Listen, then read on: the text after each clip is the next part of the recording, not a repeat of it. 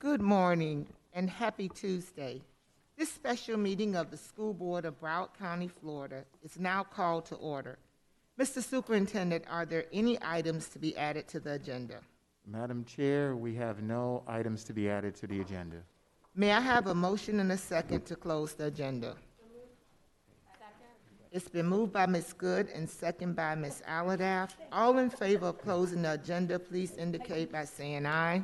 Aye. Any opposed? The agenda is now closed. May I have a motion and a second to approve all final orders? So moved. Second.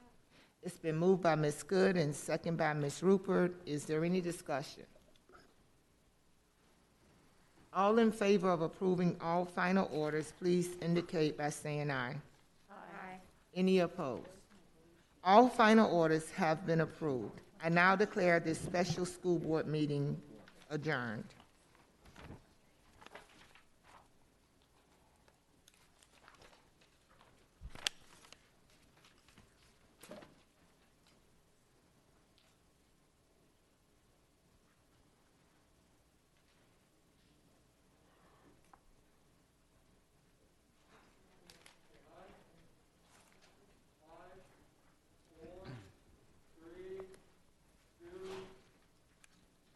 This regular meeting of the School Board of Broward County, Florida is now called to order.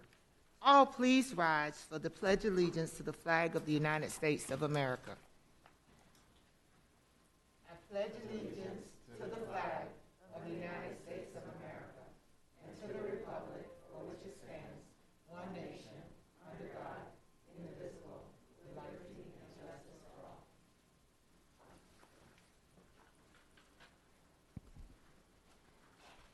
In order for the meeting to operate within an appropriate professional environment, at this time, we respectfully request that all cell phones and other electronic devices be either turned off or put in the silence mode. Please step out of the boardroom if you need to answer your cell phone or make a call, as talking on your cell phone during the meeting is not permitted. Public comments will be accepted on all agenda items in the following manner. Any person may present live comments by attending the K.C. Wright Administrative Building's boardroom at 600 Southeast 3rd Avenue in Fort Lauderdale, Florida. In accordance with the Center for Disease Control and Prevention guidelines, each person will be required to wear a face covering for their nose and mouth. Individuals are responsible for providing their own mask and must remain at least 6 feet from other attendees upon arrival as they enter the K.C. Wright building and until his or her departure. Any person who submitted written comments regarding notice agenda items to Neo Gutierrez, Supervisor, Official School Board Records, 600 Southeast 3rd Avenue, Fort Lauderdale, or by email to publiccomment@browardschools.com no later than 2 hours in advance of the published time of the regular school board meeting. Anonymous comments were not accepted. Therefore, each written comment must include the person's name and address pursuant to School Board Policy 1100A.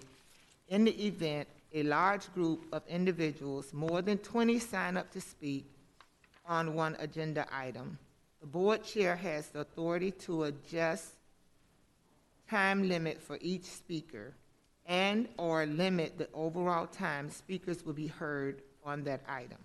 The chair has limited the overall time for speakers on this agenda to 30 minutes. Ms. Rupert has requested a moment of silence for a student from Deerfield Beach Middle School. Ms. Rupert. Thank you, Madam Chair. This morning, we are mourning the loss. Your mic, Ms. Rupert. We can't hear you. Oh, now? Okay. Good morning. This morning, we are mourning the death of a student from Deerfield Beach Middle School. Can we please have a moment of silence for Lenz Jadot, who was an 8th grade student at Deerfield Beach Middle School.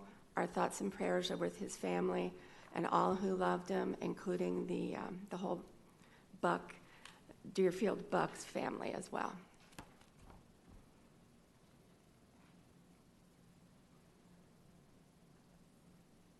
Thank you so much. Ms. Leonardi has also requested a moment of silence for an employee from Annabelle C. Perry, K-8. Ms. Leonardi. I'm asking for a moment of silence for Charles Sanders. A true family man, Charles loved and respected the power of education. He graduated FSU with his bachelor's, and teaching was his passion. He loved his job and coworkers. His second family is how he referred to them. He would say molding the minds of the youth, his village, to strive for greatness that is inside of every child is his purpose. It was his joy to do his job with excellence for almost 20 years in Broward County schools. I ask that you keep his family, his wife and 2 children who are here today, in your prayers. Thank you. Ms. Murray has requested a moment of silence for an employee from Hollywood Central Elementary School. Ms. Murray. Yes, please join me in a moment of reflection in memory of Tracy Espinoso, who served in our district for 18 years at Hollywood Central Elementary. Ms. Espinoso was a nationally board certified teacher and was dedicated to teaching gifted students. She leaves 2 children who are said to be the loves of her life. Our thoughts and prayers are with her family, friends, and school community. Please join me in a moment of silence.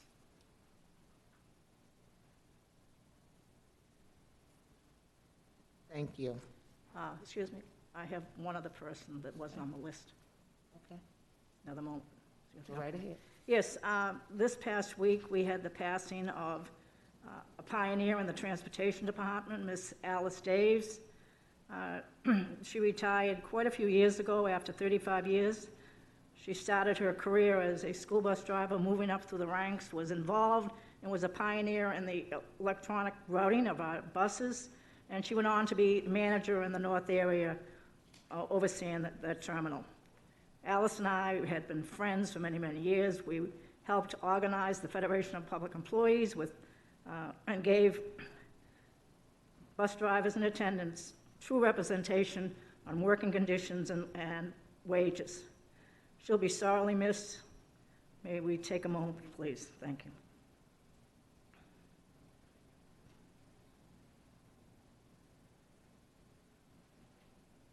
Thank you.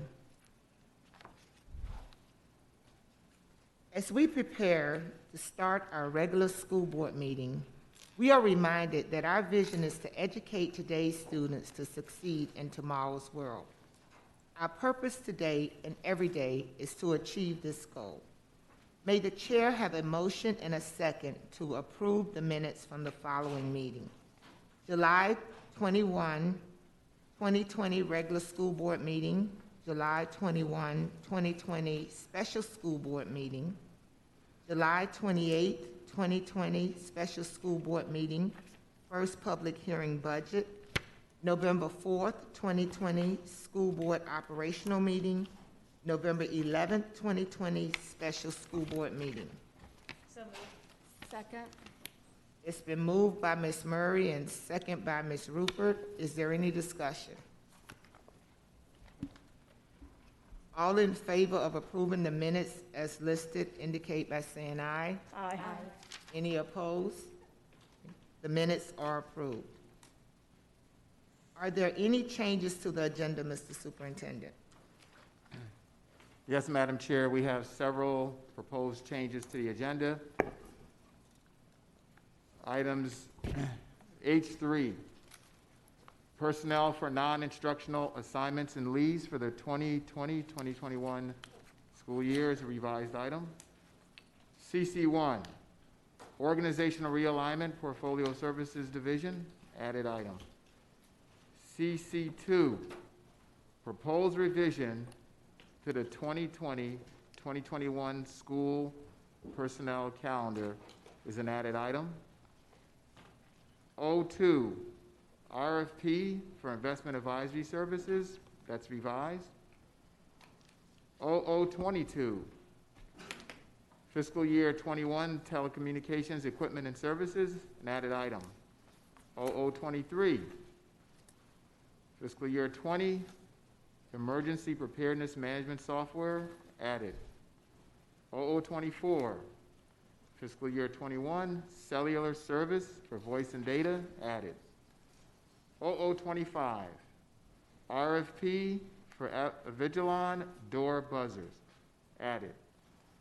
0026, First Amendment to the subaward agreement with Broward County, it's an added item. 0027, pre-qualification of contractors, superintendent's recommendations, added. 0028, 2024 strategic plan, additional recalibration added.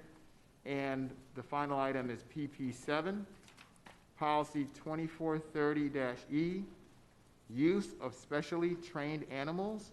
It is a special order item for 10:45 a.m. this morning. That is a revised item. Madam Chair, we have no further proposed changes to the agenda. Thank you, Mr. Superintendent. The changes to the agenda proposed by the superintendent are accepted by the chair after being determined that good cause has been established for the said changes. May I have a motion and a second to close the agenda? So moved. Second. Whoa. It's been moved by Ms. Corn and second by Ms. Halliday. All in favor indicate by saying aye. Aye. Any opposed? The school board will consider agenda items in the following order. The school board will first identify any consent items, single letter items on the agenda that will be pulled for separate discussion. All remaining consent items that were not pulled for separate discussion will then be approved by consent. The school board will next consider H3, followed by any other H items that were pulled from the agenda for discussion. After the H items are considered, the school board will proceed in accordance with the agenda's lettering system. The school board will consider any consent items, single letter items, pulled for discussion for a given letter, and then consider any open items, double letter items for the same letter. The meeting agenda has been modified to correspond to this order. The next item of business is the consent agenda. This is the time that board members advise the chair of those items they wish to address. Subsequent to this, the chair will ask staff if any member of the public submitted written comments for an item which has not already been pulled by a board member. All those items not pulled for separate consideration will then be approved under the consent agenda. Following consent items, are there any board members that would like to discuss? And we know that H3 is automatically pulled. Are there any other H items that board members would like to discuss? Ms. Hickson? I'd like to pull H1, please. H1, okay. Ms. Corn? H5, please. Ms. Rupert? H3 and H4.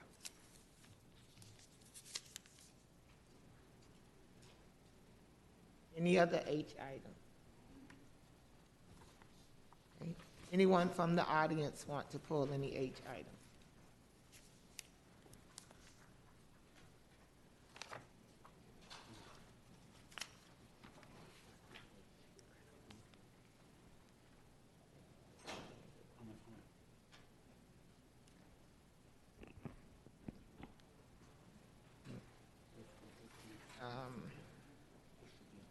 Are there anyone? Yeah.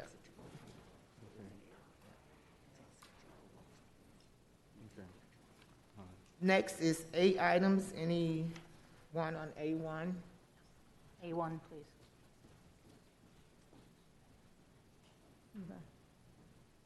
Okay. C1?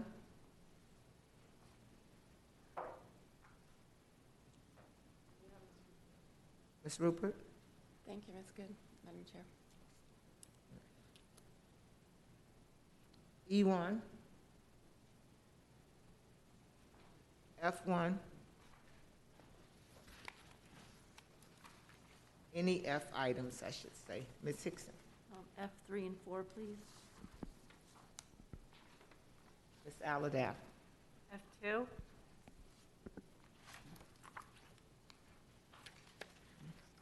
Any J items?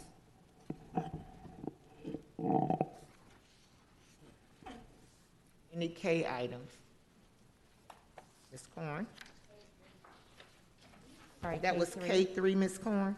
K3. Okay. Any other K item? L item. Oh, excuse me, K2, please.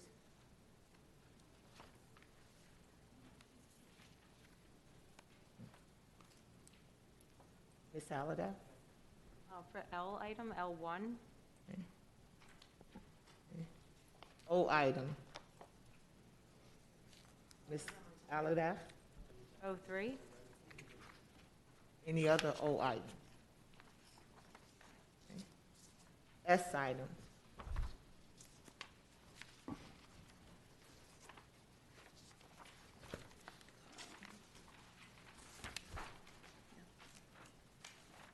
Is there anyone from the audience who would like to speak to an item that has not already been requested for discussion?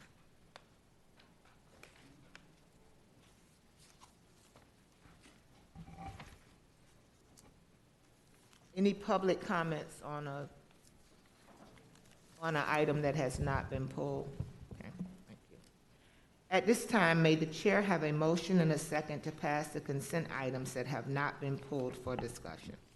Second? It's been moved by Ms. Good and second by Ms. Rupert. All in favor of approving the consent agenda indicate by saying aye. Aye. Any opposed? Okay.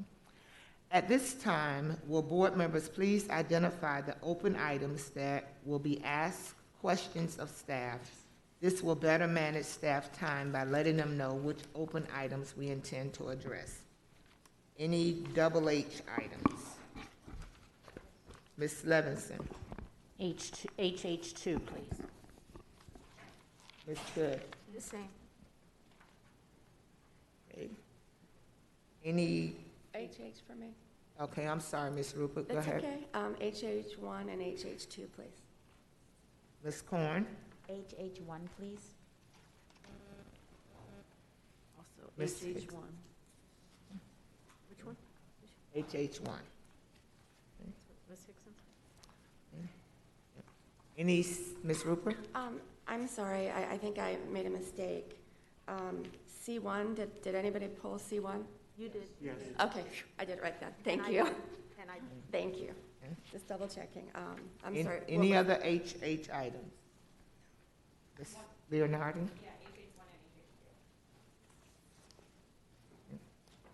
Any CC items? Ms. Levinson? CC1, please. Ms. Good? Madam Chair, I'd like CC1, and I almost would like it to be pulled along with HH2, because they're kind of complement each other, I guess.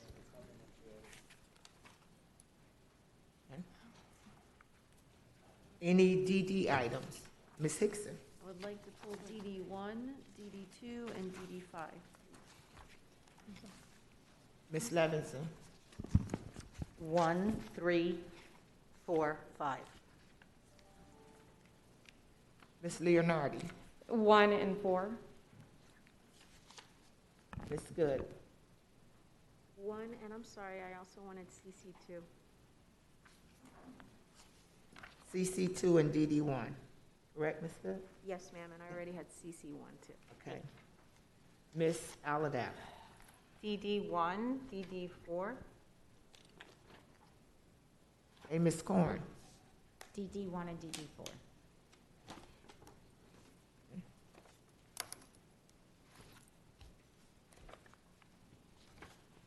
Any JJ items?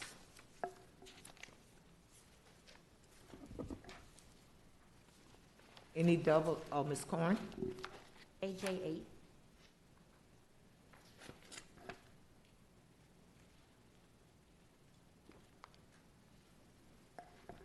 Any double O items? Ms. Good? Yes, ma'am. I have 0022, 0025, 0022, 0025. Ms. Hickson? 005, please.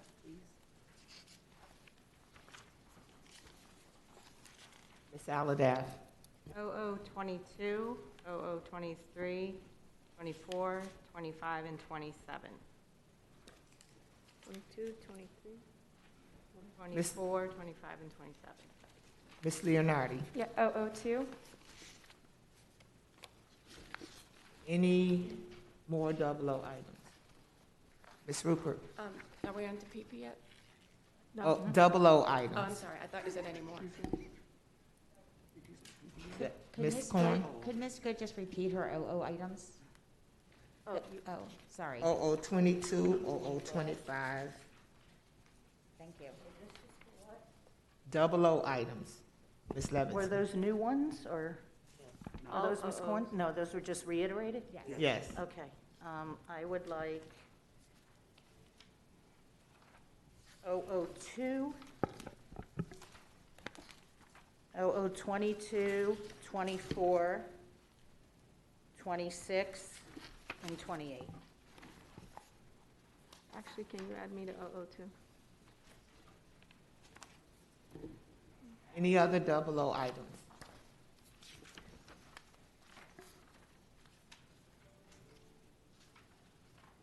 Okay. Double P items. Ms. Rupert? Thank you. PP3 and PP7. Ms. Corn? Thank you. PP6. Ms. Aladav? PP7, Ms. Good? 7? Ms. Hickson? PP6.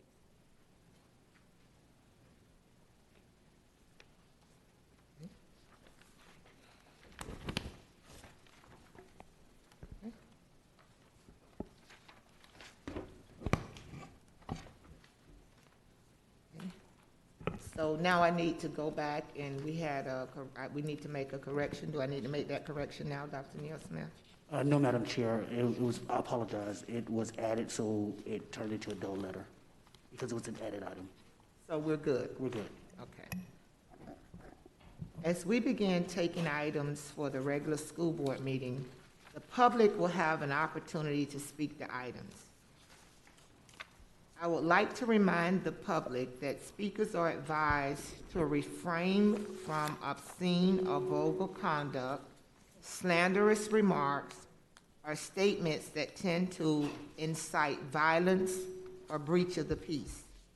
Speakers are reminded to demonstrate proper decorum and model the district's 8 character traits: cooperation, responsibility, citizenship, kindness, respect, honesty, self-control, and tolerance. May the chair have a motion and a second to consider H3. So moved. Second? Okay. It's been moved by Ms. Corn and second by Ms. Aladav. We now have H3 on the floor. Are there any public comments on H3?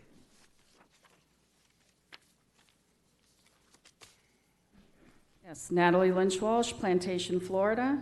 I'd just like, for the benefit of the newer board members, and sometimes to remind the experienced board members, didn't want to say older, Florida Statute 1001.425A specifies that school board members are responsible for designating positions to be filled, prescribing qualifications for these positions, and provide for the appointment, compensation, promotion, suspension, and dismissal of employees.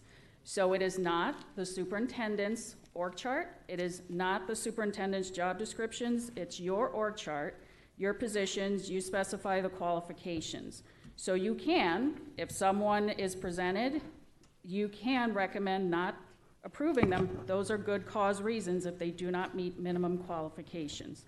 So just so you know, because this was a source of confusion when I first started volunteering, I was unaware of this statute, but it is your org chart and your positions. Thank you. Thank you. Any more public input on H3?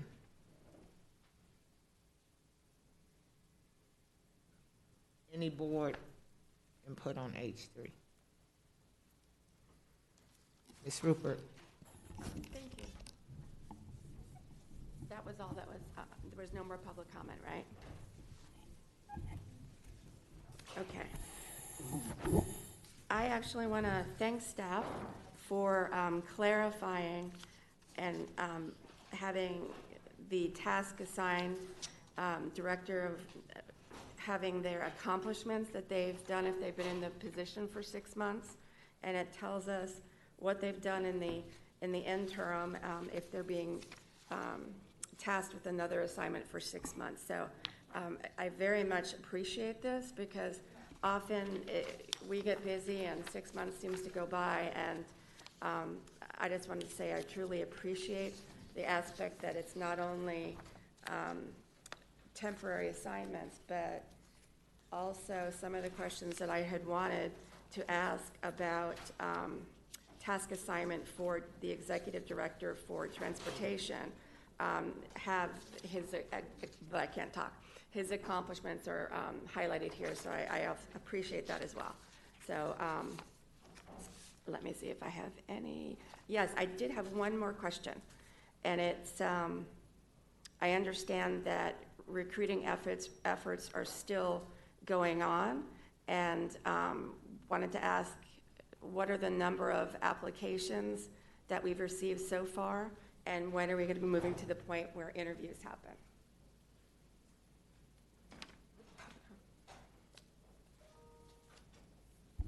Eric Chisholm, Director of Talent Acquisition Operations, non-instructional. Just for clarification, you're speaking specifically to the Executive Director for transportation? Yes. Okay. Yes, I believe we have about 45 applications. We're still going through the recruitment process around that because we didn't have a very robust qualified pool of individuals. So working very closely with the Chief of Strategy and Operations Officer and to continue those recruitment efforts. Okay, that's great, especially with 45. And I think that is it that I have for that section. So thank you. Thank you. Any more board input on H3?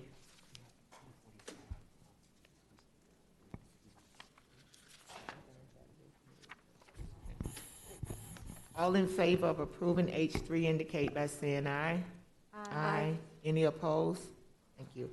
H3 passes. This is the time that we recognize our new appointees. And I don't have a list in my hand, but I do have, I guess, 2 appointees that are kind of changing schools. So I guess we'll start first with you, Ms. Hickson. Okay. I am happy to announce the recommendations of... Your mic, Ms. Hickson. Move up a little closer. Sorry, can you hear me now? Yes, ma'am. Okay. I'd like to recognize the following individuals for their recommendation in the different positions. Rolando Alvarez, Task Assignment, Executive Director, Student Transportation and Fleet Services.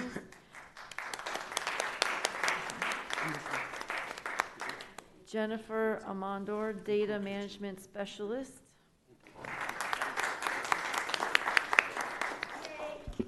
Daryl Anderson, Temporary Assignment, working out of classification as Shift Supervisor, Transportation Terminal.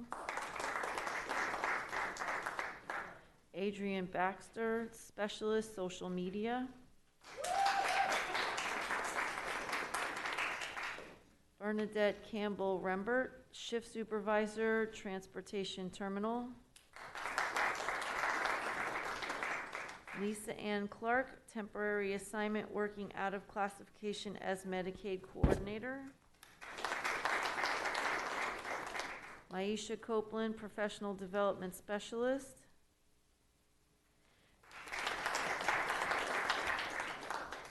Jacqueline Druis, Task Assignment Manager 2, Transportation Terminal. Naya George, Temporary Assignment, working out of classification as Shift Supervisor, Transportation Terminal. And Karen Harris, Temporary Assignment, working out of classification as Senior Property Coordinator.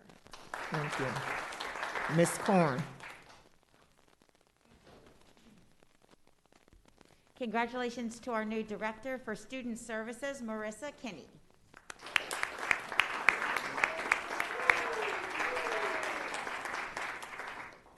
Our new Grounds Supervisor 2, Patrick Lee. Our temporary assignment for working out of classification as Manager 1 in our transportation terminal, Kathy Matthews.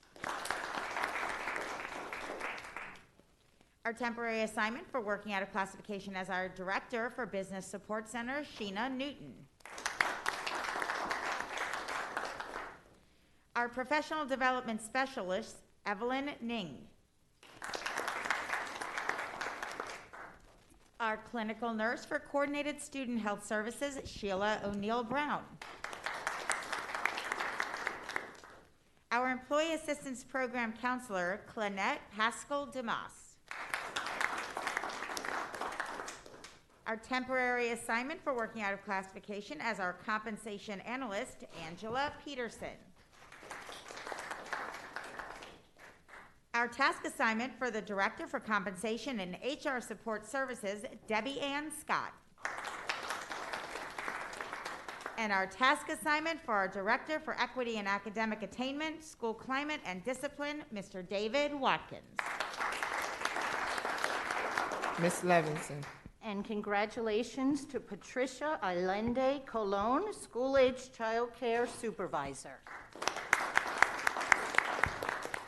Like to recognize Jonathan Edwards, the new assistant principal at Board H. Anderson High School. And Christy Ford, the new assistant principal at Plantation High School.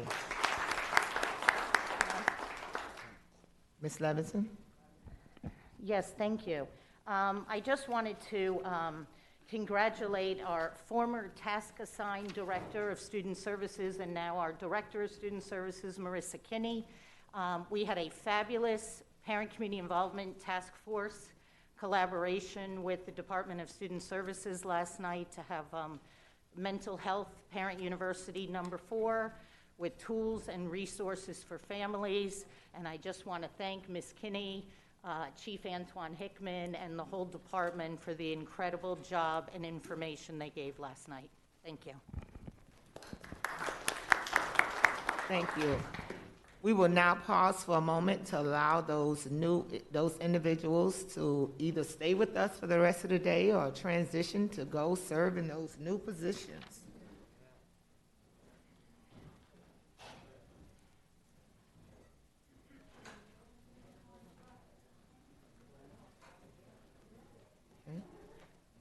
We have a special order at 10:45. We're going to take that at this time, item PP7.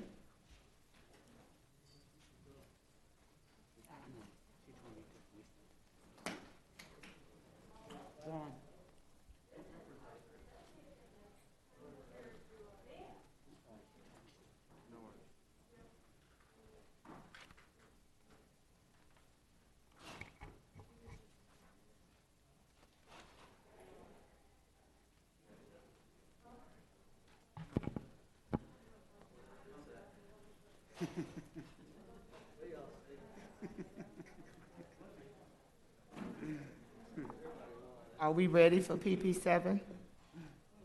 I am, Okay, Madam Ms. Chair. Myrick, go right ahead. Um, I'm sorry. May I have a motion and a second to take item PP7, please? It's been moved by Ms. Rupert and second by Ms. Aladaff. Is there any public input on PP7? Okay.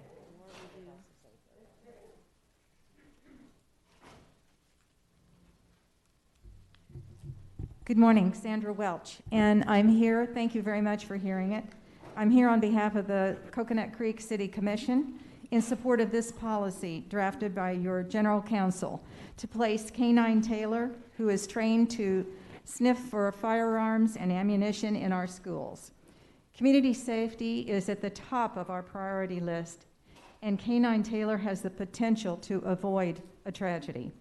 We'll work with the schools in Coconut Creek to ensure that this program is successful and in the best interest of our students.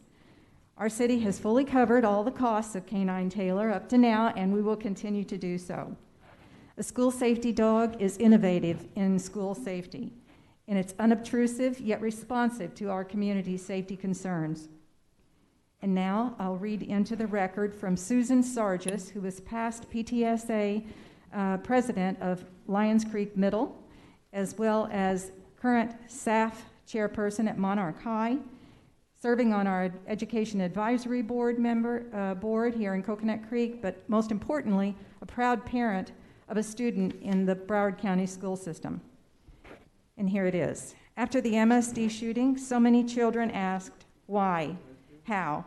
Will it happen to us? We can't answer any of those questions with any certainty. Each time another shooting occurs in our country, we ask, how did this happen? But we can take measures to prevent anything like this happening again. Our children's emotional and mental states are fragile, and anything that we can do to make them feel safer is worth the investment. I have witnessed a presentation of K-9 Taylor. She is trained to seek out the scent of ammunition and firearms and sit next to the scent that she detects. I appreciate that she can discover the unseen. Vapor wake trained dogs are used in airports and public places every day. And I wholeheartedly advocate for allowing K-9 Taylor into Coconut Creek schools as an additional layer of security for our children. I concur with Ms. Sargis's comments and ask for your support. And in addition, then my colleague Becky Tooley is going to also have comments. Thank you for your time. Thank you. Any other public comments on item PP7?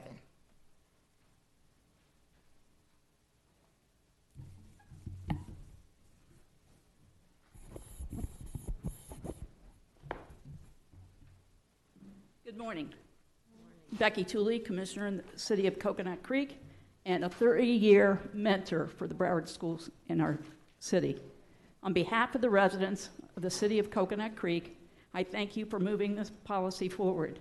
Safety is all #1 concern. Since 2017, there have been 115 police reports documenting incidents of gun-related threats in the Coconut Creek schools. We know Taylor can help us all bring an end to gun violence and the fear of gun violence in our schools. Coconut Creek is honored to be represented by State Rep. Christina Tonsky in the House, and I would like to take the opportunity to share with you her support for this action. And I'll read the letter.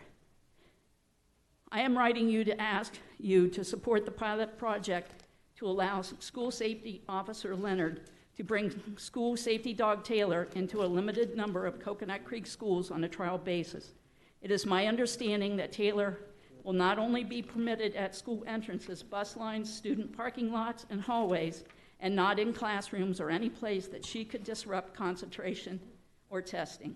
Additionally, Officer Leonard is aware that some students may have anxiety about dogs, and he's very sensitive to that. Taylor is trained to find weapons, ammunitions, and other components related to firearms by scent of non-intrusive manner, and does not need to touch or sniff the students directly. Allowing SRO Leonard and Taylor to do this pilot program will give us the opportunity to add an additional non-intrusive layer of safety to these participating schools. Though this program, Broward County Schools will have the opportunity to evaluate the school safety program. Overall, I feel strongly that Taylor's presence will benefit the safety and security of our Broward students, faculty, and staff, and respectfully ask you to support this pilot program. And I have copies of the letter that I'll give to the secretary.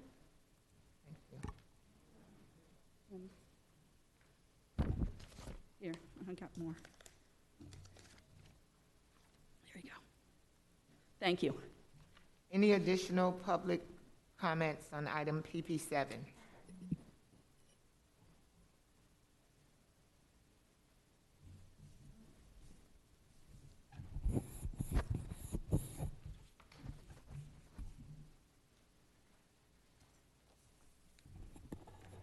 Hello, everyone. I'm Robert Hurley, and I'm the Vice Chairperson for the Educational Advisory Board for the City of Coconut Creek. And I also have an extreme passion about safety and security for our school system. I'm also a retired behavior specialist from Coconut Creek High School, where I coach football and track and field. Now I presently am coaching track and field at Monarch High School. one of my duties as a behavior specialist was to collaborate with the security staff, the SRO officers, and the administrators, and working with student conduct, student behavior, and weapons. We also helped develop many strategies for the school-wide behavior plan. We also put a lot of emphasis on weapons and arms. Having Taylor, the vapor wake dog, he will be a powerful, proactive deterrent in search of firearms, ammunitions, and working with ideas on the school board policy as far as board property, which is extremely important to us. The pilot program will form an alliance with the public schools in the city of Coconut Creek. This pilot program works perfectly with the Broward School Safety Plan. The SROs and Taylors, the vapor wake dog, will implement and apply proactive strategies. Proactive strategies is extremely important. One of the things that is equally important is visibility. And visibility will empower the students and staff with a reassuring, peace of mind attitude.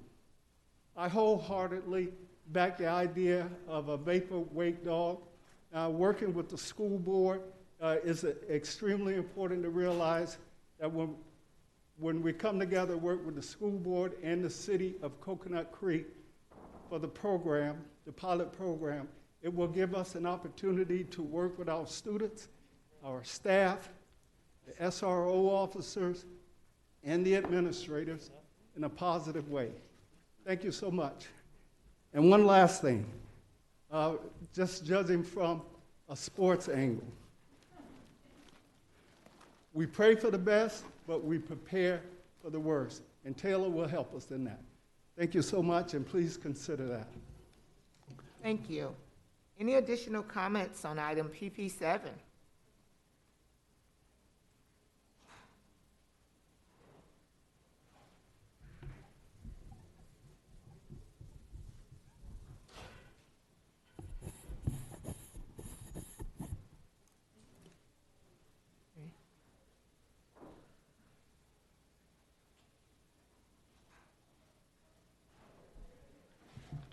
Good morning, school board members. I'm Chief Butch Arnell, the Chief of Police with the City of Coconut Creek Police Department.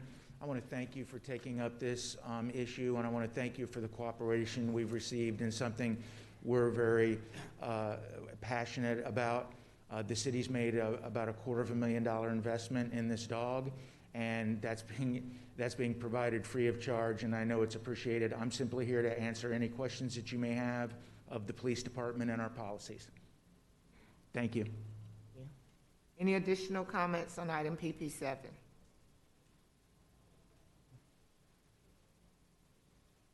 Ms. Myrick? Thank you, Madam Chair. I just wanted to update the board of what I and the staff has done since the last time we were before you. I've had numerous conversations with the folks at Coconut Creek, mainly their two attorneys who are in direct communication, obviously, with their police officers. After we got some additional information, Chief Katz and I met with Superintendent Runcie, and we talked about, how to move forward, and we came back with this policy to directly relate only to Coconut Creek, since at this point, this is the only place that has one of these dogs. And instead of writing a policy that would affect the entire district, I also had conversations with the General Counsel for the Police Chiefs Association, which, as you remember, they were here last time, and we discussed that possibility, as well as some of the things they would want to see in a district-wide policy. So it was determined that we would do this temporary policy on a 90-day emergency plan to be able to do a pilot program. After that decision was made with the superintendent and I and Chief Katz and I and Chief Kowalski and Dr. Wanza met with the principals, all the principals of our schools in Coconut Creek. And let me be on the record to say, I don't want any inference by anybody to indicate that the schools that are going to participate in this were the ones that were supportive and the ones that are not participating were the ones not supportive. Everybody that we talked to that day on the phone had concerns. Everybody had support for it. So that's when we decided that in fact, it was the principal's idea that we would have a real pilot, which means not all of the schools. The schools that volunteered. No one was picked, but again, I don't want the inference to be that the people that aren't here, the schools, that they disagreed with this process or that they totally agreed with the process. The concerns that have been expressed by staff continue to be the same concerns, and we put that in the policy that the dog would not be in any classrooms or media centers, or the cafeteria, any place where education and other activities were going on, so that there was no disruption to the educational environment. The dog will be in the hallways, will be in the parking lots, will be outside, and will be able to manage those times as the kids come to school and leave. We also have requested the police, which they've agreed to. My understanding is that they will give us a week in advance notice of a schedule that they will be in, so the schools will be aware of when the dog will be coming to the school. Some of the concerns that were addressed or were discussed by the principals, besides the issue regarding interfering with the educational environment, were making sure they have some concerns. There are many kids that are afraid of dogs. There are many adults that are afraid of dogs. There was great concern about what the representation of a police officer and a dog means, particularly to our minority population, and to be respectful of that. Let me also say, to a T, everybody, every principal talked in a highly positive way regarding their relationships with the police department of Coconut Creek. They talked of them of being professional, never out of line, always looking out for what is best, not being gun-ho super cops, my language, not theirs, but in a way that showed respect for the schools and for the students and for the teachers. So everybody said that, and principals who had worked in other municipalities had made that comment. So I do want to say that publicly, and I also shared that information privately with the people from Coconut Creek. There is concern regarding, I still, be honest with you, still have concern regarding the issue of search and what this means. This is an untested way of identifying where the vapor might come from, and it does bring in the issue of search. That will not be our issue. That will be the issue of the SRO if, in fact, the dog alerts in front of a student or an employee. However, it will also be our issue if, in fact, there's any litigation that comes forth from that. And as the folks at Coconut Creek and I both decided, we didn't want to be the ones that lead on litigation here, because there is no case law out there on the use of these type of dogs in schools. There was concern also by the staff talking about where else in the city of Coconut Creek is this dog being used. I know the dog has been used at the airport and in other things, but there was, comments about whether or not the dog is being used in places like the Promenade Mall that's out there and other large areas where there is large gatherings of people. So not that that's our business, but there was that question about that. So the determination was that we would start this in 4 schools. The schools are listed in the policy. The policy will take effect on January 4th. That will give us the full 90 days that we have. We didn't want to waste the 2 weeks of the next 2 weeks regarding winter break as part of that 90 days. Chief Katz staff is going to, and he might want to comment about it, as well as certainly Dr. Wanza. We're going to come up with a checklist that the principals of these schools will gather data on issues of concern or positiveness. So as we get through the process, we will have an opportunity to have some real clear data on reaction to the dog, how the dog worked, and how we move forward. There was a pretty outstanding data that was given by one of the commissioners, and I would like to relay people's fears.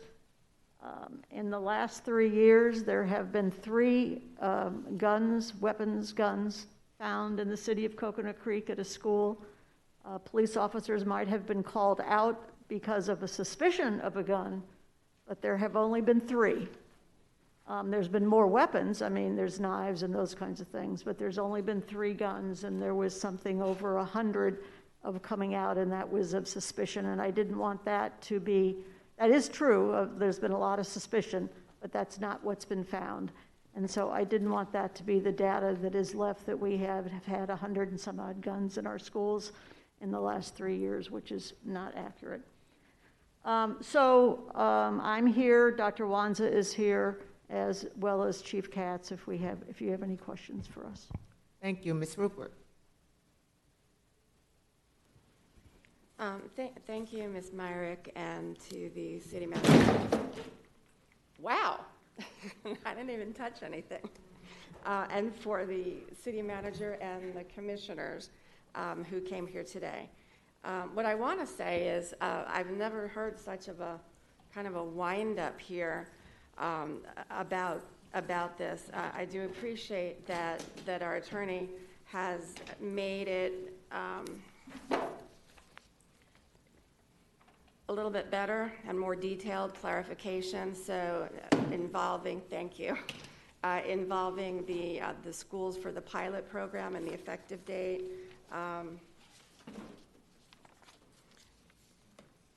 I am of the mind that any possible layer that we can add to make kids and our employees safer, I'm willing to try. If we were able to be able to do this with Taylor and Officer Leonard, and I've heard nothing but wonderful things about the 2 of them while they've been visiting certain areas, and there is no. This particular dog, Vaporwake dog, is entirely different than somebody who would be aggressive and responding for like a takedown. That has nothing to do with Taylor. Taylor only alerts when she smells something. And how she alerts, and correct me if I'm wrong, she sits down. Is that correct? Right, okay, that's the process. I think this is a nice opportunity to be able to do this on a limited basis. Let's see how the dog works and how the school climate is, and the teachers and the parents and the students, how they can work. I can think of nothing but positive with this, and I'm very happy that if passed today, the pilot program would be at Coconut Creek Elementary, Monarch, Coconut Creek High School, and Atlantic Technical College. So I am supporting this today highly. I can put 2 exclamation points on it. And I truly believe this will be an asset for our schools in Coconut Creek. Thank you, Madam Chair. Thank you. Rocco, our student advisor.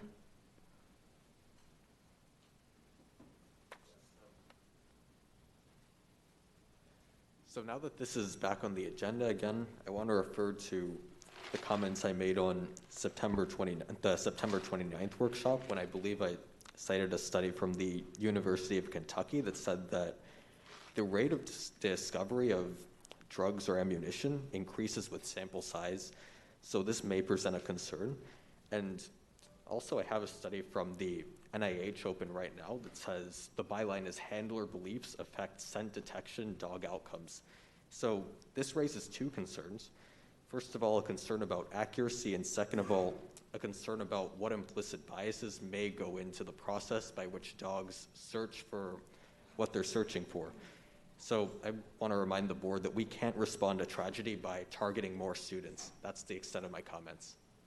Thank you. Ms. Alladap. Thank you, Madam Chair. I'm very supportive of this item to bring K-9 Taylor into our schools in Coconut Creek, and I would like to see this branched out across the district. I prayed for the best on February 14th, 2018, but the worst did happen to my daughter, Alyssa. We are not going to put metal detectors in our schools. So we need to create an additional layer of protection, a deterrent to prevent the guns from getting into our schools. If K-9 Taylor stops one gun from getting into our schools, it is all worth it for allowing us to have this policy happen. K-9 Taylor will be an additional layer of protection. Please vote yes. Thank you. Ms. Good. So thank you, Madam Chair. Thank you to my colleagues who spoke, and of course speakers, and Ms. Myrick. I appreciate her presentation. I think it was very prudent.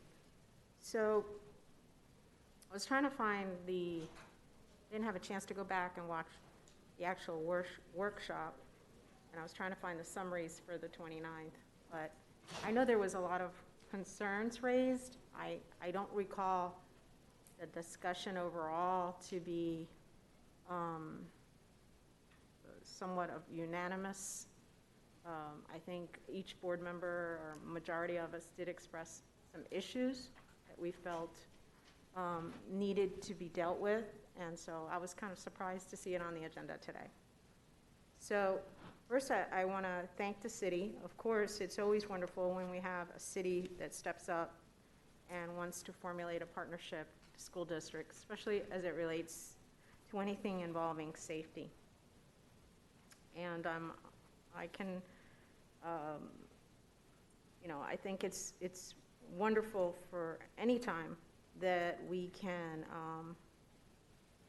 have another tool in our toolbox as it relates to ensuring the safety of both our students and our employees.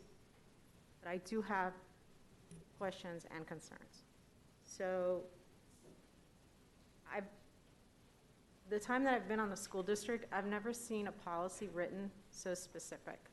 Our policies, we're policy makers, and typically our policies are written district-wide. So to have a policy written, and I understand why it was done, so I'm not being critical of why it was done in that sense, but to have a policy, a school board policy written so specific for a geographical area for a limited time period is somewhat bizarre. I also wanted to understand, I think if, and again, I'll say if we were going to step into this and really support this kind of issue of having animals in our schools as another tool, then I think the conversation should have been greater and beyond the city of which we're discussing, and then the policy should have been written so that if any city wanted to contemplate such a task, it would be handled in that matter. So it either is good for every school in this county or it's not. And so when we do cookie cutter or we cut out a significant area, geographic area, I have some issues with that. So I read the policy, which is like a page and a half. Very short policy for something that has significant implications, both with regard to liability. So what happens, Ms. Myrick, if the animal sits in front of a teacher?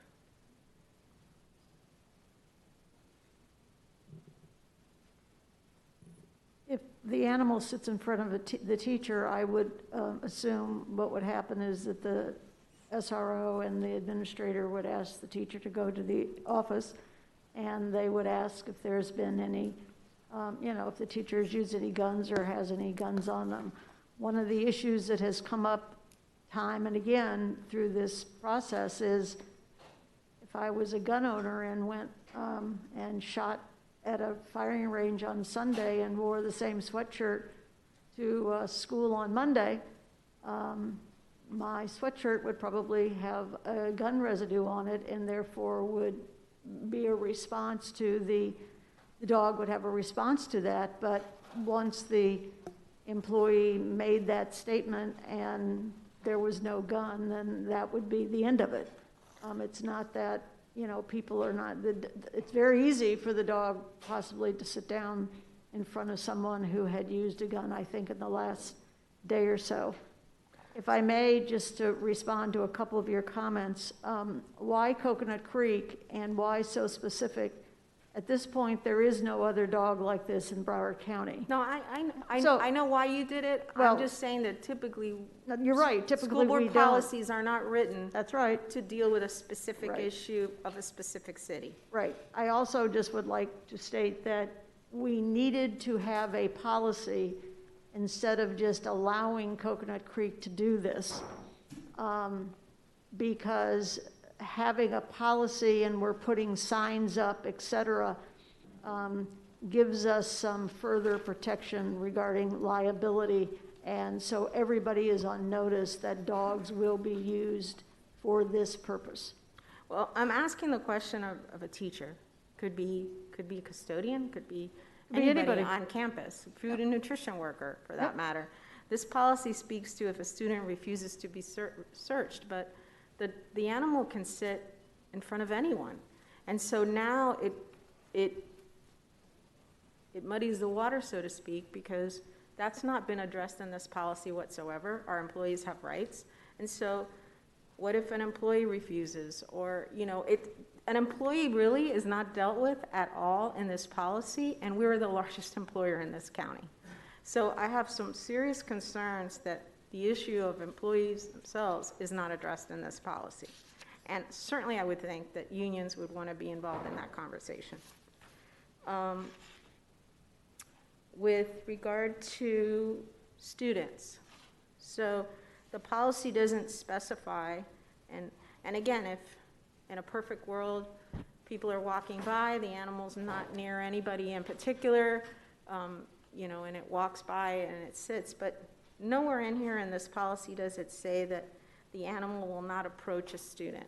So am I to understand that the officer and the dog can get near a student?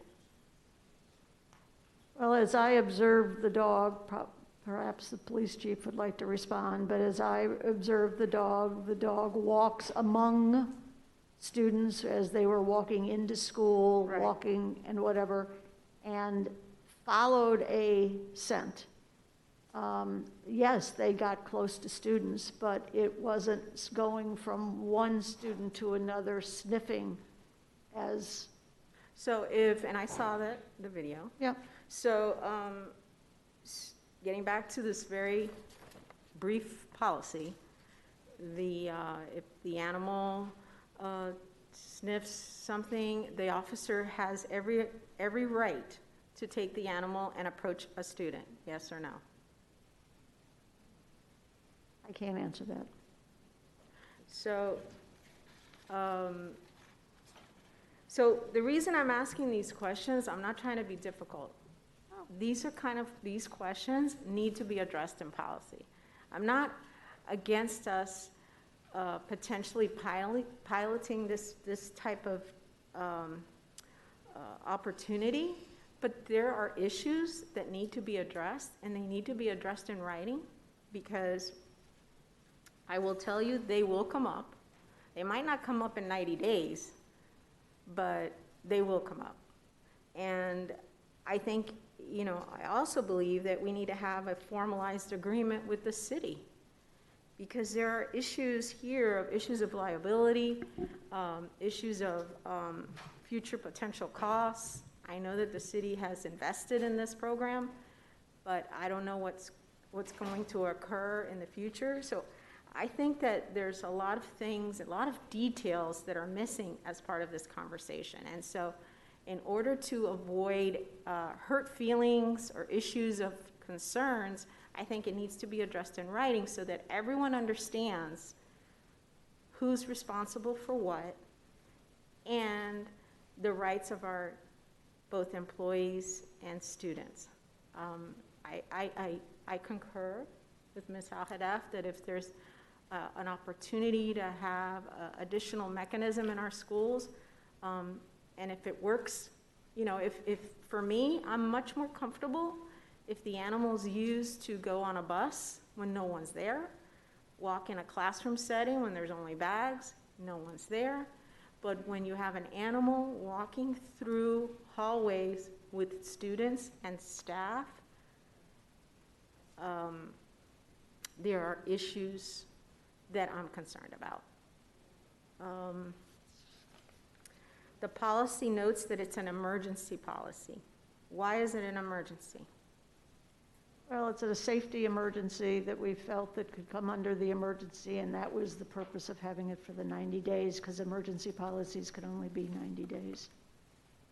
We will have to come back with a full policy or no policy at all at the end of the 90 days. It automatically ends.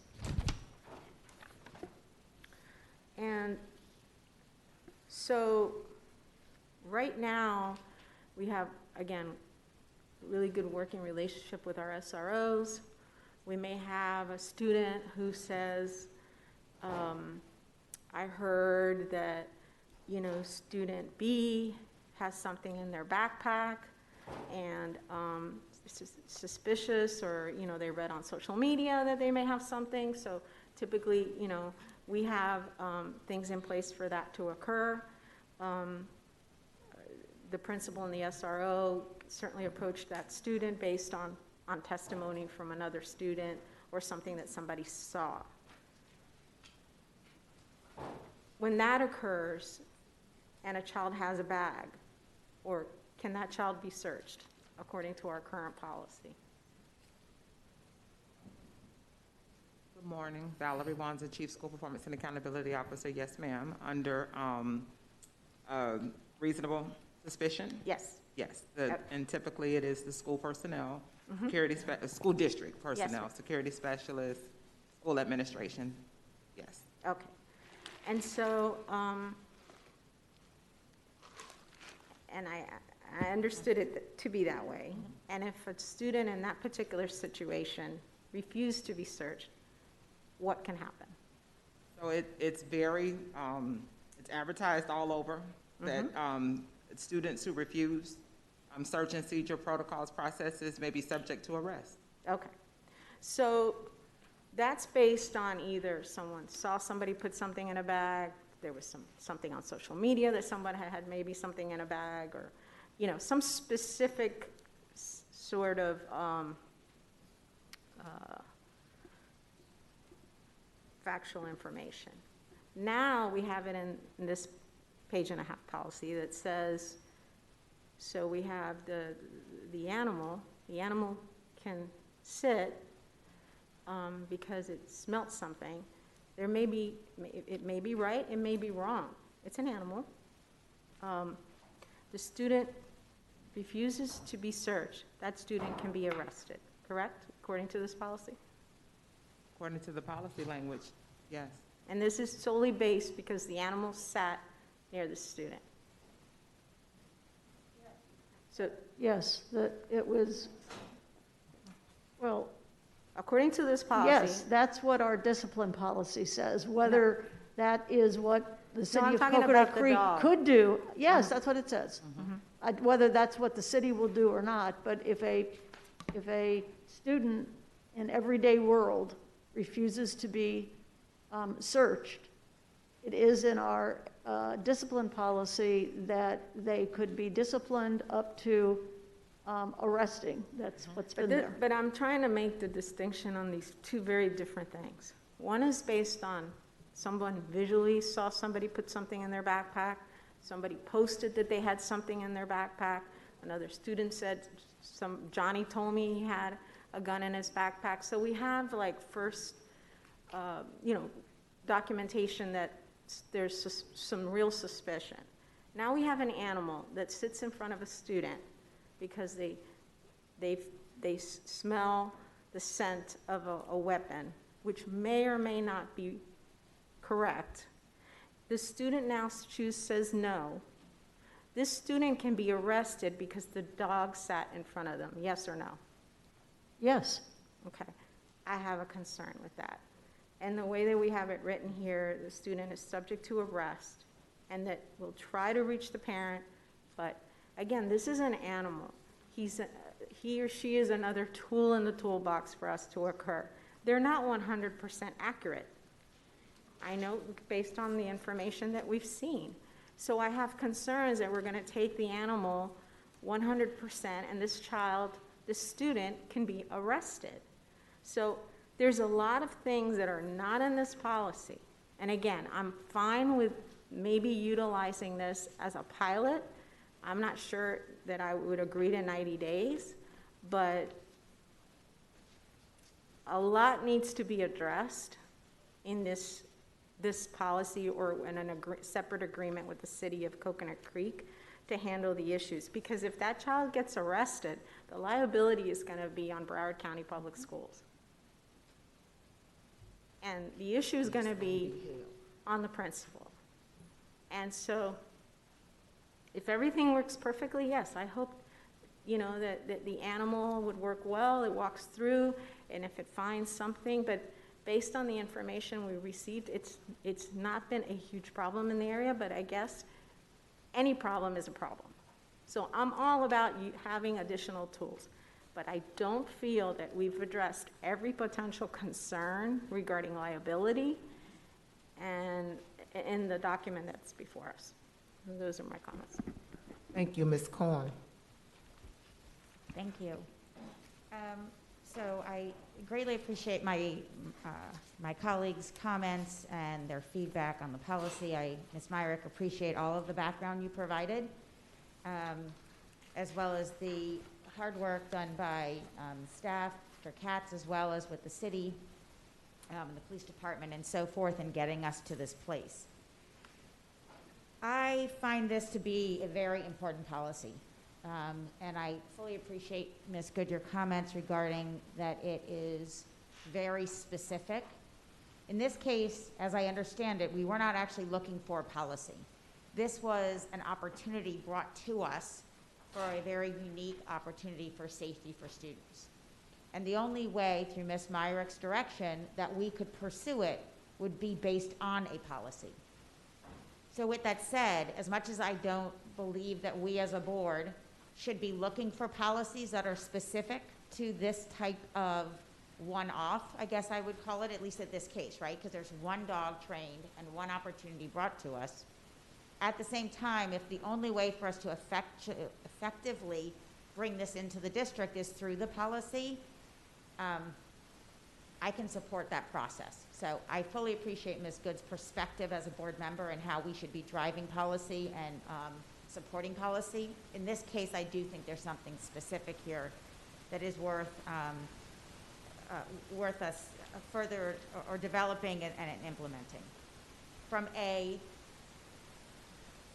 pilot program, again, I appreciate the fact that this is in the capacity to affect a pilot program.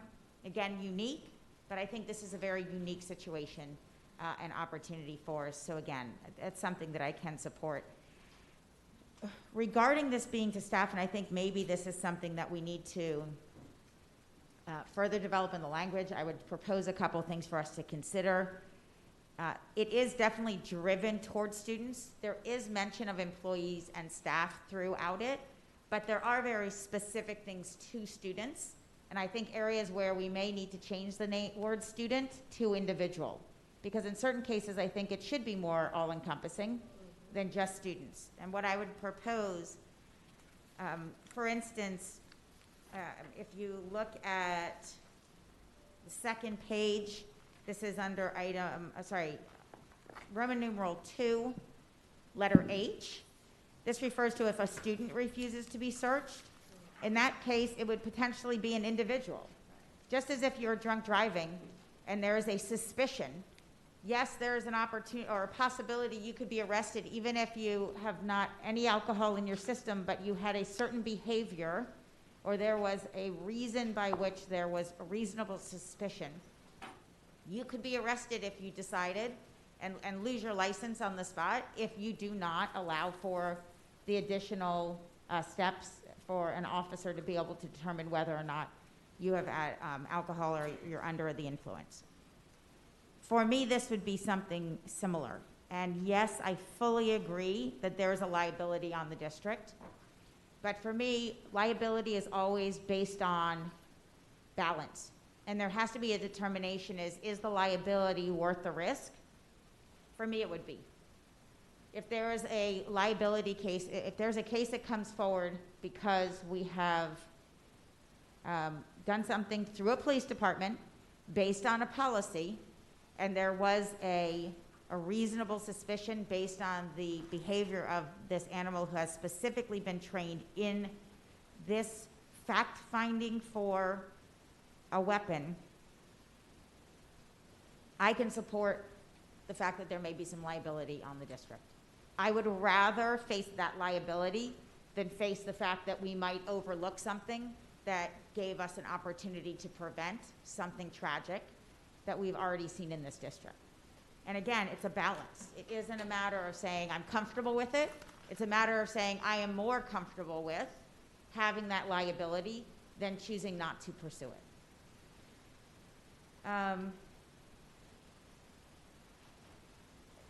This is actually not just applicable even to our staff and our students. It's also applicable to a visitor.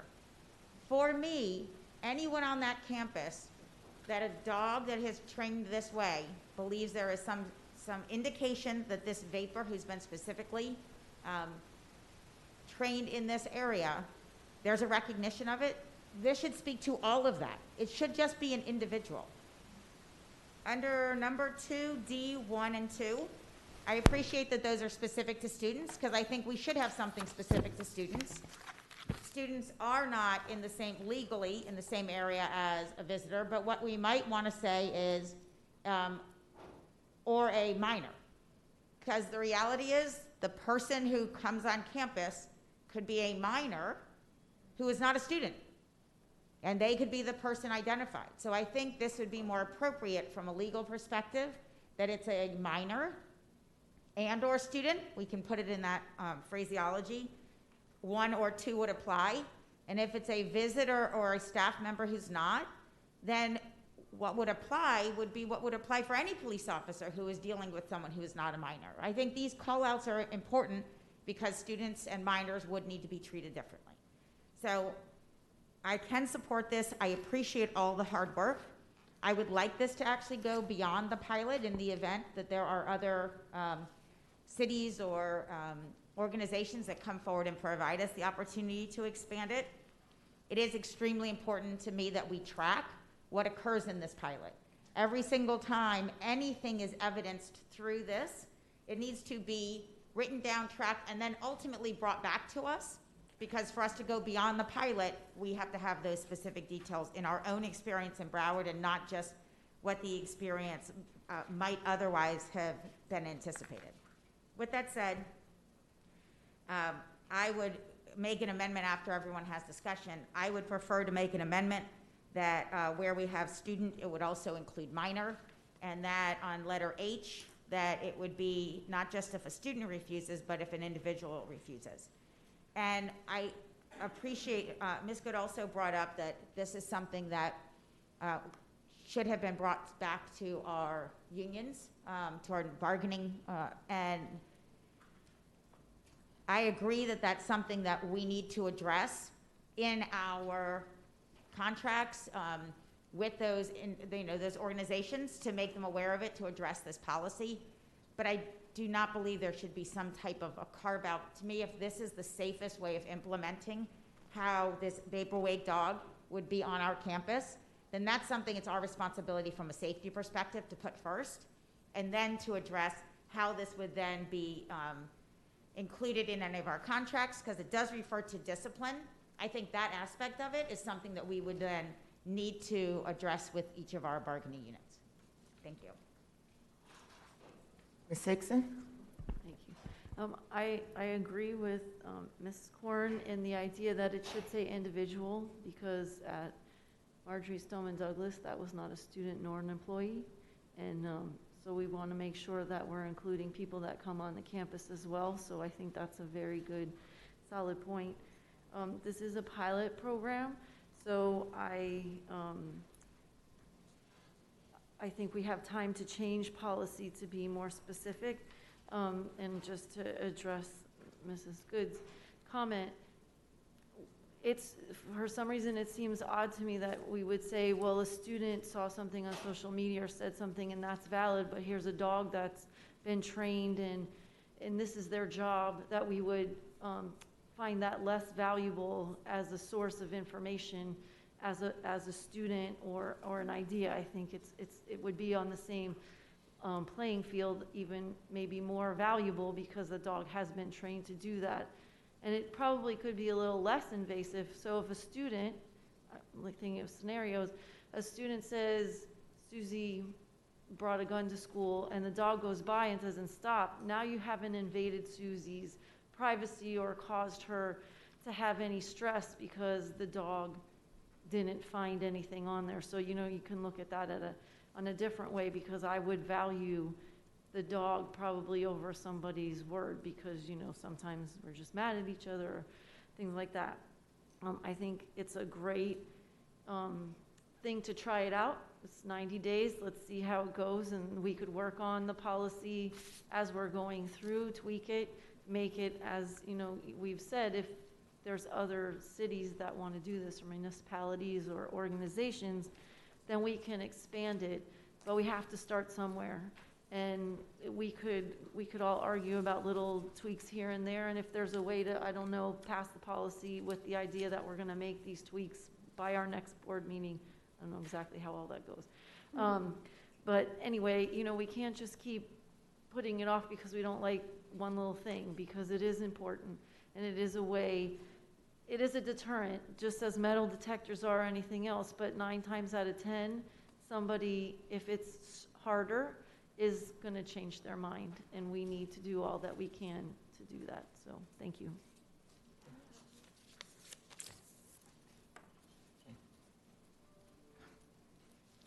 So I want to start off prefacing my comments by saying I took a lot of criticism from the workshop for my comments. I'm not for anybody being killed by a gun. I'm saddened and sensitive to the loss of Miss Aladaff's child and Miss Hickson's husband. It's a horrible thing to have happen. When individuals do things like that, they come with an agenda and a plan to do that. When I'm just sitting here and I'm listening, and it just takes me back to the whole thing with George Floyd, where police departments have rules in place now that you can't do chokeholds and you can't put your knee on somebody's neck, but it didn't stop the murder or the act from happening. And my comments may be totally where you just can't understand and conceptualize it because you don't live my lived experience, and vice versa. I said right from the beginning when we saw the video, there were negative responses with those dogs near every single minority child in that safety video. our data shows that we found 3 guns. 3 guns are too many guns to find. I agree. But the data does not show that there is a significant number of guns going into the school in Coconut Creek. When I think about these kind of things, sometimes confuse me, because I think about how in one breath we talk about school climate and changing school climate and not arresting kids and putting in positive behavior intervention systems. And then we take other actions where we're taking policing to a whole nother level. Intrusion and invasiveness. If I experience this dog and I have nothing, it's just like the police and there's nothing found. It's something that impacts me literally for the rest of my life. And we've worked very hard to have good relationship with SROs. I speak personally for the SROs in District 5. I think they're some of the finest. I don't feel that way about all street patrol cops. Their assignment, their outlook is different. I see it very different having these type of dogs in an airport, which is an open public environment, than I do in a school. For me, if I'm going to agree to policies like this at any time, we need to start doing a process where we start doing some empathy mapping, meaning that we start talking to the people that we're imposing these things upon in this way, so that we could better understand culturally how these things impact people. I can tell you, if I'm in this school and this dog come near me, I'm gonna start kicking it. Because as a person of color, we have had dogs mistreat us all throughout history. So they're not our friends. It's very different if I have a Chihuahua or something in my home. It's not there to police me or to be offensive to me or to get me or to attack me. So I would have liked to see some empathy mapping, some talking and interacting with kids.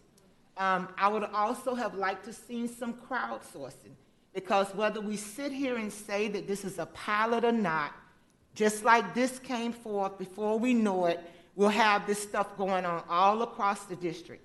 And it puts me at a disadvantage because the community that I represent has not had the opportunity to weigh in.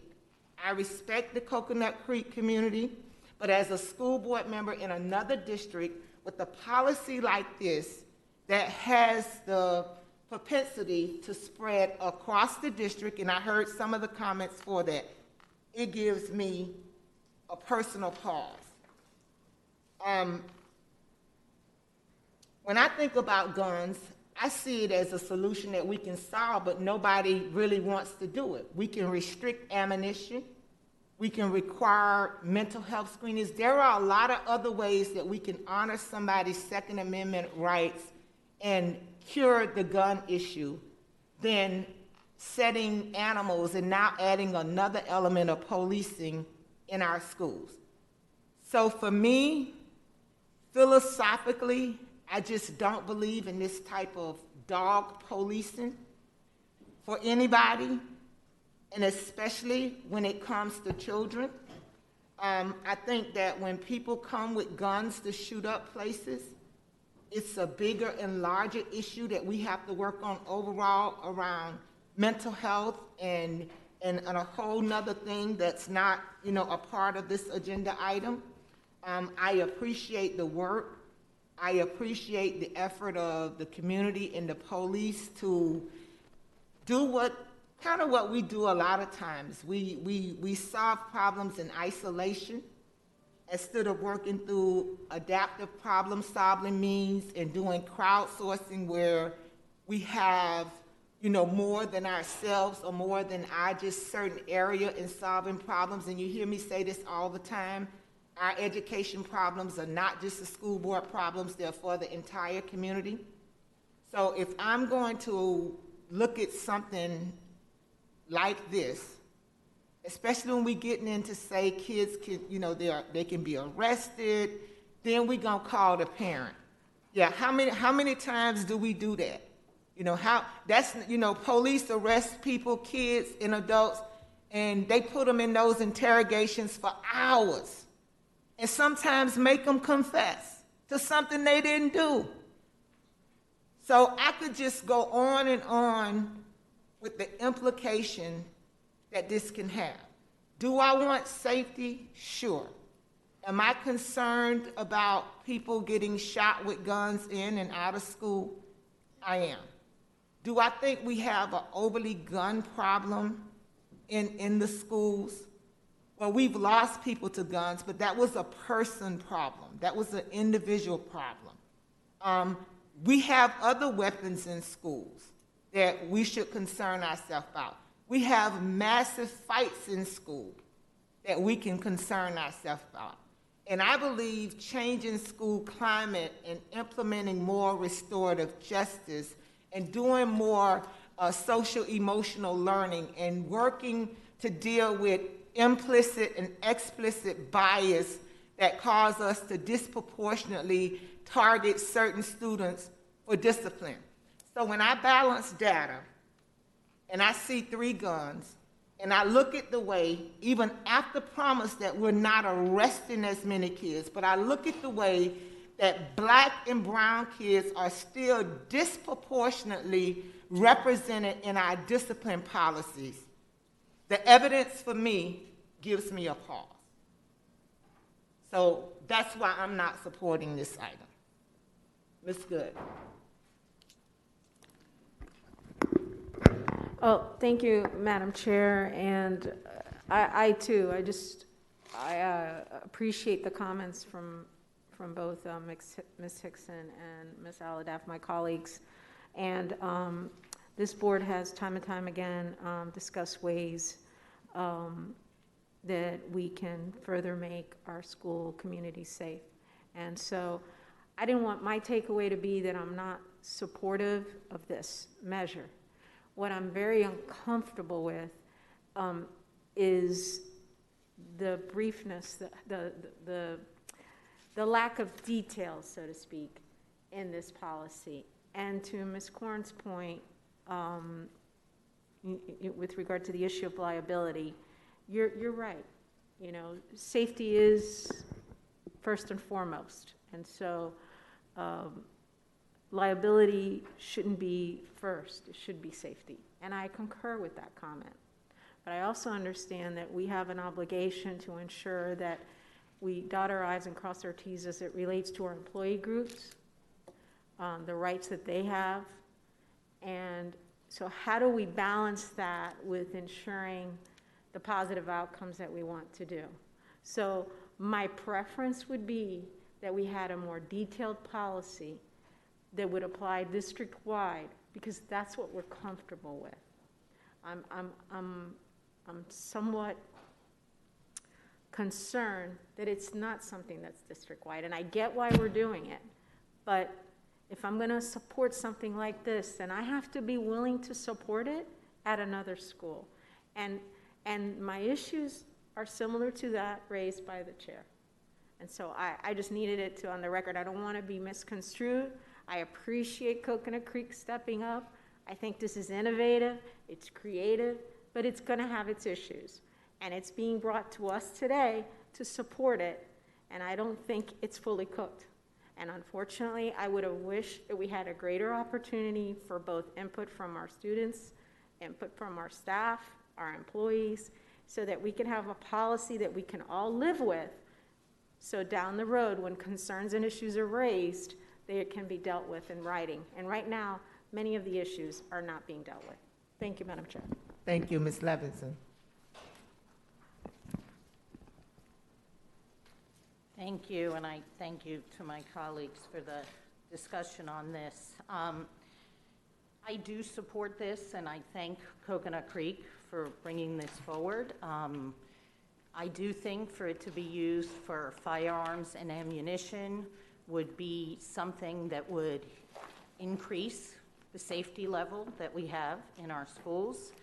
And I think it does take a policy like this to have something in this form to be able to allow Coconut Creek to move forward and do this.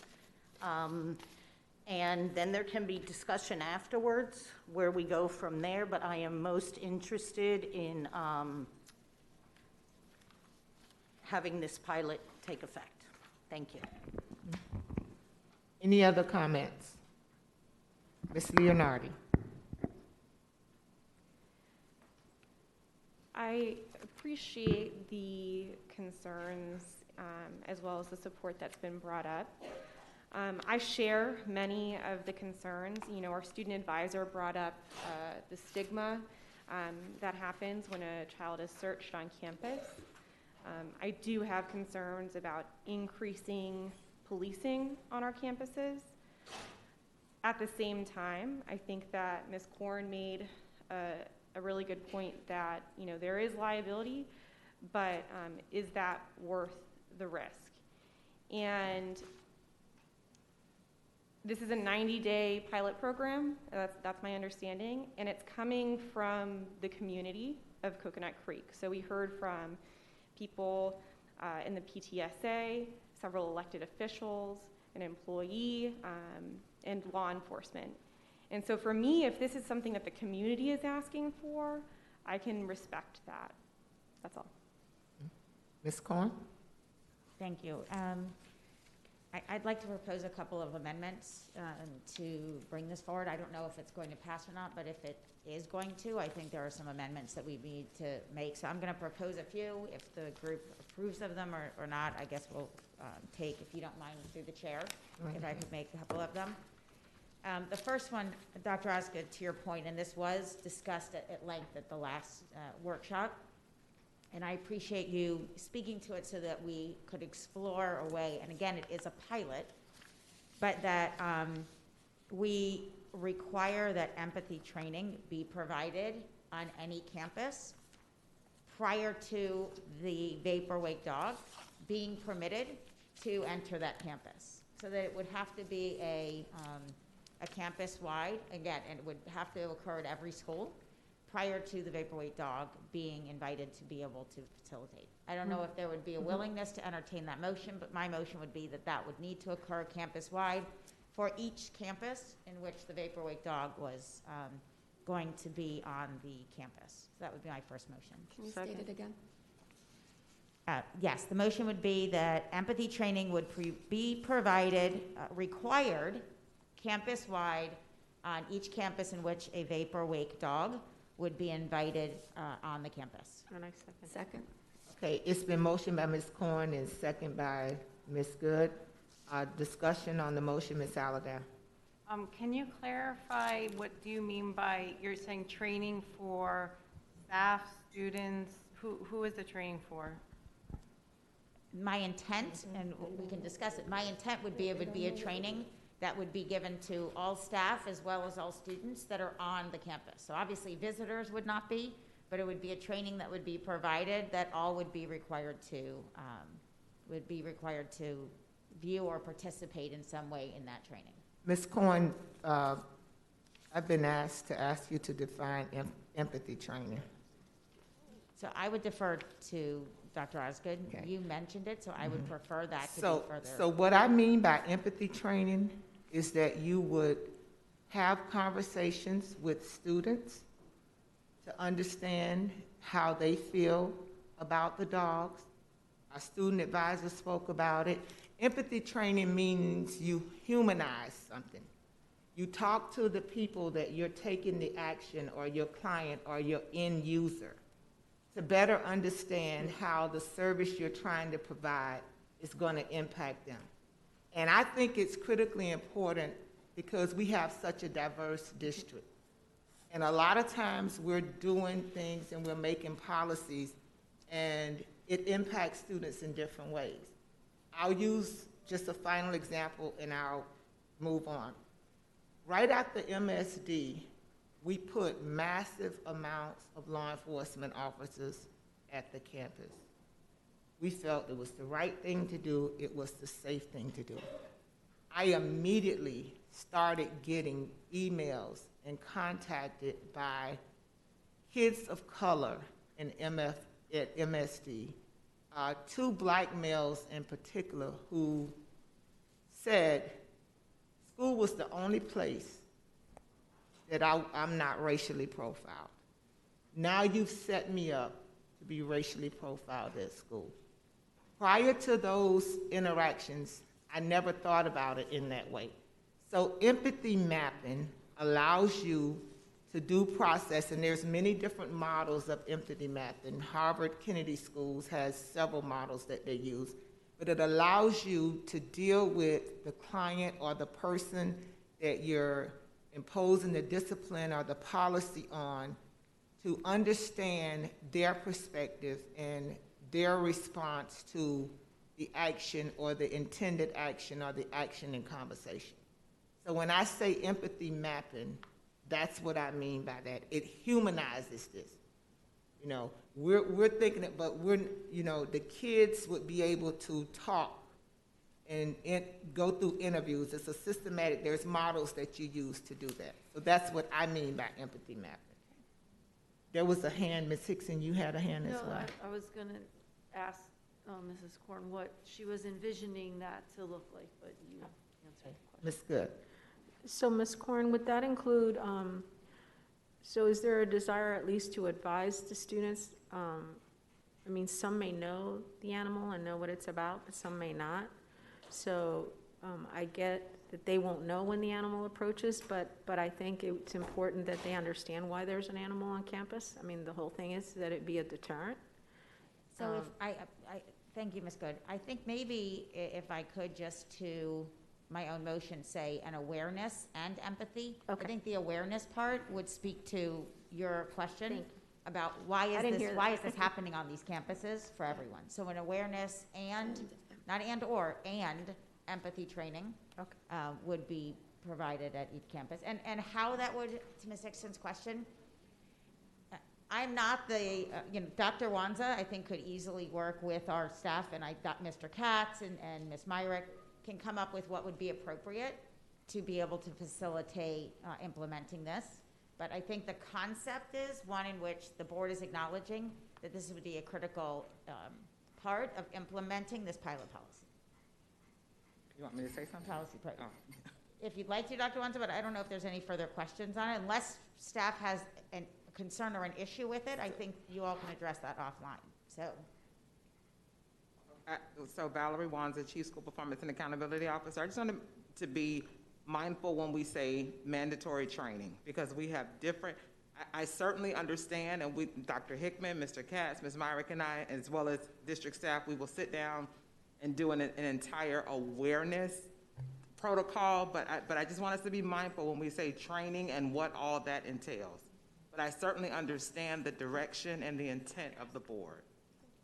Empathy mapping is not a per se training. It is just like when a case manager interviews a client for a service, there's different ways that they do those case managements. So it is a service that we would provide to the students so that we could better empathize from their perspective. Ms. Leonardi. This might have already been addressed in what Ms. Korn presented, but would the individuals with the dogs be getting that training as well, or the mapping? So if you were going to do empathy mapping, you would include principals, teachers, parents, and the SROs and the person with the dog, and it would be their way of understanding from the client's, the end user's perspective, in this case, which would be the students. When we watched the video of the training, I'm probably the only one that keyed in on the way that the minority kids responded to those dogs. Why? Because I have their same lived experience. And I'm not saying that it's anything wrong that you didn't. That's why it's important that we have representation and diversity in decision-making things like this, so that we have. It is my, as a leader or as a board member, it is my responsibility to bring these types of concerns and share and have this discourse with you before we make a decision. It is your responsibility to make the decision that you feel you need to make but it's my responsibility to make sure that the things that I'm raising and that I'm addressing are a part of this conversation. Ms. Good. So I don't know if it's part of this motion, but then I would ask then to Ms. Myrick, how will our employees know there's a new policy that impacts them, and how will the students know that there's a new policy that impacts them? We already. Would it be, I'm sorry, go ahead. That's right, no, you go ahead. No, go ahead. We had already discussed when we met with the principals, we are developing again, not training and not even what Dr. Osgood is talking about, but we are going to develop or are developing a parent link to go out to all parents prior to after the winter break, to all employees announcing that it will happen. Everybody's going to know that the dog will be on the campus. The dog has been on the campuses. They're all very familiar with it. The dog, I think, has been on the campus, prior to when they first started back in March, and then not. But I just want to make sure. It has been. Yeah, it's one thing that they've seen the dog, and the dog's come through, and the dog leaves. It's another for them to clearly understand the implications of what happens if that dog reacts. Yes. So I just want to understand. And that is different than how it's been because we have not had a policy. I have requested, the city wanted the dog to come on campus for people to get used to it and for it to get used to kids and whatever. But I requested, and it hasn't happened, that the dog was not working. The dog was not there to find alerts, and that has not occurred. And so the city has been very supportive of understanding that. If I could just expand on the awareness piece of adding that here. Awareness would be more than the training per se, in that if one of these campuses, I think if the district assisted the schools, there should be something probably posted at the entrance so that people are aware why this dog would be here. There could be something on the websites for each of those schools that just says, per this policy. So again, someone knows where to go for a policy. If social media is a part, in other words, the district would need to assist the schools on the awareness piece as well as at that specific school level. So the community is aware, families are aware, as well as the students and the teachers and staff and administration.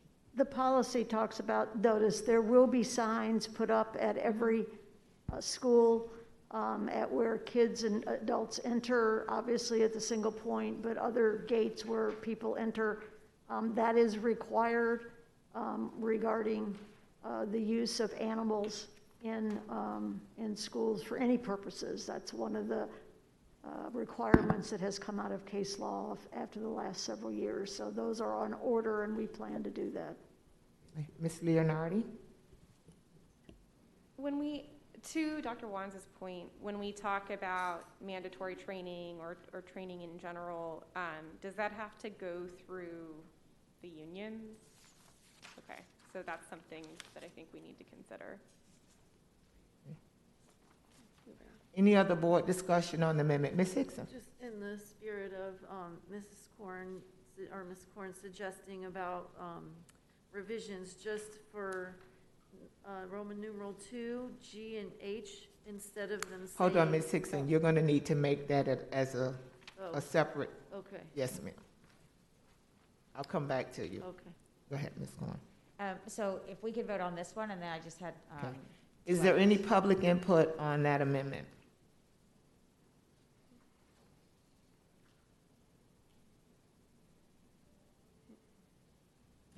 Ms. Korn, I'm going to ask you to restate the amendment, and then I'm going to go to Ms. Levinson.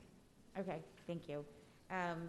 That prior to the implementation of the vapor wake dogs, and I don't know if someone wants, I don't want to keep recreating the verbiage, I don't know if someone has what I had said, but that prior to the vapor wake dogs being invited to our campuses, that awareness as well as empathy training would be required for each campus. And I second it. Okay. Ms. Levinson.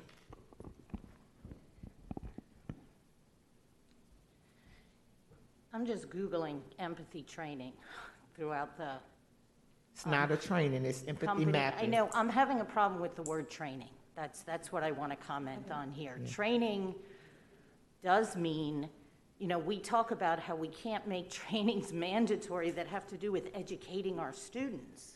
And so now we're talking about making a training mandatory. I think it should be an awareness, possibly a question and answer, an awareness, question and answer assembly, something where you're gathering the students, but a training, I guess I'm confused on what the expectation is here. So, sorry. So, Valerie Wanza, Chief School Performance and Accountability Officer. I did bring up the word training. I clearly understand if the motion passes, the policy passes, the intent of the board. The expectation is that we will have conversations across every stakeholder group for each one of the 4 schools so that they understand the purpose, the intent. We actually respond to their questions and their concerns. So see, that's what I'd like it to say instead of empathy training, because that's what I'm thinking. That's what I understand. I mean, so I'm glad I'm processing properly today. So I did turn 50. So. I never said empathy training. Okay. I said empathy mapping. Yeah. And I'm going to just read the definition from my textbook so that we're clear about what it is. Empathy mapping is just one tool that can help empathize and synthesize your observation from a research phase and draw out unexpected insights about your user's need. An empathy map allows us to sum up our learning from engagement with people in the field of research and those that we are intending to impose policy on. That's what empathy mapping is. Again, it can simply be accomplished by having conversations with the groups that are involved with this process. Excellent. Primarily our students, not giving them an awareness. That's different. Saying we're gonna bring this dog in to search y'all is very different than your response or how you feel about this. That's what empathy mapping is. It allows you to empathize with the end user or to better understand their perspective or their needs. Like I did it after Roscoe said that the students didn't want the cameras on. I talked to some kids. I did my empathy mapping, you know, and I heard them, but it didn't change my position. But I gave them an opportunity, a better understanding. You know, when they say they just don't want the camera on, they don't want to comb their hair, those wasn't reasons enough to change my perspective.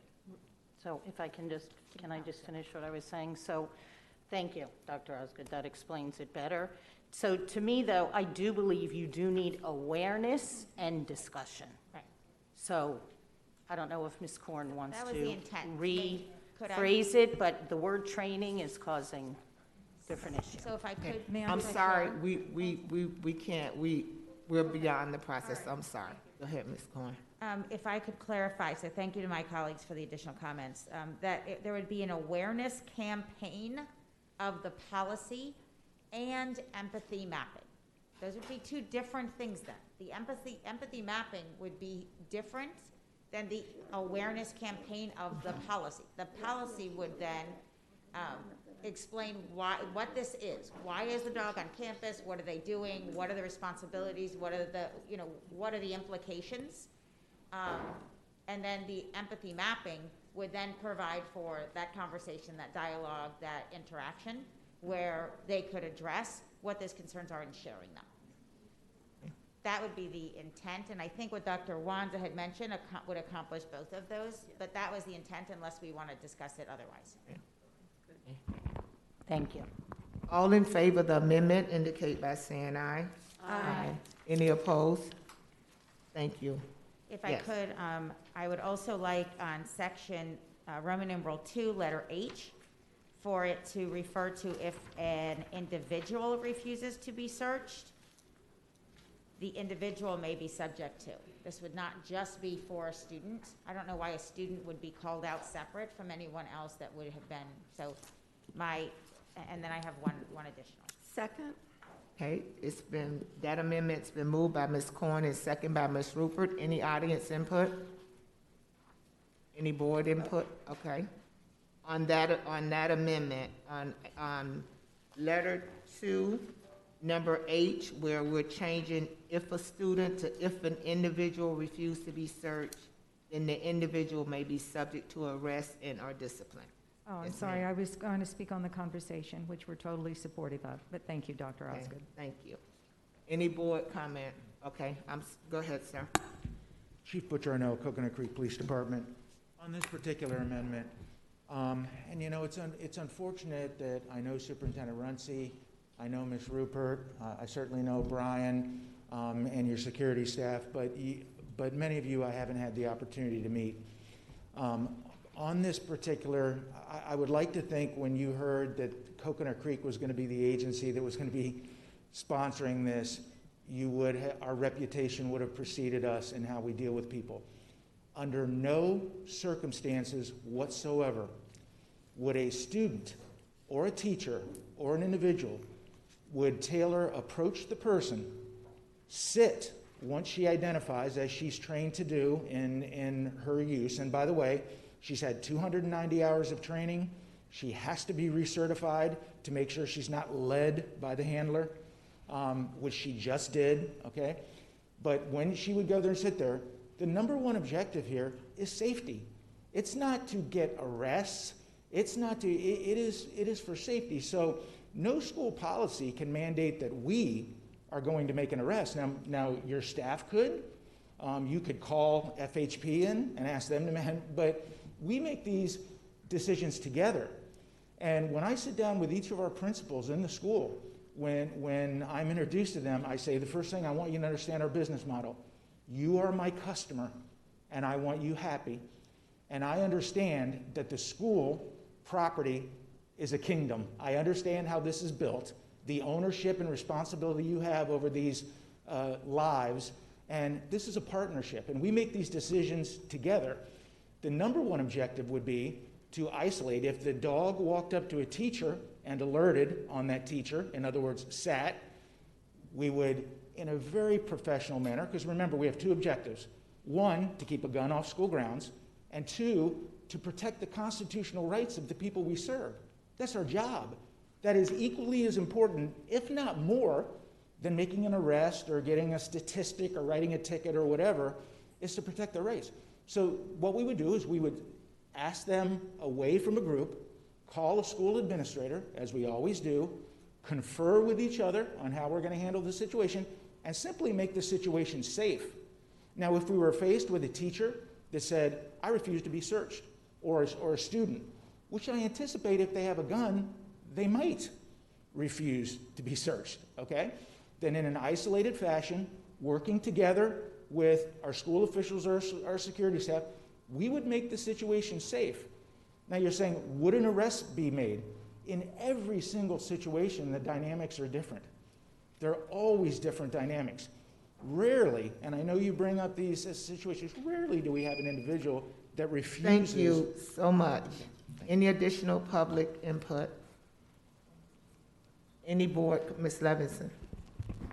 Mine was just in section 4. I believe we need to change technology college to technical college. Yeah, where would this amendment, Ms. Levinson, we'll come back to that, Ms. Hickson, on this I don't know if amendment. it has to be separate, but I would also suggest in G that it's a individual, not just student or. Okay, let me vote on H. Oh, I didn't know if you could put. Yeah, let me vote on H, and then we'll come back and address the other ones, okay? All in favor of the amendment on H to change the word student in both places to individual, indicate by saying aye. Aye. Any opposed? Thank you. And the other amendment I would like to make is that where we say student, it would be and/or minor.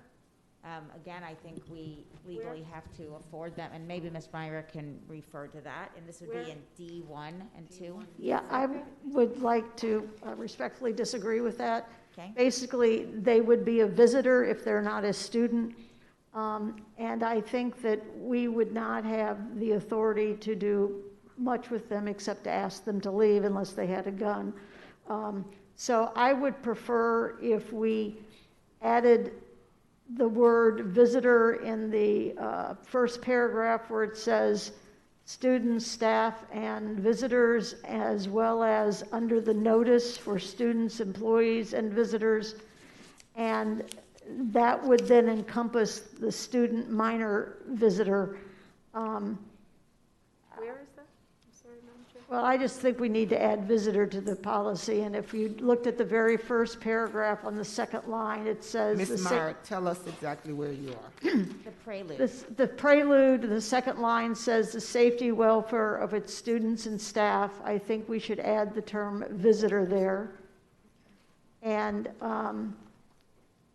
I think we should add the term visitor to Roman numeral 3A, the first line that says students, employees, and visitors. The D1 and 2,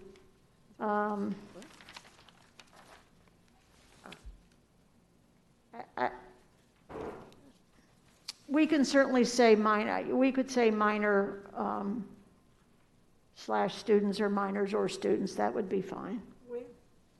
That Ms. Corn just brought up. Okay, I'm sorry, Ms. Myrick.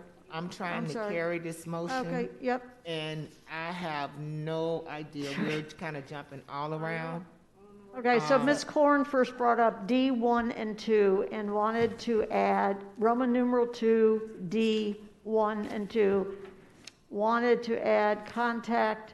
Instead of students, she wanted to say minors or students. Correct, Ms. Corn? Correct. I don't know where that is. Well, it's on the first line in number 2. It says school administrators should make every effort to contact a student's parents.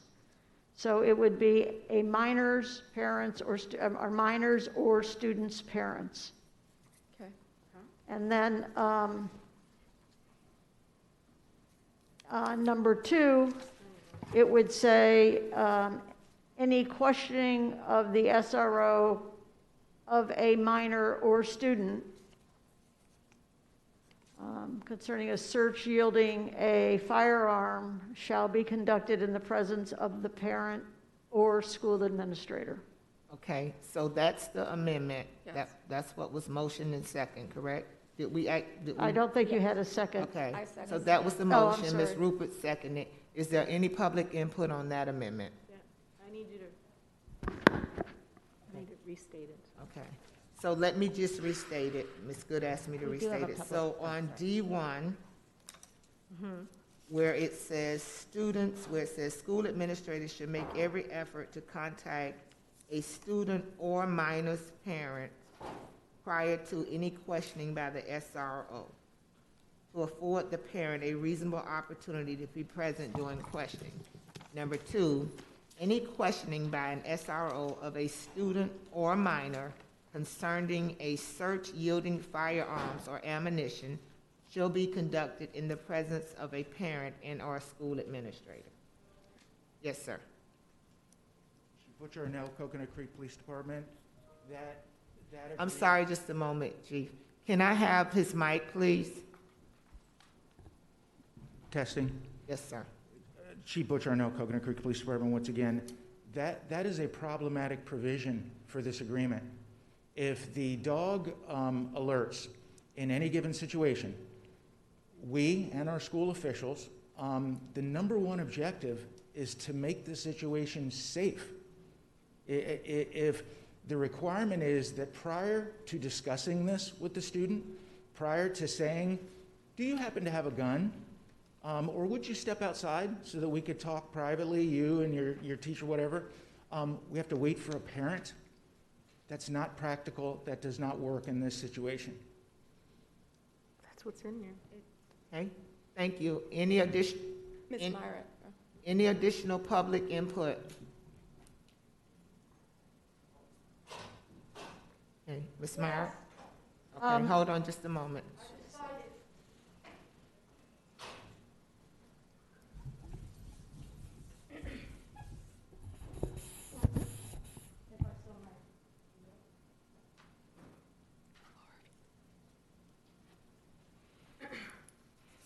Anna Fusco, Broward Teachers Union President. I understand the concern about our students.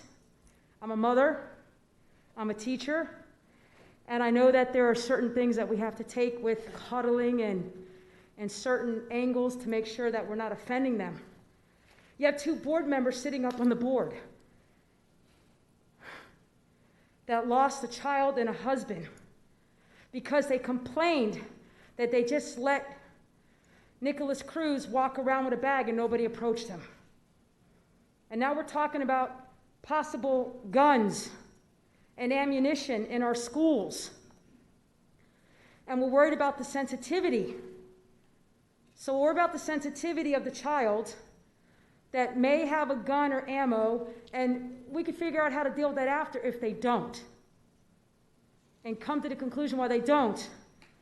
Or do we want to take care of the families if another tragedy like that happened February 14th, 2018? So we need to stop. I know we're in the year 2020 and everything is sensitive. I get it. But people have died because of the excuses. And I'm still not quite sure what happened over at the school that Nicholas Cruz came from, of why his pattern continued, because the proper therapies weren't given over there. So that's a whole nother issue. Now we possibly could have weapons, and there's a technique that they've created that can help to be proactive, to not have another massacre. I was torn about the whole, if the child refuses, or the student refuses to allow the book bag to be searched, and then to go to right to arrest. I was bantering outside of my head about it because we want to make sure that our children are taken care of and preserved. We're talking about guns and bullets that have already killed 17 of our precious people, 14 children and 3 educators that are family members that people no longer see. But we want to say, wait, we might offend the child that has a book bag, doesn't want to be searched. I'm sorry, Barbara, if I'm offending you and you want to bang your hand on it. This is a serious matter. If people want to prevent another massacre, then do the right thing. Thank you. Any additional public input? And I will say, I feel the same way about the 17 as I feel about the one that was killed at Dillard. Thank you. Who just happened to be black and brown and gets left out of the conversation. And that's exactly why I take the position that I take on these issues. Ms. Corn. May I just say that, just for the chief's awareness, at the beginning of D, it says, the SRO will escort the individual to the school's administrative offices for follow-up questioning and possible search. So obviously they're allowed to come up to the person and say, let's go into the office, so that we're not doing any of that searching or questioning in the public. So that it won't be that there won't be any availability to that. And never mind, thank you. Go ahead. Ms. Corn. So I guess I thought this was already, these 2 provisions, I understood this as it was brought forward, that the police department as well as the city agreed there was support for this. So I thought these 2 provisions were one in which the police department was concurring. So this is the first I'm hearing that they're not. I don't know if... It's the first I'm hearing also. This was given to them last week. Okay, so that's a little bit problematic for me, because obviously we need a police department that can live under the guidelines that we're expecting, because otherwise we're going to say they were not in accordance, or they may not have behaved in accordance with a policy that we thought they were aligned with. I don't know if we can put, except in an emergency situation, maybe that gives the auspices that if something were happening in that moment. We need a microphone. You don't have a mic, Ms. Murray.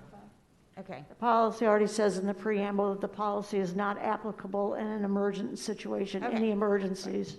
Okay, so all right, so with that said, hopefully that speaks to the chief's concern, and that this questioning would the intent is for there to be an administrator present, and the reason I mentioned for a minor is because When we go to the liability side of this, we just want to be able to afford them that. If it's an emergency, it wouldn't be applicable for anyone. And I was just trying to give as much comfort to my colleagues as possible so that we could move this forward. So that was the intent. Thank you, Ms. Hickson. And just on 2, it also says, shall be conducted in the presence of a parent and/or school administrator. So I think it speaks to that. I think his concern was you have to wait for a parent. That was what he was hearing. But it says in there it could be a parent or a school administrator. So I think his concern is probably cleared up now. Yeah. Ms. Good? Yes. So, Ms. Myrick, to the chief's concern, doesn't 1 contradict 2? 1 says they shall make every effort, which doesn't mean all the time. They're going to try. They're going to make some calls. It may result in not being able to reach a parent. But then number 2 says any questioning of a student shall be conducted in the presence of a parent or a school administrator. So as long as the school administrator is there, and maybe not the parent, it fulfills that requirement. I just want to make sure, maybe there was a misunderstanding that they felt that it was the parent had to be there, but it says or. It says or. The intent of the beginning of D is that children, or students and/or employees are not, and I know the city of Coconut Creek would not do this from everything that I have heard, would not carry on a serious interrogation in public. And so that's why it initially says we'll go to the administrator's office. It could be another office nearby if they didn't want to walk that far. And yes, we always want the parent to be notified if possible. But if not possible, and if the parent can't come, is at work, we think it's appropriate, if a parent can't be there, that a school administrator is with the student at the time. That's all. So Miss, to my colleagues, she just had included the word minor. So I just want to make sure that the city, right. So I just want to make sure, based on the comments that were shared with us, that the city's acceptable of those 2, since that nothing in the agreement changed in regard to those 2, other than the word minor being inserted. Yeah. Can we get through the chair confirmation from the city that that's their understanding? I just want to make sure. The answer is correct, and the discussion has clarified the conflict. Okay. Thank you. Thank you, sir. Okay. Thank you, Madam. All in favor of the amendment indicate by saying aye. Aye. Any opposed? Okay. Thank you again, Dr. Osgood. Based on the conversation of this including visitors as well, I would ask to include on the second line of the preamble, and welfare of its students, comma, staff, comma, and visitors. Additionally, in Roman numeral 3, letter A, the first line under notice, it would be in places readily seen by students, comma, employees, comma, and visitors. Second. Okay. Any discussion on the amendment by the audience? Any discussion by the board? All in favor indicate by saying aye. Aye. Any opposed? And then the last one is, I don't think we need we don't need to modify this. I would just look to Mr. Runcie on the disciplinary action that is called out in a couple sections. Just an acknowledgement that this is something that will be shared with and addressed with our bargaining units, just so obviously there's an awareness as it's a new policy specific to discipline. Yes, we'll do that too. I mean, there's already discipline for various measures, so we'll look and ensure that the policy is aligned with existing discipline. If there's a need to make some adjustment, we'll come back to the board about that. But we'll review our existing collective bargaining agreements and look at the alignment with this policy. Thank you. Thank you. Ms. Hickson? I was going to suggest also in Roman numeral 2, letter G, that instead of saying student or employee, it would say individual. So the school administrator shall take appropriate disciplinary action regarding the individual. Is there a second? Second, it doesn't need to be. Second. Well, the issue is, for me, is that we don't have any authority to take disciplinary action over anybody besides students and employees. So the only action we could take is not to allow them on campus any longer. But if it was an individual, it was a visitor on campus. So that, it's fine if you want to, but we don't have any authority to take any discipline over anybody else. Yeah. Okay, thank you. Ms. Levinson? Sorry, I just had interjected this before just to change in 4A technology to technical. I don't think we need a Just motion. words. We don't need a motion for that. Okay, thank you. Any other comments? So how do I make sure that this only happens at Coconut Creek for this pilot, that this doesn't become something that we just start doing across the district without crowdsourcing, without getting community input, without being sensitive to communities? And the fact that we continue to talk about individuals that were killed in schools, which is so sad and so painful, but we still only talk about the 17 because we just have a tendency to see black and brown people differently. We have a black and brown person that was killed in the school, and it's never in the conversation. And that's why I keep raising this issue, because there's a difference in the way these things are viewed, in the way that they're talked about. So I need to make sure, as a school board member that represents District 5, that this doesn't some kind of way get going in all the schools without going to the community, without coming back to the board.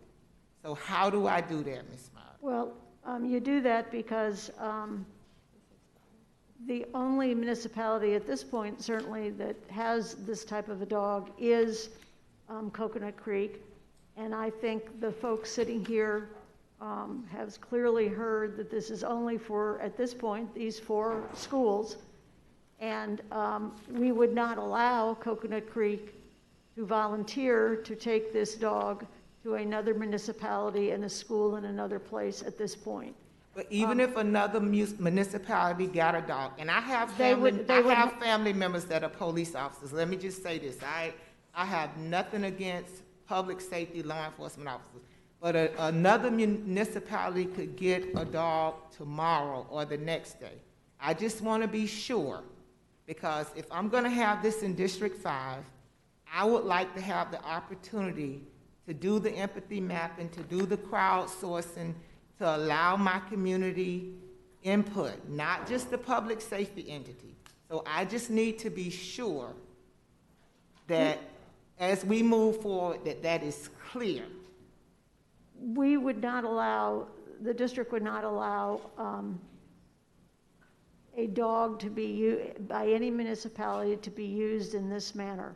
Now, I will say that there have been, it's my understanding, that at times schools have called in drug sniffing dogs to sniff backpacks and whatever in advance of an overnight field trip or on some specific things, not children, but the suitcases or the bus, those kinds of things. I'm aware of that. We've had that when I was in school, but I see this totally different.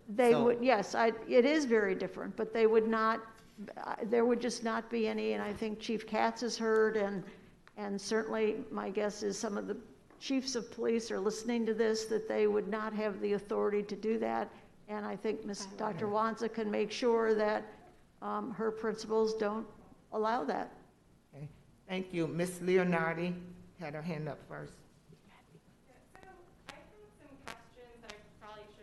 Earlier, there's Mike. I have some questions that I should have brought up earlier, but is there any information, and I know that you guys did a workshop on this before I was here, and I did listen to the workshop, I just can't recall. Is there any information about how accurate the dog is?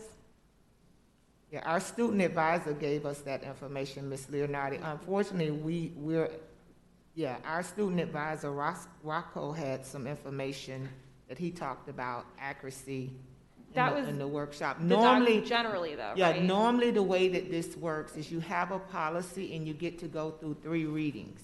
Mm-hmm. So you're able to flush out a lot of these things. This was kind of brought as an emergency policy that got us around the normal process of being able to use more comprehensive adaptive problem solving in creating this policy. Okay, thank you. Ms. Ms. Corn? So to your point, Dr. Osgood, which is very valid, is in the preamble, it specifically says the school board will initiate a pilot program in public schools in the city of Coconut Creek to use. To my understanding, as that's in this preamble, this is restricted to only that. This does not open the door for this and more, otherwise it would have been open to more. So if it happened, then it's actually outside of policy, and as Ms. Meyer has told us, they needed this policy for this to happen. That's why everything has been stopped to this point. Can you confirm that, Ms. Meyer? Because my understanding is this could only be in public schools in the city of Coconut. And in those. Yes, and then again, as those ones that have decided, again, the pilot with those 4 schools are the only ones to do it for this 90 days. So to go outside of those parameters, it would have to come back to the school board, because it would Yes. require a change in policy. This is not Correct. something the superintendent could give a nod to, correct? No, he could not. Okay. I'm I just clear wanted on to make that. sure. We have a lot of other things like that that Oh, don't I happen agree. like that. That's why I wanted to make sure there was no question. Well, It was and here. that's the reason why we started with a policy Right. for the whole district, and that seemed to be somewhat problematic since Right. nobody else had anything like this. So in order to do a pilot project to get some data, we focused on these schools in Coconut Creek. Mr. Mokman?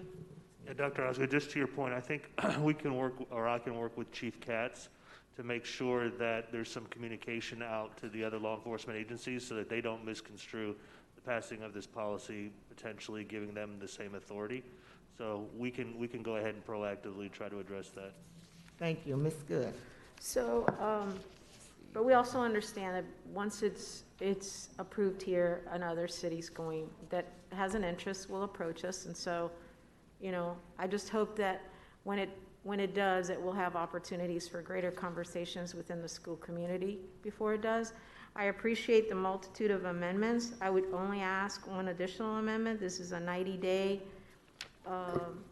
policy, yet there's no expiration other than a start date. So I would ask that it be very specific as to, is it 90 calendar days and what that date would be, and make that as part of the, somewhere in the document. It is 90 calendar days. We can make that in there. I guess the question has come forward is, given that we want to do this awareness and some of the empathy mapping, do we want to delay the January 4th date until January 15th or February 1st or something, so that schools have time to do that in an appropriate manner before the 90 days starts? So I would ask, through the chair, if Dr. Wanzo could give us some insight on what may be reasonable. Valerie Wanza, Chief School Performance and Accountability Officer. Thank you, Ms. Myrick, for asking that question for me. Because when we return from winter break, obviously we are coming to the end of the semester, beginning of another. And so we would need a minimum, I'm gonna say, of 3 weeks. Okay. Because we gotta go through 4 schools, ensure that a process is done with integrity and it is consistent across 4 schools. So, So is there something precluding this from starting February 1st? No. So what would be the 90-day calendars from that date? I don't know, but we could put in their effective date, emergency policy, February 1st, for 90 calendar days, and then we can just do it So I'll that make way. that motion. Okay, second. Okay, it's been moved by Ms. Good, second by Ms. Rupert. All in favor indicate by saying aye. Aye. Any opposed? I have another question. Okay, Ms. Good? So Ms. Myrick, if this passes today, do you see in the future, should there be a need for an agreement with the city to formulate some more specifics that shouldn't really be in policy? We talk about this all the time. That's why I'm a little taken back, that policy should not be so specific. Ms. Korn, you mention it all the time, but yet we're doing it today. So that's why I'm a little taken back by it. So if this continues beyond, and it ends on 90 days, and then it's being considered, do you see a need to have an agreement formalized with the city with more specifics? I've already talked to the city attorney, and we're going to both look at the current SRO agreement in terms of the liability issues, because both apparently the dog and Officer Leonard are SROs, so this could be liability-wise folded into that. Okay. If we do not proceed after the 90 days to expand it and have it ability to open to other municipalities, I would agree that we go to an agreement. But we would still need to have some level of a policy by the board to use these animals in order for our liability. I understand, but I was just more of the agreements. And then, Mr. Runcie, my last question before we vote on the policy is, at the conclusion of the 90 days, do you envision bringing this back before the board at a workshop to look over the information and what took place within those 90 days? Yes, that would be the intent, to review lessons learned, you know, some of the issues, challenges that have come up and what we may propose to address that. So we'd have the workshop, and then we'd move forward to what Barbara Mark indicated, which is drafting a policy that would address some of the issues you've raised here today, and also anything else that we found as we have gone through the 90-day period. Okay, thank you, sir. So with that comment, I see your hand, Rocco, that comment with Mr. Runcie that you just said, so that means we would bring it back and we would look to scale it across the district? Not necessarily, right? Because you can write the policy in such a way that I think it would be up to the local community and municipalities working in partnership with the district to do that. But we would have something that would be uniform in how it's applied. Where it's applied, that could be a community conversation. Okay. Ms. Myra? Also, it would go through the same long process of board of I don't know if y'all stick the word emergency this Well, it's not going to be, you can't renew the emergency policy, so it would go through the coming to the workshop, coming to a rule development workshop, and then coming to the board. Okay. So it would be a minimum of a 2-month process. Okay. Roscoe? Rocco, I'm sorry. It's completely fine. Tyler Perry. All right. All right, Ms. Osgood, I want to thank you for the stand you took. And before we vote on this, I want to say this. So I appreciate the focus on empathy mapping and the attempt to add this to the resolution. However, I just think it's a slap in the face of students to add this empathy mapping and still support this and still vote, still affirm this policy. So we have to ask the question, how can we balance the concerns of students who would be profiled, not pass this resolution, and still keep our schools safe? And with that, we have to look at the bigger conversation and the bigger issues. One way to stop guns from getting in schools is gun control. However, our jurisdiction on that is limited. So we have to look at another cause, which is the deficiency in mental health services, because in our schools, we have a student to guidance counselor ratio of 1 to 485, when the recommended one is 1 to 250. That's a root cause of the issue that we have to address before we implement this policy. And also, I want to respond to a comment that was made earlier and say that it should go without saying that there are valid reasons to refuse to be searched other than having a gun or drugs in your backpack. And that's the extent of my comments. I hope you'll all consider opposing this resolution. However, if it passes, I hope it does not go beyond the pilot unless the searches are 100% accurate. Thank you. Just one last question. We talked about analyzing and reviewing this. Does the district or the city have a police review board or some type of review board and process that's already in place that's going to review this? How are we going to do that?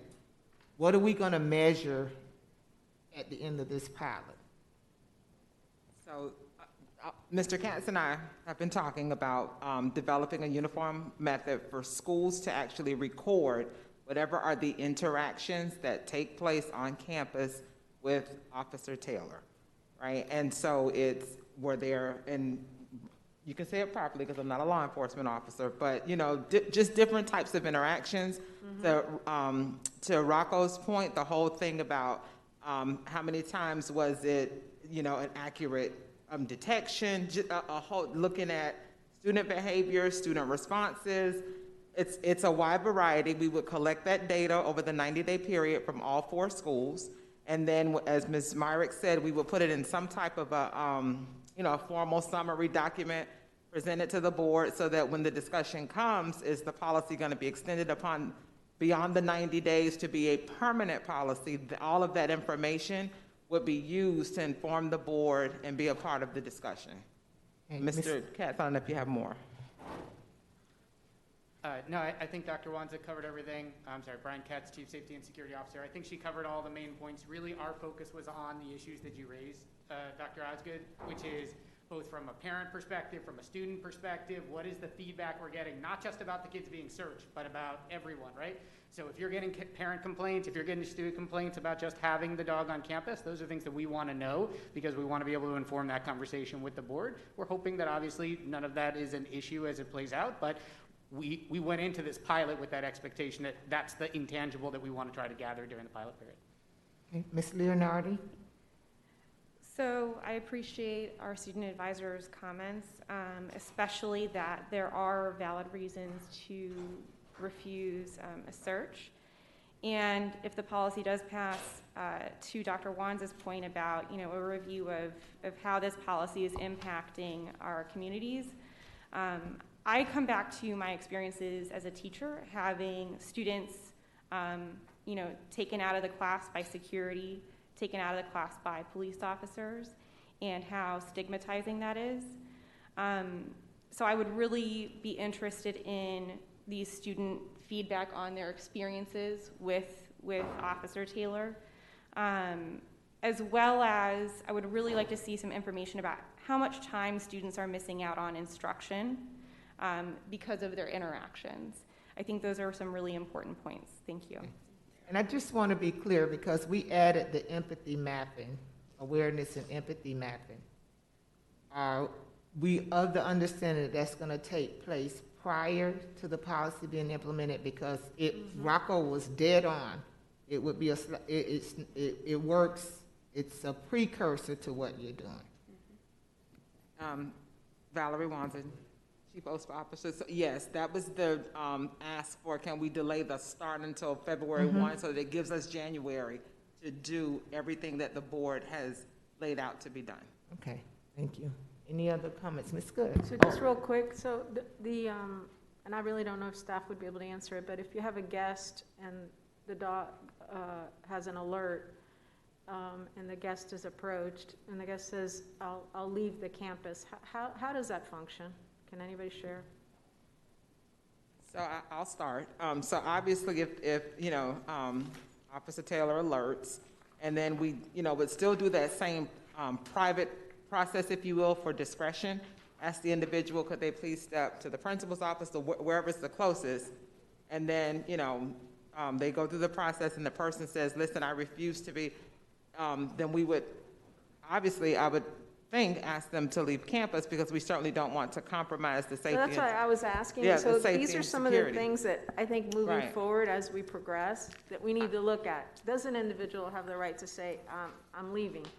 Or at that point, there's a trigger and then some other things are triggered. Right. Not to get into but these are some of the issues that we need to think about as we move forward. And also if it's a parent coming to pick up a student. Yes, thank you. Ms. Corn? Thank you. Just to clarify, I know Mr. Katz, you mentioned students and families, we would get the feedback, parents. I just want to ensure that staff as well as administrators would also be part of that feedback. Perfect. Thank you. Absolutely. Okay. Ms. Rupert, did you have your hand up? No, ma'am. Okay. So we finished all the amendments. Now we're voting on the main item, correct? Yes. Okay. All in favor of item PP7 indicate by saying aye. As amended. I'm sorry? As amended numerous times. That's going to get me every time. I'm sorry. I don't do well with all the cross-talking. Sorry. All in favor of item PP7 as amended indicate by saying aye. Aye. Any opposed? Nay, I'm opposed. Okay, motion carries. We're gonna now move to committee reports. Dr. Neil Smith.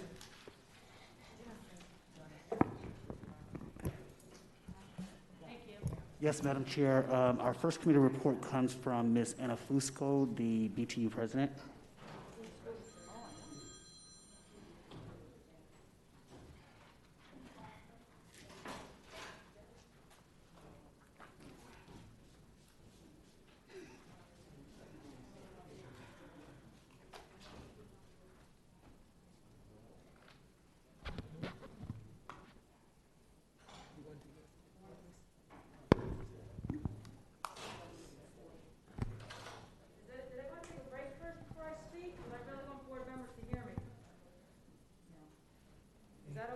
We're starting committee reports now, please. Yes, ma'am. The first committee report comes from Ms. Fusco. Councilman, you can read?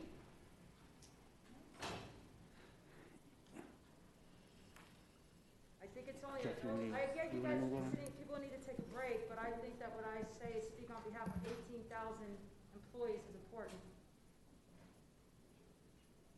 Madam Chair, would you like for me to proceed on to those that were submitted online? Or I don't know what board members' intents are. I'm trying to move through the agenda in a very professional manner. And I would like to proceed in that way. I don't know, we have enough board members that are here. We have 5 of us in the room. Well, then I would like a moment to go wash my hands since people brushed against me, and if you can read on, I'll be right back. And I don't think they... Dr. Neil Smith? okay. Go for So it, please. our next committee report comes from Dr. Natalie Lynch-Walsh from the Facilities Task Force, Chair of the Facilities Task Force.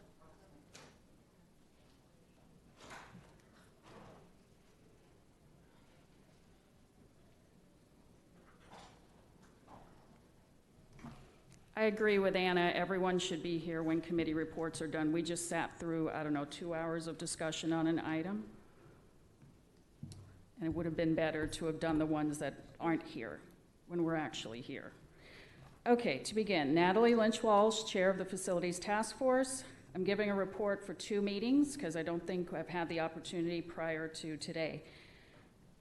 And I have trouble seeing around this mask, so let's see how this goes. All right. At the November meeting, Shelley Maloney and Ashley Carpenter provided an update on Parkway Middle. We are looking for a timeline, though, for Phase 2 for both Parkway and Bennett Elementary, which both demonstrate the impact of a lack of long-term planning at the front end, creating the need for back-end planning. We had an in-depth discussion regarding e-Builder features and functionality and the wealth of information it is capable of capturing and tracking, such as soft costs, everyone's favorite topic, as well as what it is not currently tracking. We also had a detailed ISS demonstration, that's the building department's software. While ISS contains valuable detailed project level information, it does not provide program level information. It appears eBuilder would be a viable option to capture building department information. The building department is talking to Atkins and researching other options. We referred pre-bond ADA cafeteria kitchens that don't have AC, remember those? And culinary arts program equity concerns to the diversity committee. The Smart Futures links on school websites are not all functional, and our DAC liaison is working on getting feedback from members regarding suggested improvements. The continued review of the onboarding of AECOM and the CBRE HERE transition. The checklist of activities and deliverables the district is requesting from CBRE HERE prior to termination was received, but there appear to be no updates past September. Staff is working on providing an update progress report, which is important given the 2/18/21 end date of that 6-month extension. We reviewed AECOM's proposed staffing plan at the December 3rd meeting. We had an in-depth discussion regarding the performance evaluations, which are monthly, not just the evaluation, but the monthly executive summaries that AECOM is contractually obligated to provide, performance-based fees, during which the Executive Director of Capital Programs indicated that staff was working on addressing the mistaken use of subjective rubric criteria instead of objective metrics in that contract, but we were not provided a draft to review. Haven't seen one yet. Smart Bond Capital Program reporting, we received the September 30th, 2020 substantial completion report, and I performed further analysis, which I attached and sent to Dr. Neesmith, so it's also available to board members. From March through September 2020, the overall program substantial completion date slipped an average of 95 days, with the most slippage attributable to earlier program projects, so like years 1, 2, and 3, slipped anywhere from 107 days to 116. The follow-up list. We continue to experience delays in information being provided, and I attached the follow-up list to Dr. Neesmith. For example, while we received a Blanche Ely wheelchair lift update from the program manager in November, we did not receive an update in December. So the current status of the project is unknown. We are still awaiting word on an asset management in-house versus outsourced cost-benefit analysis presentation, as well as a maximum presentation. In December, we also discussed hard versus soft costs and how increasing budgets decrease soft cost percentages, but not the overall dollars. And we also discussed the audit committee motion passed related to examining the equitable prioritization and execution of SMART projects. We also looked at, because we have a couple of new members, the deficiency listing showed everybody where those can be found for all of the different schools, and looked at the budget amounts from then to now and what's in MAPS and what isn't in MAPS. Finally, we discussed the chair's November 12th meeting with the superintendent, during which time the superintendent did not speak to the chair in a whole half hour. The chief of staff and chair discussed objectives related to FTF policy, the board rationale for the 1999 revival of the FTF. The follow-up list and agenda were identified as reflective of task force objectives for the year. As for the single point of contact memo, the chair was told the following. Staff over-dramatized the memo, no one is getting fired. The intervention was necessary because staff doesn't work for the FTF, they work for the district. The chief of staff would talk to both staff and Frank Girardi regarding the memo and communication issues. It is currently unclear whether those conversations have taken place. Chair informed the chief of staff that staff are taking the memo and related emails citing progressive disciplinary action seriously. Our next regular virtual meeting will be Thursday, January 7th from 7 to 9, and we will have a subcommittee meeting Next before committee that. report, please. Madam Chair, the next committee report comes from Mr. Burton Miller, the president of the Broward County Council of PTA, PTSA. Thank you.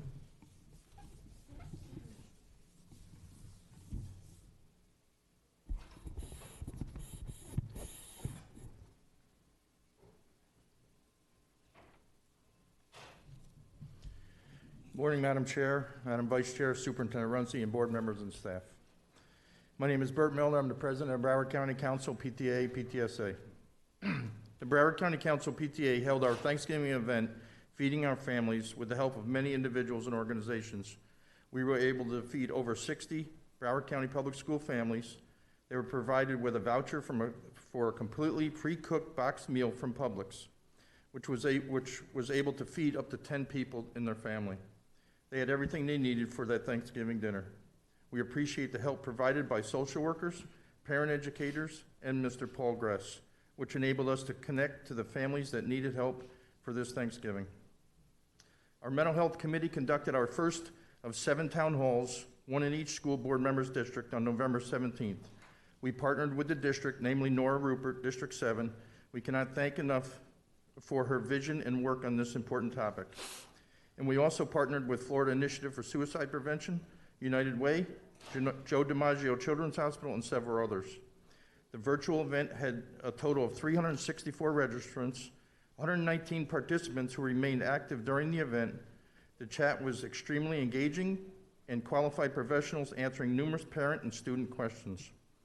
Our esteemed panel answered pertinent and important questions related to anxiety, stress, COVID, LGBTQ+, and many other timely topics so important to our youth as well as our families. At the close of the event, we did extend the time and have about 6 individuals remained on the meeting, including students that had important questions and we were able to address. As a bonus, we delivered bags to each participating attendees' homes that had requested material that Saturday.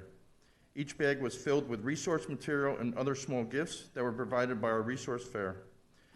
The event is available through our Broward County Council PTA PTSA YouTube channel. Please contact me if you would like the link. The link has been provided at the bottom of the report. The Legislative Committee has been meeting to identify bills of interest to children in public education. They will be closely following the progress of these bills and keeping our membership informed, as well as sending out alerts when needed. The committee has developed a flyer that has been sent to all PTAs to educate and motivate our membership to actively advocate during the upcoming legislative session. National PTA continues its efforts to get the U.S. Congress to act now to come to an agreement on COVID relief package. We continue to ask Congress to address 5 key areas: funding to reopen schools safely, increased support to Title I and IDEA, dedicated funding for remote learning, more resources for family engagement and education, and number 5, increased funding for child nutrition programs. Advocacy will be the topic of our next BCC PTA Leadership Series, which will be held tomorrow night for all local units. We held a toy drive, which included some stores in Broward and Miami-Dade counties, where we received 1,364 toys to be donated to different organizations throughout Broward. The committee met on Saturday and divided the toys up equally between the 3 organizations: Broward Outreach in Hollywood, Women in Distress of Broward at Deerfield Beach, and the Lions Den Mission Base in Fort Lauderdale. On behalf of our BCC PTA board, our local units, and all of our members, we would like to wish everyone a safe and happy holiday. Thank you. Next committee report, our student advisor has a committee report as well, Dr. Neil Smith. Yes, I will proceed with the student advisor's report at this moment. Thank you. Oh, is this, all right, it's working. Hold on, we need his mic, please. It's working, I think. It is. Rocco, I can't hear you. Okay. Can you hear me? Okay. Yes, it's now I working. can. All right, thank you for allowing us to give the report. And at the last BCASC meeting, Gianna and I sent out a Google form to the students in attendance to get their opinions on the new camera policy. And we also encouraged people to share it with their classmates, whether they're in BCASC or not. In the end, we got 101 responses. We had 2 questions. One, I believe, said, should students have cameras on in class? For that, the overwhelming response was no. That was 93.1% of students saying no to that. And the second was, should teachers have the authority to require students to turn on cameras in class when asked? That was 86.1% no. And the reason students cited was the uncomfortableness for students who get bullied for their looks, and people may not want to show their living conditions, and not to mention, not everyone has a desk or a home, and some teachers may enforce it stricter than others. So we need to the student opinion is we need to either reverse this camera policy or have a deeper discussion about it, including more student input and more surveys regarding these cameras, because last time the only question the survey asked was whether cameras should be used for attendance and not for the entire class. And eventually to not give teachers as much enforcement power as they have now with this policy, regardless of how beneficial it is for cameras to be turned on. And thank you for allowing us to give this report. Thank you. Madam Chair, the next committee report comes from Ms. Anna Fusco, the president of the Broward Teachers Union.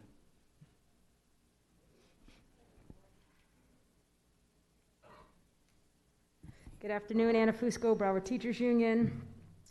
I wanted to piggyback off of our student advisor here, Rocco, so eloquent and so giving his input from the students of the cameras issue. When I stood before you guys voted yes on this policy, which I know none of you did your research on it because you didn't, was to not stop going forward with it, but to do more research on it.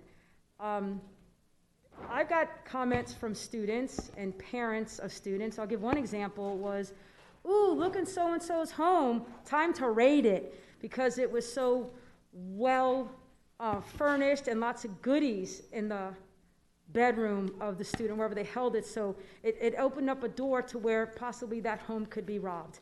Well, little things like that. Also, let's go to the technical use that's on the side of our teachers. When everybody has their cameras on, it's virtually impossible through Teams Microsoft to conduct it with fidelity.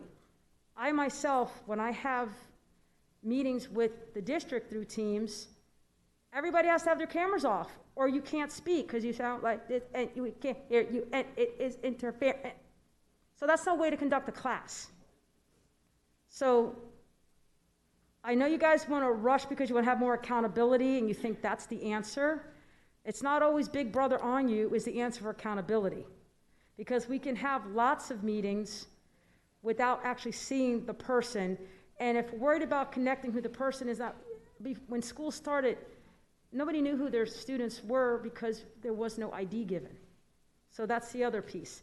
So we're asking you to go back and look at it, that it's, do some more conversations. Are classes being done with great fidelity when this mandate of all the cameras need to be on?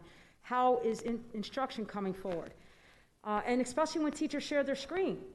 You know, you can't see the kids anyway because the screen is taking over. So there's lots of things on that. Now I want to talk about what's important. Superintendent Runcie yesterday made a Facebook Live, minute and 40 seconds, talking about getting back into the schools full force come January.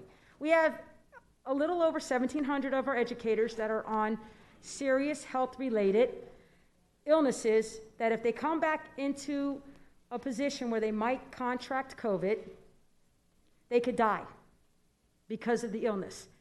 I've tried to reach out to every one of you. I've got certain board members that don't want to see me till the end of January. Thank you guys for getting, I got some that never got back to me. The ones that have, ones that said they wanted to see me then refused. And it's disheartening that there's messages that only go out to the parents and the student, and you forget about the most important component is the people that deliver the instruction, which are educators and the support staff. And again, we keep coming back saying that they're forgotten or they're not valued or you don't see that this COVID virus is serious. But you do when it comes to you. Because last week, I couldn't walk in this building, in this room, because there was too many people. And then we've got where there's going to be a lax on CDC guidelines. We're not sure if we can mandate it. I get the importance we need kids back in, but I still don't think you've done all of the data and all of the research of all of the students that are not being reached with content with fidelity, because I've got teachers that say even kids that are physically in the room are maybe not succeeding, and they're trying to figure out how to get them, because there's more components than just the academic piece. There's lots of it.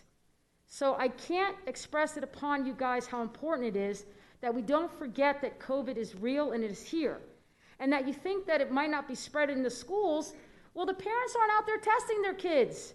And I'm encouraging our employees to get tested at least every week to make sure that they are COVID-free, that you don't bring it home to your family. Because one of the teachers that I talked to that was in school coming off of accommodations that were denied and within 3 days was COVID and is sick, and she spent her Thanksgiving break in the COVID ward and explained to me, you have no idea what it's like, and now her husband's in the COVID ward fighting for his life, and her 5-month-old grandson has it, and her 2 daughters have it. So I'm sorry if you think it can't be spread, because she didn't have COVID until she went back into the schools. And I know we don't have it with certain with fidelity of everything yet because it's still so new. And I need you to understand that teachers are not lazy. They're not one to not do their job. They just want to be safe. They want to go back home to their families and be safe. And I hope that this woman's husband does not die. Thank you. Next committee report. Madam Chair, the next committee report comes from Leah Baker, the chair of the Gifted Advisory Council.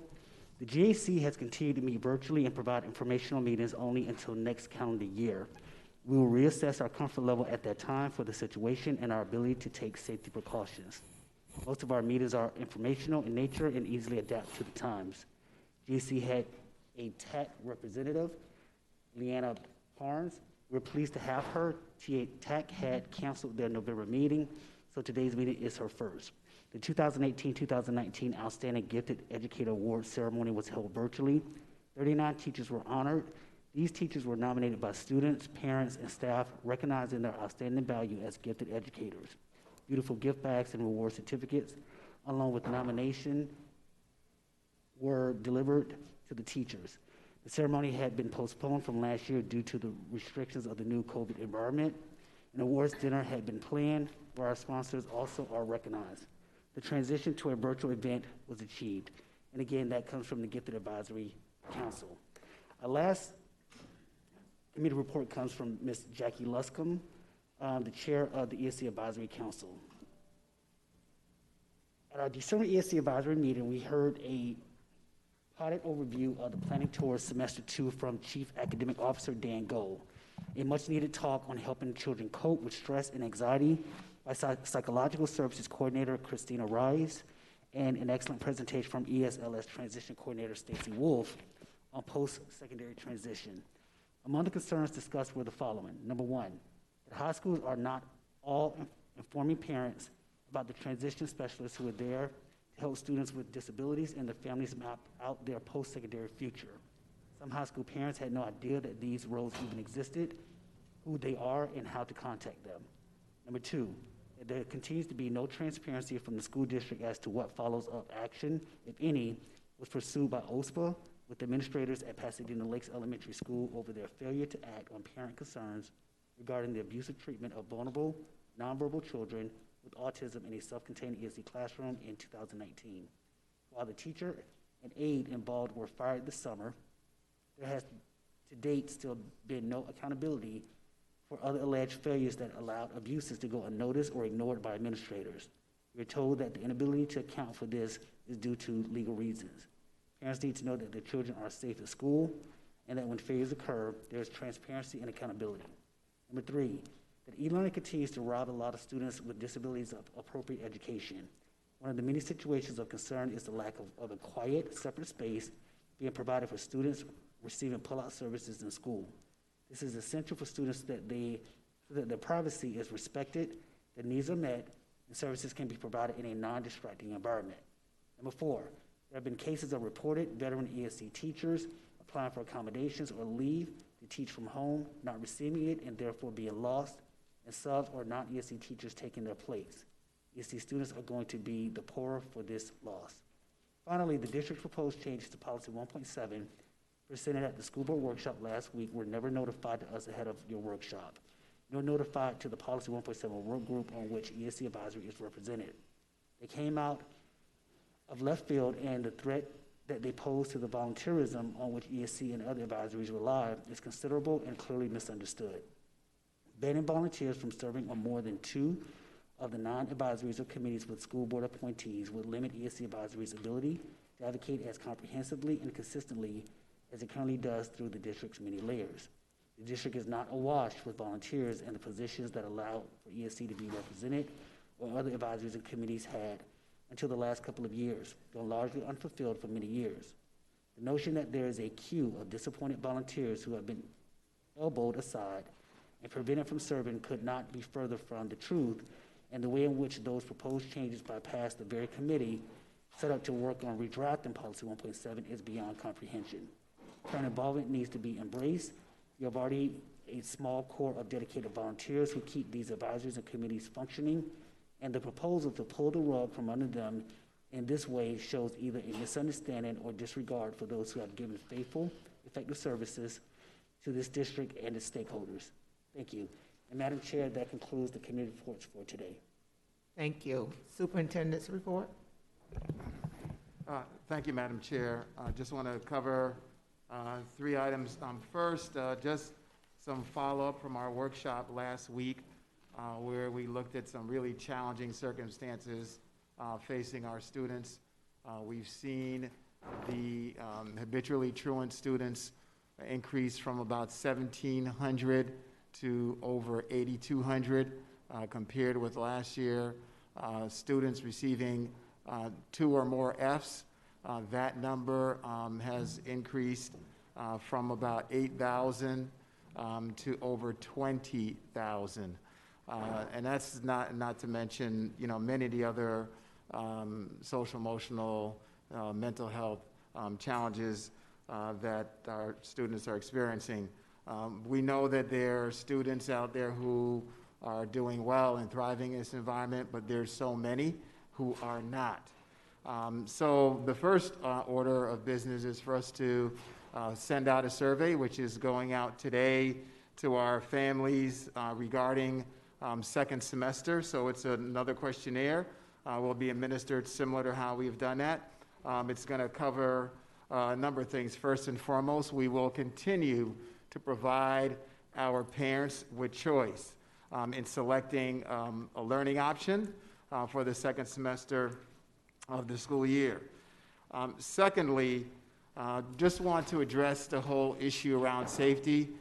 We certainly know a lot more now than when we announced on March 13th that we would be closing our schools for remote learning. We know a lot more now than when we opened our schools on August 19th.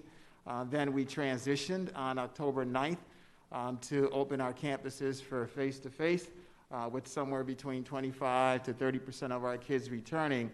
And what we've learned here in Broward County, and it's also true for school systems around the country, is that given the discipline that we have used in terms of implementing safety protocols throughout our school district, that in our consultation with public health experts, medical experts, they've all concurred and confirmed that our schools are not major sources of spread or transmission of COVID-19. So that's good news.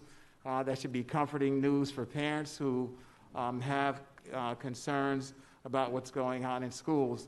Now, that is in stark contrast with what's going on with the virus in the broader community. Again, we know a lot more now than we did in the past. Our thinking was that our schools would absolutely reflect what we see in the community, but what we know our schools don't reflect is that we adhere to CDC guidelines and safety measures probably more strictly than any other institutional entity out there, and I think those measures are certainly contributing to what we were seeing. So again, our schools are not major sources of spread and are relatively safer places. Third, we know that we have to change the delivery of the different modalities that we have. So to the greatest extent possible, the face-to-face experience in this next semester will be more traditional, providing students with live teacher and student interactions. We will be looking to reorganize our schools such that the teachers that are actually on campus providing face-to-face in the classrooms, that's what they will be doing. For students who are learning remotely, they will have separate teachers that are doing that. So that way, I think it's more manageable. It will enhance the student experience. It'll allow us to better deliver not just instruction, but many of the other support services that we need for our students. Fourth, I want to stress to parents, and all this information is included in the survey as well. But again, for those listening in the public, parents will have the flexibility to change their children from e-learning to face-to-face and from face-to-face to e-learning during the second semester, so they'll have full flexibility to do that. I will say that any student who and parent who's selecting e-learning as an option, there is a caveat. If your child has been struggling, if they fit into one of these categories of habitually truant and are struggling academically, 2 or more Fs is just some of the criteria that we will be reviewing, looking at all those things and determining whether or not the student is making adequate academic progress. If they are not, we are strongly encouraging and basically almost requiring those students to return to face-to-face instruction on our campuses. If the parent or guardian decides that they don't want to have that happen, they will have to come to school, sit down with administrators, counselors, have a conversation. There's a letter, there's a form that has been developed by OSBA that the schools will be using, letting that parent or guardian know the risks that are involved. They acknowledge the academic risk to their child and their future success. They're going to sign off on that, and at a minimum also make a commitment that they will do a better job in terms of supervising their child. So that's going to be part of that process. So for communications and outreach, we will be doing what we've done similarly. It will be issued electronically starting today through December 21st at midnight. I think we still have those dates, Dr. Wanza, so those are the correct dates that we have. We will be marketing, advertising, communicating using all the vehicles that we have, parent link, text messaging, our mobile app, of course, the district's website, and on individual school websites as well. It's to be completed by the parents. The way they do that is they go and sign on, using single sign-on as they have, and they will access it through the student launchpad. Schools will stay on top of this for surveys that they have not received. They will reach out via calls, emails, whatever means they can to make sure that they're able to reach the parents.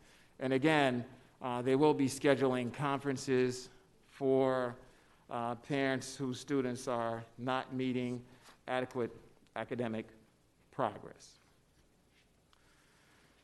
Next item I want to provide some additional information, clarity on, is accommodations.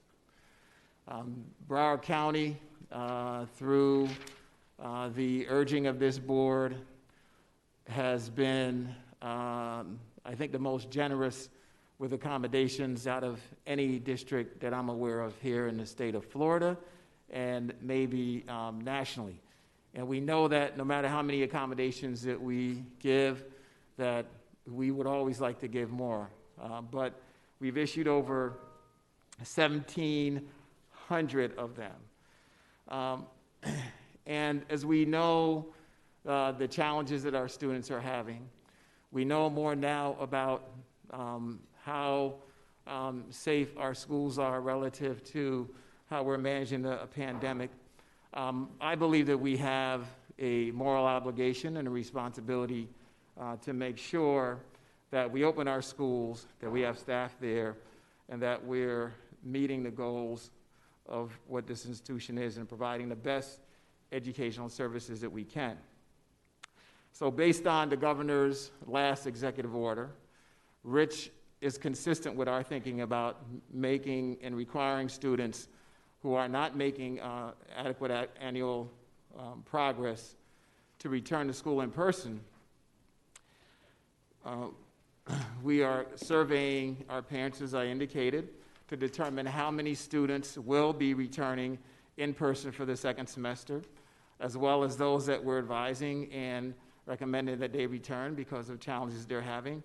This data will be compiled and utilized to inform the decisions at each local school based on their unique local operational needs, which again are driven by the numbers of the students that are coming back. Until we have those results, schools won't know exactly what their needs are for the second semester. So what I will tell you about accommodations, there will still be remote work accommodation approvals for the second semester, but we don't know how many and where, because this needs to be determined on a school-by-school basis. What I would say is what we have communicated directly to all of the individuals who received accommodations. It was part of the communications with them that their remote work assignments were scheduled to end on January 8th with a return back to their work sites on January 11th, 2021. Their principal and supervisor will directly communicate with them to inform them whether or not their work assignment will be extended.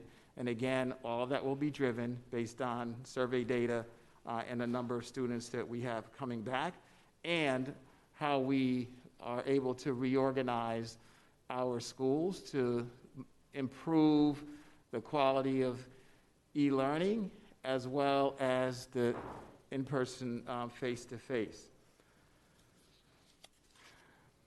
The last thing I want to mention is something that I've been working on for over a year with staff, and I'm really excited that we finally been able to secure this outstanding opportunity for our students.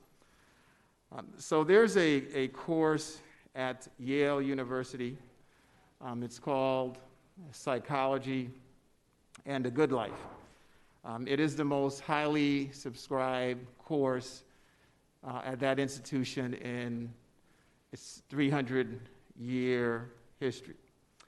That course is, again, one that really appeals to students and provides them with something that they're looking for, which we don't always provide, given our focus sometimes, which can get somewhat myopic on academics, because that's how we're evaluated. That's what FSAs look at.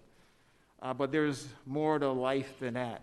You know, when our kids go into the workplace, I hear all the time from the business community that soft skills probably matter most. They can train for technical.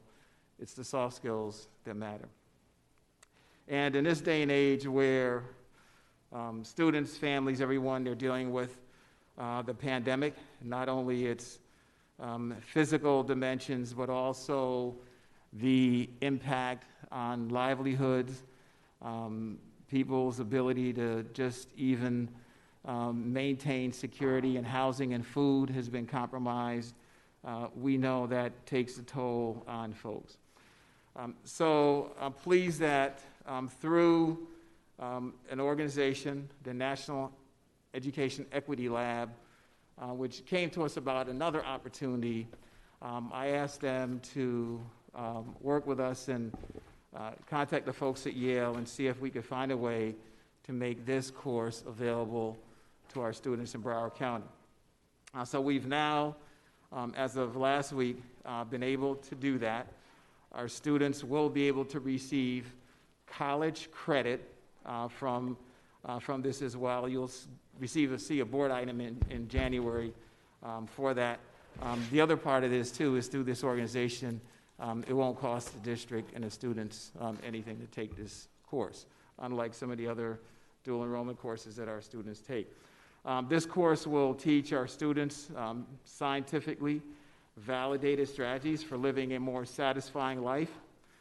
Throughout the course, they'll explore new results in psychological science that teach them about how to be happier, how to deal with stress, and how to flourish more. They'll also have a chance to put these scientific practices, scientific findings into practice by building the sort of habits that will allow them to live happier, more fulfilling lives. Students will have the opportunity to explore a number of topics from a scientific perspective, deal with misconceptions about happiness and why we have those misconceptions, be involved with active strategies to become happier and how to intentionally put them into place. So this will be available for our juniors and seniors initially, and Again, students will be earning college credits for this as well. So the last thing I want to mention on this, and this is just maybe for even our board members here, I would encourage you, if you want to, we can set it up so that you can audit the course. I tend to do that with our students, so we can sign you up with one of the high schools as they go through their scheduling, so you can audit the course and participate with our students, so you can get a firsthand view of the benefits to our students, and you may find some benefits for yourself. That concludes my remarks. Thank you. Thank you, Mr. Muncy. At this time, we're going to take a 15-minute recess so that we can get our lunches. So we will come back at 1:40. Thank you.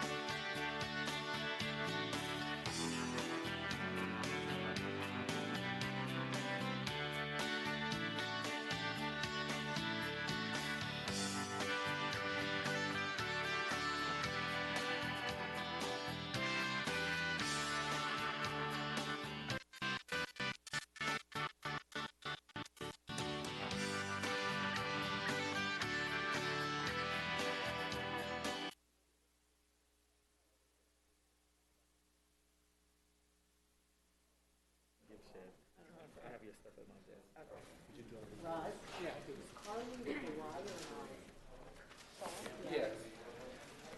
C-A-R-L-E. E? C-A.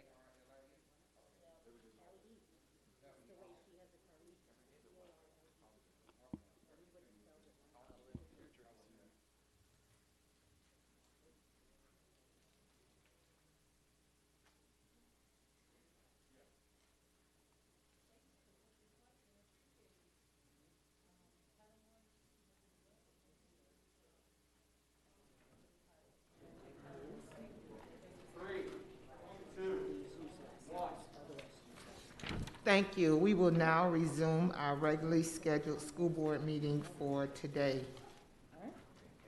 May I have a motion and a second on item H2?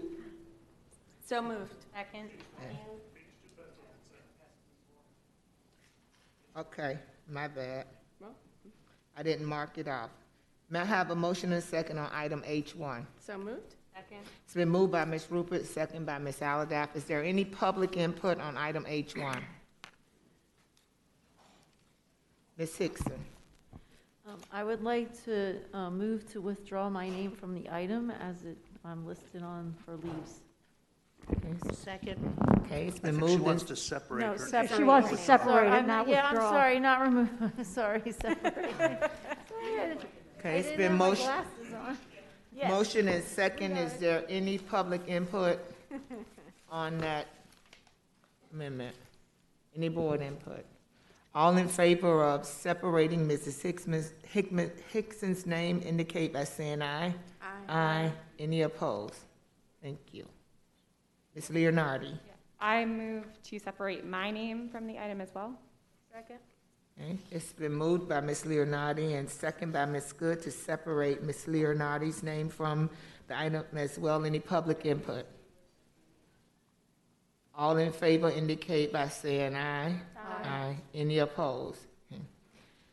So, Ms. Meyer, we vote on the separated names together or individually? However you choose, you can do it either way. Okay. If you do them together, they can't vote on each other, but I think it's going to pass, so it doesn't matter. Okay. Madam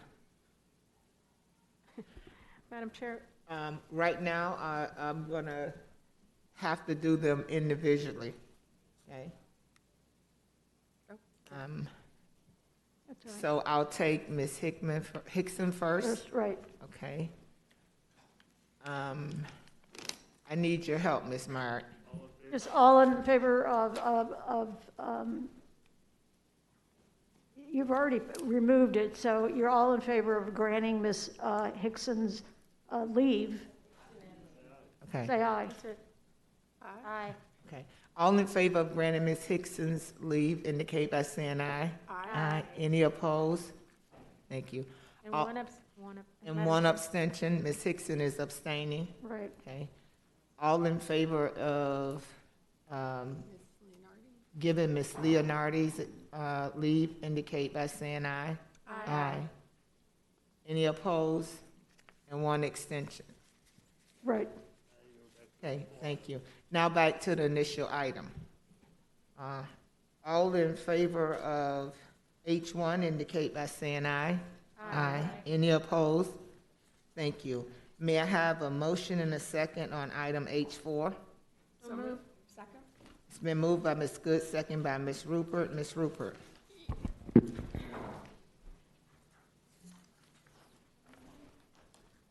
Thank you. I noticed that, I always say her name wrong, so I'm going to apologize. Nandrini, supervisor in our foster care student services. She is, I believe she resigned, and she will be sorely missed. She was really a big advocate for foster care, and I was assured by Mr. Runcie that this position, of course, will be filled, and we will do the interviewing and replacing this position. So thank you so much, and Nandrini, we will miss you, and I wish you much luck. Thanks. Thank you, Ms. Levinson. Yes, I just want to thank and congratulate Nina Grovner on her retirement. Library Media curriculum supervisor in innovative learning. She did a tremendous job stepping into that position and putting media specialists front and forward, and I hope that we will still continue to work to develop that in our schools and make our media centers the hub of our schools. So congratulations, Nina. I hope you have a wonderful retirement. Thank you. Any other comments? Okay. All in favor of item H4 indicate by saying aye. Aye. Any opposed? Thank you. May I have a motion and a second on item H5? Second. It's been moved by Ms. Corn, second by Ms. Rupert. Any audience input on H5? Ms. Corn. Thank you. I just need to separate my sister Tara Billy from the item, please. Is there a second? Second. Okay, it's been moved by Ms. Corn and second by Ms. Good to separate Ms. Corn's sister from the item. Is there any? Teacher? Is there any public input? Any board input? All in favor of separating, say her name for me, Tara Billy. Tara Taravelli from the item indicate by saying aye. Aye. Any opposed? Thank you. We're now going to vote on the separated item. So if I could move actually, I don't want to be the person to move it, sorry. I'll move Ms. Tara Billy. Okay, is there a second? Second. Okay, any public input? All in favor indicate by saying aye. Aye. Any opposed? One abstention. And one abstention, thank you. Any public input, I already asked that. All in favor of H5 indicate by saying aye. Aye. Any opposed? Thank you. May I have a motion on HH1? So moved. Second. Okay, it's been moved by Ms. Good, second by Ms. Corn. Any public input on HH1?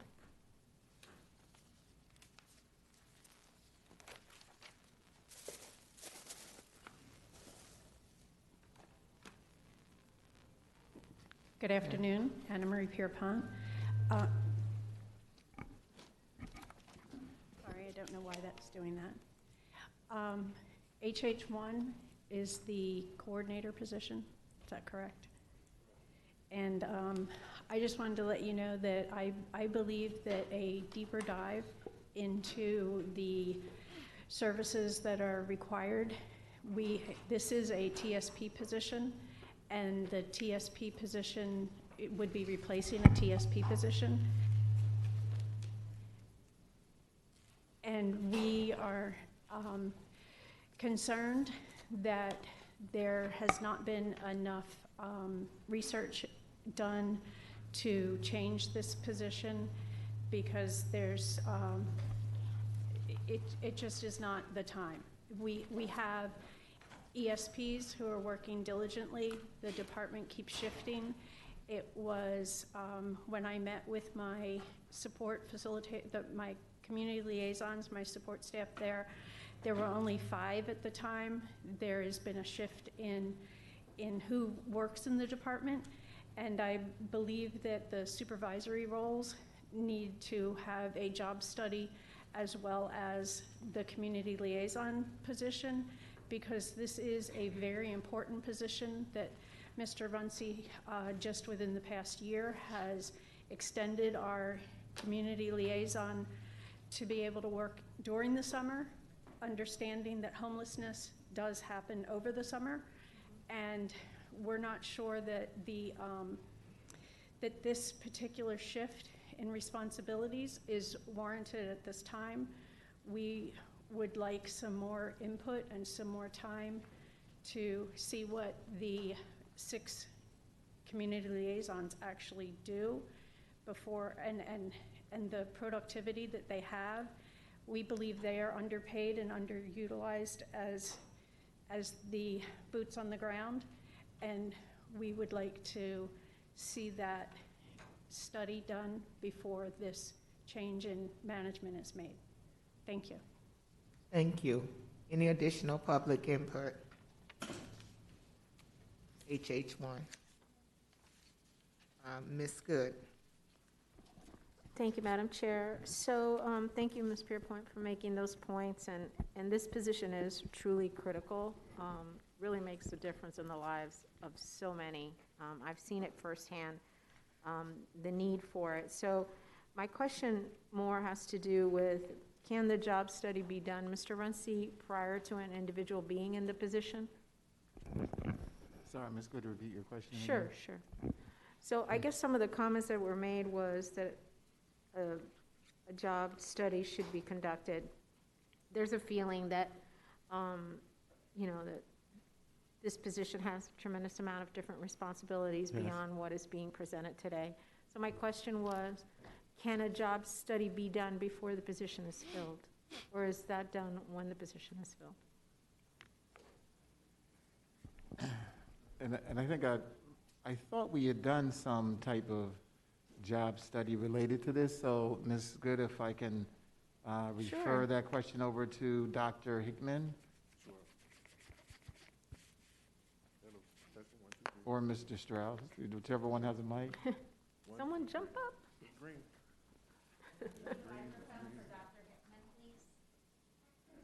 Your mic's not on either, Ms. Korn, so Oh, we it's need on either now. Mr. Strauss or Testing, 1, Mr. 2. or Can you Dr. hear me? Hickman up. You're on, Dr. I'm good? Hickman. Go ahead. Okay, thank you. So a job study has been done on this position. Can you just We speak up can't a hear bit, Dr. because you're really Hickman. low, so thank you, Hello. sir. Yes. So yes, a job study was done on this position. This is a job reclassification, so it was done in response to some of the questions. For the past 2 years, this department has grown, as you said, and the number of students has pretty much doubled since 2015, from approximately 2,600 kids to 6,000 students or more, approximately. But a job study was recently completed on this position. I did have an opportunity to meet with BTU in reference to their concerns, and we've also initiated a process for a job study for the, So you said that study was done recently? yes. That's how we're coming up with the reclassification for this position. Including all these revisions? That's delineated in the job description? Yes.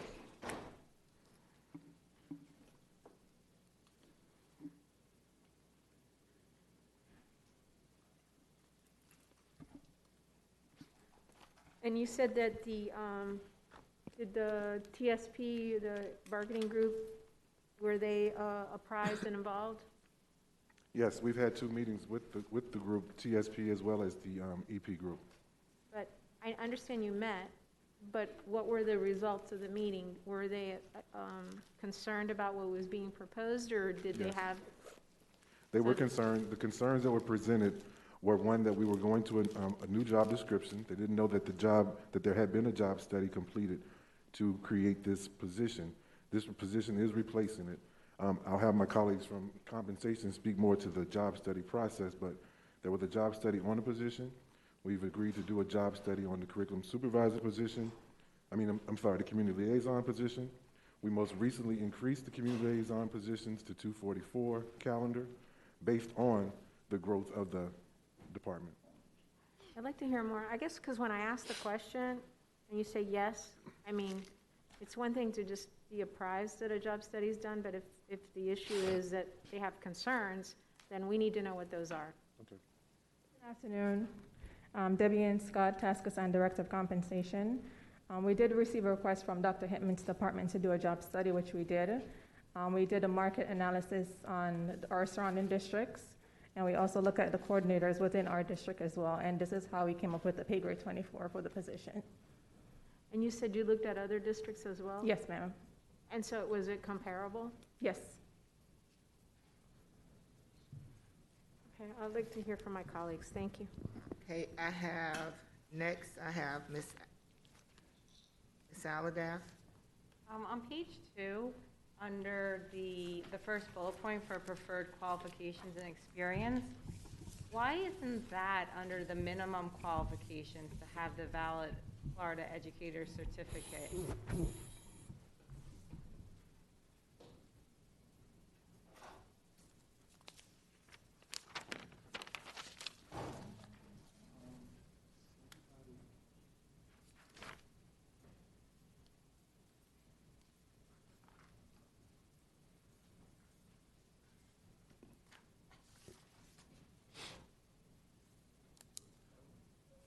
Ms. Alada, Ms. Strauss, Chief HR. I believe for this position, the actual certificate is not a requirement for this position because it is a TSP position.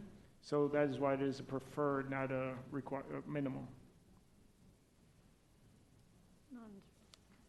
Okay, I guess because when I was reading in their essential performance responsibilities, that it seems like for them to have the Florida Educator Certificate would be important.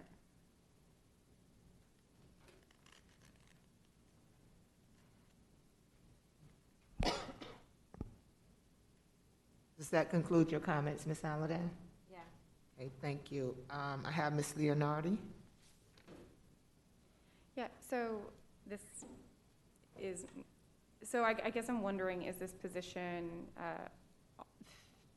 filled by anyone, or is this creating a new position? This is actually, you're asking if it's a new position? If it's filled already by someone or creating a new position. So my understanding is that this is a reclassification, maybe I'm wrong, but there's an existing position, and this essentially is working to reclassify that. Because that position, the other position that this job study was done on, that'll go away. Mr. Runcie, that's correct, sir. I'm sorry for the confusion. This is a reclassified position. The job study was done on the current position. It was determined from the job study and reviewing in comparison with the other comparable positions that this did require a job reclassification. And the job study, the job description before you is the new job description, and that is not going to be, the other position will go away.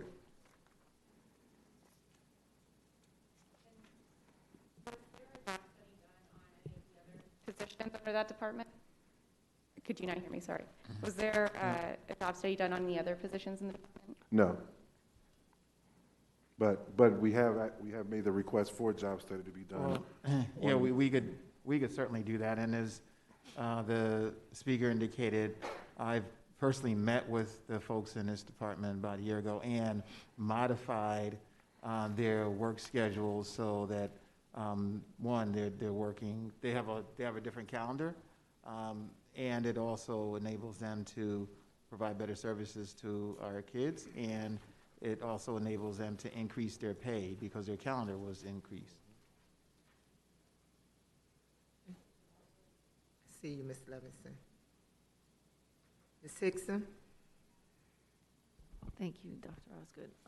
I have a similar question because it seems as if the TSPs are concerned that they are doing the work, but someone else is going to get the pay. I mean, I'm just trying to put it in terms of what the concern is. Mm-hmm. So at this time, if we're not doing, I would rather wait on doing this to see what the job study is of the TSPs and see, is it necessary to create this new position, or is it balanced now, and as opposed to just jumping into this and not seeing what the other job study said?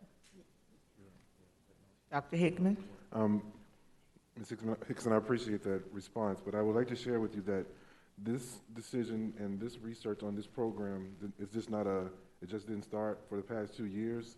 We've moved positions around. We created, built the program up based on the number of students that have been into the program. So over the past 2 years, as mentioned, the number of students has more than doubled. There are only 6 to 7 people in the department.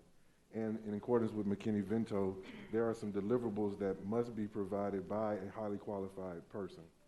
The job study showed that when it comes to the reclassification for this position, not only did the pay grade change, but the requirement from an associate degree to a bachelor's degree is a requirement. And we've also pretty much expanded the roles of that position in a number of areas that would require that a position such as this for some supervision and then someone to assist the current supervisor. Does that conclude your comments, Ms. Hickson? Yes. Okay. Ms. Rupert? Okay, thank you. Mr. Chisholm, is that piece of paper that you just came over here with, is that online? Yes. Okay, thank you. Working late into the night, and I needed a little clarification on this particular job. Underneath the cost and the financial impact, it mentions, I'm sorry, right above that sentence, the cost to reclassify existing staff. So to answer Ms. Leonardi's question, and I'm sorry I didn't hear Ms. Hickson's, there is a person that's existing in that particular description, and this would be an additional financial impact because the person with the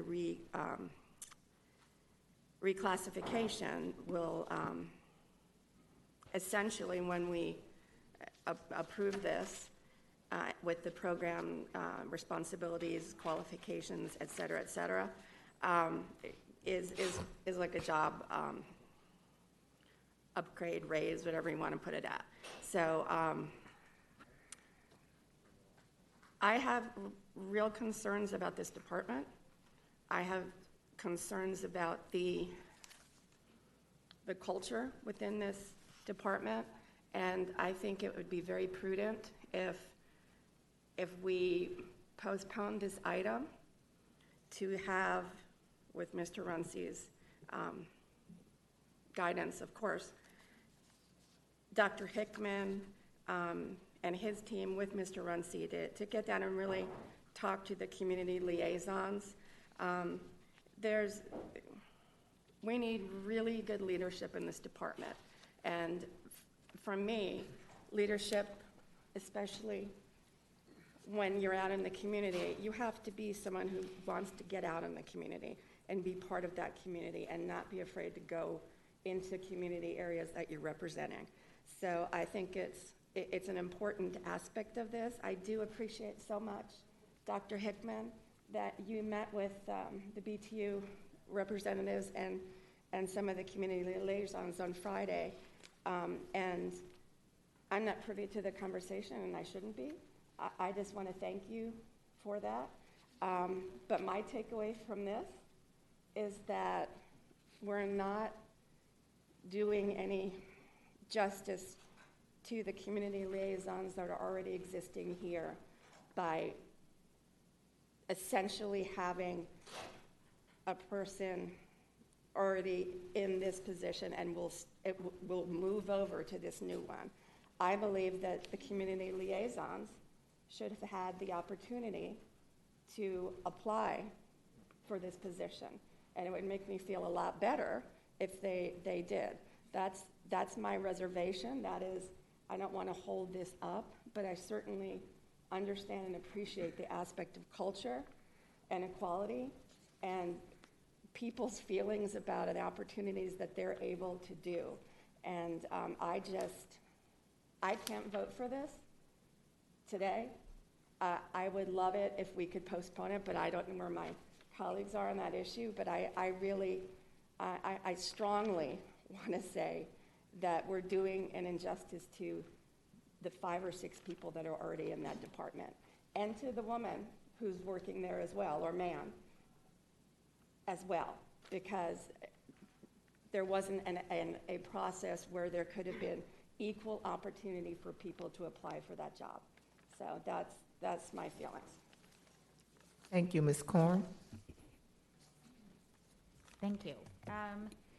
So a couple of questions. I appreciate my colleagues. They've addressed some of the questions. I actually spoke to Mr. Runcie about it before the meeting as well. I'm a little concerned. So when we do these types of job studies and then job descriptions and new jobs, we have always separated the job, the structure of the district, from the individuals. In fact, one of the reasons that at the beginning of the year, every year when we look at the entire outline of the district, with no names, we don't have names on it because one is how you organize a district, the other are the individuals you put in that district. Those, for me, are very different because Mr. Runcie is who's putting the people in those positions, right? When he brings them back through us. But ultimately, the outline of the organization from a leadership perspective should not be driven by the individual in that specific position. And so as we're looking at this, if there's a concern with who's filling the position, that's a different conversation than approving a job description.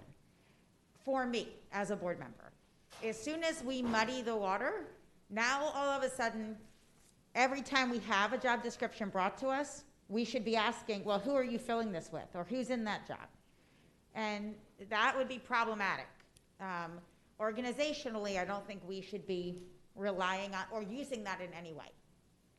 At the same time, obviously, if there's a concern with an individual, that's something that should be addressed with Mr. Runcie, whether or not there's a job description that's brought here. If there's a concern that there's something that we would ask him to look into. With that said, the other thing that's a little concerning for me is that if your position is put up for a job study and now there's a new position that's created, does that mean we're risking your job every time your position is being put up for a job study? I mean, I'm a little bit confused by the process here. So was the intent that when we went for a job study identified that this position needed to be upgraded, every time that happens then you have to reapply for that job, Mr. Runcie? Help me understand. No, that's not the way it's ever worked in positions that we've been bringing them to the board for years. Look, you can always say, hey, you can't hire someone, as the general counsel will tell you, if there's good cause and they don't meet the requirements.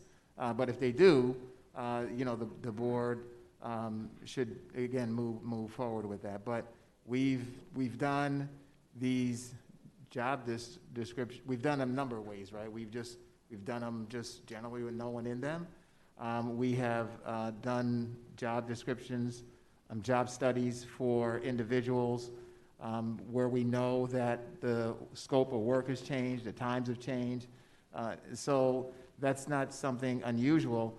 But to your point, a lot of times when we sit here and have these conversations, folks don't even want to touch the elephant in the room, which is, hey, it's about somebody that somebody doesn't like, who've complained about them, versus does this role make sense given the work in the district and that the number of homeless students has increased substantially to well over 6,000 today, and we have numerous staff that's out there.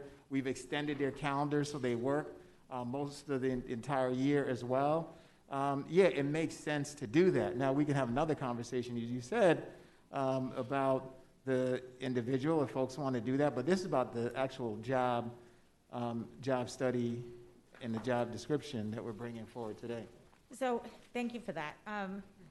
In an appreciation for the public comment that was shared, obviously if there's more workload in this entire department, there should be an acknowledgement and recognition of that, not just in the leadership role. And we will. But when I spoke to you before the meeting, Mr. Runcie, because that was the primary point of which we discussed, which was we can't acknowledge that a department has more responsibility and only acknowledge that for leadership.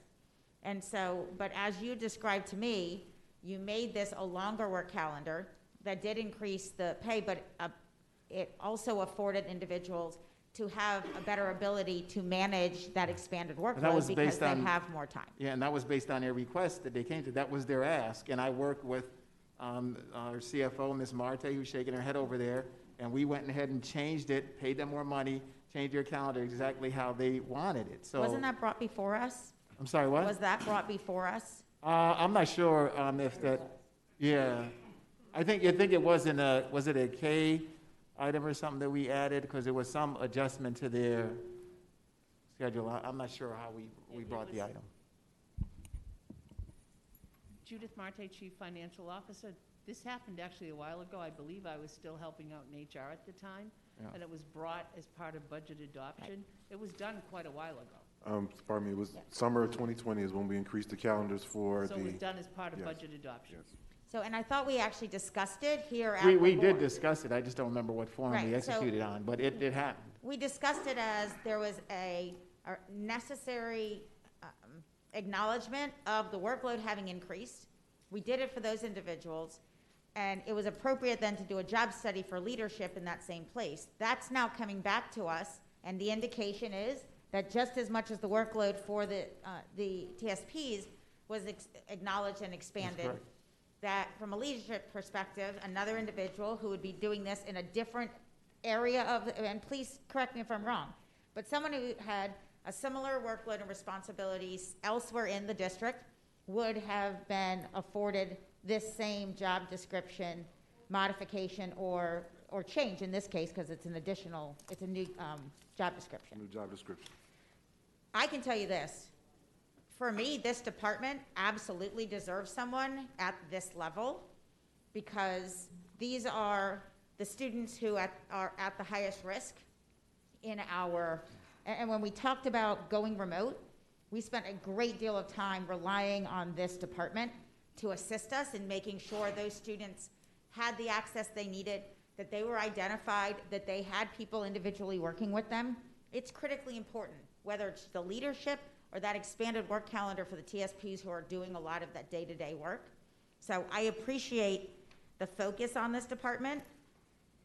From what is being shared with me in my conversation with Mr. Runcie, and the fact, and this for me was the other critical aspect, is where is this money coming from?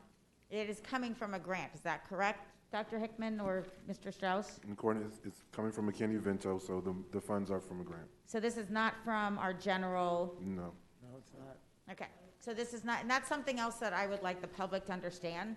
We're not talking about something coming out of the general fund. We're talking about funds that are specific to this grant.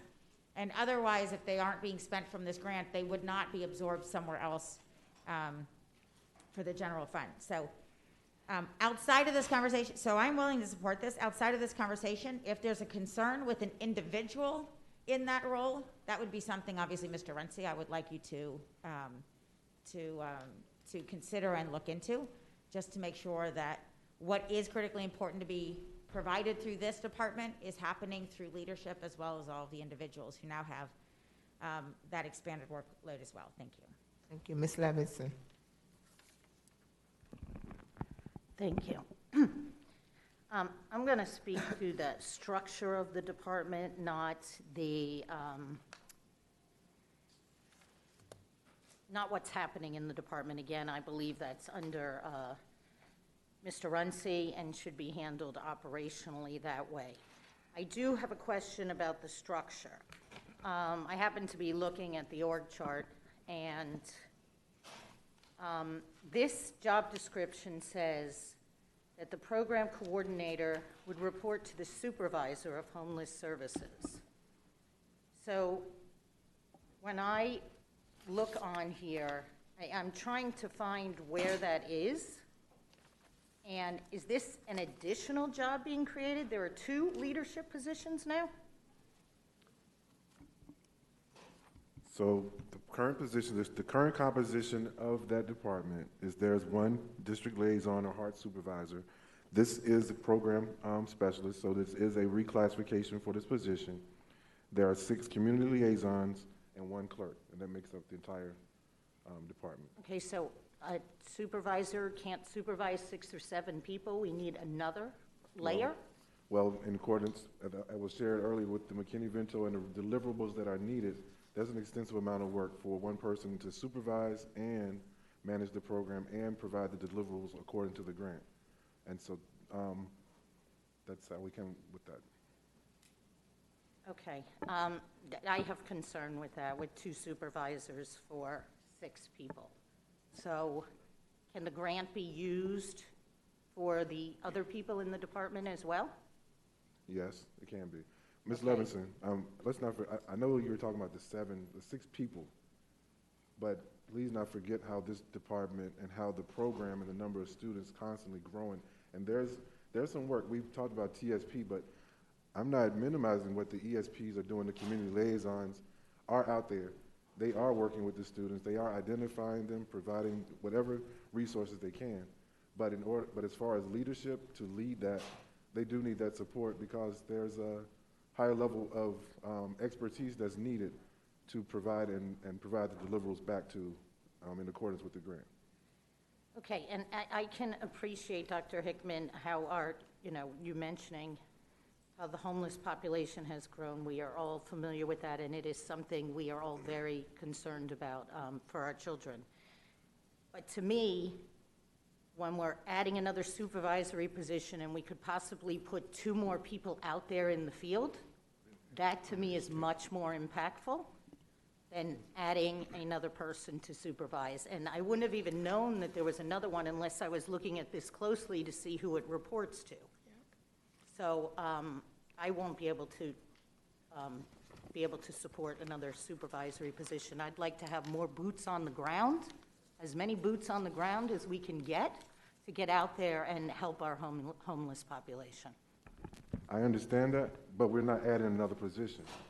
We're not adding another position. This is a reclassification. The person is already in a position that's doing some of those deliverables. There was a job study done on the position. And So there's 2 supervisory positions with 6 other people.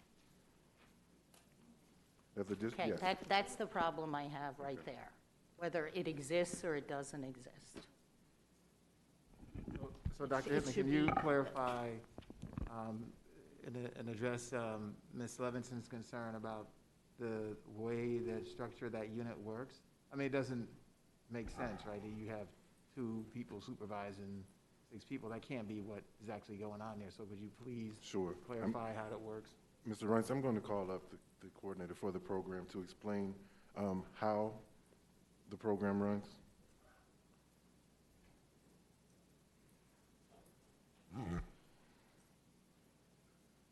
Good afternoon, Madam Chair, board members, Superintendent Runcie, and all those in attendance. My name is Carol Mitchell. I am the district liaison for the Homeless Education Program and also the supervisor for the 6 community liaisons, the current heart specialist, and also the 1 clerical support. As a district, we are required to identify students experiencing homelessness. And just to add a little bit of context, it is the free and reduced lunch rate in every school district that the state looks upon to determine where we should be in terms of our target of identifying students experiencing homelessness. 5% of our free and reduced lunch rate currently would put us at identifying up to 6,000 students experiencing homelessness. We are currently at 1,800 students approximately that we have identified. We understand that this is a unique year in as much as we are all operating under a pandemic. So just as our district is experiencing quote unquote missing students, we, as well as other districts throughout the state of Florida and in fact the nation, are missing several students that are experiencing homelessness. If we look at this same time last school year, as compared to us identifying 1,800 students currently, last school year we had already identified 3,068 students. We are charged with identifying up to 5% of our free and reduced lunch rate. As a district, and I've been in the district at the beginning of school year 15-16, we have not yet met that 5% free and reduced lunch rate that is expected of us, homeless student identification rate, that is expected of us by the state. And hence was born the need to increase the workforce of the HEART program. When I arrived, it was my position as district liaison, it was our clerical support, and 1.5 community liaisons. We have since grown, as Dr. Hickman mentioned, to my position, a specialist position, 6 community liaisons, and a clerical support. The difference between the specialist position and the coordinator position is that we realized very early on, as the individual that's working the specialist position, that it required much more than was delineated within the position description.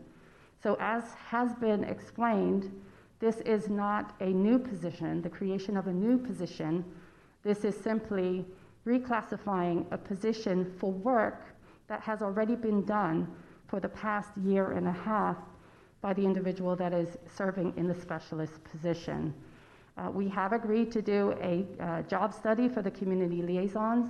We continue to expand and grow as a program. We are moving the dial of the identification rate closer to the 5%. We're probably at around 3% right now, but that has not been without having the supervisory and administrative supports to ensure the full implementation of the program, which is a federal program across all of our public and charter schools.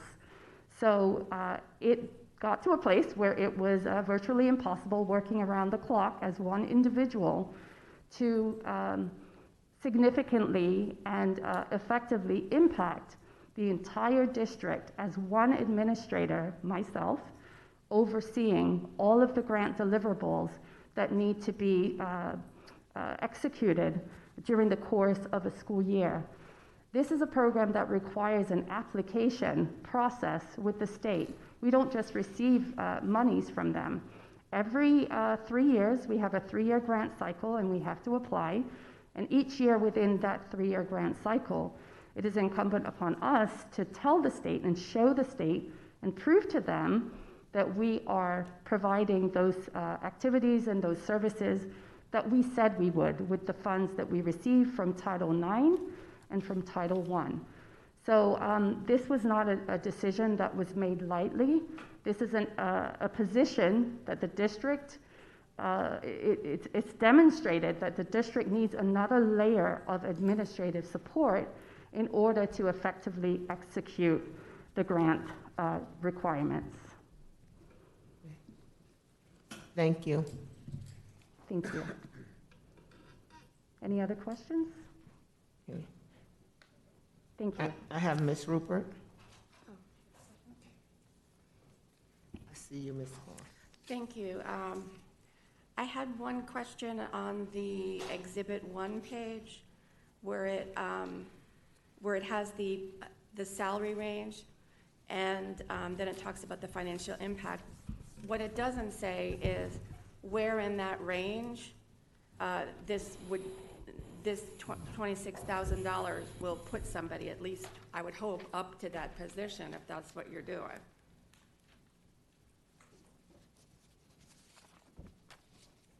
I'm trying to figure that part out. Debbie Ann Scott, Task Assigned Director of Compensation. She would actually fall on step 1 of pay grade 24. So the 26,502 is the increase to pay grade 24, step 1, inclusive of all the fringe for that position. I'm sorry, maybe I'm just not hearing it. So what would the salary be? She will fall at pay grade 24, step 1, 67,584. Okay, so it would bring that person To up step to 1, that. correct. Okay, got it. Thank you. You're welcome. That ends your questions, Ms. Rupert? No, actually, one sec, please. The community liaisons are now going to have a job study, Dr. Hickman, is that what we understand? Yes, ma'am. Okay.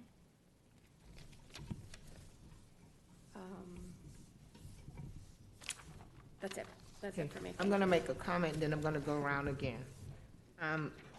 So I'm very, very involved with this program in a deliverable way because in my other job, we work with students in after school, and my church gives food, and it is a big demand, and I would anticipate after the moratorium on evictions is lifted, it's going to be even a bigger demand. There are certain persons that I see working very hard with this program, and it might just be the nature of their role. And then there's people that I don't know, I haven't seen, and again, it might be the nature of their role. So when I first looked at this, I had one thought, and as I got deeper into it and trying to balance my role as a board member and the superintendent's role as the chief executive administrative officer of the district, I looked at it the way Ms. Corn talked about it in structure and individuals. I did receive several phone calls, and there appears to be a cultural problem, a people problem. It is very hard when you're working grassroots, nuts and bolts, with people that have special needs and you're going above and beyond, and then someone is put over you and you don't feel that they operate with the same level of concerns or to the same degree. It's just difficult. I don't know, I'm not saying that that's the case, I'm just expressing that.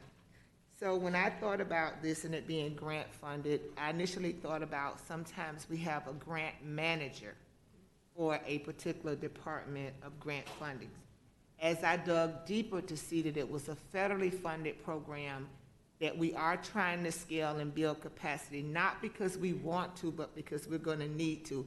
Just the fact that the data mark is it should be 5% of the number of students that we have free and reduced lunch. And I don't know, how you guys look at that. I know I have a school in my district that has 99% free and reduced lunch. Most are at 90. So just looking at that data mark alone says that this is something that we're going to have to scale. We're going to continue to have to put infrastructure, because to no fault of anybody's, it's just the reality of the climate that we're in with the economic downturn. And in a few days, evictions moratorium is relieved, and we're probably going to have a lot more homeless people than we've had before. And I'm not defining homeless as people that are sleeping in the streets. That's a small part of it. Many families live in warehouses. It's easier to rent a storage and pay the monthly storage fee and sleep in there at night so you don't have your kids on the street or your car, these different things. So I would just say that, let me ask this. With this grant, you have money. We've done this job to study to put a coordinator in place. This coordinator is reporting to the supervisor of homeless services, and the community liaisons are reporting to the coordinator. Is that correct? No, come on. Okay, I need to hear this. Because we're talking about 2 supervisory positions. We agreed, earlier that we had 2 supervisory positions. So the community liaisons report to who? The community liaisons report to me as their supervisor. In the capacity of a coordinator, there will be activities and assignments that will require a different level of oversight, and this is where the coordinator would come into play. However, when it comes to supervisory responsibilities such as performance evaluations, timesheets, leave requests, employee and labor relations matters, those all remain with me. Okay, so the program coordinator supervises who? Does not have direct supervision over anyone unless assigned. What it is that coordinator position has responsibilities assigned to them above and beyond what the other staff does, because you will need to have someone to be able to do that. So they're not necessarily supervising the other folks, they're taking on additional work that they're doing to support the program, do all the compliance and reporting requirements that's actually necessary. But all the staff there reports to one person. It's a coordinator, it's not, and they coordinate work and deliverables that are needed. They're not supervising the other staff there directly. I think that's key, because that's not what we were saying earlier. So I'm asking specific questions because I need to make sure that I'm trying to have a clear understanding of this department, because I couldn't support having 2 people supervise 6 people. Any span of control, if you go back to Blake and Mouton many years ago, you need to have at least 10 people, but that's not what you're saying at all. When I read this, I didn't see that that was the case, so that's why I'm asking. So thank you for making it clear. The community liaisons report to you. The program coordinator is going to be coordinating the program, and if I understand grants in the way that I do, a large part of that is going to be reporting and those things that are outlined in the actual grant, the outcome deliverables on your logic model and that outcome output category. That is correct. Okay. So I just needed to make that clear, because sometimes the nature of a grant creates a lot of work that's different than the work of the day-to-day delivery of the program. So if I'm working nuts and bolts, grassroots, finding kids and signing them up in the day-to-day delivery of the program, depending on how leadership choose to communicate, I might not be aware of the intensity or the job responsibilities of that person on another level in the organization, because I don't see them doing what they do in the way that I do it. And with grants and deliverables, a lot of times the way the grant is written, there are certain things that it requires that you have to deliver to keep the funding, while people like your community liaison are busy doing the work of the funding. So those are two different spaces that you operate in. And that's why it was important for me to clarify that as we're having this conversation. And thank you for the work that you guys do in this department. It's not easy work. Ms. Leonardi had her hand up. No, I'm sorry, Ms. Corn was first, and then Ms. Leonardi. Thank you, Dr. Osgood. Thank you, and thank you, Dr. Osgood, for that clarification, because obviously in an area where it's grant funded, that is critically important, that we are able to maintain the grant side of the requirements along with the delivery of the actual product that's required for those grant funds to continue. With that said, I fully appreciate what Ms. Levinson was sharing in terms of the supervisory of those individuals. In looking at this job description, it appears as if, and please correct me if I'm wrong, that the supervisory of those individuals is only one of many, many, many responsibilities that are assigned to this individual. That is one of the responsibilities. And the reason I point that out is because with this job study, it would be hard to imagine a job study came forward to us that this was the pay and this was the promoted job necessary just for supervisory if we already have a supervisor. It wouldn't align if a job study came back to us and said, yes, this position should be created in this department along with them overseeing this individual if there wasn't already that function being performed. So I didn't see this as just another layer of management, but rather another layer of management in the sense of oversight, but that this individual's primary function had a great deal to do with much more than supervisory. So can you, Dr. Hickman, confirm or give feedback as to what their primary work is? And if it is supervisory, then it would seem as if it's just one other layer. So it's the work themselves that they'll be doing, the expansion of the roles is just maintaining the expertise of fulfilling the needs of the grants, of following the guidelines, following the project deliverables, making the reporting, as well as coordinating the activities that are going on across the district. That supervisory piece is going to be to Ms. Mitchell. But as far as coordinating the activities that are going on across the district, that'll be in addition to what they'll be doing. So, and that is, I guess, where, for me, if we're going to be providing these, there is an expanded number of individual students who need these services. The services then are not a matter of just the specialists individually working with them, but it's the broader work that we're doing in terms of programs and other support that we're providing at the district level.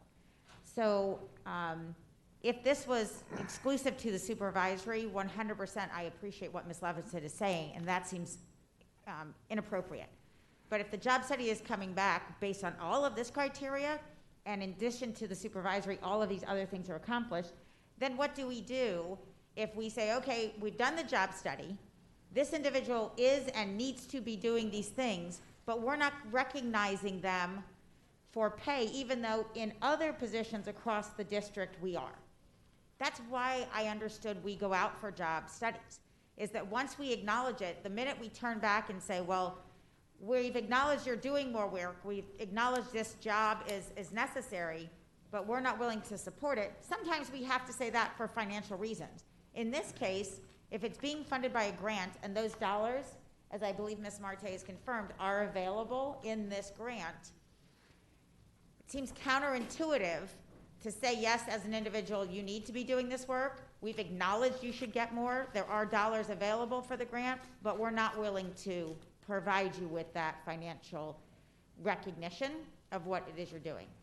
And also to Ms. Levinson's point, if there are additional dollars available in this grant, and we know there's a need and a demand, then if there's room to expand at the specialist role or the specialist role, then we should be doing that. And I know we're in this hiring freeze area, but again, as it comes to grants, if the dollars are available, the last thing we want to do is prohibit our ability to be able to service at the highest level available those students. So, Mr. Runcie, I would ask that you look at that as well, if there are grant dollars available to expand. One, we could look at the grant dollars. Two, there's going to be flexibility within the CARES dollars that we have to be able to maybe do some things short term. Ms. Marte, do you want to comment any further on that? Thank you, Mr. Runcie. Through the chair, Judith Marte, Chief Financial Officer. Just to be clear, there is not a hiring freeze as it relates to grant funds, because to your point, Ms. Korn, it would be counterintuitive, would end up sending the money back to the grantor, which definitely doesn't serve our children well. So the grant funded positions are not frozen. Okay, so for me, thank you very much, Ms. Marte. This should not be in lieu of. If there are grant dollars available, there's a need and a demand for it, then we should be talking about expanding this. The job study is totally appropriate for the specialist level. I don't see, though, how that needs to impact this specific job if the structure is one in which makes sense, because yes, there is additional supervising, but there is much more to this job coordinator position that's being created. And again, I turn to Mr. Runcie to tell us he needs this in this department for it to be successful, and the money is there for us to be able to do it. I also turn to Mr. Runcie that if there's a concern in the culture of what's happening, whether it's in a small department like this or in a larger department, it is your responsibility, Mr. Runcie, to make sure that that is acknowledged and addressed. Yeah, and I've sat down with the entire department in the past, and certainly you can do that again, and they know they can call me, and some of them do, directly if they have any concerns. Thank you very much. That's all. Thank you to the chair. Thank you, Ms. Levinson. Thank you. First, I want to thank you for expanding more on the definition of what will be happening, and thank you, Dr. Osgood, in your capacity with grants for shedding some more light on that. And yes, I wanted to reiterate about more resources in that department. I want to know what is our plan to go from 3,000 to 6,000.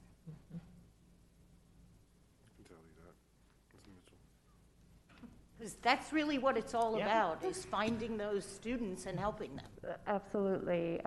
Thank you so much, School Board Member Levinson, for your question. So it's a collective effort. As most of you may know, even though our program consists of the 9 positions that I've already mentioned, every school principal is required to designate somebody on staff to serve as their homeless education designee, just the same as child abuse, neglect, and foster care. And really, the extensions of our program, our ambassadors, are those that are in the school setting. So it's a matter of raising awareness. It's a matter of providing training. It's a matter of engaging our Homeless Continuum of Care Board, on which I hold the education seat. It's a matter of engaging pretty much a full-scale campaign throughout our county. And I will say that from an internal aspect, we have engaged from the very onset of the COVID-19 pandemic with our communications department, and they have helped us tremendously to pivot from some of the practices that we had that were more in-school driven to how can we reach parents and families and unaccompanied homeless youth who maybe aren't showing up to the brick and mortar. So we're doing the robocalls, and we're changing a lot of our processes to online, such as our student housing questionnaire.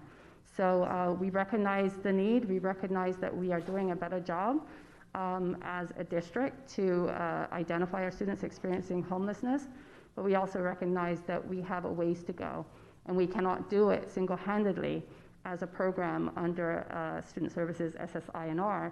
It will take an entire village, as the saying goes, and that village is all of Broward County Public Schools and Broward County. I happen to be very familiar with the homeless continuum of care. So that, to me, Mr. Runcie, and this, even though it was about just one position and adjusting that position, it's a much larger conversation that I would like you to specifically look into and see what we need to do as a board to reach those children. Because every day that we're not reaching them, they're falling farther and farther behind and not developing the way they need to. So I would like to look at the community liaison positions, do a job study of those, and see if there's money left in the grant to add to that department. The boots on the ground end of it. Because now we are in a situation where we have a supervisor and we have a coordinator doing the compliance aspects, and we need to really target how many resources we need to get out there and identify those children. Thank you, Ms. Levinson.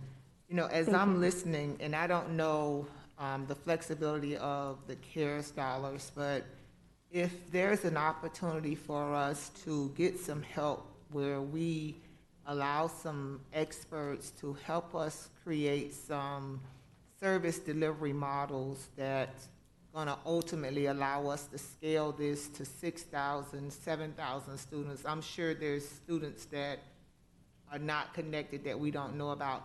Because if I'm in this program as a supervisor with a specialist and 6 staff people, I'm doing the work. So I don't also have the time or the flexibility to plan the future of the program, which I think we're at a point now where we have to plan the future of this program with many of the things that Ms. Levinson said here, but it has to be somebody whose focus is doing that we have a clear service delivery model that we then can not only take to the homeless continuum of care, but we can take to other entities in the community to see how we can integrate services, how when we're working with kids in the schools, we're connecting them to other resources out in the community that allow us to maximize the dollars across the community that's available. And that's not something for this staff, because of the work demand that they have, that they can do. So as we look to develop this problem, this homeless issue, unfortunately, is not going away. It's going to get a lot worse before it gets better. So I appreciate what was said here, and as I continue to look at this job description, and I saw grant writing in it, I saw writing content, reviewing, editing program materials. I mean, it's a lot more to it than when you just initially think of a coordinator. And then I'm thinking in my mind, if I'm going to scale this, if I'm going to go, as you asked, Ms. Levinson, how do we go from that number to this number? We don't know. But we should have something where we've mapped the way. We have some steps where we know, and we're growing in a way that we've designed to grow, not just having staff react in this way. And certainly a part of that is strengthening the community liaisons and getting them the additional help that they need as well, you know, in funding around their positions as well. Dr. Hickman. Only thing, this is, again, you said it, excellent, Dr. Osgood. Just want to share that this is one small department in the big picture of student support initiatives and recovery. Just on today, it was announced that we lost a foster care supervisor, but we gained a new director of student services, which this department falls under. As far as mapping out how we go, yes, we're going to have to identify homeless students, but also in the same department is the attendance program and the attendance coordination. And so strategically, and the conversation is pulling all those resources together. Thanks to Ms. Marte and some of the conversations about the CARES Act, we're coming up on a break. We're coming up on a next semester. We have the, you know, the plan that has, the education plan that has to go to the board with the expectation of more children returning. And our total picture, this is one lane, but there's the attendance, there's engagement, there's also the need to provide SEL, the mental health and mindfulness activities.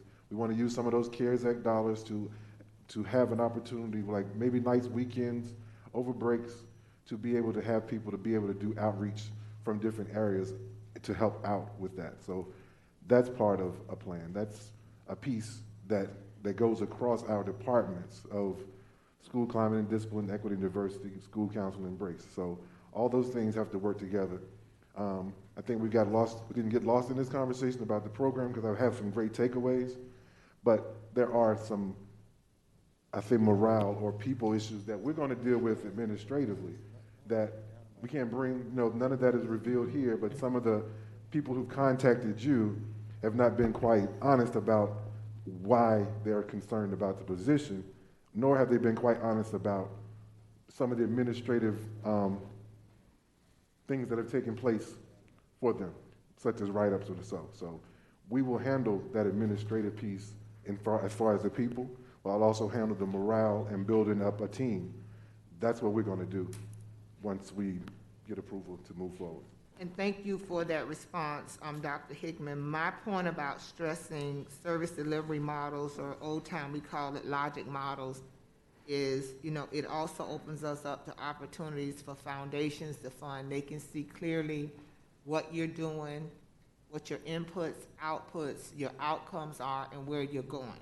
So I'm talking more from a programmatic perspective. I certainly know as a board member, it's not my lane to be trying to manage the people in the department. We learned that in that accreditation workshop as well. Ms. Rupert, you had your hand up again? Yes, I had some suggestions for minimum qualifications versus preferred qualifications. After reading through the essential performance responsibilities, and it talks about, hold on, I lost the spot here. Interacting with people, prior experience working with and through people, and establishing. I'm sorry, Ms. Rupert, help us. Where are you? Preferred Okay. qualifications and experience. And since we just very not succinctly elaborated on the supervisory aspect of this position, the program coordinator, I think that prior experience working with and through people and establishing goals, objectives, and action plans to produce expected results seems like it would be part of the, the job performance responsibility, or it should be up in the minimum qualifications and experience, as well as supervisory skills and or leadership training. Those are two under preferred. And give me 2 seconds because I can't seem to find, there it is. On the essential performance responsibilities, so that's page 1, about midway through. Assist with the development of a system of needs, project or services and project activities determine responsiveness, removal of barriers to enrollment, attendance, academic success, and yet in the preferred section we have a very valid Florida educator's certificate. I'm not even saying the educational leadership or guidance or even counseling. I feel strongly if part of that is to make sure that our homeless population of students have educational stability for pre-KK to grade 12, I would think that that would be the very minimal that we need to have up there. Hey, is that a motion, Ms. Rupert? I was going to hear from my colleagues, but I think I gave 4 here. So when you look under preferred, is it the second bullet and the 4th bullet? And then the first bullet would move up to minimum. So if we're going to make a motion, then we can discuss. Okay. I move that we move bullet number 1, bullet number 3, 2, and bullet number 4 from the preferred qualifications up to the minimum qualifications, and cross out right after it says Florida Educator Certificate, Educational Leadership, cross that part out. If you're helping the students with their educational needs. So that's my motion. Is there a second? Okay. Hold on. You can, second doesn't mean you approve. You're just putting it where we can discuss. So it's been moved in second. Is there any input from the audience? Okay, Ms. Leonardi. So what did I don't know what we're supposed to be crossing, or what the suggestion is for crossing it out. Do you want me to ask? Yeah. Okay. I didn't want to, for them to have a valid Florida Educator Certificate, period. I think it was too burdensome to ask it to be in either educational leadership or guidance or counseling. I would prefer that, but I didn't want to move that section up. Do you guys understand? Now. Ms. Allerdale? I needed clarification on that too, I'm sorry. No, I'm tired. Preferred qualifications and experience. They're asking for valid Florida educator certificate in either educational leadership or guidance and counseling. Preferred means it'd be great if you have it. Minimum meaning you have to have it.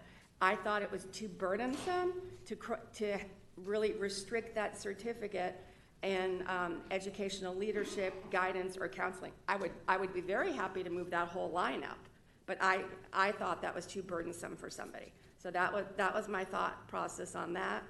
The second one was pretty simple, as well as the fourth one. Ms. Corn? Thank you. I have additional comments on, but I guess my question here, in just looking what the qualifications are specifically, an educator certificate means that you basically have a understanding for specific things around education. I guess I'm trying to marry that to what the actual performance responsibilities are, because I don't see them necessarily aligning as to something that makes that certificate valuable. That certificate makes you basically valuable to do certain things. Okay. And I'm having a hard time connecting it specific as a minimum. Again, I like it in preferred, because I think it's something, if we're looking at multiple individuals, it would be someone, if they're, kind of like individuals, it would be a nice addition for that person to have had that certificate. But for me to make it a minimum, I'm just having a hard time tying those together. And then the other one, which is really more important for me, is the supervisory skills and leadership as that being a minimum from, and again, this is a job study that we did, right? Is a program coordinator typically a first step in supervisory in this district, or is it typically someone who has already had supervisory experience? Mr. Strauss? I apologize, could you repeat that? Yes, Sorry, so the question is, typically for a program coordinator, is it somebody who has already had supervisory experience, or in this district, is that typically a first step in a supervisory role? I mean, from a stepping stone perspective, right, we have different jobs, and some are considered entry supervisory. Is a program coordinator typically someone who has the experience, or this would be a first level of that experience? I would say typically, I would think as a coordinator, that would probably be the entry to starting to then move up the ladder of supervisory. Okay. So to the amendment, my concern is if we make that a minimum qualification, we've now kind of taken this stepping stone as no longer a stepping stone. It's kind of a jumping over something.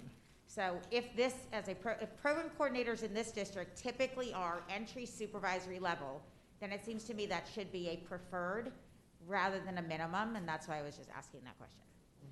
And I'll just add, when I'm looking at this person is coordinating these services. They're not actually providing the education. We're connecting the students to classrooms and to resources to do that. I actually thought the job description was well-written, and when I saw the preferred qualifications, I said, we have some great expectations for this, going forward. It would be nice if we found someone with that, because then that person would probably have the capacity to move up at other levels in the district, maybe start off strengthening this department and move up. But I don't agree with moving either of those to minimum qualifications, because when you're dealing with the homeless population, and again, I work another job and I get dinged by my board all the time because my staff don't have all of these degrees. But what they do have is compassion, and they work hard, and they care for the people, that we're trying to serve. So we have to kind of balance that. We're already requiring a bachelor's degree, 3 to 5 years experience in a related field related to this title or position. So I think the minimum qualifications give us what we need to substantiate to fulfill the responsibilities, and then those preferred qualifications are just kind of like icing on the cake, if you would. Dr. Hickman. Thank you. I think you just said it. I just want to repeat that if we move the valid Florida Educator Certificate up to the minimum qualification, that raises the entire level to a master's degree. Now, but going back in our conversation about growing and creating opportunities for the staff that are that are community liaisons, if they're working towards their bachelor's degree, they ought to, that's the minimum qualification, plus they're getting a minimum of 3 years. As this division or department is growing, we still are growing our own people to be able to step into the role. So the prior experience is great for preferred or even moving up, but to move the educator certificate up this is a social work department. They're out in the community, not necessarily providing teaching or direct instruction, so.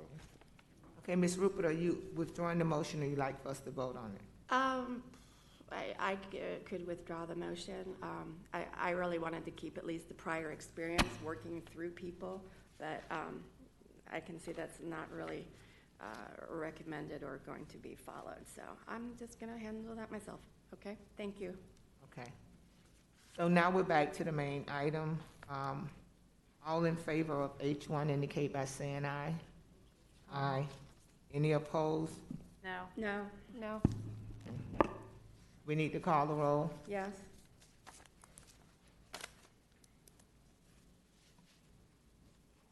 Ms. Alhadeff? No. Ms. Good? Which one? Not here. Ms. Hickson? No. Ms. Korn? Yes. Ms. Leonardi? No. Ms. Levinson? Yes. Ms. Murray? Yes. Dr. Osgood? Yes. Ms. Rupert? No. 4-4, it fails. Okay, thank you. May I have a motion and a second to move item HH2 and CC1 to the floor, please? So moved. Second. Okay. Is there public input on HH2 and CC1? Yes, are we in afternoon here? Natalie Lynch-Walsh.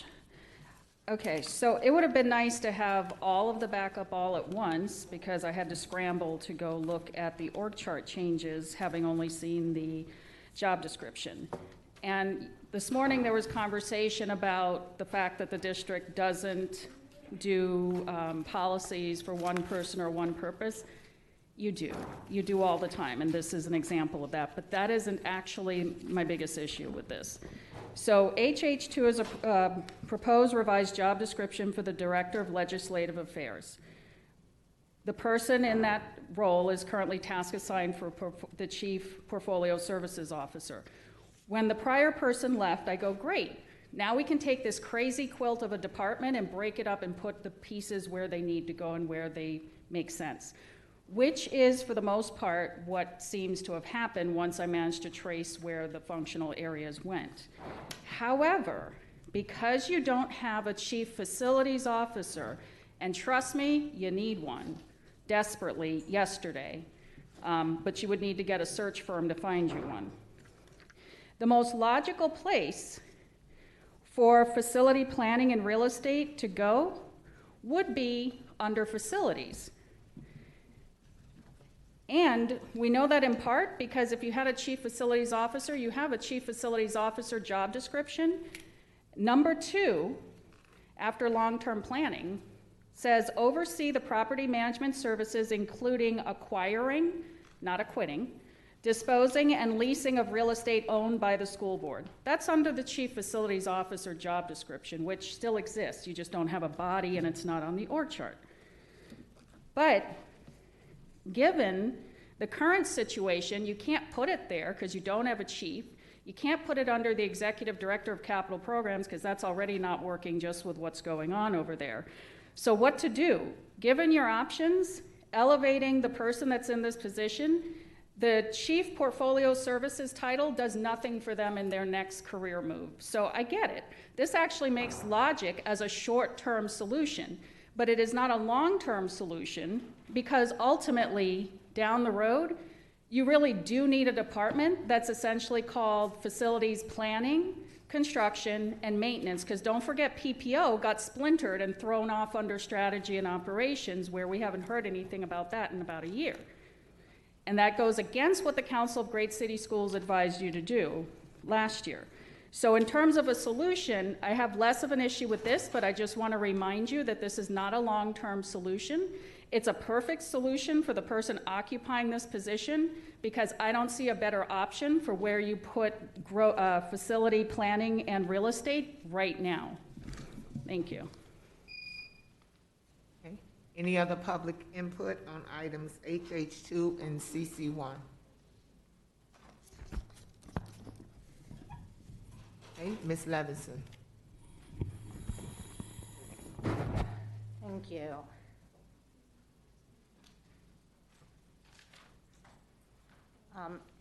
I'm sorry, it's HH2 and CC1. Right. I think I said it wrong. Yes.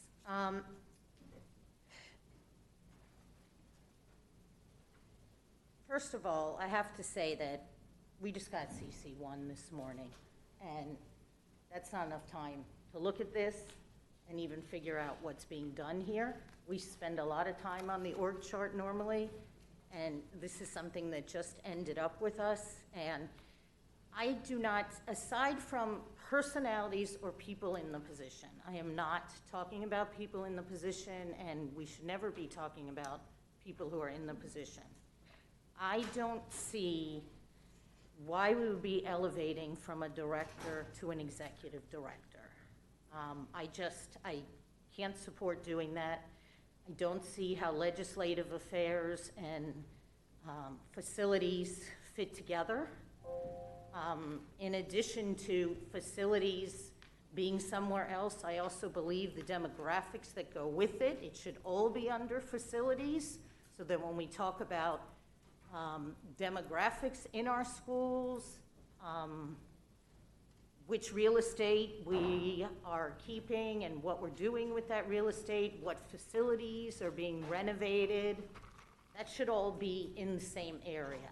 So to me, I see it all splintered, and I don't see it all coming together cohesively, and I think it needs to come together cohesively. The districts across the country have had to look at their facilities, and with the pandemic, we're gonna have to look at our facilities even more and figure out which way we're going, and I think it all needs to be in the same place, and I think it doesn't belong with legislative affairs, so I'm not gonna be able to support these.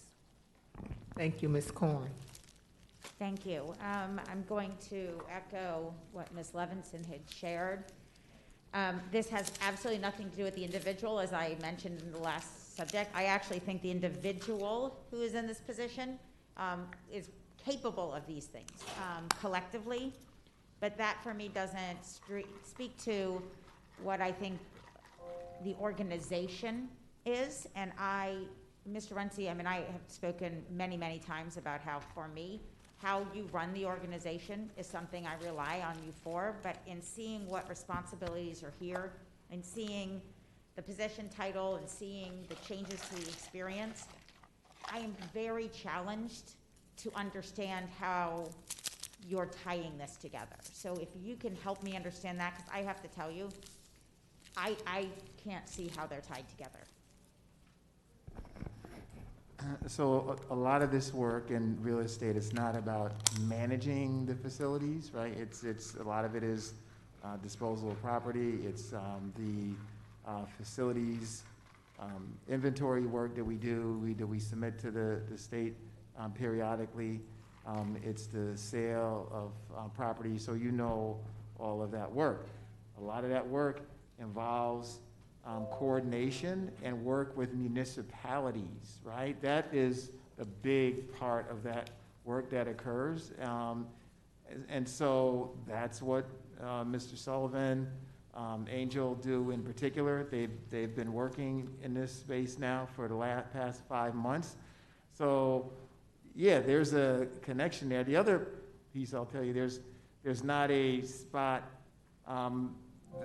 where there's just naturally you just go put real estate at the moment, right? So this is you know, somewhat of a temporary piece until we complete the 2-3 year planning that we have indicated we were doing in the PPO facilities area, and we can reorganize some things, but that's the thinking around it. So, I mean, the only other option is I don't want to continue to just keep Mr. Sullivan task assigned indefinitely into this area. And number two, you know, we could then, okay, go hire another chief portfolio services officer. I'm not sure if that's the right decision for us either. I mean, this area has just been kind of a hodgepodge of things that didn't fit in a lot of other places.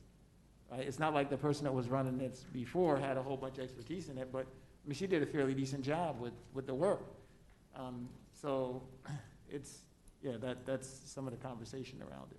So I appreciate that. So thank you. To, you know, even the speaker's comment that this is a short-term solution, it is a short-term solution for me. And that's why I supported the task assignment.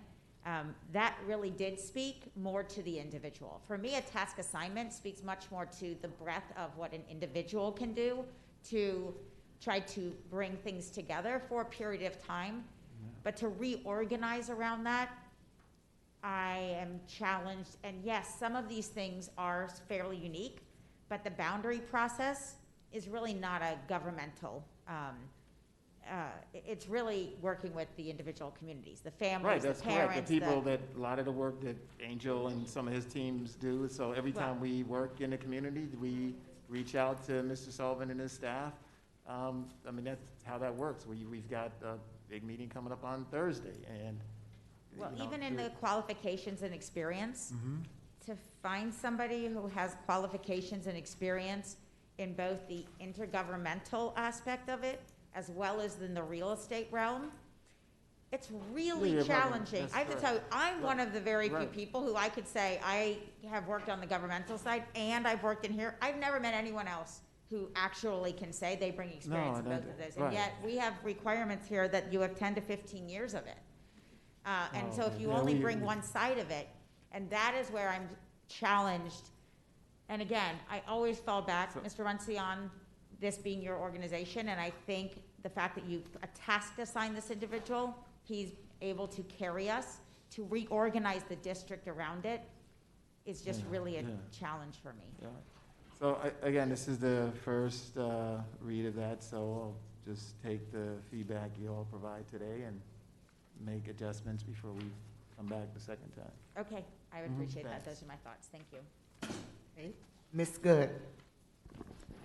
Yes, thank you, Madam Chair. So actually, there are positions like this in other counties. In fact, Miami-Dade did this for many, many years in this same fashion. They'd have essentially a governmental affairs area where they would deal with legislation, boundary changes, municipal coordination, and real estate acquisition and leasing. So other districts do group them, and it is somewhat of an interesting set of dynamics as far as the tasks that are put together. So I don't find it bizarre because I've seen it and it functions very well. So the issue that I have more so is the job description and how when you look at the various details of the job description, it's if the person that's not there now were to leave tomorrow, filling the position with somebody that could tackle all the various departments would be slightly difficult. So I think that's where the issue is. It's not that this couldn't function, Mr. Runcie, and I would ask that you look at other districts because I do believe that it does, and essentially it is a government liaison type of position. I know. Right, and so it deals with facilities and boundary changes and leasing and acquisition. It's all that coordinated effort that requires you to deal with other government entities, and so. In looking at the job description, you know, I've already heard a couple of my colleagues that are not supportive of it. I concur that it's probably more so a short-term solution, and I think it would probably behoove you to look at this maybe a little differently. because again, you want your organization to stand, your chart to stand alone and not be based on the players that are in the boxes, but just that the boxes and the departments function as best as possible.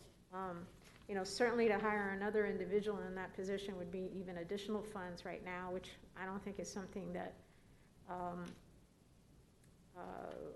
we need to do at this point in time. So, you know, if we're able to modify this in some way that gets us through the next year or so, so we know exactly, you know, financially where we're at, where we're going with our various positions, I'm not opposed to it.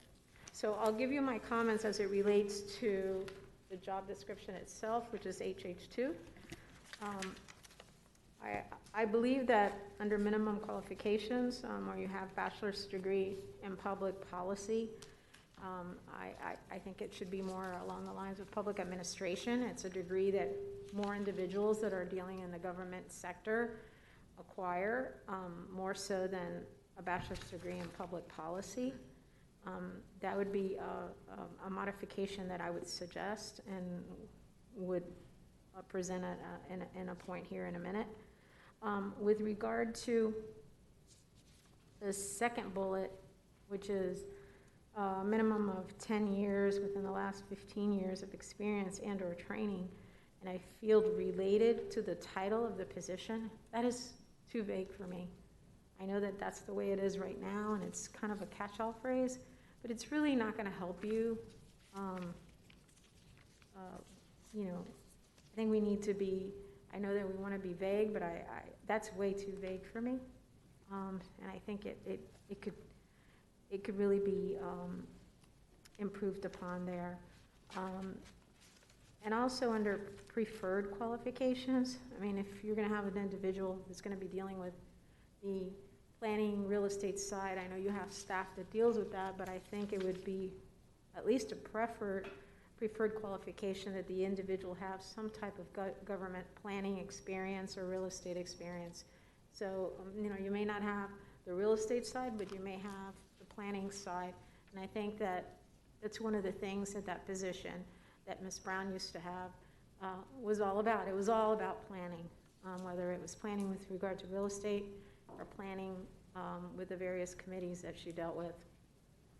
So I would suggest that under the preferred qualification, we have on here, again, we have a master's degree in public policy. I would ask that that be changed to public administration, and then you have included here political science. I would, somewhere in here, I would include planning or real estate, and I don't know if you or someone from your staff can have any suggestions on that. And then under page 1, the first bullet with the underline, second bullet with the underline, you have oversee the property management services, including, I believe you mean to say acquiring, disposing, and leasing of real estate, not acquitting. So I would make that change. So if staff can give me some feedback on some of the things I just said, I'd appreciate it. Anybody listening? Yes. Yeah. Yes. I know it's a long day. I just, you know. No, you're jotting down the changes that you've mentioned. In fact, I was just making a note of that. So well, I don't know where this is going. I mean, it may pass tonight. I just need to hear from staff if anything I said may. Yeah, I mean, the first part of your comments around the short-term organizational piece is, you know, we bring org chart to the board every single year, so I don't see what the challenge is in making some changes now. We can modify them sometime in the near future. There's nothing permanent about organizational structures. They have to be flexible. Sometimes we change them during the middle of the year. You know, there's some sense I think to my colleague's point, and I concur. I mean, I think the way we got it was somewhat last minute, and trying to see how it all fits in, it's a little bit of a challenge. And then unless, you know, you're aware of what or how other districts utilize these functions, it becomes a bit challenging. So it's helpful when we have a little time to look at what other districts do and ask some of those kind of questions, so that you all as staff can share with us, well, these are some of the perspectives that are out there. I know, my colleague is with the Council of Great City Schools, and everybody's involved differently. So I think if we had a little more time, maybe we'd have a greater comfort level. I've seen it because I know the neighboring district has this type of layout. So I know it can function. However, I don't think the job description that's before us is adequate. And so that's where I have a bigger challenge with the job description and the way that you're envisioning this position to be, even in a short term. Yeah. Because again, So people, we'll definitely, that's where I think. so we'll definitely, again, this is the first time it's up, so we'll definitely take your comments from this as well. I think in terms of looking at other districts, we have, similar to the individual in a position now, county south of us, it's an associate superintendent position. There was concern about it being executive director. The position here is definitely at a significantly lower level than it is in other districts. So Yeah, I think we're going to. And you're right. I think the legislative position. Right. I think we're yes, going to. Yeah, I'm sorry. No, I'm sorry. You're right. I think the legislative position in some of the neighboring districts, it's way far higher position. Yeah. So I think it would probably make sense for us to do going forward is to bring some of these comparisons to other districts, because we tend to look at these sometimes in a vacuum here, Right. relative to what everything is going on, but we're not asking for anything that's different. And then we see people sometimes leave, go to another district, make more money, and we're like, what happened with that? Well, it's because of what we have structured here, in some cases not as competitive. Well, I don't know if staff could comment on some of the points. HR. Yes. And your points in regards to the degree. Oh, I couldn't. Where were you? Okay. Sorry, over here. Alan Strauss, HR Chief. In regards to your comments in regards to public policy versus public administration, I think that's fine. Definitely, we can make that adjustment in there. I don't see a difference, and I agree. I think public administration is more of a common degree than the public policy anyway. In regards to your statement with that second bullet about field related to the title of the position, we could definitely take that back and define that a little clearer for the next reading. Okay. And again, we're not talking about individuals. I feel that the individual that's there can and has handled the function and the role very well.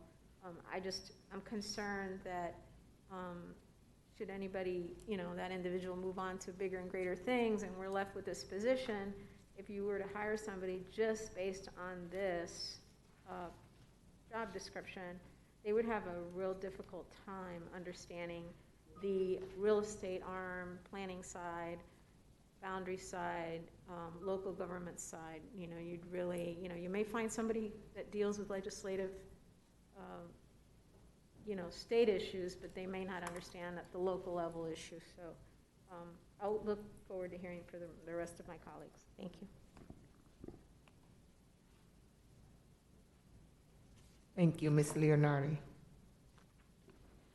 Yeah, so I saw that in collapsing the Chief Portfolio Services Officer position, this would save us $157,000. And so I was just wondering, since I'm new to this, what would happen with that money saved?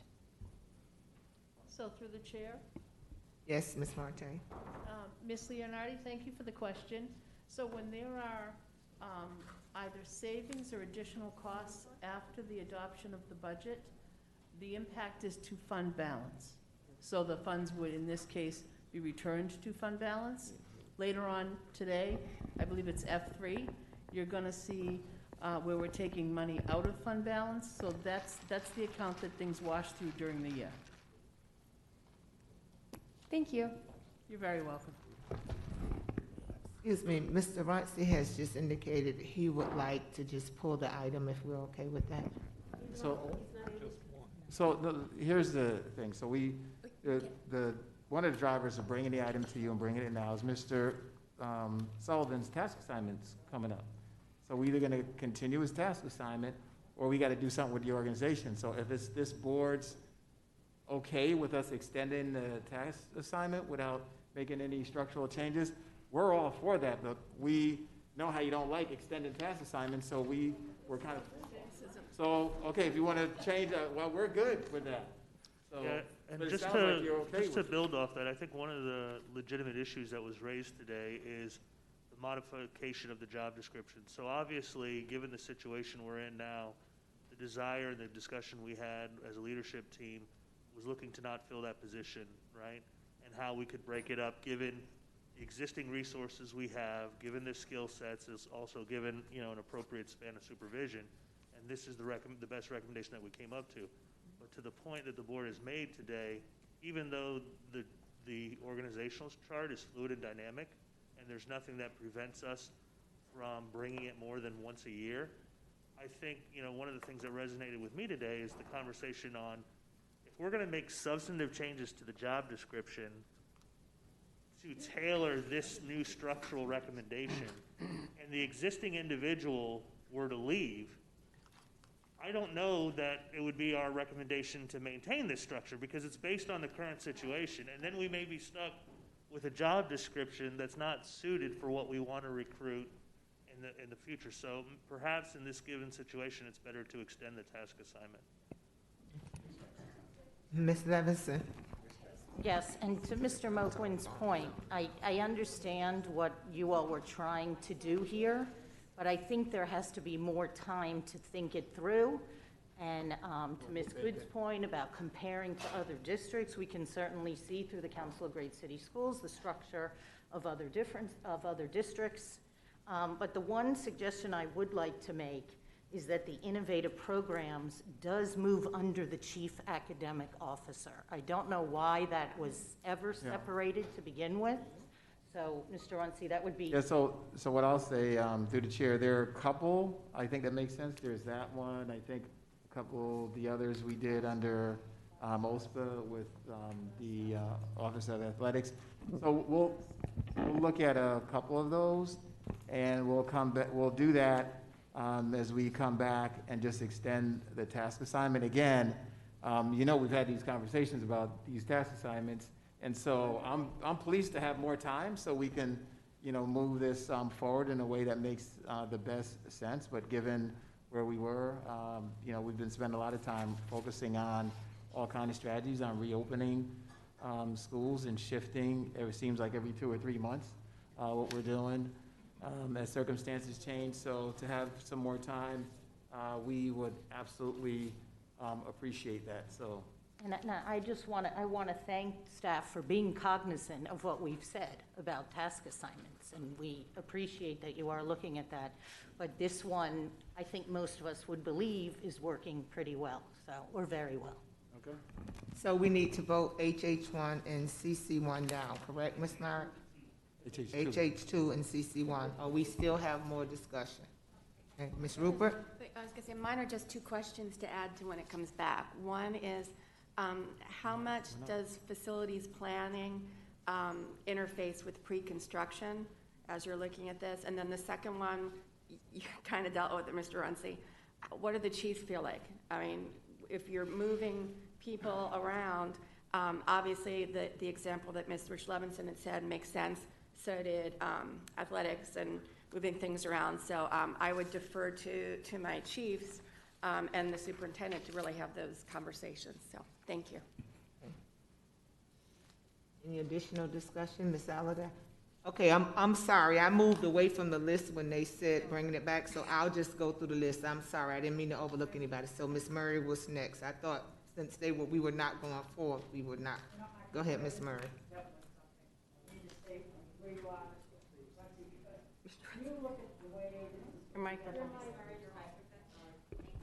I can hear you. I know most people can. But when all this was put together, real estate stood alone, boundary stood alone, government affairs stood alone. So all these departments, and there was 2 other that ended up under one person.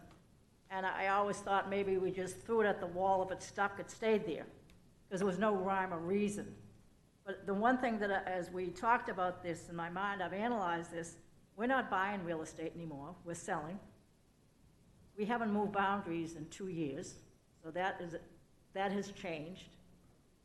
we're more active in intergovernment relations with our communities and cities and municipalities than we've ever been. So there is changes and growth. So again, it's really up to you, Mr. Runcie, to really analyze and see how these are connected as we move forward the next 5 years. I mean, you have to come up with a plan that's long-term here, so that we make sure that the moves that we make benefit what we're trying to do as we look, especially with our real estate, whether we sell property or not, how boundaries, we don't know what situation we're going to be in the next 2 years. So I think it takes a little long-term study, and I think that the person that's sitting there right now has done an excellent job in keeping everything balanced for us. And I do concur with Ms. Levinson that that definitely does belong under Dan Gold. Okay, thank you. Ms. Alazaf? I just wanted to make sure that we are mindful with the Chief Portfolio Services Officer, their essential performance responsibilities, that someone is assigned for those responsibilities when we move forward. And then I just wanted a clarifying question. Who currently now is responsible for the boundary process? Bill and Joe. It would be Mr. Sullivan under his current task assignment, because he is task assigned as the Chief Portfolio Services Officer, and that function falls under the Chief Portfolio Services Officer. You want to know the specific person in his area? No. Oh, okay. Thank you. All right. Any other comments? Okay. All in favor of HH2 and CC1 indicate by saying aye. I knew it. I was just waiting. Okay. It always happens. All opposed, say nay. Nay. Thank you. At this time, I actually need to pass, at this time, I need to pass the gavel to Ms. Levinson. And I would like to make a motion to bring item HH1 back to the floor. So moved? Second? Okay. I would like to. Yes, Dr. Osgood. Thank you. I would like to know the decision we made on HH1 today. I need to get it on record. The impact that it's going to have on the department's delivery of service to the existing homeless students and the homeless students that we anticipate. That's one question. The second question is, I want to know if it puts us in jeopardy of losing those grant funds. And do we anticipate any staff turnover? Because what I'm hearing is that people in this department are already overworked and overloaded. So those are three questions I would like staff to respond to. Dr. Osgood, just a point of procedure. I believe someone on the prevailing side needs to bring the motion back. Yeah, that was the point. You were not on the prevailing side, so. It was right. So it was Ms. voted Levinson, down. I don't think that there was a prevailing side. There It was died. one. It died for a lack of, Right. But it was voted down, so it doesn't Well, have it to be wasn't really someone on voted that down. side? No, it wasn't. Okay. I It just is wanted for the to make lack sure. of, Remember, a it was lack of certified parliamentarian. a majority. That was the word I was looking for. A lack of majority. It died for lack of a majority. It didn't die because it was voted down. So it's considered something different. Either side can bring it back up Yes. at this Okay, point. thank you. I just wanted to make Yes. sure we were Sure. following what we needed to follow. Okay, Dr. Osgood, proceed, sorry. Okay, Mr. Hickman? I didn't catch the first question, Dr. Osgood, but the second question is. We voted down HH1 to approve the job description for the reclassification for the job with the structure that was proposed. We had a lot of dialogue about increased homeless students and why we needed it. So we had an even vote, so it did not take place.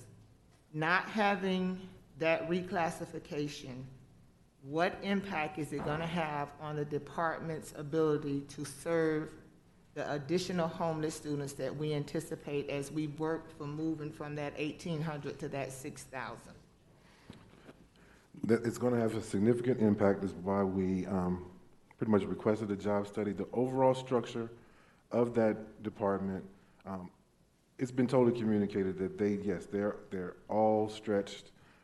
They're all stretched at all levels of the positions. And that's why in the past 6 to 9 months, we increased the calendars. So the concern was that there's an extra workload, but people were compensated. But the homeless program does not stop when school stops. It doesn't stop on the weekends. It is when it comes to the deliverables for the for the coordinator, the supervisor, having to make sure that those administrative pieces are taken care of, that compliance piece is important, as also while needing that other person to help coordinate the number of activities that are going on across this county. She said it eloquently when she was explaining the duties, she's left now, but the duties of having to complete the paperwork for each student to submit the deliverables, the feedback, the outcomes to the grant, to get it supported and to get it renewed as we go every 3 years for that. It is it's a huge responsibility. Not that all jobs have that, but it is a huge responsibility. We are having to identify. We mean the kids that we are identifying, they're not necessarily just showing up. They're going out into the community. They're doing things while a number of people were at home. They were still in the communities, at the hotels, at the feeding places, creating opportunities, working with the community to do the food drives, the clothing drives, and the like still. So they're still doing that, and they're stretched beyond belief, and they need that additional support. Okay. What is the impact? Are we, with the funding that we have for this, not having that person, how does it impact us responding to the funder, or does it? So as far as the grant, no, that would be when we contacted the state in reference to, moving forward with this position, there was no concern because it would allow the deliverables But what to if, be met. now that we had a vote and you didn't get the vote to move forward? Right. So now what is your process? You got to go back to the state, or what happens to those grant dollars? So we have the opportunity to amend what our plan was and to share, is it enough money, is it enough funds for an additional community liaison position? Probably not. No, it's not. It was I think we were looking at $20,000, so it's not enough for another position. So we would look at, so for the work that we need, we go back and say, well, do we do an additional position? Do we provide some additional hours for someone else? Do we look in our department to see where the help can come from to help with that coordination of services? Or do I look at all the departments together to see how to spread? But that work has to be done, and it's going to have, it's having an impact now, so. Dr. Osgood, I believe that we have the full board here now, so we will vote on it again in a moment. But I think that, Dr. Osgood, if you could explain what you explained earlier about the supervisor and the coordinator position as it pertains to grants, because I think that really explained after staff spoke and put this into perspective. Yeah, so what I said earlier is when you look at this, you have an overall supervisor. When you look at this particular position for a coordinator, and you ask the question, was it another supervisory position? And although that it has the potential to have supervisory capacity, because when you're coordinating events or activities, you certainly have to communicate with people that are implementing. But when you look at this particular job responsibility, it talks about grant writing, it talks about conducting multiple data retrievals and analysis, and I guess that's why it requires the bachelor's degree. It talks about written content, including reviewing and editing program materials. So it clearly delineates. So in these programs, you have the people that are very strong. They do the grassroots, underground, go find the children. Then you have the people that work on the coordination side that more strengthens your capacity to get your grant funding and keep your grant funding. So you have to get funding and keep the funding, and then you have to do the work that the funding is asking you to do. And it is impossible in a department like this, where we just heard we have one supervisor, a coordinator, 6 community liaisons. So the liaisons are out aggressively doing the hard work, the nuts and bolts, and they work above and beyond in what they're doing. But on the other side of the house, you now have one supervisor who was here expressing how it's just really too much for her to continue to do, where she has a specialist who, in my opinion, who's been doing a lot of work that's really not a part of their job description. So bringing this job description empowers that specialist now to fulfill another role. And when you look at the additional $26,000, it's really not enough money to go hire more community liaisons. But it begins to put an infrastructure in place in this department that as we look at building capacity, and we're not going to have a say-so. I'm sorry. As the moratorium for evictions come into play at the end of this month, we're going to have more homeless families and homeless kids. And we all know with the pandemic, economics is going to get a whole lot worse before it gets better. So I'm concerned, and I wanted to bring this back because I don't want it to be one of those things. I've been on the board for a minute now, and I have personally been a part of decisions that I made, and I never dealt with the actual impact that it was going to have on the department. And then when it impacted the department in a negative way, and I can just take the needs assessment, for example. Staff said, let us go out and get this done. We said, no, we want to do it the cheap way. We want to do half of it inside. And then we got a needs assessment that we were not satisfied with. So it's very important for me. You all know how passionate I am, just like you are, about these homeless kids and families, that we have it on record and that we're clear that whatever decision we make, we actually think it through the implementation part. I think the personality issues that we were contacted about is personnel, and they can be dealt with within the department, and we can follow up Mr. Runcie. But the structure of this department is very key. And then I know that I'm going to go to other boards and have to look a certain commissioner in the face about this decision. So I just want to be on record and just be really, really clear about what we're doing, and just make sure we understand the implementation part of it, so that when we get in a caveat, we don't blame the staff or we say we didn't know. So that's why I brought this back, and I just want us to be clear of the impact. That question wasn't asked earlier. So I wanted to ask it with the full board so that we can then make a decision in lieu of that additional information. Thank you, and I think we spent a lot of time on it, talking about the infrastructure, and then talking about looking at the boots on the ground, doing job studies, doing job studies on those, and possibly looking at even expanding the department so that we can identify these students. But when it was explained to us about the structure and what they were going to be doing, I believe it fell into place for me. So, Ms. Hickson?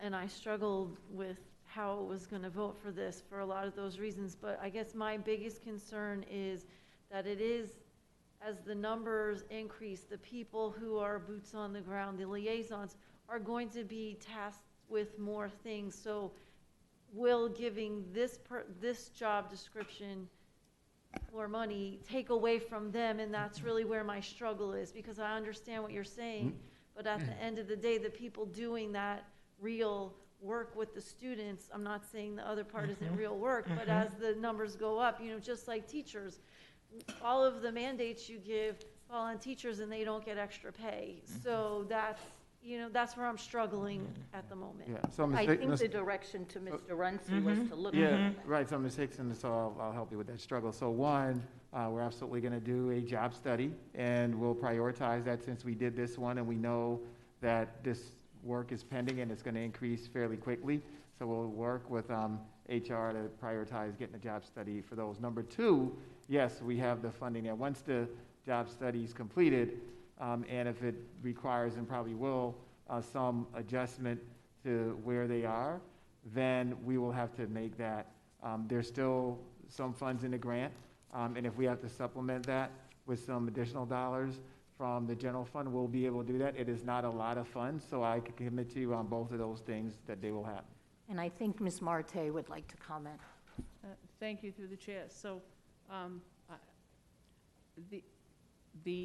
what I heard the board say was more boots on the ground. I think I heard that fairly clearly.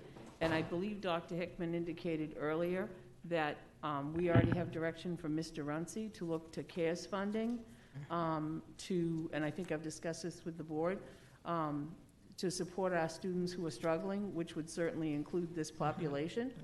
And I do want to, just for the record, say that the additional funding we would need, because the grant is mostly fully allocated, there are some dollars for the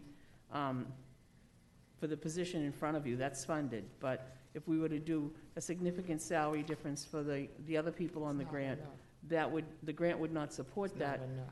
We would have to fund that from CARES Act funding, Mr. Runcie, not general fund, because that would be supplanting. I just want the record straight. Thank you. Okay.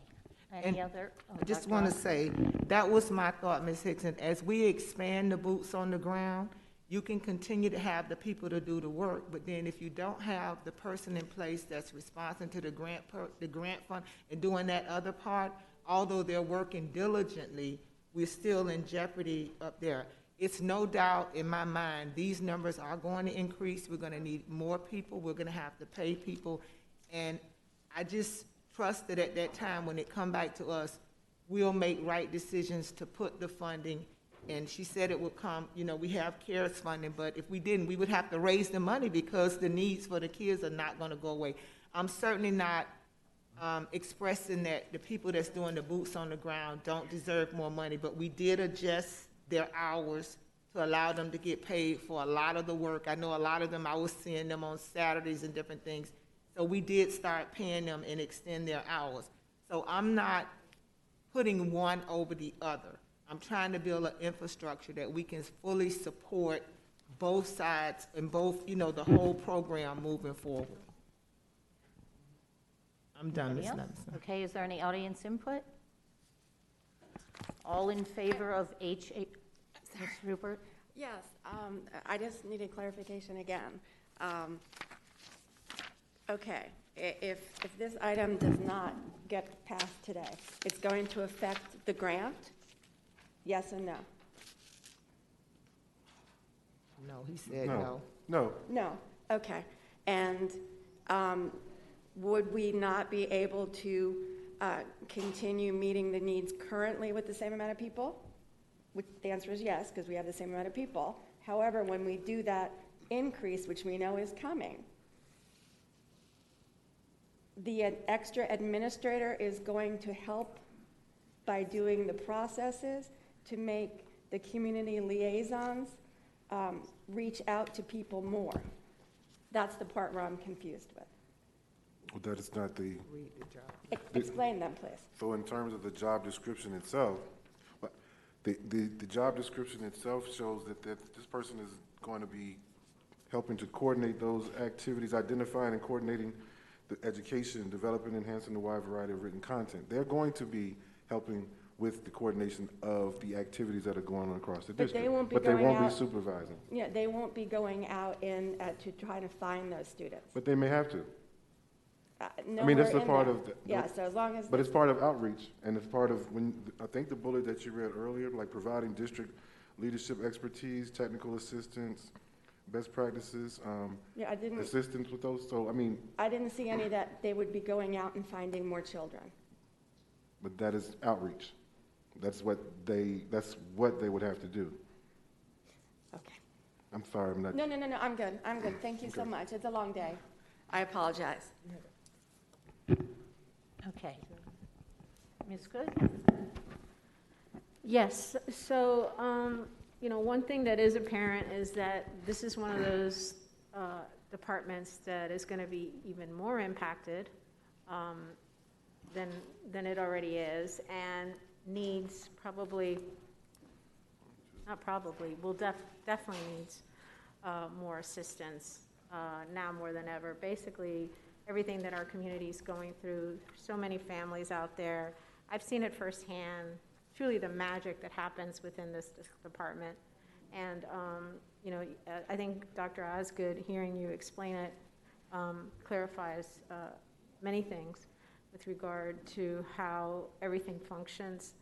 So I appreciate you sharing your perspective. And again, I think this is something that we need to really look at and hope that we have that opportunity to really provide the support that this department needs more than ever. So I appreciate everybody's commentary. Okay, thank you, Ms. Good. All those in favor of HH1, please indicate by saying aye. Aye. All those opposed? Nay. No. Roll call, please. Mrs. Alhadeff, No. Mrs. Good, Yes. Ms. Hickson, Yes. Ms. Korn, Yes. Mrs. Leonardi, No. Ms. Levinson, Yes. Ms. Murray, Yes. Dr. Osgood, Yes. Mrs. Rupert. No. It passes 6-3. Thank you. May I have a motion and a second to move item CC2 to the floor, please? So moved. Second. It's been moved by Ms. Corn and second by Ms. Rupert. Any audience input on CC2? Thank you. Ms. Good.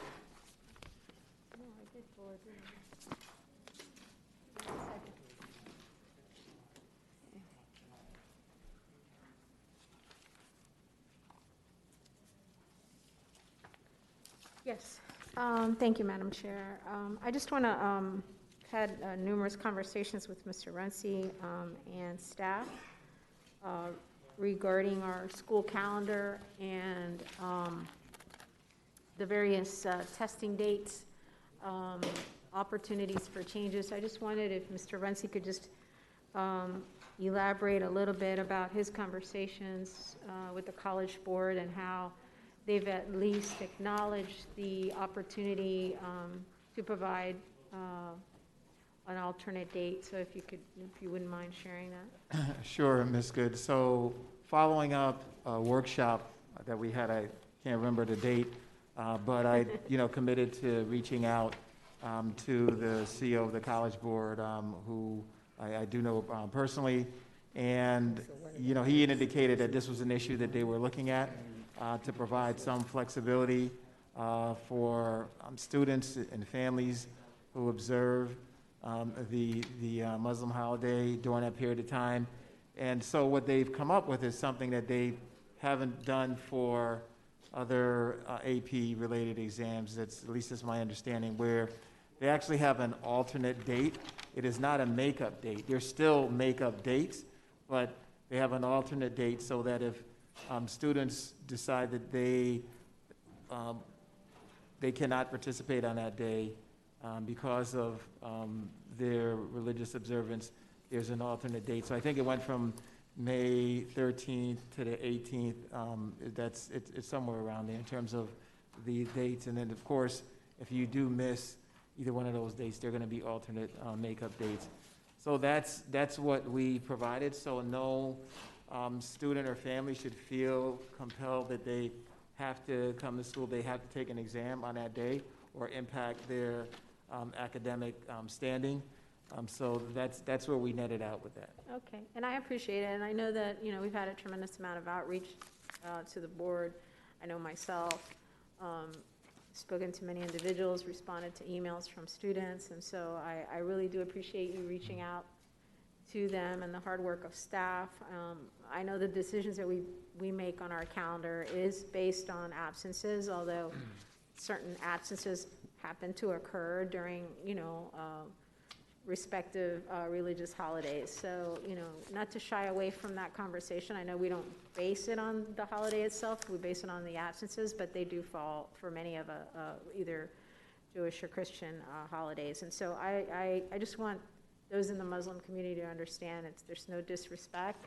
We will continue, to work with the College Board to provide those opportunities for those students and families so that they don't feel like they have to pick and choose between sending their child to school or observing their holiday. So I thank you, Mr. Runcie. Thank you. Any other comments?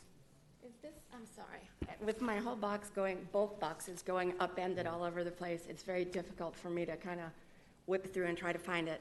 Is this CC1? CC2. CC2. Okay. Sorry. I think Ms. Good really clarified the situation, and thank you, Mr. Runcie.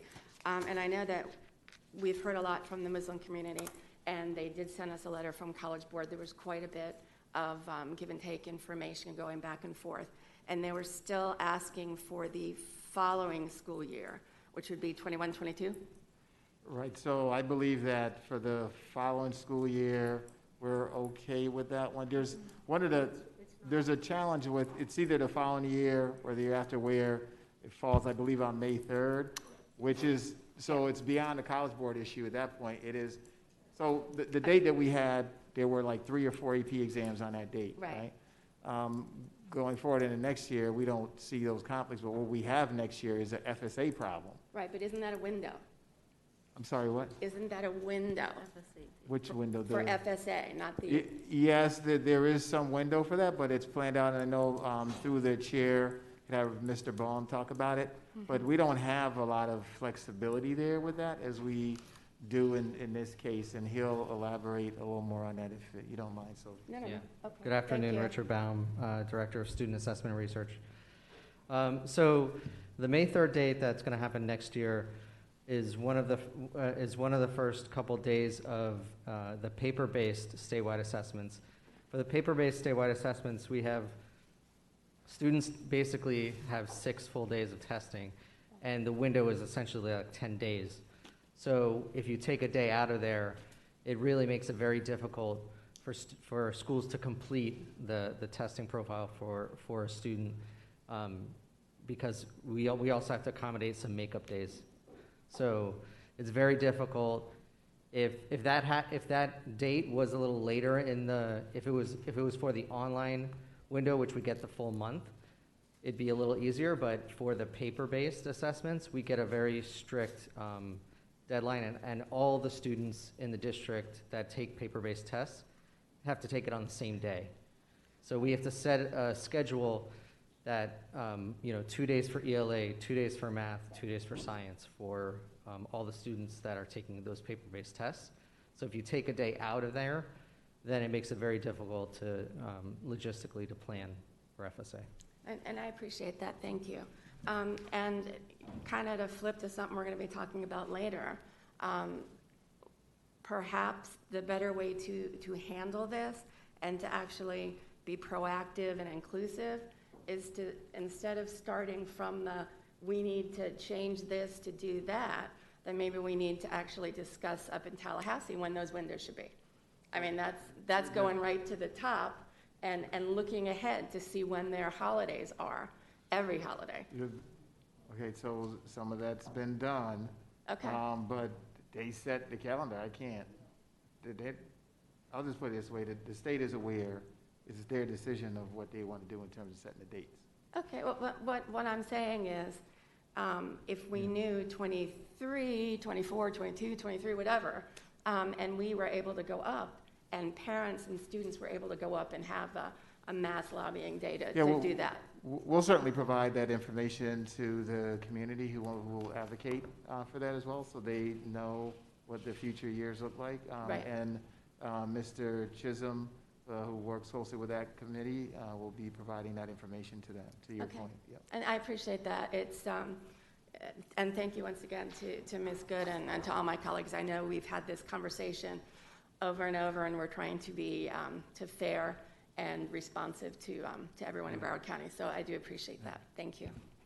Yeah, it might be something we can consider putting in our legislative priorities, because I just think it's important, and I just want to reiterate what we said today, that our Muslim families now know that they are allowed, it's not punitive for taking that day, that there is an opportunity to make up exams if families choose to, take that, for their students to take that day off. I think it's very, very important. And I'm sorry, Ms. Leonardi, I didn't see your hand earlier. Go right ahead. I raised my hand when you were talking, so. And so I understand that it's not good timing for this year or for the following year, but Eid falls on April 22nd in 2023, and I think it would be a really important gesture for us to prioritize making that a day off. And I know that there is statute and things like that, but I think it would be important to make that gesture.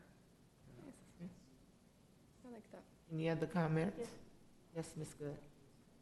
Yes, so Mr. Runcie, I know we spoke about it and in ways of how to communicate this so that individuals, I know that you said that you would coordinate with Dr. Wands on how exactly that gets communicated, but I think it's critically important that everyone understand the recent change that they may not be aware of. And again, I don't know, I'll leave it up to you all as to what's the best way to get that message out, but I think it is important to share it. Yeah.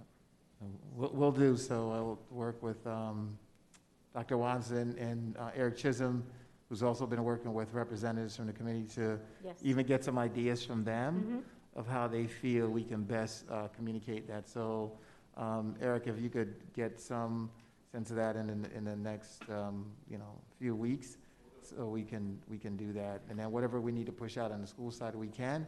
If there's some other communications vehicles that the community feels will be as effective or more, we'll do that also. And again, thank you, Mr. Chisholm, because I know you have gone above and beyond to keep lines of communication open and answer questions and be as transparent as possible. So I thank you, sir, for your leadership. All in favor of CC2 indicate by saying aye. Aye. Any opposed? May I have a motion and a second to move item A1 to the floor? So moved. Second. It's been moved by Ms. Good, second by Ms. Rupert. Is there any public input on A1? Ms. Levinson.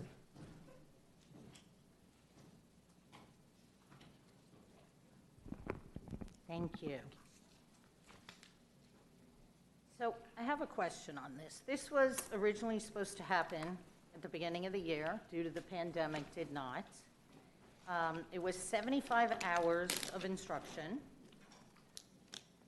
and it was 5 to 10 hours per week, and it's now going to be 3 hours per week.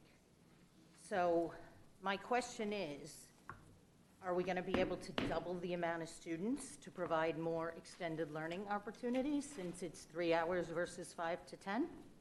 Hi, good afternoon, Dr. Mancini. Or why isn't it 5 to 10? I should ask first, and then Yeah. Dr. Mancini, Director of Elementary Learning. We actually conclude the 75 hours from the grant this Thursday, and the state has allowed us to extend the grant through March of 2021. Right. We do have excess funds to do that. We don't have excess funds to do another 75 hours. So if we want to keep the students going for another 3 months, we had to reduce the amount of time, and we can still add more students. It's just okay, adding so more I staff. didn't understand, Dr. Mancini. So we did do the 75 hours in the fall? Yes, This we is in addition? I thought Correct. it was substituting Correct. for No, the they're actually administering the post-test this week, and we have additional data coming in, so we'll be able to share that with you in January. And this is something that ELC is funding for us? It's CARES funding through the state, Right. through the ELC. Yes. Okay, and that is the maximum amount they could give us? Because it is the same time span. It's basically the same 2.5 month period where we're doing 3 hours instead of 5 to 10. Was that a financial concern? Yeah, we were doing 6 hours per week in the shortened time frame, and now we've reduced it to 3 hours per week. We also are considering that these are kids that will be either coming back face-to-face, and we're going to comply with whatever the parents choose and opt into. In January, we'll work with the schools to make sure that these services continue for the students in the modality that they choose. Have we asked ELC to give us the same amount again? Because We already have the they do funds. have CARES money. That's why I'm asking. We have the total funding already. The totality of the funds, the amount was already transferred to us when we first approved this. So we have. What was the original contract for? The total amount? How many hours, how many students? Was it for 75 hours, the 3,000 students? Up to 3,000, 75 hours, yes. And so we didn't use all of that in the fall? We did. We used the 75 hours. We didn't have as many teachers. We had half the amount of teachers we projected. So we have funding left in staffing to extend the program another 3 months through March. from that initial allocation. Have we asked if they can give us an additional allocation? You mean beyond March to carry it out through June? No, to do the full 75 To do more hours per week. from January to March, like should have been done in the fall. We did, so let me make sure I understand. We did our 75 hours. We met the requirements that were in the application.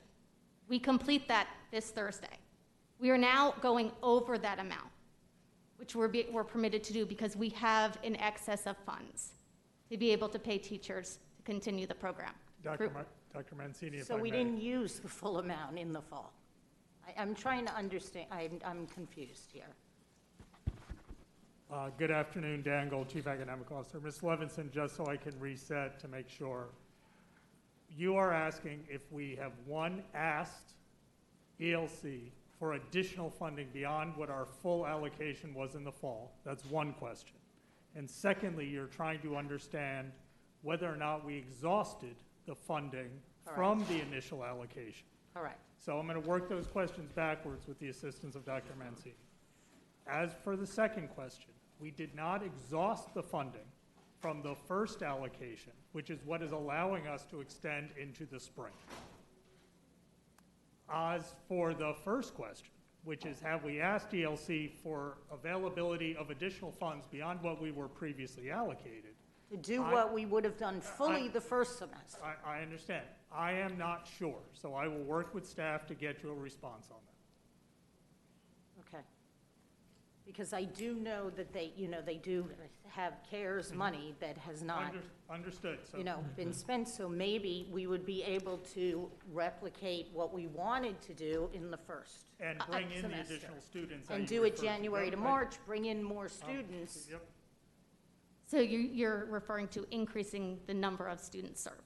Well, to be able actually, to. probably, if it worked better, did we do the 5 to 10 hours the first semester? We did 6 hours per week. We did 6. Yes. So, to me, it's probably more impactful to do the 6 hours per week instead of more students, but you would know better looking at the data.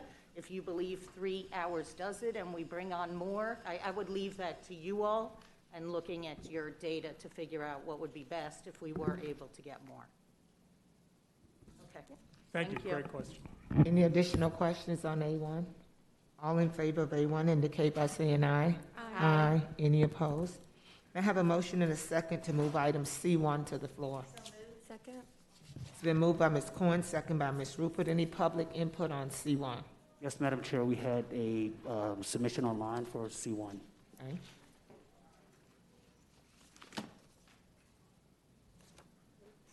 This written comment comes from Kristen Potter Oliveri.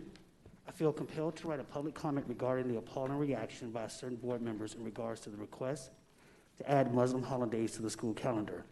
I cannot believe a district as diverse as Broward, which is the 6th largest district in the country, refuses to appropriately discuss and consider adding the holidays to the calendar. I fear xenophobia and testing take priority over the ever-changing needs of our diverse population. Public schools are at a crossroads, and Broward has already lost so many students during this pandemic. Now is the time to become more progressive and meet the needs of our students. How can the district tout their hard work in the area of diversity and inclusion, but balk at the idea of including these holidays because it may overlap with testing?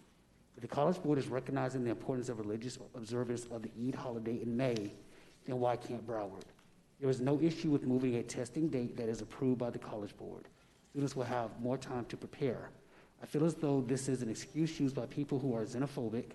I am appalled by Runcie's statement on this issue from 2012 that suggested adding days off to our calendar for the Muslim holidays will give every special interest group the freedom to dictate which days they want off for observance.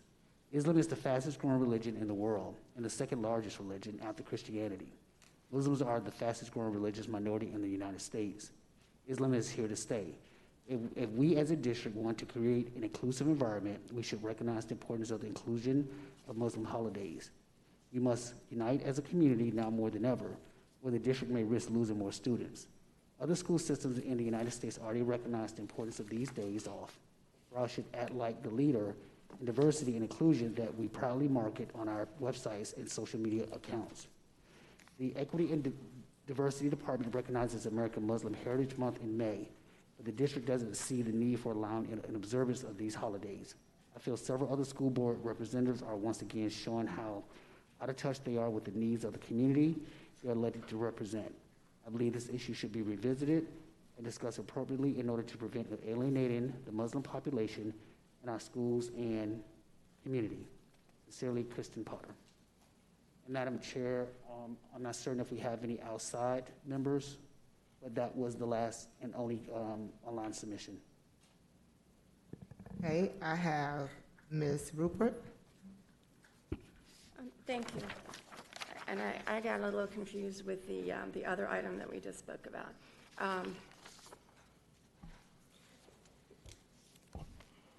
I understand we just went through that same conversation.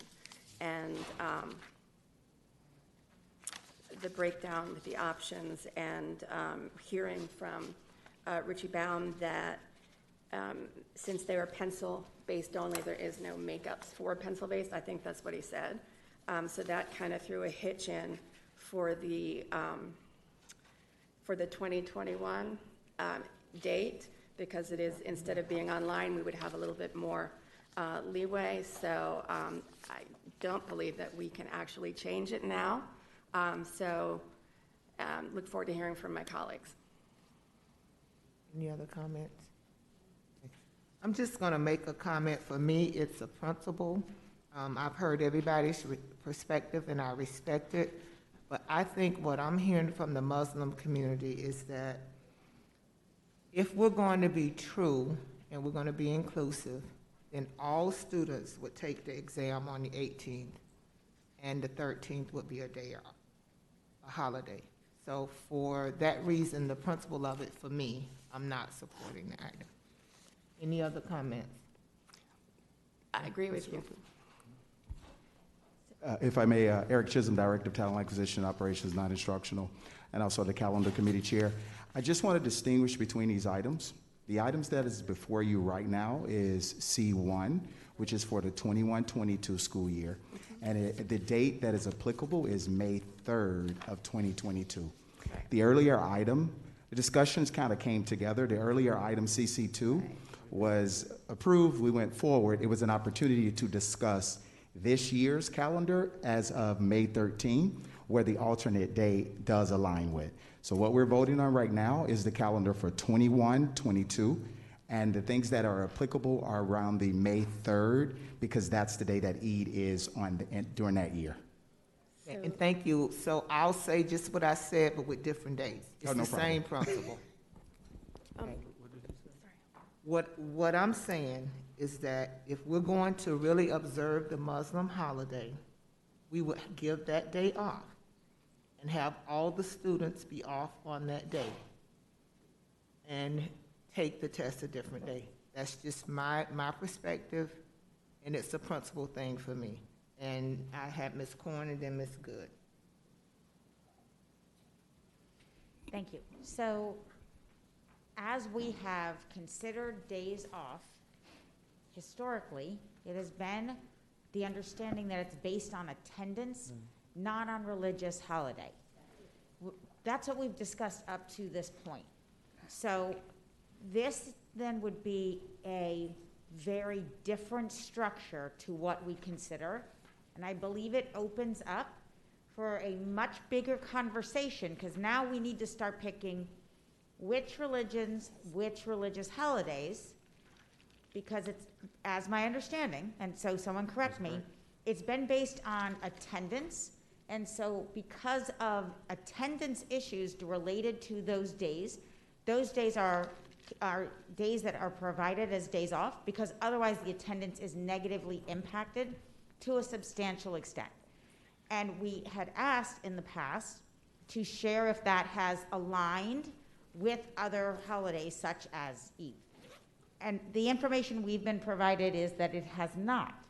So it becomes somewhat, and Ms. Myrick, maybe you can speak to it, it becomes somewhat problematic then potentially if we start making those decisions specifically because it is this religion and it is this holiday, as that is not my understanding as to how it's been determined in the past. Ms. Myrick, is there a yeah. concern? Is it- That's correct, Dr. Korn.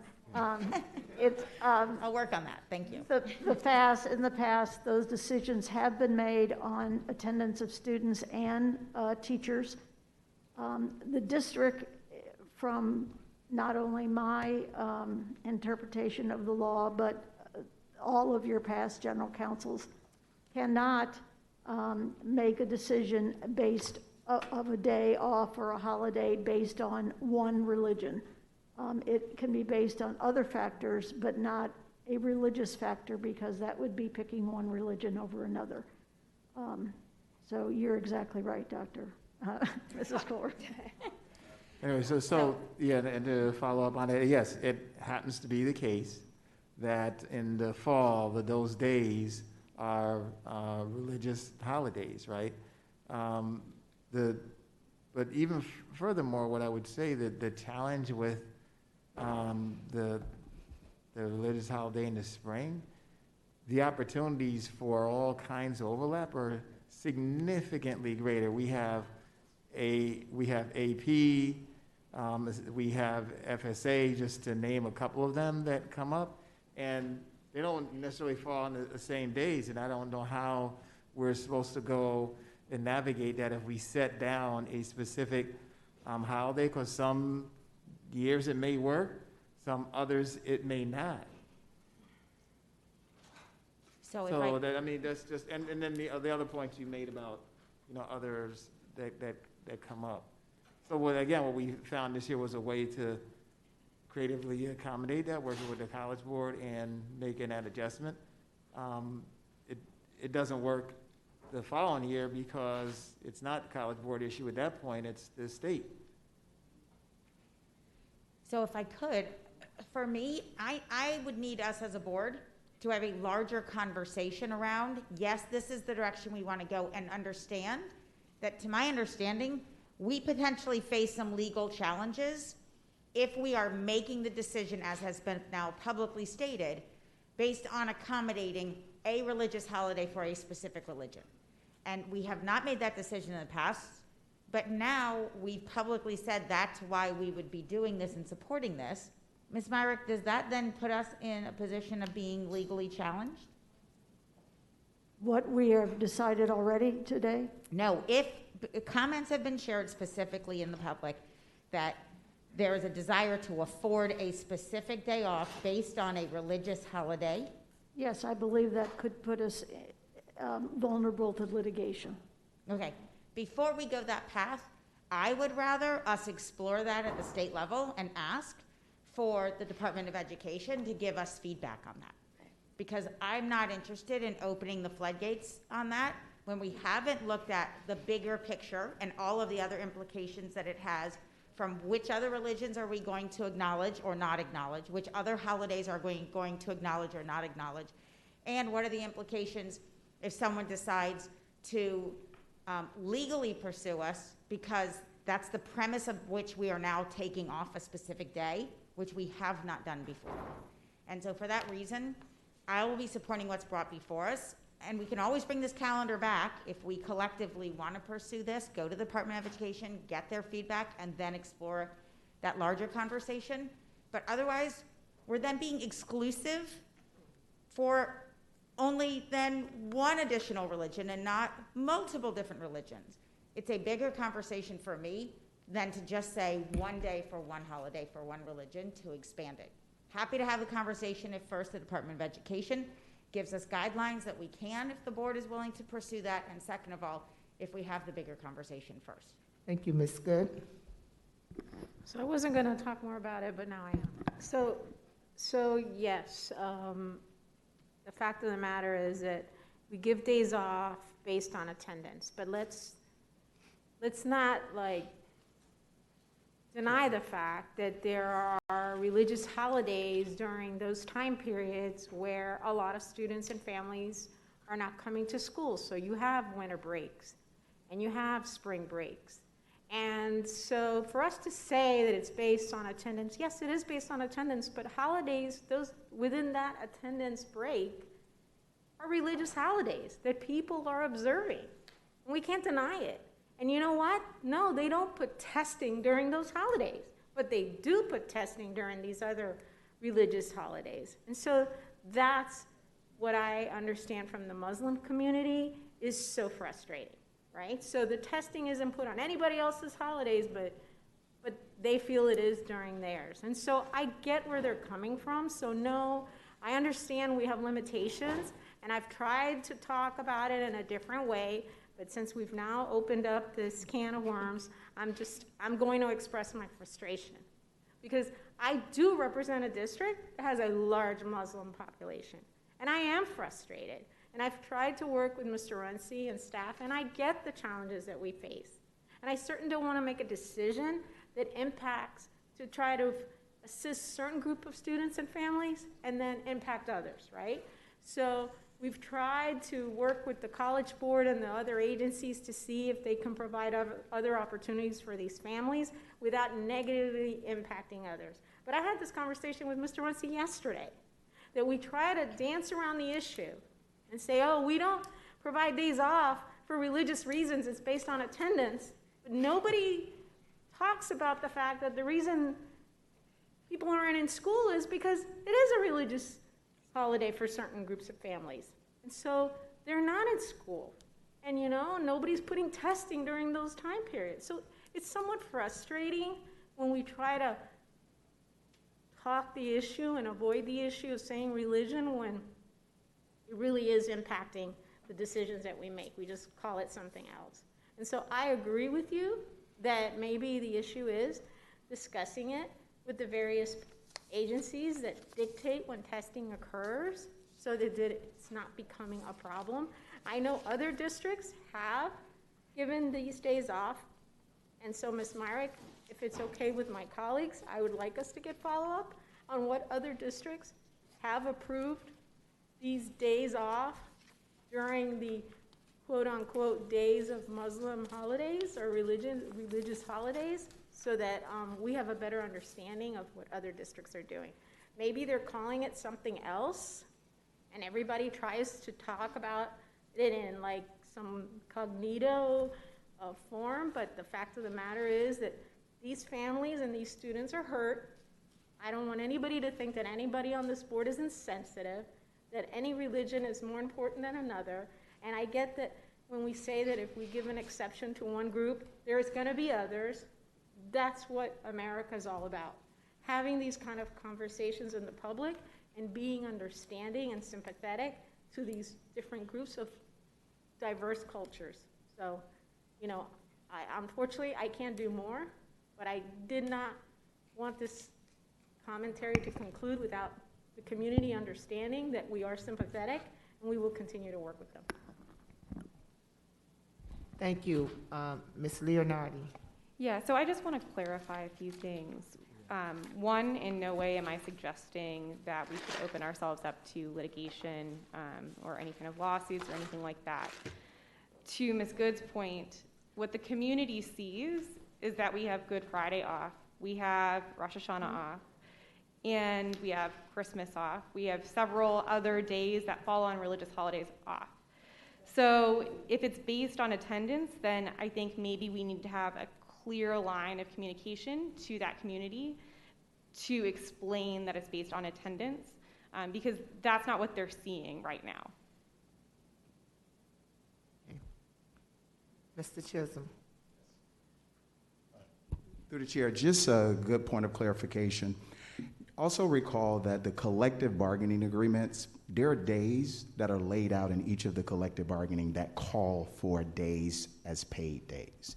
So there are days when we go through this process where we know at the very beginning that we will have to designate as a day off because the various collective bargaining says Christmas will be a paid holiday in those CBAs. Therefore, that's one day that we know we will automatically be given off because this group actually has to be paid for that. New Year's Day is another day. Christmas Eve is another day. Thanksgiving is another day. So when you go through that process, it's designed so that we start off in April of every year. We do a full, I guess, I call it story time, because we start off with Ms.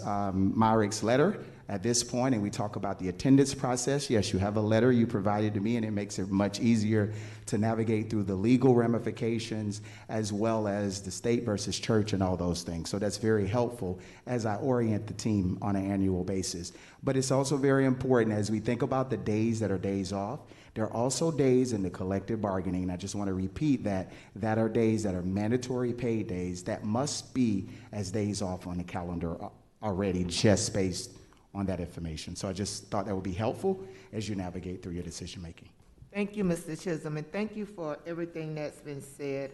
For me, it's a principal issue, and I know legally it's a certain way, and that's why we do it. It's just like somebody decided to make MLK Day a day off as a holiday, and it's kind of offensive. So I'm glad that we have, like Broward College, that has it as a day of service, a day on instead of a day off, because Dr. King wasn't about sitting around doing nothing.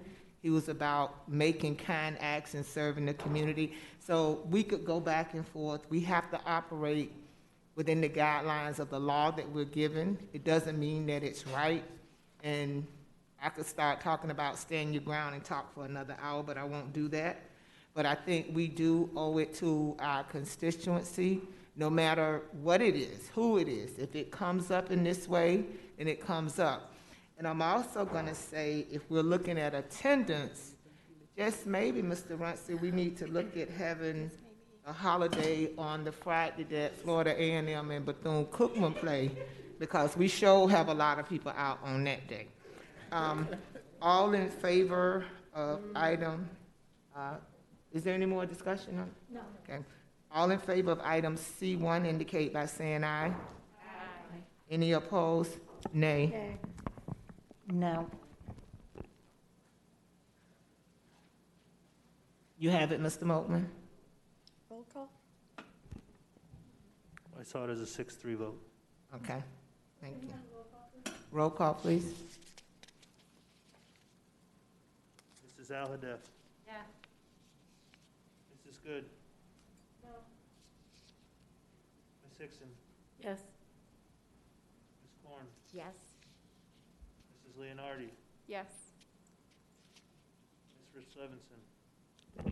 No. Ms. Murray. No. Dr. Osgood. No. Ms. Rupert. No. All right, some people changed their vote, but it failed.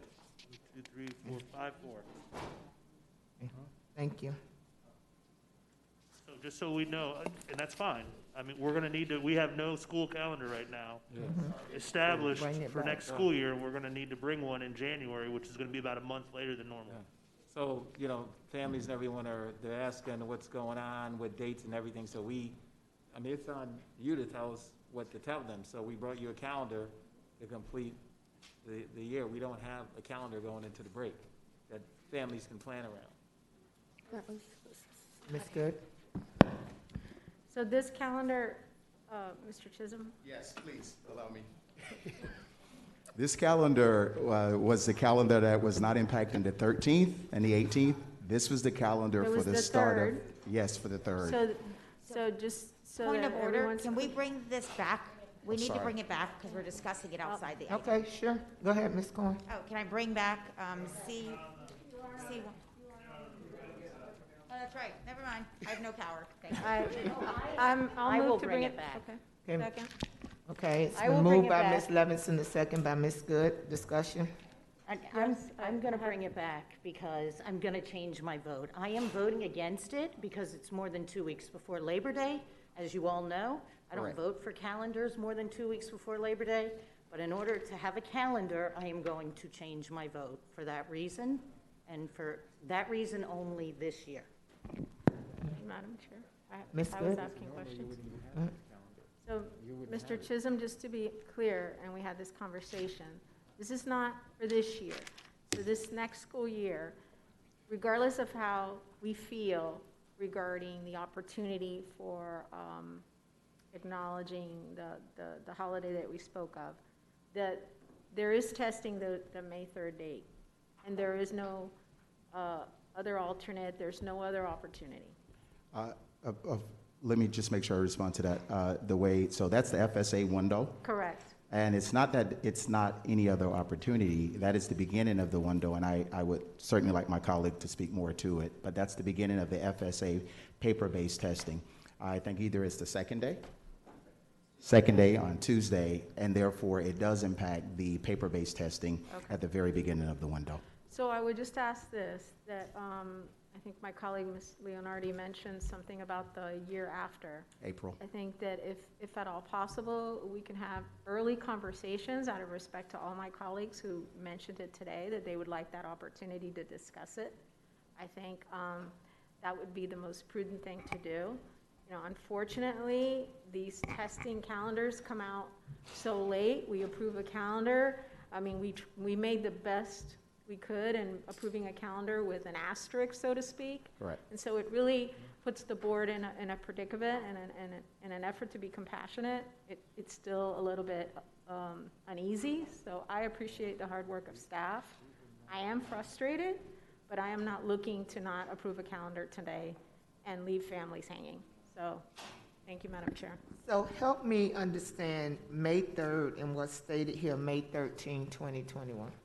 There were two calendars today. There was a calendar that we spoke on earlier to discuss ensuring that the bona fide instructional hours are met for the 2021 school year, therefore changing the second quarter, extending it about 2 days, and beginning the third quarter on, I believe, January 13th, Wednesday. So that was approved on CC2. And that's the May 13th for the 2021 calendar that we're in. This discussion today, right now, for C1 is very specific for the 21-22 school calendar, where school will begin on Wednesday, August 18th for students. And teachers will return on August 11th, 2021, next year. And in April, we actually start the discussion for 22-23. That's how soon we start the conversation. So it will coincidentally be in April when we will be able to have a discussion. But I do want to make sure I hear back from the board on the conversation and the guidance that was going to come from Ms. Myrick. So that will guide my dialogue, because I will share with you, there's passion around the 60 or 70 people that I meet with on a monthly basis on both sides. So I get in the middle of that conversation and make sure I guide that dialogue and make sure people understand why we're doing what we're doing, how we're operating, and the guidance does come from the board, as well as the school board policy that says we will approve a calendar on an annual basis. Ms. Alladar. For clarification, C1, this calendar was approved by the calendar committee this year, correct? It was recommended. Recommended. 3 proposed options were recommended by the calendar committee on October 27th. You all directed me to bring back this option after discussing 3 proposed calendar options. Thank you. Thank you for the additional information. Any more discussion? All in favor of item C1 indicate by saying aye. Aye. Any opposed? Thank you. May I have a motion and a second on item DD1? So moved. Second. Been moved by Ms. Corn, second by Ms. Rupert. Any audience input on DD1? Hi, Natalie Lynch-Walsh. I can't possibly discuss with you everything on DD1, the RSM roofing process analysis, in 3 minutes, so I'm not even going to try. There's a lot of backup that was attached. A lot of it are the excerpted minutes from, I believe we had 3 meetings. The first meeting, RSM went over the results. The second meeting, the Executive Director of Capital Programs did not come with any answers prepared, and then that resulted in us being able to submit questions for follow-up. Actually, I take that back. He had the questions from the first time, just didn't have answers. And then the third time, by the third time, we had the written responses, which all of that's in the backup. The task force has been discussing this since August. The takeaways from this RSM roofing process analysis, which everything in here, I have a lot of respect for RSM and their conclusions. But observations 1, 4, 5, 6, 7, and 9 reflect a common theme, which is this district had a program manager CBRE HERE since August of 2015, and all the processes and all the conditions noted by RSM in 2020 existed at the time CBRE HERE came on board. This suggests that the district's capital program has not been managed as effectively as it could have been over the past 5 years. All of these things have been in existence for years, but they didn't get addressed until more recently. Observation number 8 looks at building code interpretation and district design standards.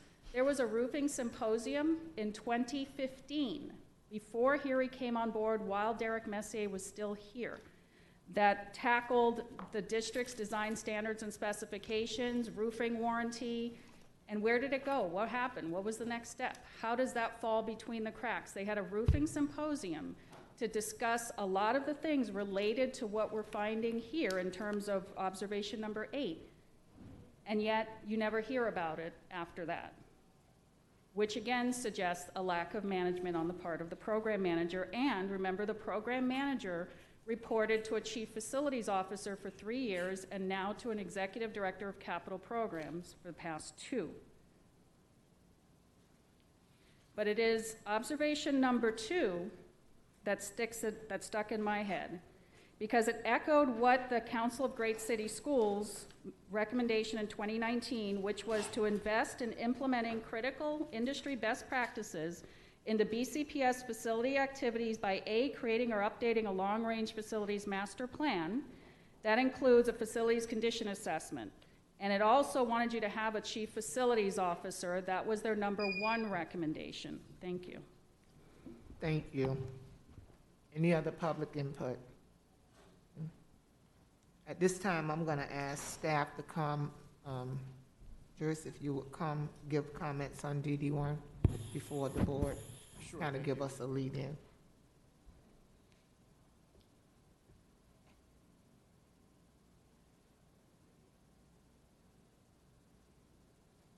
Good afternoon, board members. My name is Joris Chabot, and I'm the chief auditor. Agenda item DD1 is the RSM roofing process analysis. We first presented this analysis to the board members at the August 11th, 2020 workshop, and then the report went to the audit committee at their meeting on August 13th, and then also at their meeting on September 14th and September 30th, and November 19th. What I did for the report package that's there is at the August 11th workshop, I went through the video and I identified all the questions that the board members had, and that's included within the package that's here as well. And so understanding the issues obviously involves looking at the 9 observations that RSM noted, coupled with the management responses, and then you have to read the addendum responses. So it is quite a bit to follow. But I want to assure the board that there is a follow-up to this project that's on the plan. And so we will look at the commitments and the deliverables that are in the responses and take that forward. And that's already funded in the plan. The audit committee also asked for another type of review. So this is a process review. They've asked me to look for a different type of firm to do another review of the roofing function as well. And so that hasn't been funded yet. I'll have to do that research and come back to the board for that. And so we do have, we did get good cooperation, and I think that the responses that are there are ones that we're going to be able to follow up in a subsequent presentation to the board. So with me, I do have David Luker from RSM that performed the work. Management is here also to respond, and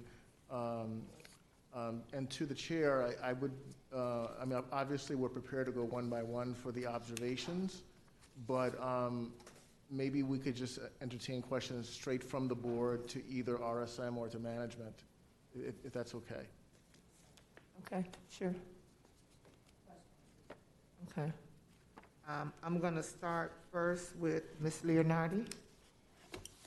Yeah, I just had one quick question. So on page, I have two page numbers, 221 and 19. So, Where are we going first? to the analysis. Yes. Yeah.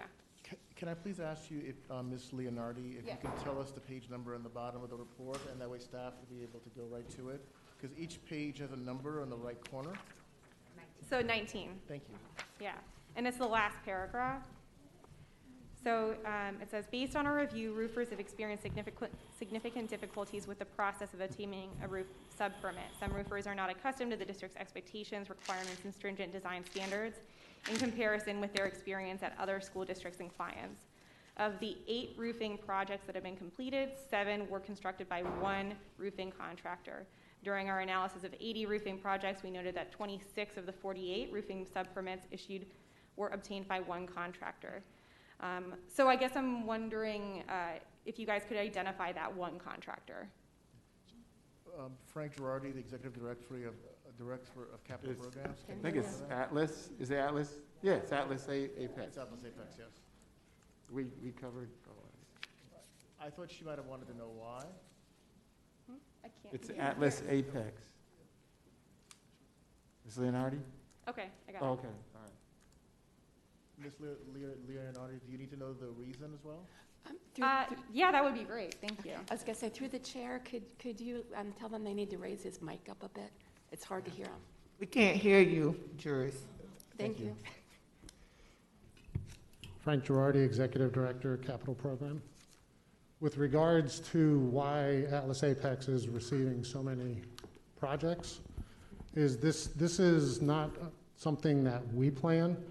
All these bids are hard bids by GCs, general contractors, or we have CMAR, Construction Manager at Risk, and these are being picked by the vendors and the roofers are being picked by the general contractors. We do not pick them. Atlas Apex, as you noted, has probably a little over 50% of the projects that were looked at by RSM, and they're just one of our better contractors that have been around for a while, and the general contractors know that. They know when they get them on the project, usually things go quick. Some go for low bid and bring in a roofer that doesn't know our system, or they spend a little more money and get someone out there that's going to get the job done. So it's not up to us, it's up to the general contractors. Thank you. Okay.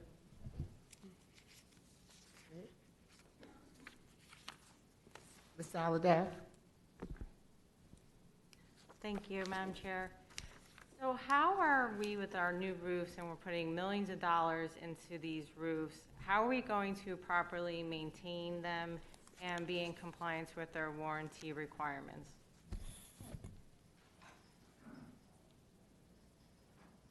Again, Frank Girardi, Executive Director of Capital Program. We are planning on bringing something to a February workshop to go ahead and discuss the different options of how the roofing maintenance will be completed, and also look at an asset management company who can, in addition to have the roofs that we're doing now inspected, also to look at the existing roofs, the ones that are not being done in this SMART or bond program, where they will give us different methods and what we can do to expand the life of those roofs. As you know, as long as some of the projects have taken, over the last 5 or 6 years, they deteriorated a little bit more. So those that were borderline are now in need. So the asset management company, there's a few options we're going to bring forward.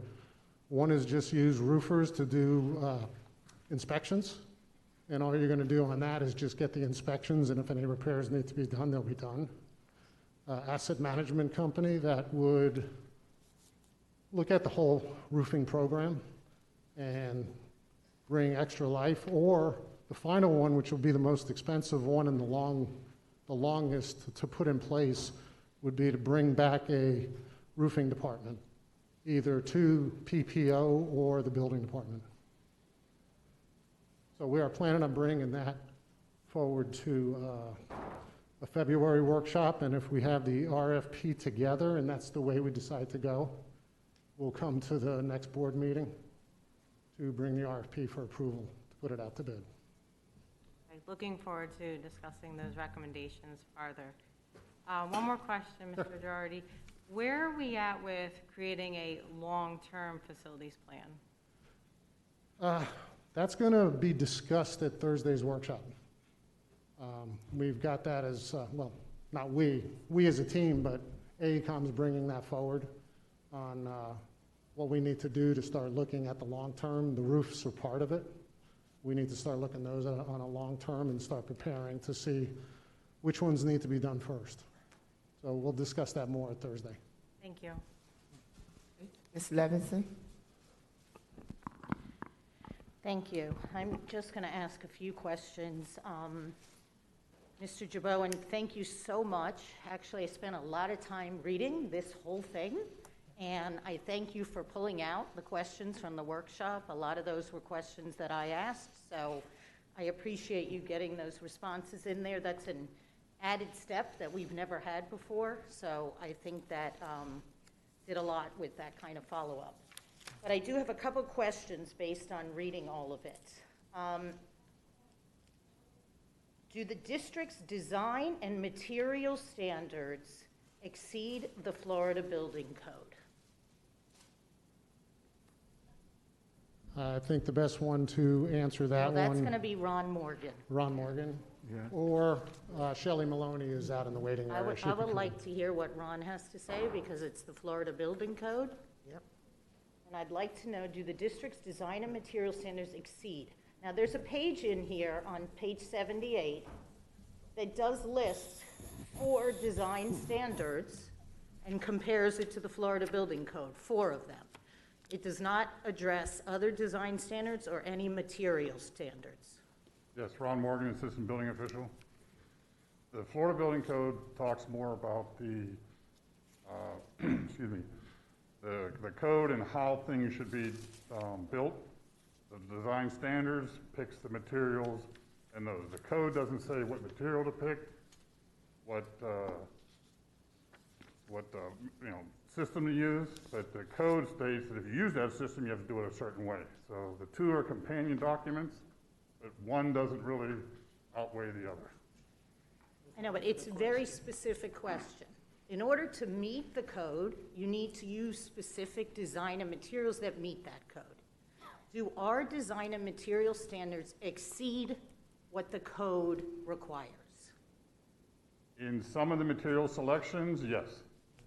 But those also go and mirror to what the NOA, which is the Notice of Acceptance for the certain type of system, has those same stainless steel, flashings, ARBS, the same things that you saw for the presentation we did in December. That you did way back when with that piece? Right. Mm-hmm. Okay, so to me, I know I've brought this up many times. And, you know, having been in a subcontractor industry, there are materials you can use that meet codes and those that exceed. So as a district, I would like us to look at our design and material standards to see if there are any places where we don't need to go to the extreme that we go to meet the Florida Building Code. Because when you read all the backup, it says it's the district's design and material standards. So we would be able to adapt those if we needed to, correct? Yes. If I may, I'll use an example. Galvanized flashings. They're allowed by code. We have stainless steel. We've lowered the gauge of the stainless. We use a stainless because the stainless doesn't need painted. It's easier to install. You can solder the joints. We're galvanized. You can't solder the joints. You have gaps. So yes, we do. We use a stainless for a better system. However, in the longevity of the roof, it gives us a better product. Right, so I think the issue with the design standards, you're absolutely right, Mrs. Levinson, but the analysis we need to do is around the investment we make in terms of the longevity, right? So the design Correct. standards and specifications Correct. developed Could be over a 30 period years. of time based upon our experience, right? Our experience through Hurricane Wilma and what happened to our roofs, the fact that we have schools that have roofs that are less than 20 years old, and we're having to come in and re-roof them.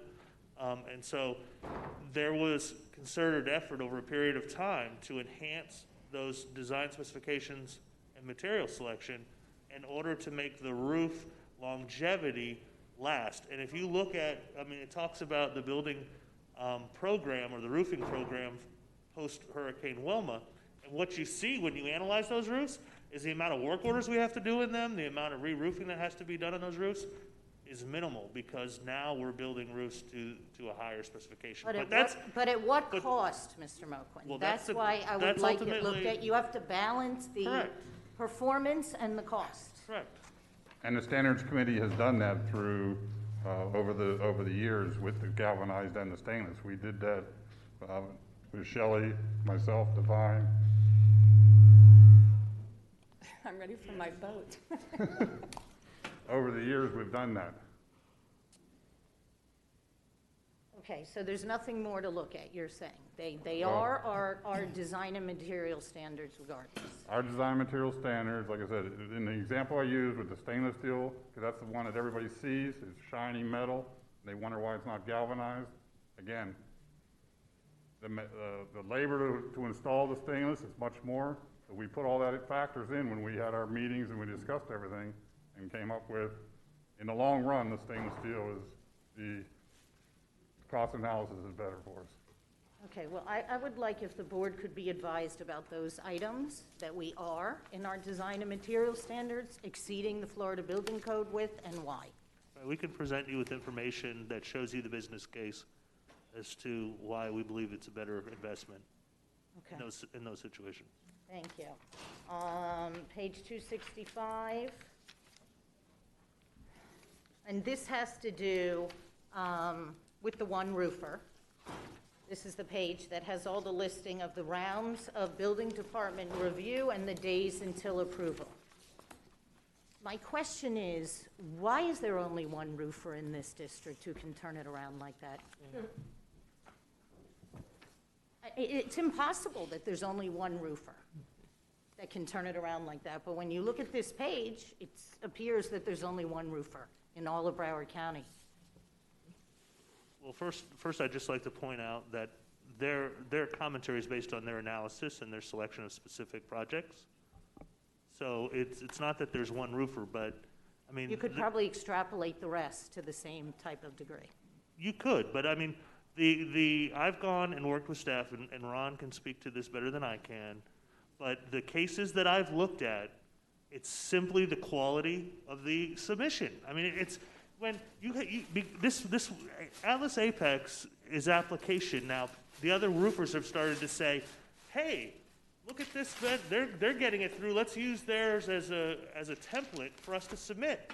Well, there's times that they submit it. They don't even have the right school. They don't even remove Atlas's name. They're in this submission. I mean, some of the submissions are just horrid. And if you want, we'll bring them forward, and we'll present you case studies of just how bad and where there's conflicts in their application process in terms of what materials they're using. And that's just on the ones that I've looked at in response to this. But Ron, do you want to speak a little further? No, Atlas is one of them, but there's also other firms, Dectite and Advance, get through with 1 or 2 reviews. So I see. Even the roofers that are reputable roofers don't get them through as quickly. So there has to be some way to move this forward. This is the frustration. So I know, and I read in here how the building department in the responses that Mr. Jaboan put in here works. You spend a lot of time, and I appreciate that, but we have to get to the point where it actually works, where there are a variety of roofers who are able to have fewer rounds and less amount of days. I mean, it has to give somewhere. We have to be able to figure out how to do that. Page 274.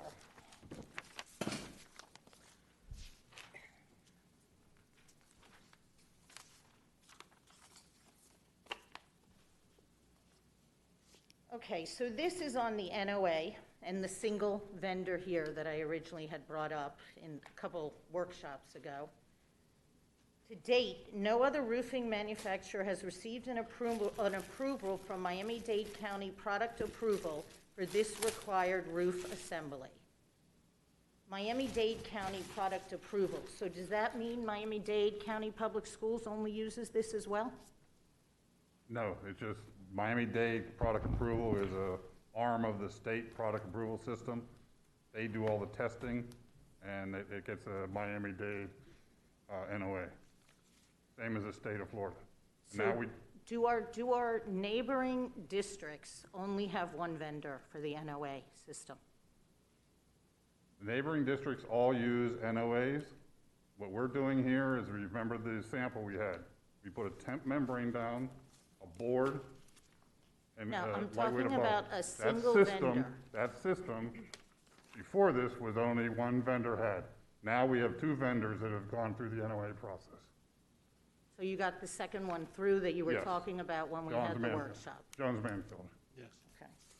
And I'm not really interested in the names per se. I'm interested in the amount of vendors, so the price is lowered when there's competition. But Ron, correct me if I'm wrong, I thought you had said to me that Miami-Dade's spec is identical when they're doing the scope of work we're doing, where it's the entire assembly versus just putting on a new top roof. or That's the whatever. way that their system is set up, the entire assembly.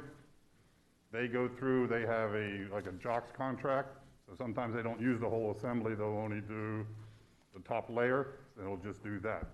So their spec is the same, but the way they contract it is different. And why would they contract differently? I don't know. Our roofs are, quite frankly, when we have to replace our roofs, we have to go all the way down to the deck. The roofs are, some of them look like rainforests. I mean, there's But grass growing. is that Part- because part we of- have, part of is the that reason- because we have higher standards? No, I think it's I don't- because they have had more preventative maintenance on their roofs over a period of time, and ours have been neglected for so long that their condition is so bad that we're not able to go out there and re-roof. I mean, we're replacing roofs, not repairing roofs. We're not recovering roofs. So we're you're saying replacing we them. have to go all the way down because of the condition? Yes. And they do core studies on every roof to come up with that. Okay, 279 is my last one. And I know you're going to be bringing this forward. Mr. Girardi just spoke about it, about an asset management company. I just want to put it out there before we do it. I disagree with using the same company to inspect and assess the condition of roofs and then using them to manage. There's no check and balance in that. We need to use one company that inspects and assesses and another company that manages. So I'm just putting that out there. Because obviously there's an incentive for that company to build more in if they are managing it. Yes, right now, until we get this asset management company in, or whatever method we end up by doing to maintain the roofs, right now using, and you just approved, well, you haven't approved it yet, J items aren't up yet, but we are using our continuing roofing services to do the inspections now. So let's say, and I know you've used Atlas Apex already as an example, if they do the roof, we do not use them, even though they're one of our vendors, because they did the roof. We bring in another roofer. Right, and that So it's same, not that the same same thing one should inspecting follow. it that did it. Right, so that's your intention? Yes. Okay, thank you. And then my final comment is, I think Mr. Javoen mentioned another audit. We do not need another audit. We need to have solutions. We need action and results. I don't know how many times we can talk about the same thing over and over and over again. So there's a 9/22/2020 memo in here from AECOM about roof improvement strategies. I am expecting to see those implemented and to see changes and to be able to move this program ahead, and I look forward to the workshop on Thursday. Thank you.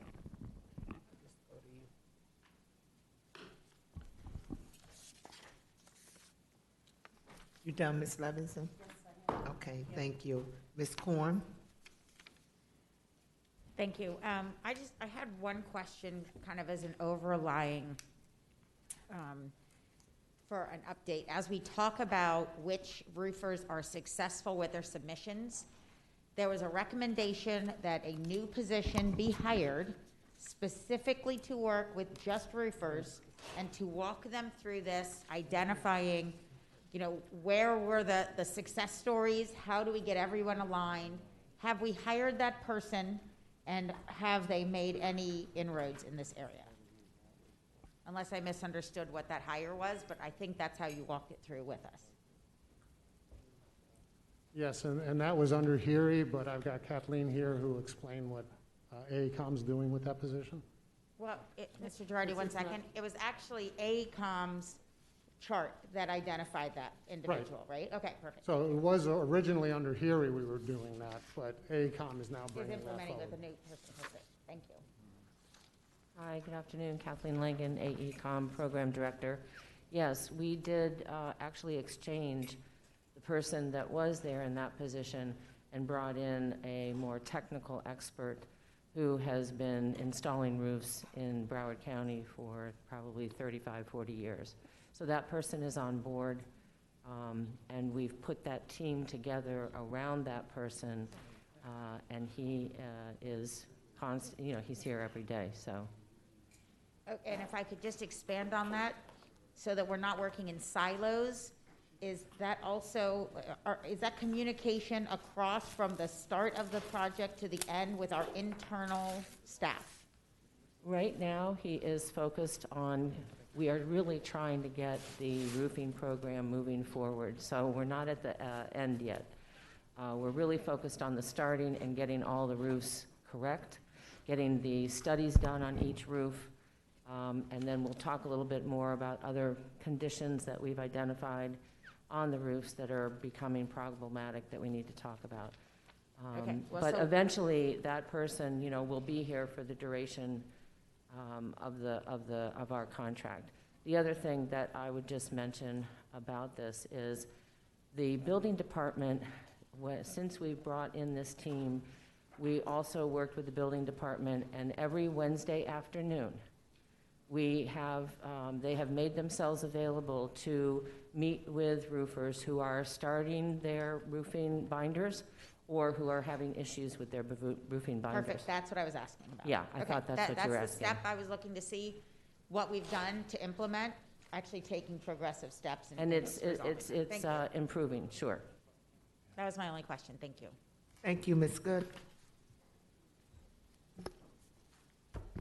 So thank you, Madam Chair. Thank you to my colleagues. I unfortunately missed the early conversation on the item, so my apologies if my questions were already asked. I found this audit to be extremely informative and helpful. I know that we had a great conversation about a lot of these same items when we discussed it at an earlier workshop, and so I look forward to, I think, additional conversations on how we can implement some of these recommendations, because, you know, when I look at these, you know, observations, although significant, many are very, you know, reachable. I think that we can achieve many of these recommendations that have been presented. So I just want to touch on one thing that I don't think was touched on. Let's see what page it was on. So on page 229, on the bottom, there's management's action plan. It's the building department's response to the analysis for the sub-permitting process observation.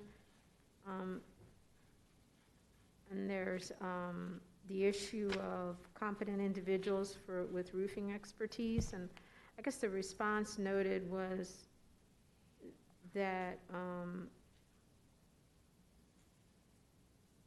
you know, if we were able to hire, we'd require creating job descriptions and incorporating them into the org chart, and that this could take 6 to 8 months. I'm trying to understand how that's even a problem. No, we have been talking, Mr. Hamburger, Mr. Morgan, and I, in terms of addressing the issue around resources as it relates to the roofing program.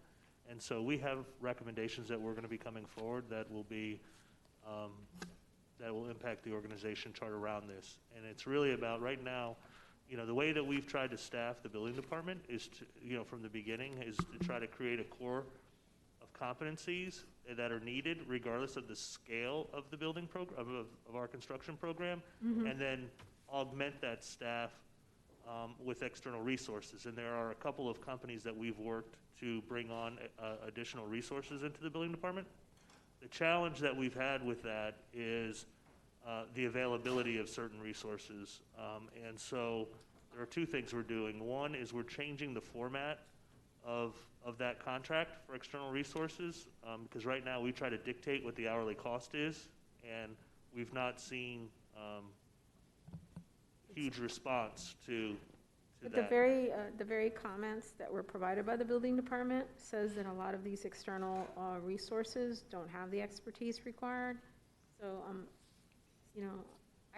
I understand what you're saying, but it's conflicting to what they're saying. They're saying some of these external No, it's been organizations challenging don't have the to get certain, expertise.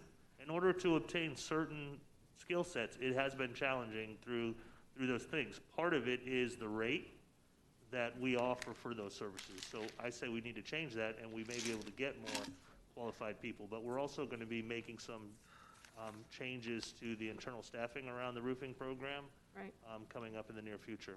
But again, if we can't get it through an external source, then why wouldn't we have hired somebody with that type of expertise? Or is And that's it what we're doing. We're going to be bringing I on. understand that that's what we're gonna do. Uh-huh. I just don't understand why it hasn't been done. The way it's explained in here, in the response, and again, I get that we get audits and then we provide responses, and, it just makes it sound like revising, creating a job description and getting it approved is like this incredibly strenuous matter, and I find the response kind of unacceptable and somewhat insulting, and I'll just leave it there. I think that if you needed additional resources and you're telling me you can't hire them because of funding, I get that. But to tell us that it's because it requires creating a job description and putting it in the org chart and getting it approved through the process, and it takes 6 to 8 months, I just don't understand that response. And maybe it's my issue, but I found it a little bit concerning.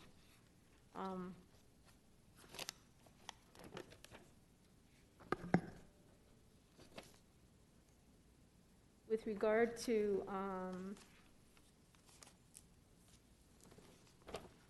must have misplaced it when I moved it.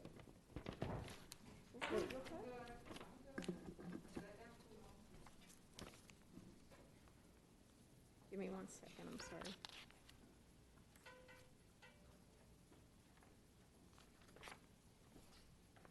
I guess there was one place, and I must have got unfolded, so I apologize. There was the area of, it was only, I thought it was also this sub-permit review process where there was only one individual.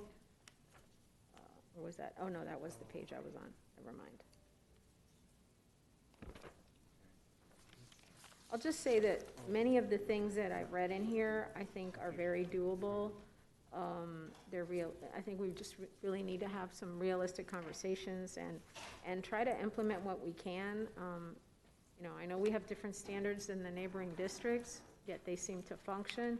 And we keep talking about it, but we have to do something that moves us beyond where we at now. We're moving at a snail's pace, and we just have to implement whatever we can within the parameters that we have available to us to move it forward. And it's okay to talk about it, but then it seems like we're not moving the needle whatsoever. So I look forward to really getting down to what recommendations we need to implement, and hopefully get these roofs done as quickly as possible. Thank you. Thank you, Ms. Good. Ms. Hickson. Just a couple of comments, I guess. So in reading the audit, it seemed that. Is your mic on, Debbie? Can you hear me now? No, no. Ms. Do I- Hickson's mic, please. Did I do something? Okay, can you hear me now? Yes. Okay, great, sorry. So in looking at the audit information, it seemed that a lot of times they were saying that there was issues with the design and review process, and some of that centered around the idea that you didn't have someone who specialized in roofing to help in that particular thing. For example, it was on page 6 in that one thing. I moved to a different page, so I'm sorry. In the paragraph, it says, the design review team is comprised of engineers and plan reviewers who perform reviews based on their specialization. The ORDRT does not currently have a reviewer who specializes in roofing. And then on page 9, it goes on to say that some of the issue is that they don't have conversations early enough in the process. So design drawings are a critical element and basis for roofing subcontractor bidding, planning, and sub-permitting. However, we noted that the planning and design process excludes certain components that are key, and then at the bottom of that it says failure to identify and incorporate these critical planning elements early in the process may lead to schedule delays and cost increases. So I guess I was just wondering, how can we rectify that to make this process better, and can we include someone who does have specialized, I mean, we're talking about roofing being the major problem of construction. Seems odd to me that you have a design team that doesn't have anyone that specializes in roofing. Ms. Hickson, you're referring to the finding on page 11 on the right side. If I could ask David Luker from RSM to explain that. And Mr. Luker, I mean, I understand you're finding it. Apparently, when I was speaking to the building department, Ron, I think you disagreed with that. I think you feel that there is involvement by your team in the process. If you might want to tell the board about that as well. Yeah, David Luker, Director, RSM. The background section that you're referring to that speaks about the OR design review team, that is actually the team that was managed by Heery as a part of the former owner's representation contract. They had a design review team that was largely remote and largely did not have experience in South Florida roofing construction. As you've heard from Kathleen, I think AECOM intends to revise their approach to that to hopefully improve some of those processes. And I don't want to put words in Ron's mouth and for his team. They obviously do have roofing expertise in-house.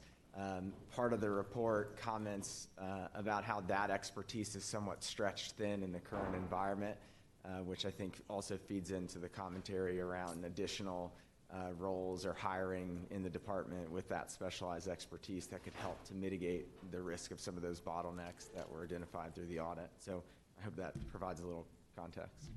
Thank you.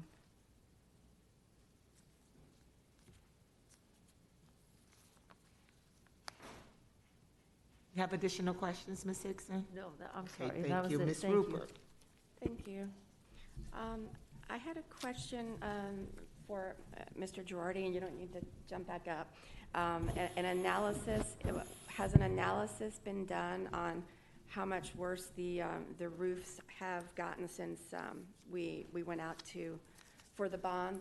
Will that be giving us the information on Thursday, I'm assuming? I'm sorry. I guess you have to come up to the microphone. I'm sorry.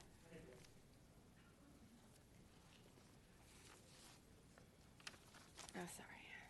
We do not have that information at this time. That's something we're going to be looking into when we bring forward the asset management company. But we do have other areas that are deteriorating, HVAC. So there are areas, and AECOM is now starting to do that analysis on the air conditioning, and we'll do the roof. Okay. And on Thursday, we'll have a cost-benefit analysis of our roofing options?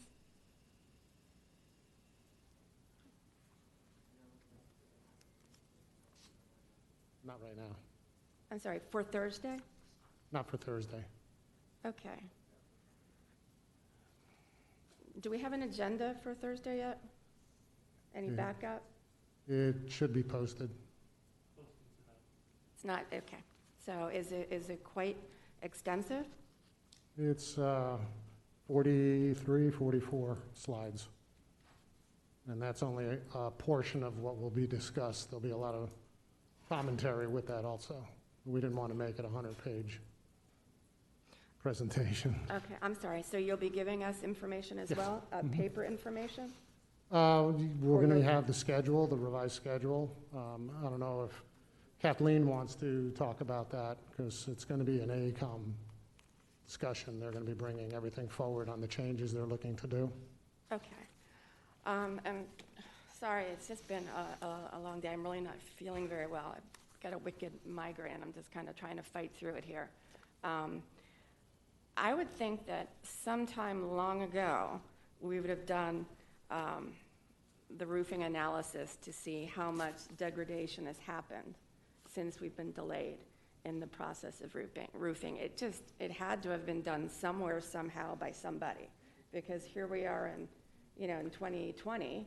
So I would assume that at least from point A to maybe point K, and we haven't done L to Z. But We've only been putting the time in on the ones that are part of the SMART program and redoing testing and analysis there. okay. And something. I think Hold in on. the backup here, there were like 2 roofs that were just standalone roof projects. Is that right? And then the rest are really encompassed in the SMART program? That was in this audit somewhere? Oh. Got it. Oh. Okay. Yeah, and we'll have more under the CSMP as we have looked at carving out some of the roofs. I think we're at 6 right now that will be running under the CSMP that was afforded after the board passed the new contracts with additional money. If I could just speak briefly to the issue that you were asking about, the degradation of the roofs. So I have to say, and we'll talk more about this on Thursday, but the data that was being managed has been a true challenge just to get through the data, validate the data, and even with respect to between the facility assessments, maps, and tracking of the data has been a challenge. So we began looking, and we can talk about this really Thursday, but we began with the facility assessments, then worked to reconcile it to maps, which it did not do. So we're still in that process. But we agree that what has to be done, and that's why we've started basically from square one, and we are focused right now on the rooftop units, the HVAC units. That may be where you were thinking that there would be some value analysis, Right. because we will bring forward order of magnitudes as an example or trends on 5 buildings. You're right, that has to be done, and, we can talk about how we do that. At least, Frank, I know, is, we're focused on the asset management. We're focused right now on the HVAC assets. Gotcha. And I do appreciate that. And just real Go ahead. Just real No, quick. I'm just trying to find With it. the roofs that are part of the program, that's where we're doing the roof reality checks. So we're looking at the existing roofs that we're working on to do additional testing, and if we don't have to replace the lightweight concrete, that's a very large savings, and we've had that in many projects. It also goes the other way. Right. When you talk about degradation over the years, we had one that the lightweight was supposed to stay, and when we did the reality check, the lightweight had to go. Okay. And in lieu of what occurred at Tradewinds in the middle of the night, do we have That's why I'm any a little more- tired. I I'm was sorry? there. That's why I'm a little tired. I Well, was there this morning. Yeah, I don't know if the rest of the board members got an update, but I would like to hear an update if you have one now, like just to tell me every, 20 classrooms. Sure. For the report I got from staff that went up there from AECOM and PPO was that they did some torching down the day before, and they did a fire watch for 3 hours, after the fact. They went in and they use a heat sensor gun to see if there's anything smoldering. And this was a expansion joint with a high parapet. So it was down in between, and there was no way to see or hear, or really see or test to see if any additional heating was occurring.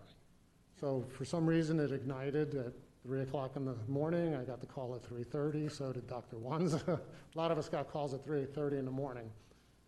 Okay. And it turned out there was only, I think, 2 classrooms, 2 offices, and the hallway, and there was some other water damage. Okay, I mean, I don't want to take up more time for, Okay. at the meeting. I mean, you can give me an update any further on Thursday, and I rely on Mr. Runcie and Dr. Wanza to make the call as to are the students and staff going to be allowed back on campus. So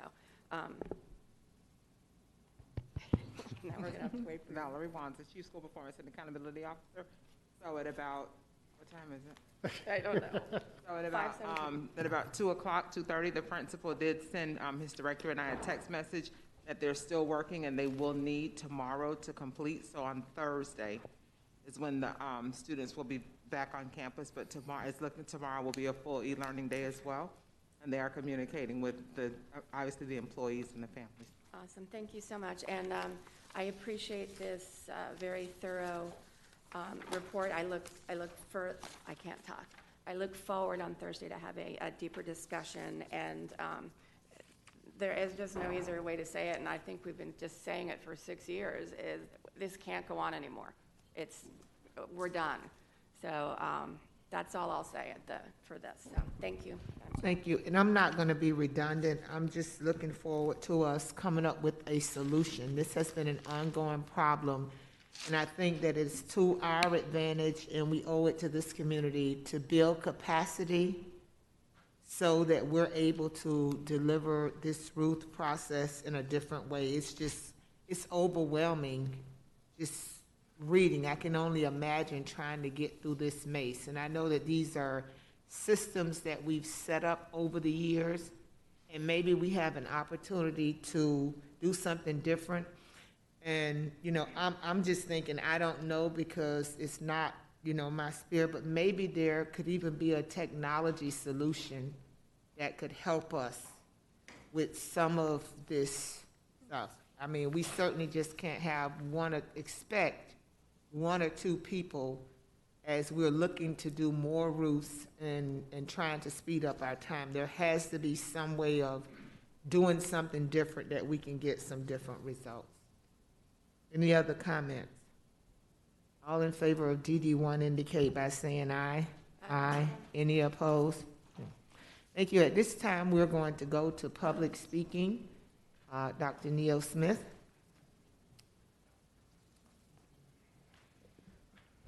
Can I have a point of privilege, Dr. Osgood? Sure. Just as we're waiting for our public speakers, I just wanted to point out that for parents who have received the email for the survey, the parent survey, there was a small error on the link. That's been identified already. It's been remedied. And so you can go back. If you as a parent have gone in, you had any problems with it, if you'll please just look for the new email. At the appropriate link is now attached, and you should easily and seamlessly be able to then go to the parent survey.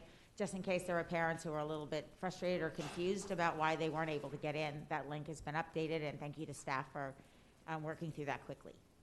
Thank you, Ms. Korn. So, Madam Chair, we will start our public speaking portion of the meeting. Our first speaker is Mr. Richard Walker. Okay, and can we talk to how we're gonna, do we have 15 persons here in person to speak? We actually had quite a few people sign up. I think some of them mistakenly signed up. They thought they had to sign in as attendants.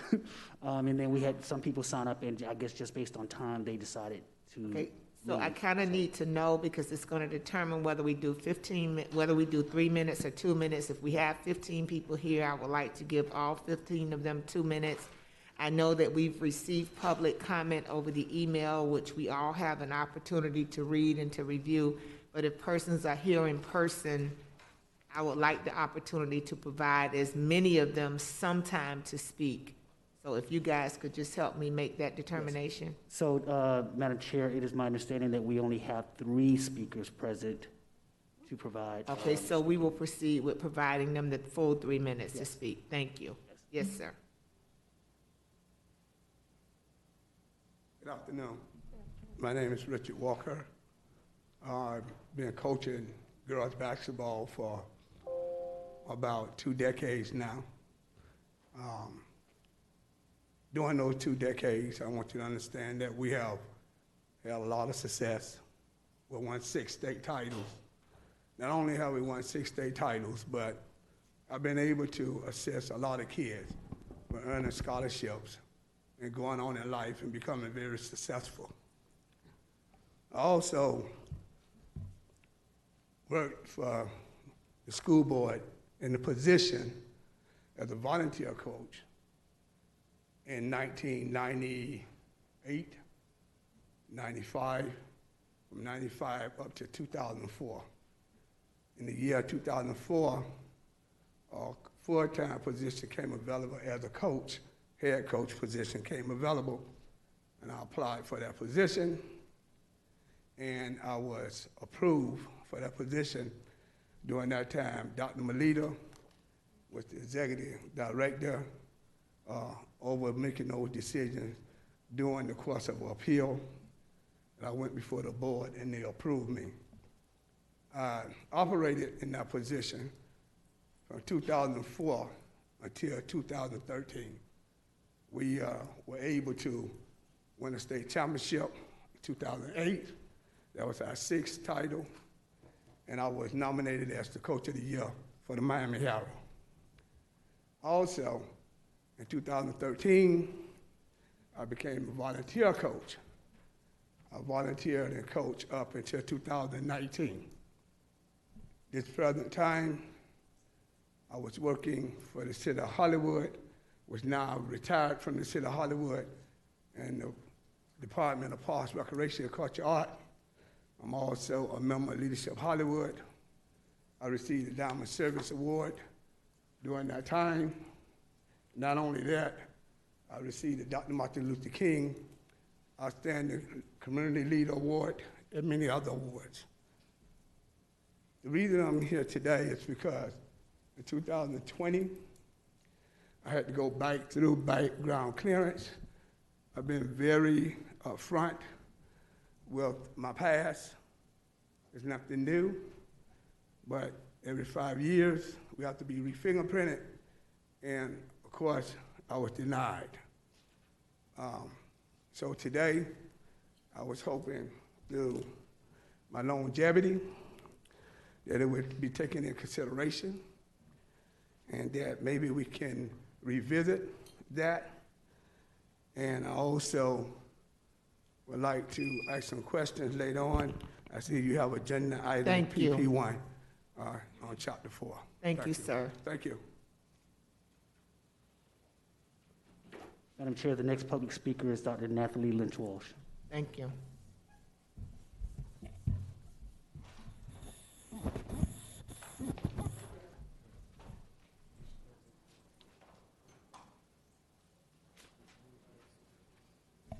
Good evening.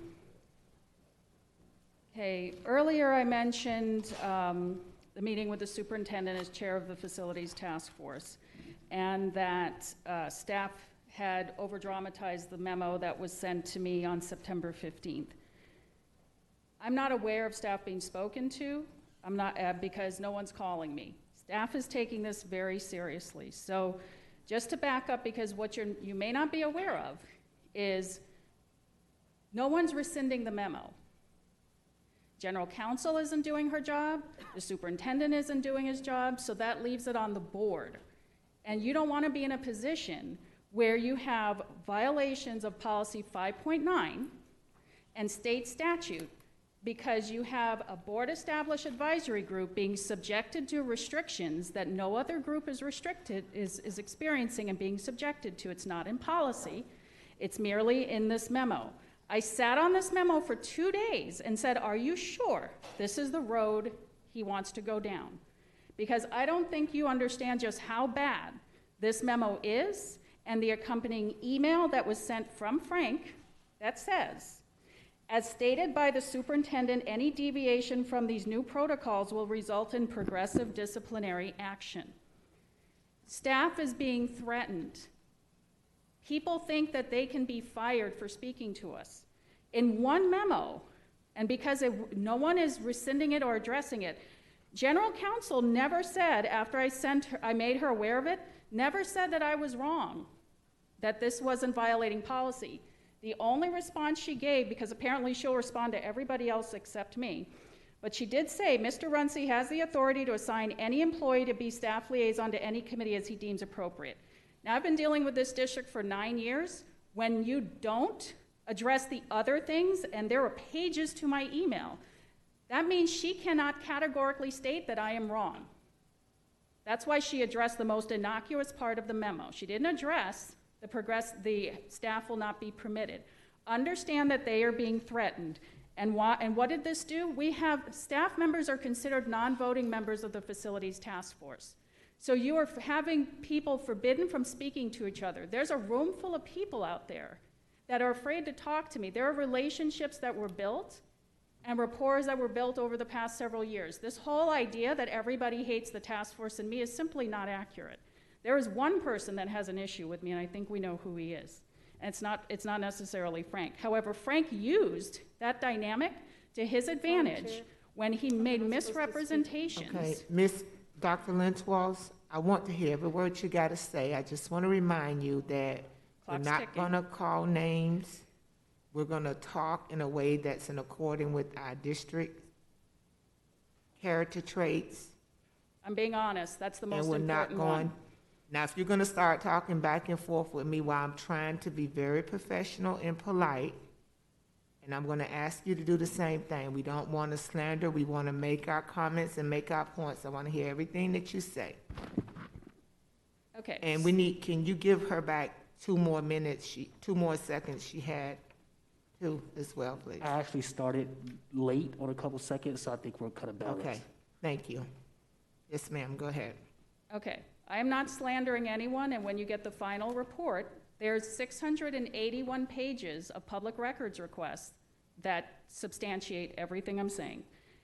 So when this memo was developed, you mentioned empathy mapping earlier. Nobody thought about the impact it would have on the facilities task force members or staff, clearly.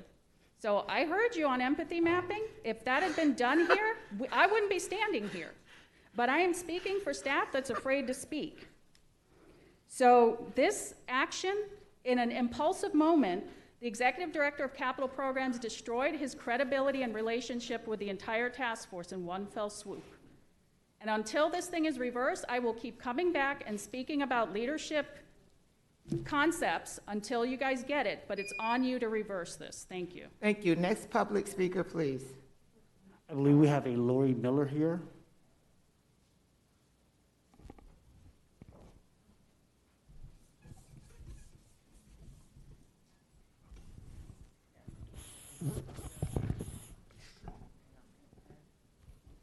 Good evening. Thank you for having me. If this pandemic has taught me anything, it's taught me that the value of teachers, paraprofessionals, and other school staff impact the lives of our children. We're the ones who make the difference in their education to help our students reach to that highest potential, to succeed in tomorrow's world. We cannot control COVID, but you can control how your employees feel. As a 25-year employee, I've witnessed a huge shift in morale in the last 8 to 10 years when we switched to this customer service model, way long before COVID. Broward's model gives customer service to everyone except for our employees, and that's a disservice. I know how the school board loves to have a solution to a problem, so here it is, plain and simple. Make your employees happy at work. The top 10 companies who have great morale give service to their employees. It boils down to a few core components: caring, thankfulness, and transparency. Number 1 company, they try to care for their people in the right way so they can care for their customers. When management cares, it shows in their actions. Some companies go out of their way to take care of their employees. Do we do that in Broward? Are we taking care of our people? Our people who take care of our students and families? Other companies have a culture of thankfulness. Does Broward show that thankfulness, that appreciation? And this all starts from the top. By giving employees more transparency, it makes workers happier. I get to find out on the news channel or Facebook the latest information. I get memos days late. In fact, 27 hours ago, I was notified that I can come speak here, but I had to apply 26 days ago. As a whole, the barometer is off with the school board. We need a little adjustment. When I applied in September to have an accommodation to teach from home, I was denied because of a condition both my husband and daughter have. It's not listed on the CDC website. What does that look like for me walking into my job?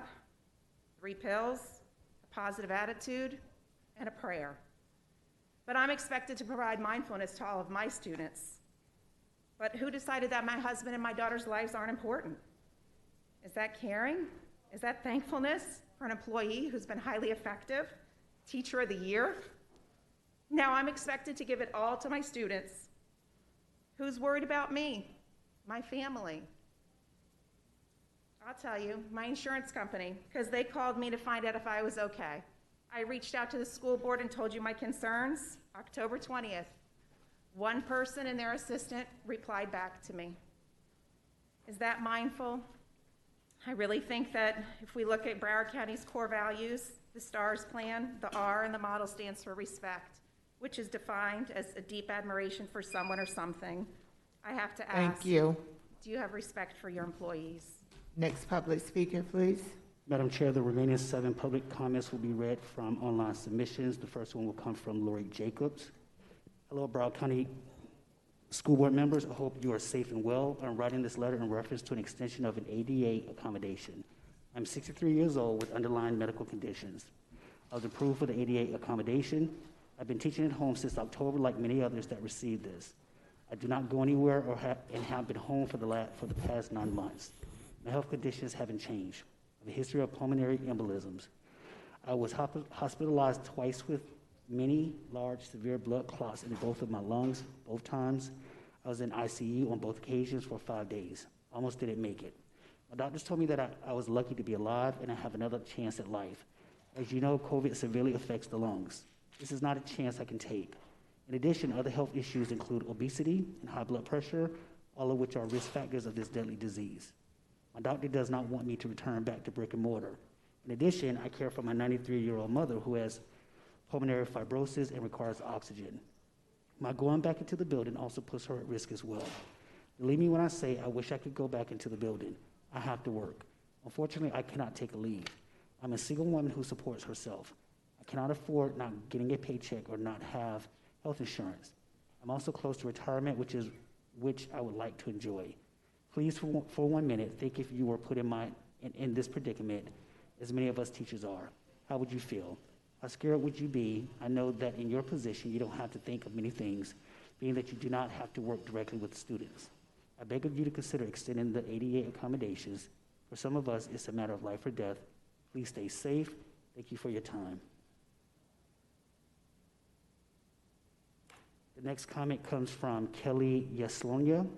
For the upcoming semester, I implore the board to change the current system with teachers having to teach both the virtual e-learners and the students face-to-face.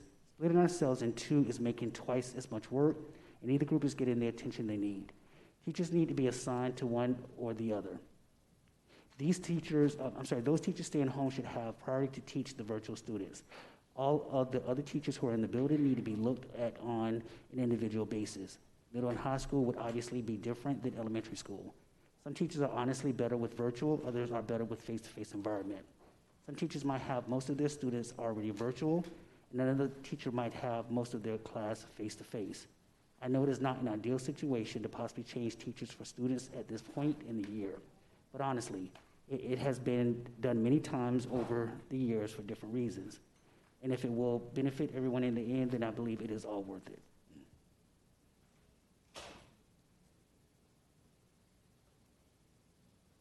The next public comment comes from Deborah Horview. Is there any consideration for the teachers who are out on ADA? These teachers still have medical concerns and should not be in the school building where they are more likely to be exposed. I think the school board needs to really think about this. Even the governor has said that we must protect the most vulnerable. When you start making teachers with health conditions go back into the buildings, there are going to be more cases and most likely deaths. Please take time to discuss this, and I hope you make the right decision. The next public comment comes from Patricia Harrington. I'm very concerned with the vague reference to changing students and teachers in January. We teachers already have formed a bond with our kids. Some of mine have already been changed due to a teacher reassignment. A normal experience for face-to-face students with virtual get online, who get virtual online is not equitable. Kids are learning, although the gains might not be as great as in years past. Nothing has been said regarding teachers who have accommodations due to documented medical needs. We feel our colleagues who were forced to take a leave to protect a vulnerable family member are accommodations going to be extended through the second semester. You have given us little time to make important decisions. The stress exasperates many illnesses. Please clarify and have a solid plan in place. We cannot continue to build the plane while flying it. The next public comment comes from Catherine Kahn. School board members and superintendent, after watching the workshop last week, I have a few major concerns. Number one, the idea that the board may not renew teacher accommodations to work virtually is reckless and negligent. Teachers are human beings and should be considered as such by acknowledging that they may also be caregivers and/or parents to vulnerable family members. They might also actually be vulnerable themselves. Number two, phone calls made to parents and caregivers of students who are performing at low levels should be recognized for what they are: intimidation and fear-mongering. As a parent of virtually learning students myself, I struggle with my decision to keep them home, but I know it's best for my family and the community I live in. Keeping kids home keeps the students and employees safer in the schools as the CDC guidelines are more easily able to be followed. Schools all over the nation are returning to remote learning at the interest of public safety for everyone. Broward is not unique and will not be considered a shining star for making a decision based on ego and a couple of dollars. Number three, the CDC guidelines cannot be followed because parents have been guilted into sending their students to the classroom. The public's trust will be violated. At a time when we are trying to gather the best data and information, the schools should not begin making decisions that are not based on science, federal guidance. Number four, restructuring the instructional models, potential for students to be reassigned to a new teacher, will disrupt an already tumultuous and traumatic learning environment. The vaccines have arrived and we will get through this pandemic if we follow the science and stay the course. Students will have opportunities in the future to catch up if their safety is considered first.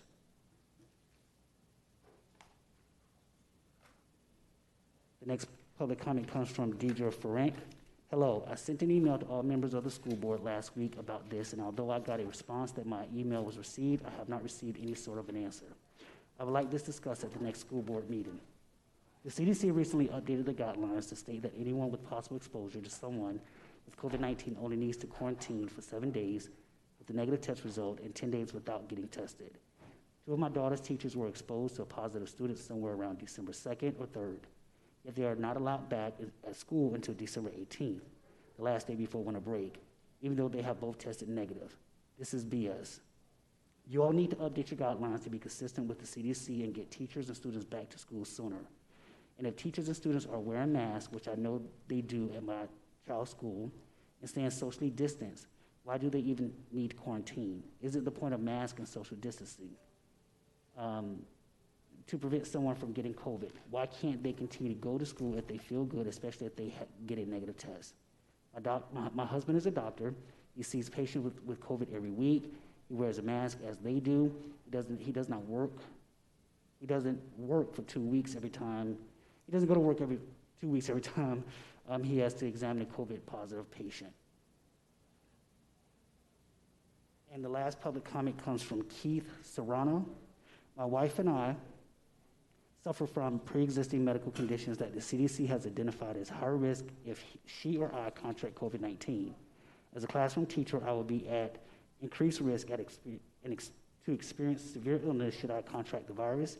And if I'm forced to teach face-to-face in the classroom under the current situation, regardless of the cleaning, safety, and testing measures, the district claims are taking place.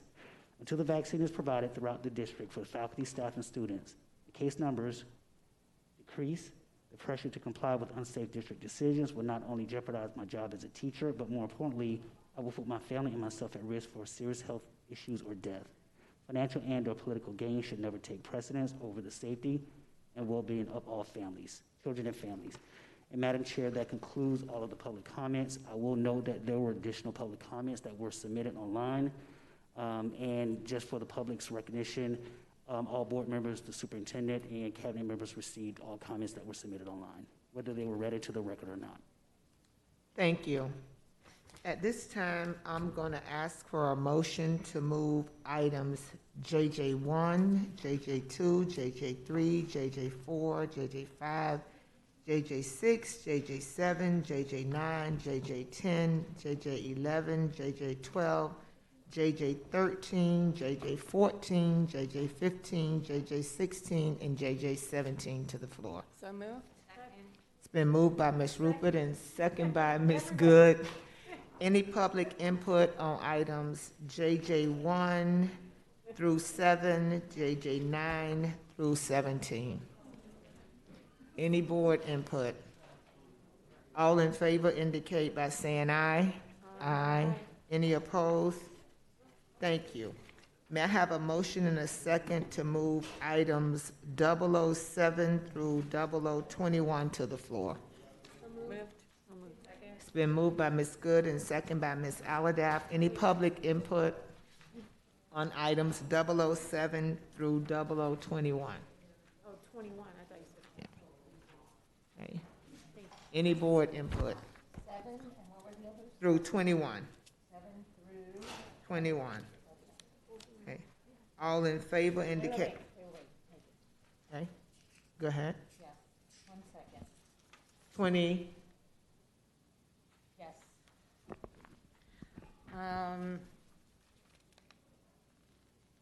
Which number, Ms. I'm not Levinson? going to go through all the individual grants today, but thank you to all of staff who took time to do that. Which number, Ms. Levinson? It is 0019. Okay. Managed print services. Is Mr. Dunn here, or someone to explain what this is? Yeah, we didn't pull that indicated earlier. 0019. It says that we're changing the model and different delivery model, and I wanted to... Well, I mean, I do know one of the challenges we had with Okay. managed print services was not necessarily at the administrative offices, it was at the local school level, and that the managed print services weren't working for teachers in particular because the consolidation of printing devices there created some challenges for them. And I know I'd asked Mr. Dunn to take a look at that and see if we can go and adjust that model. So I imagine that this item is a response to the feedback that we've been receiving from schools and teachers regarding the managed print services. So just generally, managed print services is a model where you consolidate all your printing devices under a vendor to gain a lot more efficiencies in terms of the maintenance of those and the use. And so part of that also results in reduction and consolidation of some of these devices that was applied to schools, and I think there were some challenges there. Again, we were adjusting that. Mr. Dunn, through the chair, I know he just arrived. Could you comment on 0019, which is about managed print services? And could I just ask my question first, Mr. Dunn? Before you do it, Mr. Runcie just mentioned, my concern was with the schools and actually the reduction in the number of devices. This says you are going to reduce the number of devices. Am I reading that incorrectly? Good afternoon, through the chair, Phil Dunn, Chief Information Officer. No, you're not reading that correct. You're not reading that incorrectly. We've had a substantial reduction in just print volume in the light of the pandemic, and this renewal represents us trying to contract for one more year so that we could formally evaluate this initiative as a program and make recommendations after that year, period. Okay, because I can just say in a number of my larger schools, it was a problem with reduction in the number of devices for teachers. And not just larger schools, I see someone shaking her head right here next to me. So, you know, when I read that we're reducing even more, I'm a little concerned. So if I may, just to share some information. Sure. This has been a transition in the print model. Broward County was using what's called a desktop print model, basically where each teacher had their own desktop printer. And your costs for that desktop print model are approximately 4 times higher per page than using a centralized managed print model. So we've reduced the number of printers, each of which requires their own maintenance, has their own parts for each printer, requires toners, supplies. And we've been consolidating them into print zones with heavy-duty printers. So there's a lower number of printers net, but you really should be looking at page volumes, the number of pages printed. And that's kind of where we're trying to manage that transition. So is it being done on a formula based on the amount of people who actually use it? Yes. It's been a little bit of fine-tuning needed since we've created this initiative. I'll be candid to say there were some challenges with user feedback about now having to get used to walking somewhere to retrieve a copy. Correct. So we've been trying to tweak the formula. So you've been trying to what? Tweak the formula.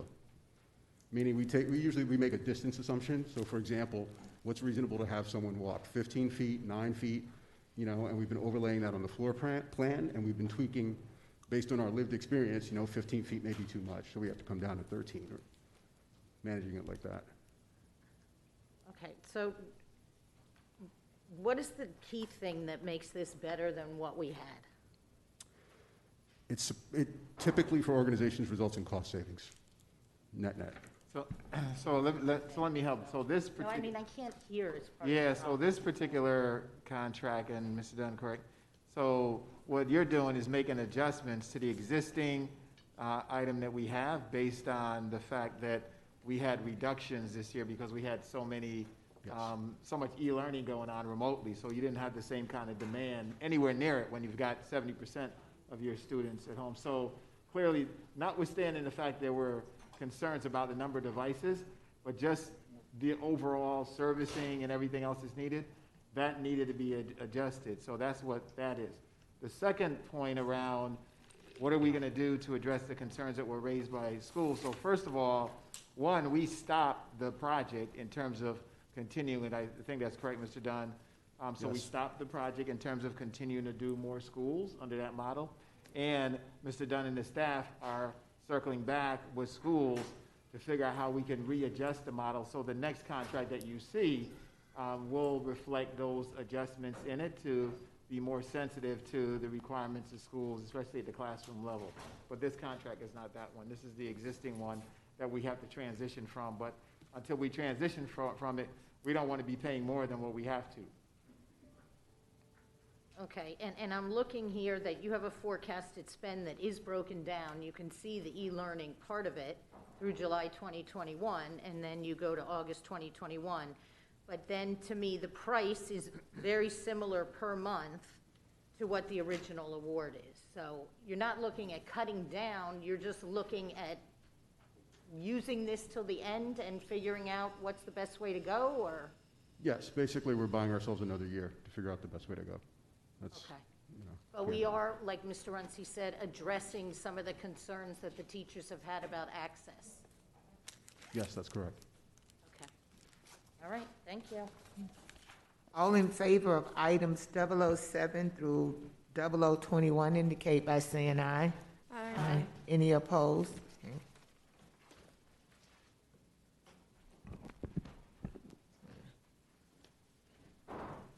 May I have a motion and a second on items 001, 004, and 006? So moved. Second? Items 001, 004, and 006. What I'm doing now is I'm doing the items that no one said they wanted to address. Any public input on item 001, 004, or 006? Any board input? I'm sorry. I didn't hear what you said. 001, 004, and 006. All in favor of 001, 004, and 006 indicate by saying aye. Aye. Any opposed? Thank you. May I now have a motion and a second on item DD2? So moved. Second. It's been moved by Ms. Rupert, second by Ms. Corn. Any public input on DD2? Ms. Hickson? Actually, all of my questions were answered through the DD1 conversation, so thank you. Okay. Any other comments on DD2? Yep. Ms. Levinson? Oh, no, I don't think mine was 2, I'm sorry. I don't Was it have 2? you for 2, I have I'm you for sorry, 3. It wasn't 2, thank you.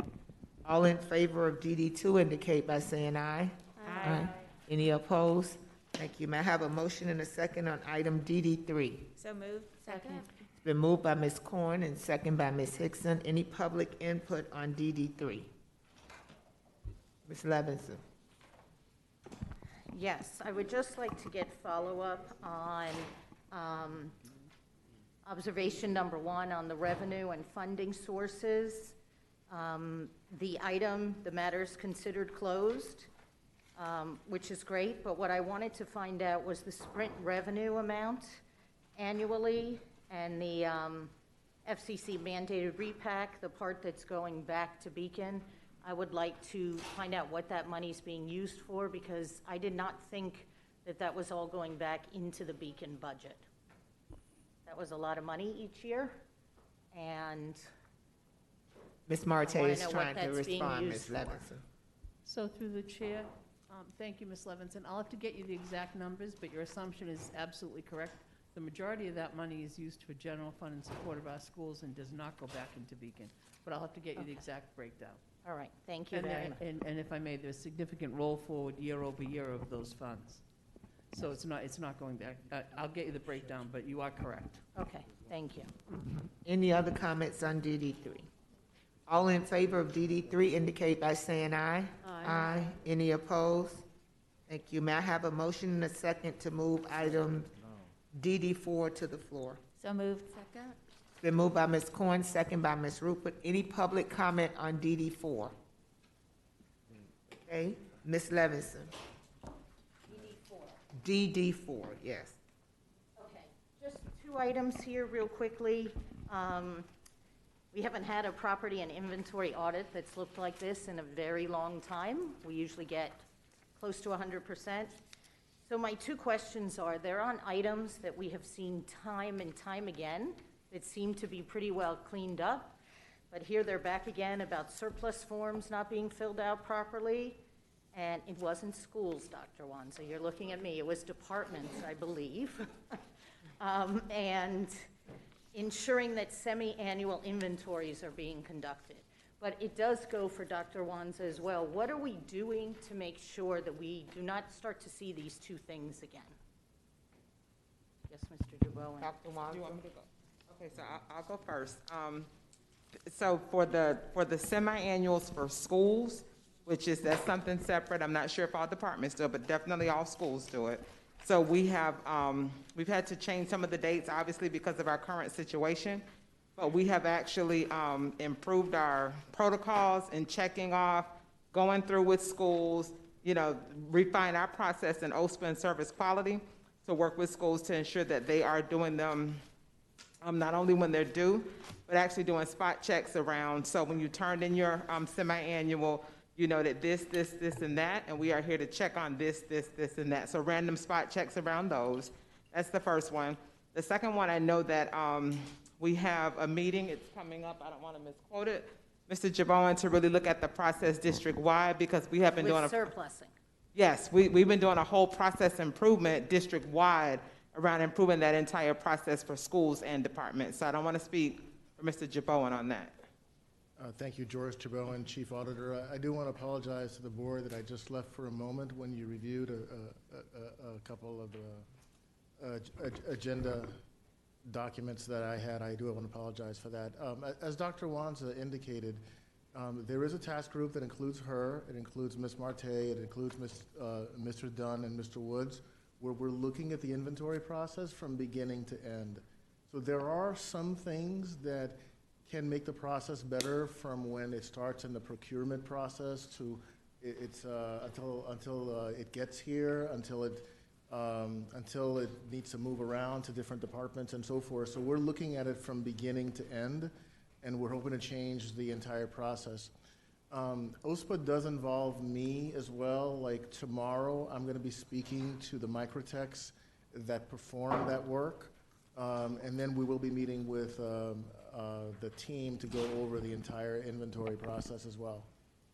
Okay, and then, thank you for, that's on the surplusing. For the semi-annual inventories, is every department required to do that? Because in here, there are 2 of them that weren't doing it. So what I want to make sure is that everyone knows that they should be doing semi-annual inventory. We do ask for that, yes. So we do expect that. So they should be done across the entire district. They're certainly done by Dr. Wanza's team. Okay, so could we send something out to reiterate that? Because when I read that, a couple of times in the same audit, Yes. there's obviously something. And then the last question is a letter from one of our principals here. He's talking about months after being sent in for removal from inventory, the audit department will remove them from inventory. And so in that time, there appears to be a problem in that lag time. Is that something that has been fixed? He said there are multiple principals who have had that concern. Yeah, so Ms. Leonardi sent out a communication on that. The principal erred, so the audit department isn't the one that actually makes the changes. It's done in the, it's done by Ms. Marte's area. So what do we do about the lag time? That's what the question is here. If I could speak before Ms. Marte, I think there are some things that we can, there are only 2 people that work in Ms. Marte's area that does that. I think we could try to automate that because sometimes there are mistakes that are made in the description as well as the serial number as well that can be alleviated by that. It is part of the process that's going to get looked at on that front. Ms. Marte? I hadn't planned to speak except to say the delay isn't in my department. A lot of it is getting the paperwork to my department because it's a completely manual system. My staff is very, especially ERM staff, is very careful to make sure there aren't delays because they're so concerned about the internal controls. As Mr. Jaboan said, there are definitely issues with the paper system with the wrong serial numbers, so they try to put in the serial number and there's nothing to remove because there's no item with that serial number. The descriptions, the forms aren't filled out completely. There's a whole host of areas that we have to stack up forms. So you're saying it's not a lag time like they're saying? No, it's because there are problems with it. Thank you. That's exactly what I'm saying. Thank you. Okay. All right, as long as there's not a lag time, because that having a couple-month lag time will not work. ERM wouldn't sleep at night if there was. Okay. And I'm sure that's correct with ERM, so thank you. Okay, is that it, Ms. Levinson? That's it. Okay, Ms. Corn? Thank you. Ms. Levinson touched on it, but for me, I don't know, we have not seen this in quite some time, but for me, there's also the question in terms of if any of those who we are seeing now is repetitive from a leadership perspective, even if it's been a little bit of time, I still think that that's something that should be followed up and noteworthy. So I don't know if that's the case. I don't want to call out any specific principles, but whether it's they have new teams or they themselves need refreshers, I'd like that to be identified. What I don't want to do is fall off of having those who are responsible held accountable. So the audit, Valerie Wanza again, so the audit will denote to my staff whether it's a repeat exception, and then we have processes that start with that. One of these, I know, is a brand new principal, so he's new to the school, and it is a part of our process that when there's leadership changes in schools, we do a property audit. We also do a internal accounts audit so that we can see where there may be any challenges from one leadership to the leadership, change in leadership from one person to the next. But in the audit, it is denoted for us if it is a repeat, and it'll list the years that, if it goes back 1 year or 2 years, where the repeat was, so we can make sure that it wasn't the same principal multiple times, or is it the same school with the same issue over multiple leaders. Okay, so I appreciate that. I thought we used to have that as one of the columns. Yeah, we used right? And so I just found that missing here, so I didn't know if that's because there wasn't anything repetitive, but if we could add that column back, that would be helpful. We So certainly that's was, all. I don't believe that those were repetitive, Okay, because we would have put it on there. okay, perfect, thank you. Thank you, Ms. Corn. Ms. Aladaff? Thank you, Madam Chair. My question is what happens if is there any consequences that happens to staff if they lose, misplace a computer, ThinkPad, or other device that's just unaccounted for? You know, because we end up having thousands of dollars at each school that turns out to be a lot of money for here in the district. So when you say consequences to staff, so for the school leadership, it is when something is found to be missing or misplaced, did you follow the district protocols to report the item? Because, you know, I'm not trying to blame any employee or anything, but typically it is not the principal who lost the laptop. It is someone who, they were at the beach, the house got broken into, that kind of thing, and then they report it to the school administration, and then it's incumbent upon the administration to follow what's in the standard practice bulletin as it, you know, relates to missing items or stolen items. And so those are the things that we work to hold school leadership accountable for. As far as individual employees who have lost something or something was stolen, I'm not certain that we've ever disciplined, you know, an employee because their house was broken into and something was stolen. But we do work with school leadership to ensure that we can document, and then if we can make an insurance claim, or we can, you know, do other, to take other types of avenues to either to retrieve or actually have some kind of insurance claim on items that are missing or stolen or things of that nature. Right, but let's say it's someone here at the Casey Wright building, a staff member here, and a computer goes missing or a printer or something like that. Is there any disciplinary action that goes in their file? Investigation. What I can say is if it relates to not following the standard practice bulletin, then yes, there is, much like Dr. Wanza, it's late. Much like Dr. Wanza applies progressive discipline to her school-based leaders, the expectation of the superintendent is the same for district-based staff. If it's a situation where it's unforeseeable, we've not held employees accountable for replacement of certain things, you know, for events that have happened. And having been here a long time and being the previous risk manager, that was a big issue that we had when we started assigning laptops to teachers, is they weren't going to take them home. They weren't going to, if they were going to be, at one point we had said that they would have to pay for like 30% of the replacement cost, and self-insurance would pay for 70% or something to that effect. And it became a big issue to the point where we had to say, you know, if it's not negligence on their behalf, where there's theft involved. I mean, if there's the thought that there's theft involved, then SIU would obviously do an investigation. Thank you. But just for unforeseen circumstances, no. Thank you, Ms. Aladaff. If I may, Madam Chair, as the owner of the Business Process Bulletin, just to allay some of your concerns, Mrs. Aladaff, the supervisor of every department down in KCW is responsible for the inventory in their office.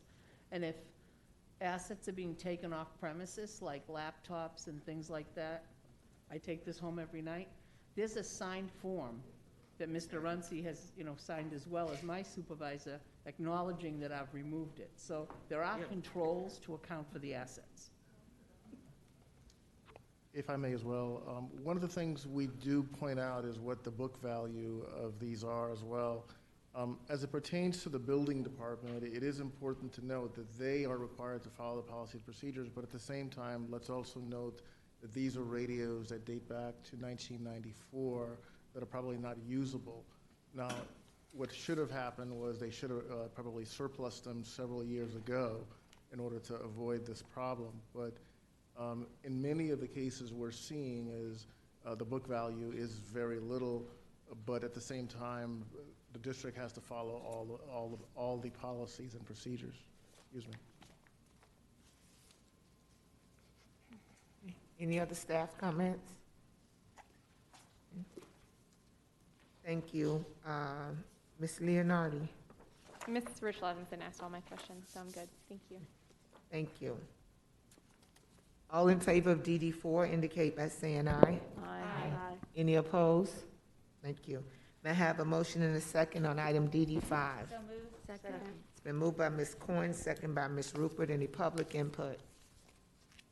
I have Ms. Hickson. I just have one quick question. In the internal accounts, what is the trust? There's a line that says trust. What money is that? Yeah, the trust account is used to hold money for specific purposes. So sometimes there are collections for after-school care, and those belong to the district. So ultimately, those are transferred back to, from the school to the district. So the school is holding them in trust for Yeah. the, okay, Correct. thank you. Thank you, Ms. Levinson. And I just wanted to comment, like I usually do, about the internal funds. This is the kind of audit we like to see, 100%, no exceptions. Congratulations to all the schools. Thank you. All in favor of DD5 indicate by saying aye. Aye. Any opposed? Thank you. May I have a motion and a second to move items F2, 3, and 4 to the floor? So moved. Second. It's been moved by Ms. Good, second by Ms. Corn. I have Ms. Aladaff on F2. Yes, thank you. In the 2020 CAFR report, page 5, where it says when the general obligations bond is combined. You know what, Ms. Aladaff? I'm so sorry. Is there any public comment on F2, 3, and 4?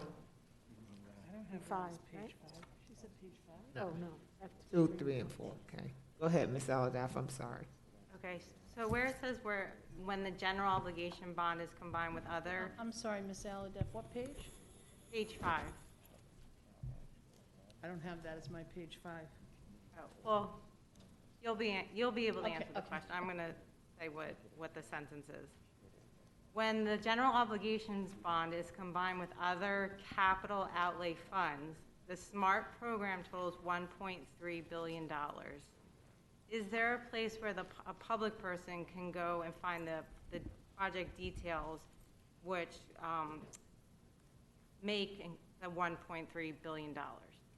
Through the chair, there is a place where the public can find that, but not in the CAFR, Mrs. Aladaff. The CAFR reports our actual financial results for the year ended June 30th, 2020, as audited by our independent auditors, and budget items aren't necessarily included in the level of detail you're looking for in this report, and quite honestly, nor should they be. So that would reside in the budget documents and in the DEFP. Thank you. And one more question. I wanted to get clarification on the $1 million for constructing the memorial allocated at once the 1200 building is removed from MSD. I wanted to understand the district's understanding of that $1 million allocation, that it would be for the memorial off campus and not on campus. So, Mrs. Aladaff, there's no reference to the $1 million in the CAFR that's in front of you today. My knowledge of the $1 million is that when the memorial is built, we will be able to draw down the funds from the state, and I would be responsible to draw those funds down to reimburse the district for expenses actually incurred. My other limited understanding of the statute that came into being was that the district would collaborate with the stakeholders in the construction of that memorial. I do not have the answer as to whether it has to be on or off campus at this point. I don't have that answer. Okay, if you could please follow up. I certainly can. Thank you. Thank you. I have Ms. Hickson on F3 and F4. Yes, thank you. So on F3, it says that we received $12.7 million for PPE. So my question, oh, I'm sorry, I didn't even write the page down. It's in F3.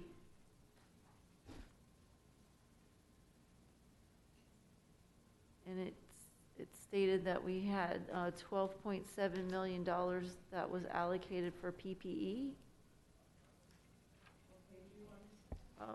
I didn't write that part down. I took notes while I was. This motor note. Okay. Okay.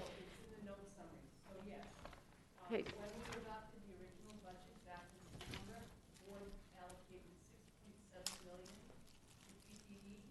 In addition to that, we've allocated another $6 million since then.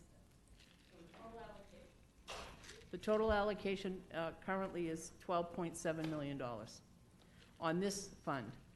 We have an additional Direct CARES Act distribution from the state in the amount of $2.4 million, and I'm looking at our procurement officer because we work on this stuff together all the time. So this is the amount in general fund. We have a grant for an additional $2.4 million, and then we have in CARES Act funding an additional, out of our CARES Act allocation, $5 million. Okay, so my question for that is, what are we spending that on? So it's a huge list, and I'll be happy to give you a follow-up on it, but it is gowns, it is scrubs, it is gloves, thermometers, masks, shields, hand sanitizer, sanitizing stations. That's a partial list, but I certainly will get you all of the detail. Okay, and that money has already been spent? Not all of it. A great deal of it has, but this is budget to get us through what we believe the next few months, but over $9 million has been actually spent. Okay, thank you. And my question, I have a question on F4, which were grants. So the AmeriCorps grant that's there, I guess my question is, when you read it, it says that that's a voluntary program where they're going to come out to those schools and work with the students. So I'm wondering where $251,378, the student support services, what is that going to be used for if AmeriCorps is coming in and volunteering their time? What student support services are going to be provided? I'll need to get back to you on that. I don't have the detail in my head on that, Ms. Hickson, but I'll be happy to give you a follow-up on it. Okay, couple more. The Dolphin Digital Grant, which is awesome, where they're going to give $100,000 for laptops needed. I'm just wondering how the schools were identified. Again, I'll have to coordinate with the grant manager. So this is the budget that conforms awards that the board has already approved in prior board items to our financial statement. So I apologize for not having that level of detail for you. No worries. But if you ask me those questions between Mr. Woods and I, we'll follow up with you. So Ms. Hickson and to the rest of the board, if you have any specific grants on that list that you want more details on in terms of who's going to receive it and all that, since you don't have it in front of you, we'll gladly send that to you. So send that to me or Mr. Woods, and we'll make sure we get it to you. Okay. Thank you. Okay. Ms. Levinson?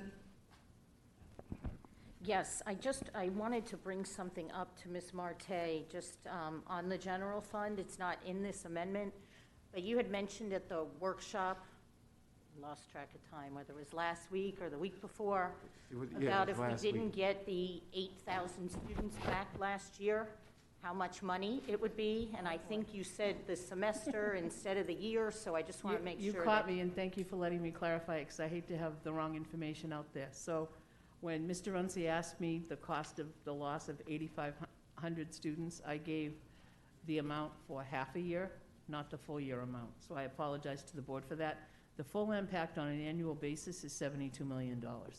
Thank you for the chance to correct that, Ms. Levinson.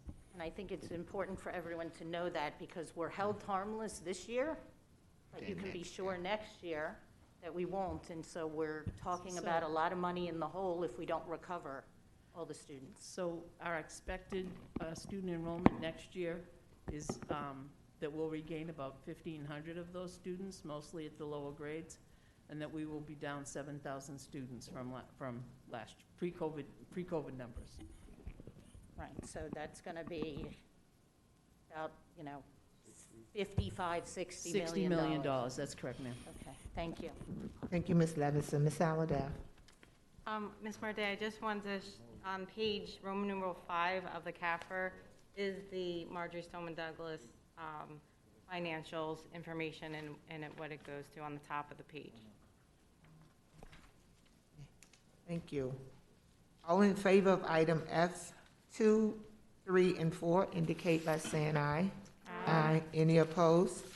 Thank you. May I have a motion and a second to move item JJ8 to the floor? So move. Second? It's been moved by Ms. Corn, second by Ms. Rupert. Any public input? Ms. Corn.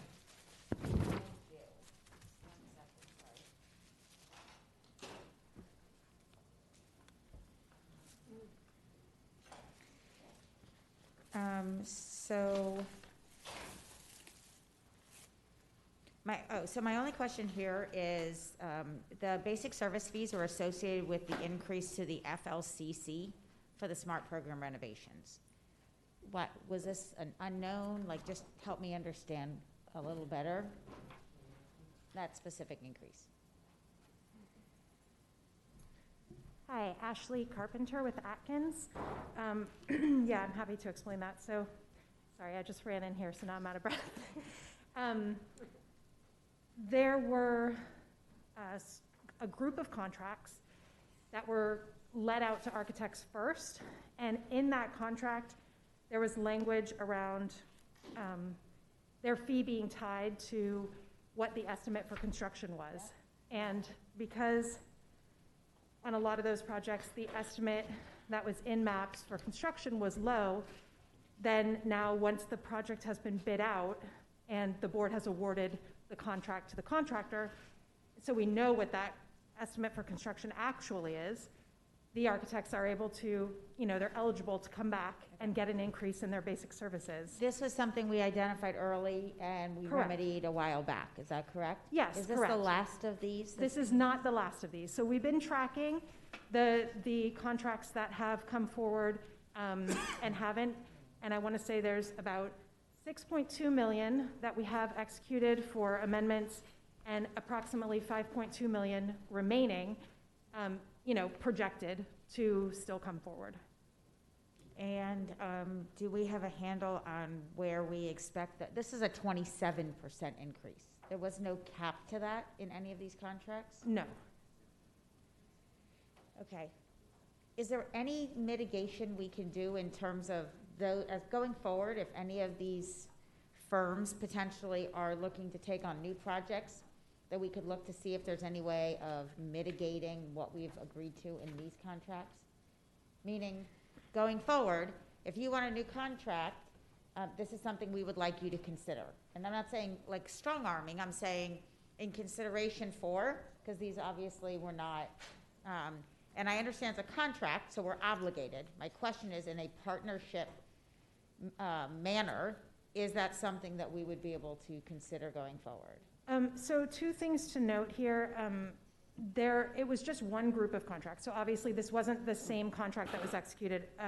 After a group went through with this contract language, it was then revised to. Yeah, I remember that. Yeah, so it's just limited to a certain number of contracts. Now, the other thing is we're not executing any more designs now, right? We've put everything through design, and there isn't really anything in the plan, in the ADFP, that's still coming up for design, so I don't think we have leverage in terms of our relationship with the AEs, but the way we have mitigated it, and even in this item you can see it, is through the credits for delays that we've been getting back. Okay, thank you. Thank you. Thank you. All in favor of JJ8 indicate by saying aye. Aye. Any opposed? Thank you. The item carries. May I have a motion and a second to move item K2 and K3 to the So floor? moved. Second? Any public input on K2 and K3? Ms. Levinson for K2.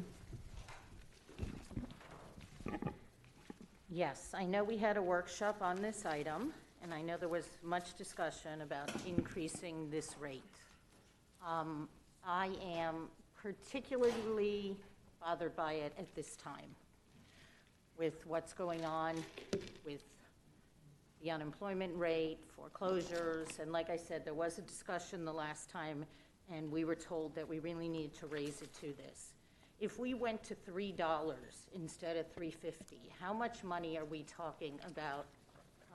Do we have the money available to cover it in the before and after school budget? Through the chair, John Sullivan, still task assigned Chief Public Services Officer. I had to, sorry, I couldn't help it. To answer your question, and thank you for giving us some time to figure that out. The impact to the program would be about $22,000 a week. We're already running at a deficit, and although we're sensitive to what you're saying, we're concerned of making that deficit greater by reducing it. And also, we are still charging less than our neighbors to the south and to the north of us. I know, and we had that discussion. I don't want to belabor it, I'm just trying to, so how many weeks are there? Left in the school year? Let me check 13, about 13. about half a 13 year. weeks. 13? About half a year. So it's $286,000. So you don't have any kind of swing in your budget at all? You're using every penny, and we would have to dig into the general fund? So it's, through the chair, I meet with this team every few weeks because the programs are running across the district already in a significant deficit. Yes. In fact, as we sit here today, I just checked with my budget staff. The deficit is $4.6 million district-wide in these programs. Most of that deficit is full-time positions that schools buy out of those funds, because in a normal year, the programs run very solid and schools use it to buy extra custodians, extra security, extra clerical, extra teachers. Those positions that are part of that deficit could be charged to general fund. That's allowable by law. The part of the deficit that is to run the program directly, as we sit here today, is already $900,000. I cannot cover that with general fund. It's going to be covered with roll-forward money from last year that was associated with this program, some of the scholarship money that we haven't used this year, and I have a little bit of non-FEFP general fund money that could help with this. So when they asked me to reconsider the 350 and lower it to 3, I pushed back really hard because we're barely going to make it and not have to have an issue where we could have an audit exception. And we looked at actually closing or not closing, consolidating programs. But we felt it was too much of a hardship for these families to move kids to another school and No, we stuff. can't do that. So we didn't do that, but respectfully, we really, really need the 350. Okay, I just wanted to ask once again, I know there was an extensive discussion on it before, but wanted to see if there was anything we could do about it. And based on that discussion, we went back and reworked everything with Becky and Dr. Gavilan, and there's just no way, Rich Levinson, I wish there was. And if conditions change, we'll make a commitment to come back to reduce it as soon as we can. So if we get a lot of kids back in January and they start participating, we may be able to relook Or at it in even March. if it's fourth quarter where we Yes, can we would reduce look it. at it again in March, Ms. Levinson. Okay, thank you very much. Thank you. Ms. Corn? Thank you. Mine is on K3, and it's really just a comment as we go through this process. One of the properties that we are looking at impacts our Whispering Pines adult off-campus program, and as it's an educational program, we would need to find potentially a viable school facility. I just don't want to get later in the program, right? This is one step. In the process. This is one step in the process. I just don't want to get later in the process and then be told we didn't give enough forethought to where this is going to go, and now we have limited options. So I would just like that to be identified as early as possible. I've spoken to Mr. Sullivan. Just for me, it's just a heads up. Again, this is one step, not looking to interrupt the process, but I just don't want us to get to that place and then there not be an agreement collectively across the board, because I know that we've had those conversations before about where we are all comfortable when we are moving locations and the impact to those being served. So that was my only comment. Thank you. Thank you, Ms. Corn. All in favor of items K2 and, okay, I'm sorry, Rocco, go ahead. I apologize for not notifying you of this earlier. Is my mic working? Yep. All right.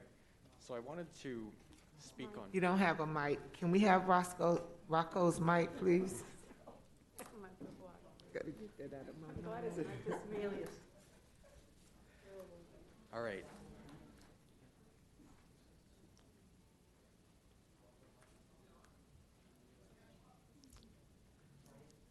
So I'd like to speak on Yeah, Is it working? yes. Yeah. All right.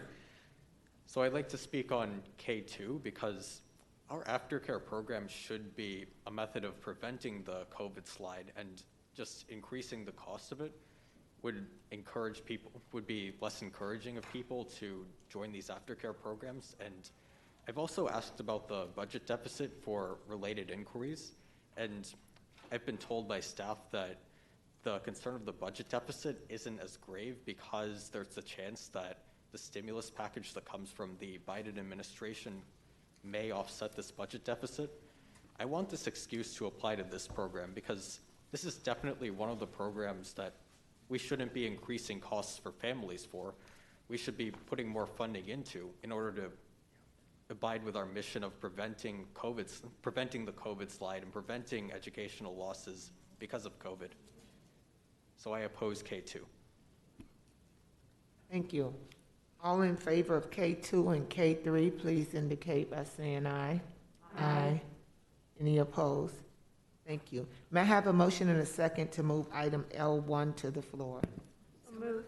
Second. It's been moved by Ms. Good and second by Ms. Corn. Is there any public input on L1? Okay. Ms. Aladav. Thank you, Madam Chair.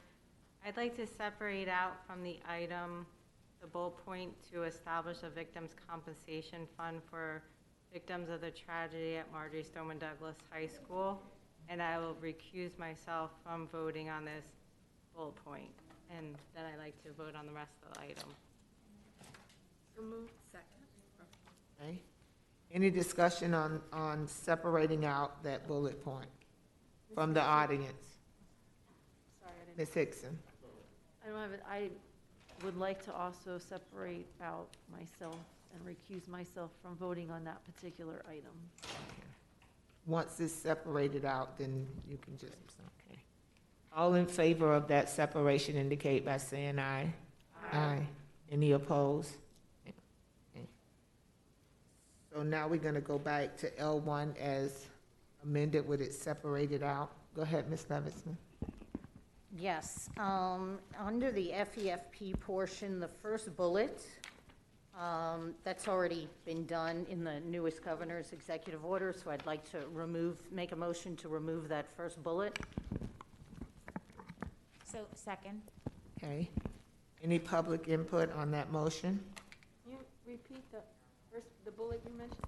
The bullet, allow the forecasted FTE for fiscal year 2021 to remain as the funded FTE through all 2021 calculations. And through the chair, if I may, Yes?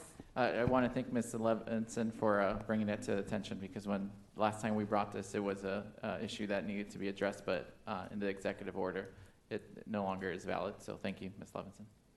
Okay, thank you. Okay. All in favor of that amendment indicate by saying aye. Aye. Any opposed? Okay. Okay. So now we need to approve the bullet point that was separated out first, Ms. Mark, before we do the other part. Yes, I would suggest you Okay. do that.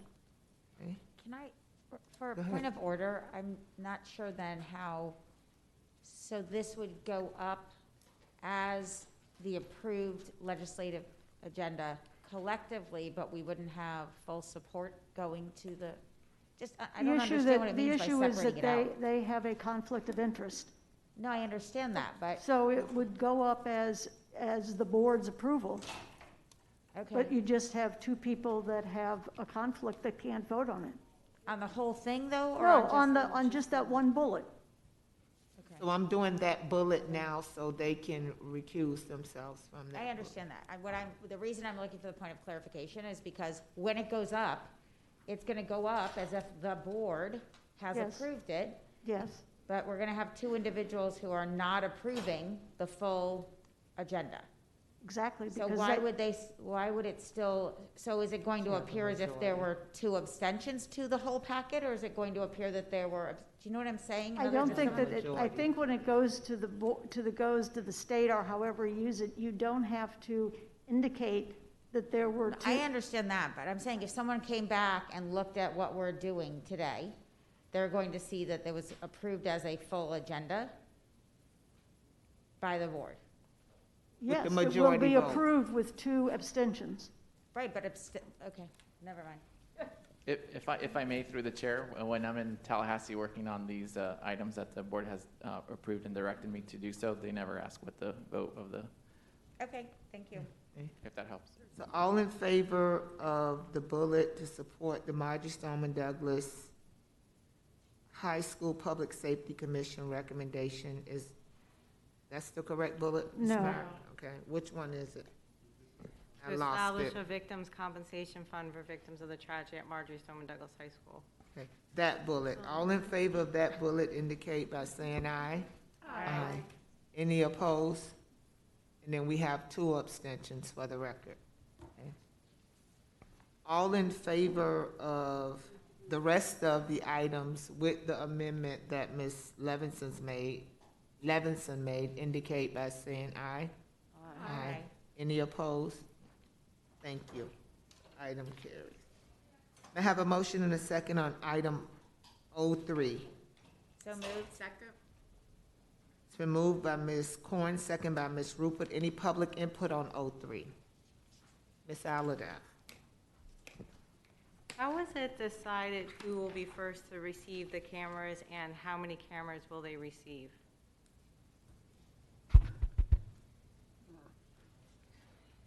You want me to start?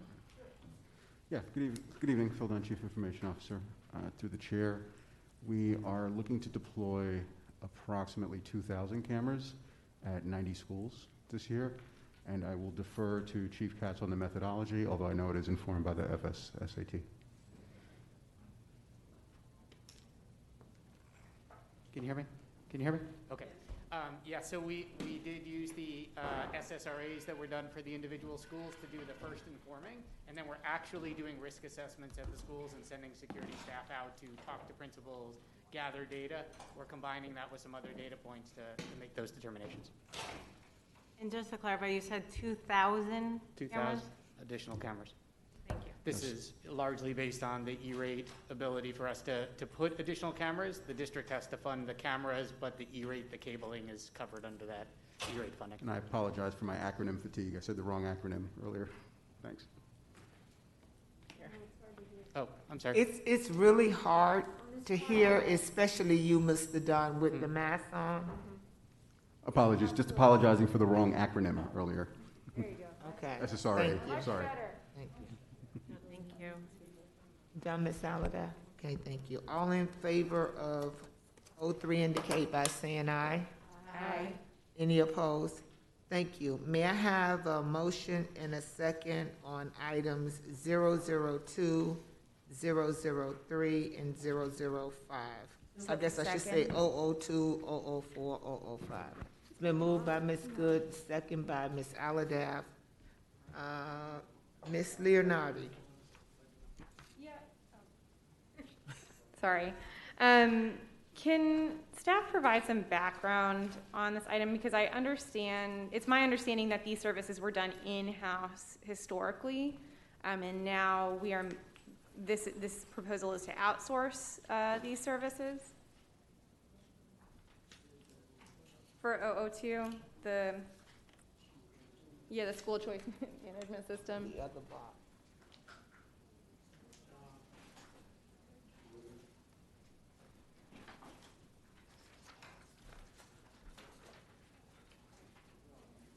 Is anyone here from staff that can provide an answer? Mr. Katz, are you going to give the answer? Can I just? I believe they went to get Mr. Sullivan. Little background on that, sorry, only because I was a magnet coordinator at South Broward using the school choice, and it's very hard to navigate, and it doesn't interface very well with some of the other processes. So I think some of those issues were because it was an in-house program, and that's, as magnet coordinators, we've been asking for years for them to find a better system. And so I want to say I appreciate the fact that you're looking into it.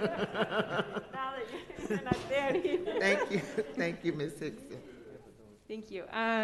Well, thank you, Ms. Hickson, for providing that background. Does staff know where else the software is used, or could I ask for a follow-up on that? And I'm also wondering which fund, I guess, the $550,000 would come from. Through the chair, again, John Sullivan, task assigned Chief Public Service Officer. I'll let Ms. Wynn answer the first question. The second question, it's coming out of the ICANN grant. Okay. So there's no impact to the district, but that's only for the first 3 years. So after the 3 years, we'll have to find another funding source. But for the first 3 years, that is covered by the grant. Thank you. Thank you. Good evening. Janice Went, Manager for the Office of School Choice. During our RFP process, we asked for vendors to have at least 3 different schools where they've implemented their system in districts with over 100,000 students. Thank you so much. Sure. Thank you. Ms. Levinson.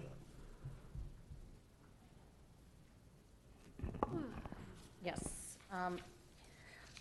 I'm just having a little bit of a problem with all the individual departments spending hundreds of thousands of dollars on individual systems. And I know I was just mentioning it to Mr. Runcie, and maybe he can explain, but you know, for this is $180,000 a year.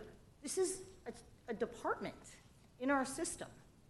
And so it's, you know, parent communication, electronic forms application, $60,000 a year for electronic form application? I don't know what I'm missing, and I don't Yeah. really understand technology that well, but I'm just trying to understand the financial piece. Right, so let's look at it on both ends, right? So on the cost people side, if you didn't have these systems, you'd be spending a lot of money on a lot of people to process the tens of thousands of applications, which, by the way, need to be processed in a very narrow window of time, right?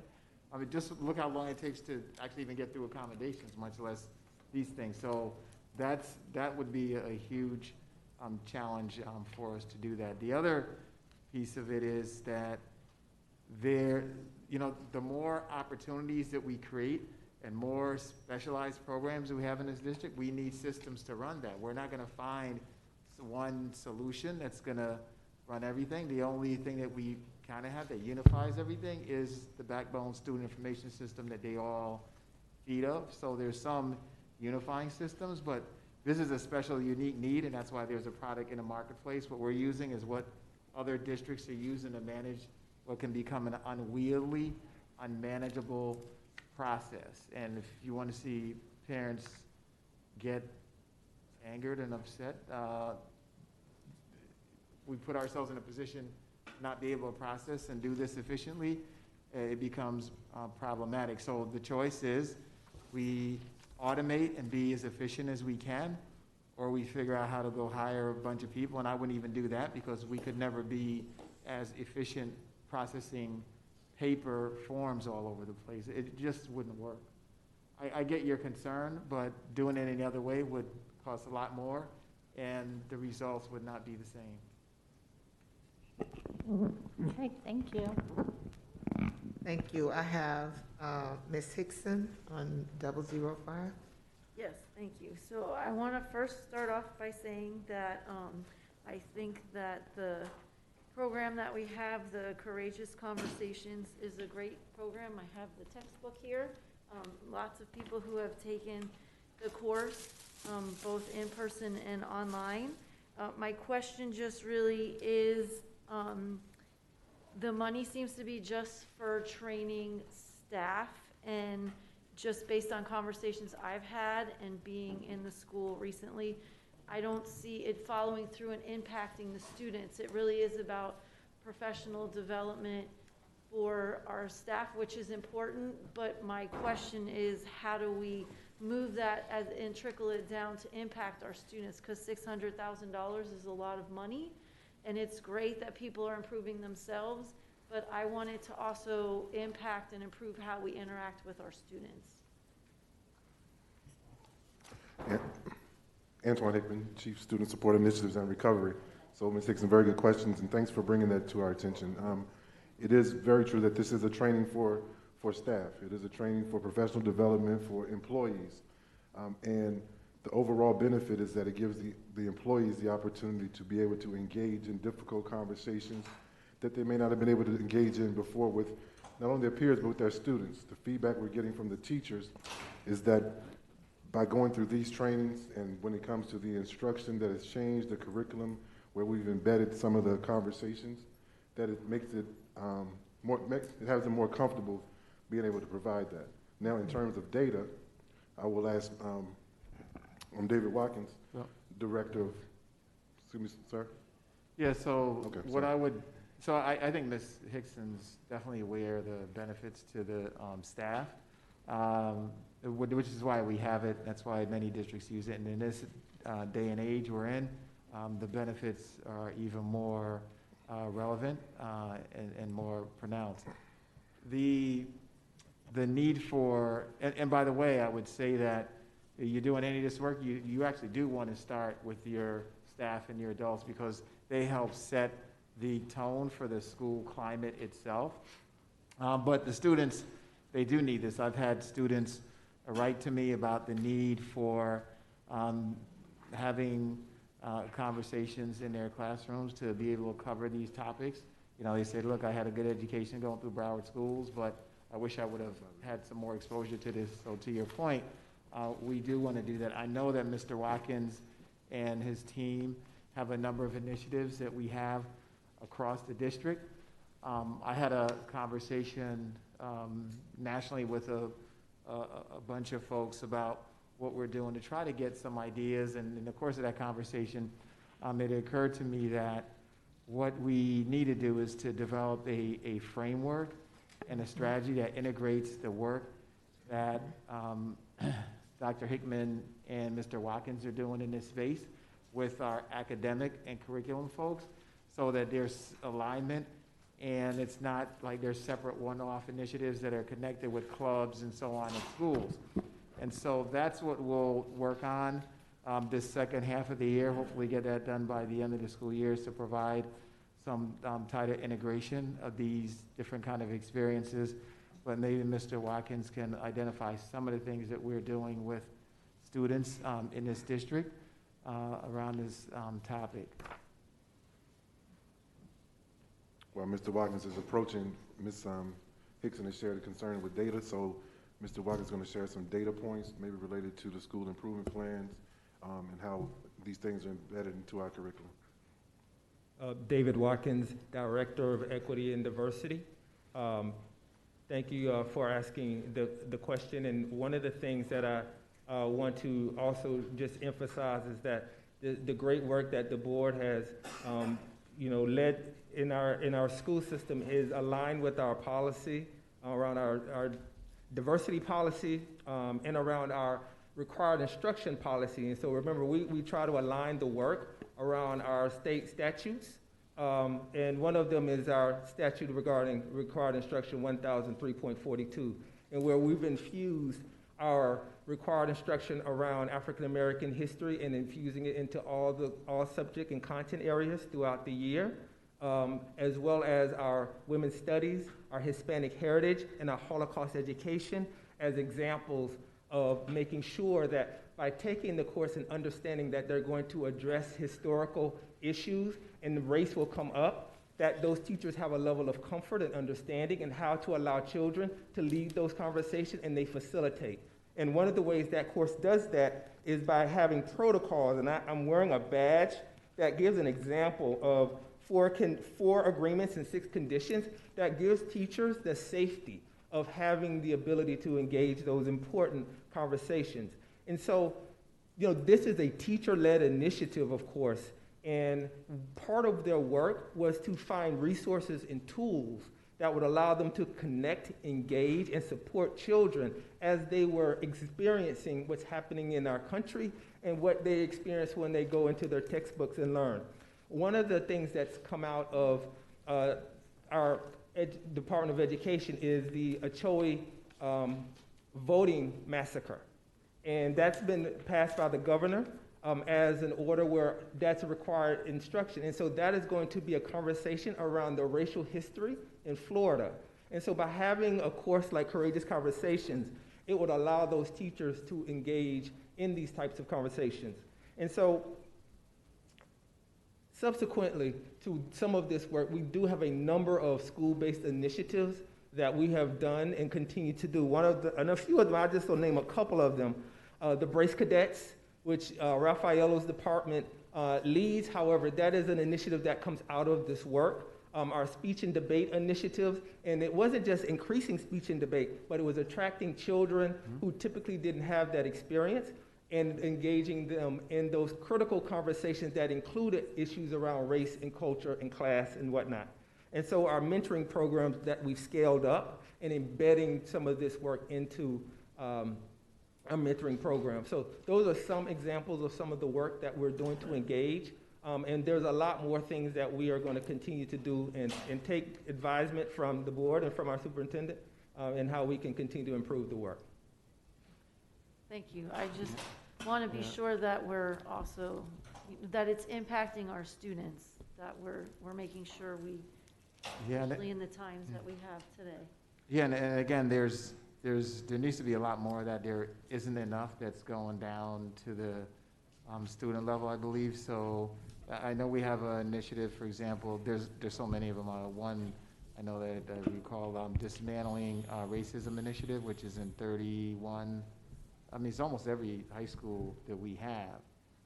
But I'm not sure, so these programs exist in schools, but they're not as widespread as I think they need to be, which is, again, why we need to create some kind of framework that connects it to academics so we can weave it into many of the maybe core subject areas as well as some of the electives and create some learnings and experiences out of that. So. Thank you. Ms. Levinson? Yes, just to piggyback on that, I've actually asked several times how, and I've also read it and participated in it and fully support what we're doing, but what we're seeing from our teachers and staff at the individual school level, once they take the class, how is it being implemented in their own schools and the discussion happening amongst their staffs? I've asked this several times, and I'd love to get a follow-up to find out what's happening in our schools on that end of it. Thank you. And I'll just add, I think we've done a great job with being leaders and courageous and having these conversations. But I think we have to move to some type of systematic framework that we have to look at doing a positive behavior intervention support as a whole framework, a research-based framework. And that framework would include a lot of the components that we mentioned here, a lot of things that we're already doing with social emotional learning, a lot of things around restorative justice. And it's a framework that allow us to then come back and tie policies to it that would give clear priorities, because a lot of this talk about implicit, explicit bias, all these things are good. But again, when you look at the data, you still see the outcome of the disparities in discipline and other measures that I could go through.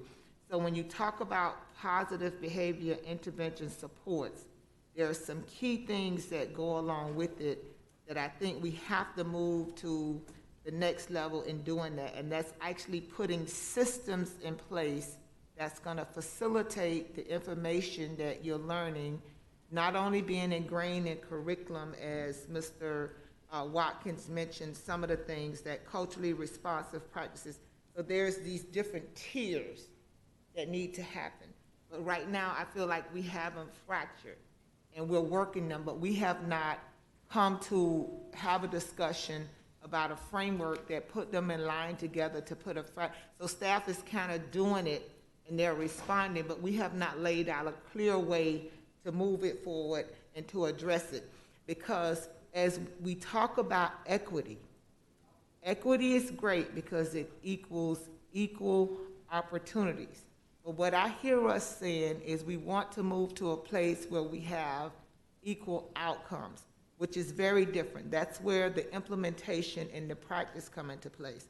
So I think that we should really have a serious workshop about school climate look at our inventory of things that we are doing, see what we need to add, and then go back and address some of our discipline policies and the way that we've been doing things to be more intentional about keeping students in school, being very honest where we see schools where there's huge disparities in discipline, whether it's around race or around gender, with our LGBTQ students. Those are some of the responses or results or action steps that a district takes after we start doing, you know, real good work like this, to have it actualized and be integrated across what we're doing in the district. So those would be my comments. Thank you, Ms. Hickson, for that question. All in favor of items 002, 003, and 005 indicate by saying aye. Aye. Any opposed? Thank you. May I have a motion to move items 0022 through 0025 to the floor? Second. Been moved by Ms. Cohen, second by Ms. Rupert. I have Ms. Aladaff. 0022? You can go Okay. 022 to 025, Ms. Aladaff. Okay. Do your thing. All right, so I was actually glad this came up because the board constantly gets these emails saying that the phones are down. And specifically yesterday, I think we got about 38 emails saying that the phone system was down. So I was really trying to figure out what is going on here. And I believe the answer is we are losing power at our schools. Can someone from staff confirm that? Yeah, good evening. Phil Dunn, Chief Information Officer. Sorry, I'm trying to be more clear. All right. So we had to speak to Ms. Aladaff's remarks. We had phone outages yesterday at 20 school sites approximately, affecting some of their front office desk phones that were of a particular model. And the root cause analysis basically proved out that over the weekend, some of those sites had endured intermittent power outages, which disrupted some of the update cycles of those phone systems. Those phone systems, the entire time that they were down, still enabled those schools to dial out to E911 services, and they did not affect all phones in those school buildings. In addition to that, many of the staff still had cellular access through their work phones. Ironically, we have another item for our AT&T cellular coverage coming up. So we've been able to maintain communication with those schools, but that's the outage you're referring to. Okay. And I hope that the schools are sending out a parent link, so when parents call, they're just not getting a busy signal. They know what exactly is going on. And then maybe the board also needs to look in the future with a possible solution of providing generators at schools so they don't lose power. But so this item before us today is to support us working and using AT&T. And for me, I find the quality of their service to be very low. So for me, I cannot support this item. We're spending almost $15 million. I think that we should be extremely happy with the quality of the service that we're receiving. So I will be voting no. Thank you. Oh, did I move on? Or Yeah. Go. Okay. 0023. My question is the newer emergency preparedness technology, Navigate 360. Will we be sharing that with our local law enforcement agencies? Good evening. Thank you for the question. Brian Katz, Chief Safety and Security Officer. So yes, ultimately, once the information is in the new system, the expectation is that law enforcement will have access to it. That's one of the advantages of this new system. Thank you. 0024, again, this is for AT&T cellular service. We have that for our school board cell phone. The service is horrific, so I cannot support this item. 0025, my question is the Avigilon door buzzer, will that also be coming with a camera? Yes, thank you for the question. So it will add audio and video capability to the entrances, correct? Thank you. And then on 0027, Ms. Aladaff, we only on 25. We're going to start right there. We're going to roll on. Okay. And we'll come back and let you make a motion to separate 22 and 24 at some point. Next, I have on the list Ms. Good. Yes, just quick questions on 22. I was just concerned that there was only, again, one vendor that participated. So For such a large amount. I think there may have been others. And there was some comments in the backup regarding, I mean, is there some unique thing that only afforded one vendor to participate? Or were the others just afraid to participate? Good evening. Sorry. Okay. Good evening, Phil Dunn, Chief Information Officer. Thank you for the question, Ms. Good. I just wanted to offer a little bit of context.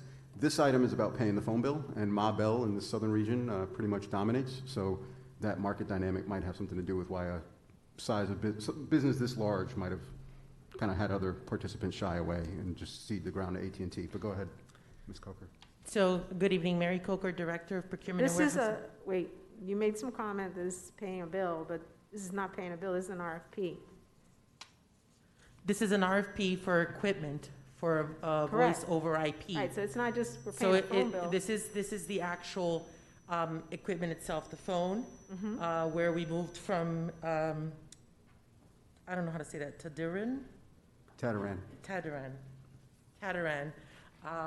So again, Mary Coker, Director of Procurement and Warehousing Services. Thank you for your question, Ms. Good. To give you some context in the area of the procurement side, we actually, if you read on the executive summary, we did extend this out, and we did actually pick up the phone and reach out to a lot of companies that could have provided services for this. Where we found this to be an issue is that no company wants to deal with this old system, and basically we have still on locations that have this old system. So this is maintaining this old system while we're implementing, and I believe it's 39 sites that we have to still switch over to the new Avaya system. So the majority, except one other vendor that bid, which gave us another type of solution for what they wanted us to do, which was just change Avaya and I'll give you a new system and you can just implement something different. Other than that, no other company was willing to carry this old system, maintain it while we're implementing a new system, which is Avaya, as we complete the implementation, which is going to take, I believe, another 2 years.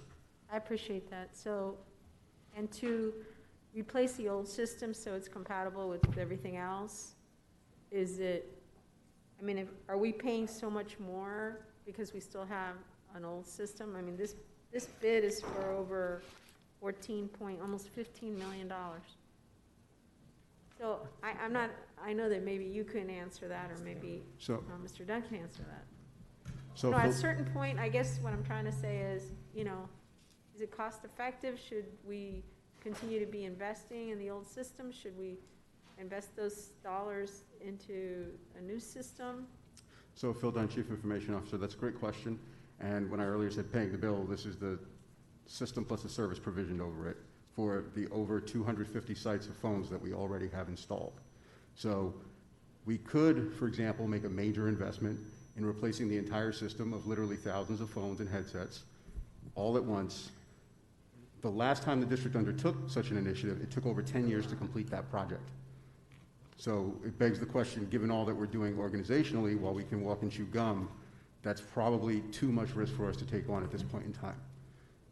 So, understanding what you just said, so it's not cost effective? Not at this point in time, given the risk, no. Okay. Then, moving on to 25. So I did have a question, Mr. Katz. You had asked me. And it was because when I was looking at the number of days that this was out, it was only 13 days.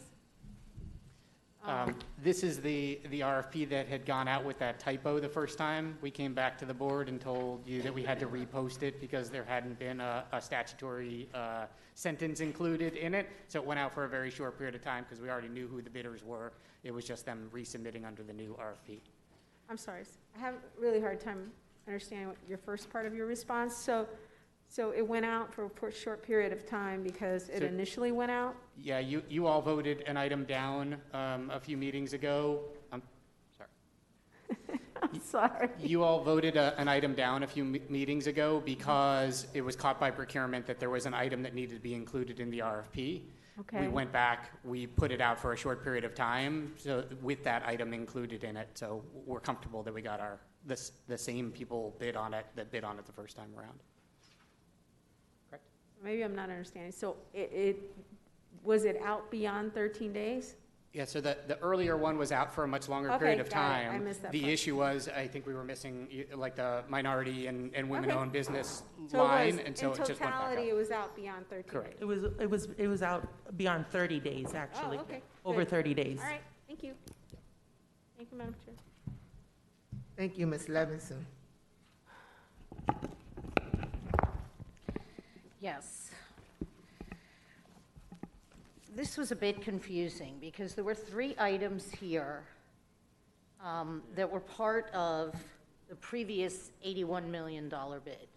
So trying to separate it out and try to figure out what we're really paying, and I know you wrote in the background what we are, but it's not all the groups. Would it be correct to say 0022 was for 3 of, or 0022 was for 3 of the 7 groups on the previous bid. 0020 was one of them, and 0024 was one of them, so there are 2 others left? Yes. So I apologize, Mrs. Levinson, Phil Dunn through the chair. I'm for some reason forgetting what I wanted to say. 0022 is in fact part of 3 groups. That is correct. That's how we get to the dollar amount there. Then 006, which was for structured cabling and enterprise networking, is for another group. And some of the reason or rationale for splitting this out from a much larger bid was because many of these services are subsidized by E-rate. So we wanted to start separating out the E-ratable services from the non-E-ratable services, because we've had challenges as a district managing that also. We're trying to improve our capture of those federal subsidies. And Ms. Coker, I don't know if you want to speak to the last item. And then what's the 6th one then, the 6th group? You have 3 in 0020, you have 3 in 0020, 1 in 006, 3 in 0022, 1 in 006, 1 in 0020, and 1 in 0024. Is there a 7th group that's I think part that's of this? the 6. Ms. Coker, remember seeing anything? There's 6. It just, on the cabling, I understand that it had been separated. The cabling had been separated into 2 different, which was 006 out, it was not pulled. So Which there's one? 006. 006, which it wasn't pulled. So that was 2 groups, 006? The structured cabling, yes, and if you look at the financial analysis worksheet, you'll see that that was the largest amount from the previous large bid. Right, is that 2 groups though? Yes, that was broken down into 2 groups. So that was 2 of the 7 groups of the previous bid? Yes. The cabling, which was the largest spend that we had across the prior bid, which was JDL Technologies and Universal Cabling. It was a total of 24, 34, $40 million of the spend. I'm going to ask in the future if you could please try to group them together with the previous bid so we can see what we're looking at and what it's being replaced with. It's a lot of, on So we our tried to end, trying include to in piece each them one of all the together. items the same financial analysis worksheet. If you look at the items, they all have the same financial analysis worksheet because they all came from the same prior bid, which was 15 dash. But that doesn't give me the answer of what I'm looking for. That just gives you the vendors that were used. So It if you has look, 6 vendors listed there. yes, so if you look at financial analysis worksheet, the same one was attached to every new item. And it talks about 15-090E, which was divided into 7 groups. And what we tried to do, and maybe we could have done a better job at breaking it down and explaining this item pertains to the specific group, but we included the same financial analysis worksheet because there was really one bid before. So as we broke it down, and I actually did this kind of math while I was waiting here to kind of figure out what you just asked, the questions of how did we come up with this amount of spend per each group? And we broke it down and I identified that these, obviously JDL Technologies and Universal Cabling was part of 006, which was the cabling. And then you have the AT&T Communication, which was the actual VoIP, which was the prior item. And then you have AT&T Mobility, which is the wireless. So that's how we were able to break down. So what was the total spend on the new bid now for the 7 groups?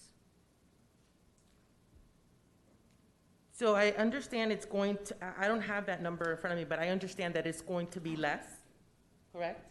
As we were able to negotiate down prices from having this all under one group, we were able to negotiate and leverage some of the spend. I can come back to the board and give you a number, but there's a difference. This bid, I understand, was for 5 years, this amount of information, and we have the other bids that we broke down between 3.5 and 4 years. So you may just automatically see a reduction, but there's also a cost savings, and we included that on each of the executive summary. You'll find that on item 24, we have a reduction of almost $400,000 for the 4 years on mobility. We also have I saw that, but I can't get the numbers to work. Okay. So that's why I'm asking in the future if we can have it where. So through the chair, Yes, Mr. Woods, go ahead. Thank you. Maurice Woods, Chief Strategy and Operations Officer. I think Ms. Coker and Ms. Dunn are doing a good job trying to explain, which is somewhat of a complicated equation. What I would like to do is 2 things. One, I think I heard you loud and clear say in the future, when we come back, if we can try to group these items together, I think that will help in the understanding. Right. We can take that away from this conversation. And then 2, I would like to be able to provide the board a written follow-up to kind of break out the math associated with this. E-rate is also involved in this, and I want to make sure that if we want to reflect what the E-rate reimbursement would be, that we would have that on there as well. So through the chair, if you will allow us to do that, we will provide that follow-up. That would be great. Thank you. The 39 phone system upgrades, I have one school in particular who I know I've sent you many, many emails. When are those 39 going to be completed? What is the time frame for those system upgrades? I apologize. I think my blood sugar is low. Can I take a follow-up on that and get that to you tomorrow, please? Thank you. Please. Just so we have an answer if someone reaches out to us and it's one of those 39 schools, we have some sort of answer to give. Thank you. And then the last comment was on 0024. Was there a 180-day extension here between these 2 bids? Because I didn't see it in the backup. It's actually 7/1/2020 to 12/28/2020. Was that a 180-day extension? Through Ms. Coker, I'm hearing yes. Yes. Okay, so could you just please include that in the backup next time so there's not something missing in there? And the last comment, that was it. Thank you. Thank you. Can I have a motion and a second to, oh, I'm sorry, you have a comment? Wasn't she going to separate? That's what I'm doing now. Can I have a motion and a second to separate items 0022 and 0024? Second. Okay, it's been moved by Ms. Corn, second by Ms. Rupert. Any input on the separation? Any board discussion? Thank you. So may I have a motion and a second to take items 0022 and 0024? So moved.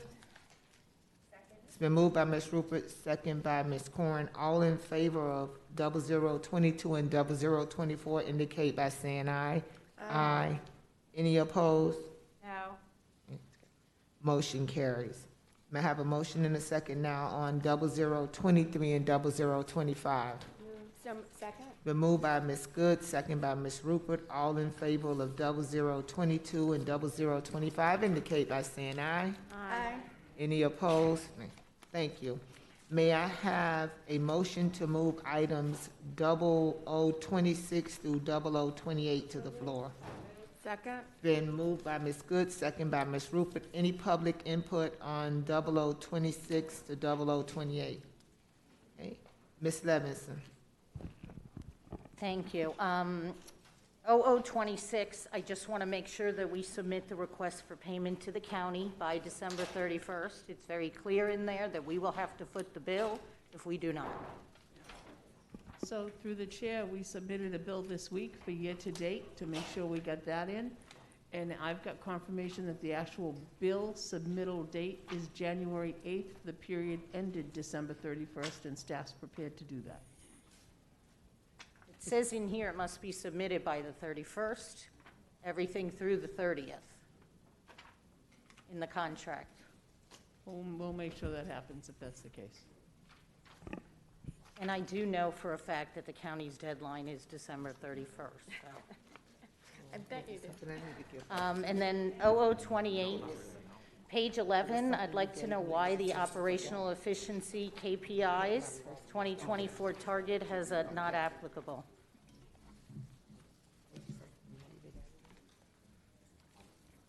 This is Deborah Posner, Executive Director, Office of Strategic Initiative Management. If you'll allow me to just find the page. You said page? Page 11. Yes.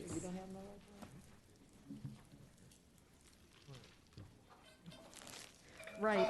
So, through the chair, it was determined that we would make a shift from using the CGCS benchmarking. In our prior strategic plan, we were looking at top quartile percentages. And in this plan, this was designed to look internally, comparing against our own performance year over year for improvement. And so at this time, we don't have specific targets, but rather are looking to improve upon ourselves rather than comparing to peers outside the district. Okay, well, I'm glad you said that because I would like to compare to the Council of Great City Schools and do that 25 percentile. I didn't know we had changed that. I can say It's that great to compare to yourself, but you have to benchmark to see what districts are doing it best. So a couple of caveats to that? Or would Please, you- go ahead. Yes. Okay. Thank you, sir. So a couple of caveats. One is even prior to COVID and reduced participation in CGCS this year nationally, we found so many discrepancies in the way other districts were defining their metrics that comparing was more like apples to oranges and not valid enough for us to look at. But this year, we now have reduced participation, including on our end, in the benchmarking. We now have what, Dr. Posner? Reduced participation. So our subscription has not been renewed this year. Mr. Woods? Yeah. So through the chair, thank you. So I think you and I may have had these conversations. I see value in both looking at the top quartile. I actually see, from my perspective, more value in competing against ourselves because we have a heightened level of confidence in our own data versus data that are produced by some of the school districts in the Council of Greater City Schools reporting. With that said, there's probably value. With that said, there's probably value in doing both. I didn't mean to speak over you, but with that said, there's probably value in doing both, the 25 percentile or first quartile, and kind of benchmarking against ourselves. I think we can do both of those. Thank you, Mr. Woods. That's what I would like to do. It's like when the state of Florida got rid of the NRT and doesn't compare to other states. That's what this is. It's the same type of thing. When you just have an FSA and you don't have an NRT, a norm reference test to compare, I think we need to look at both. So, thank you.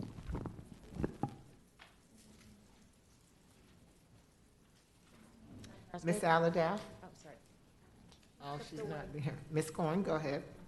Does that require, Ms. Levinson, does that require an amendment to this? Because it's actually one of the indicators and we're accepting this. So did we want to include, would you like to make that motion or is that not appropriate?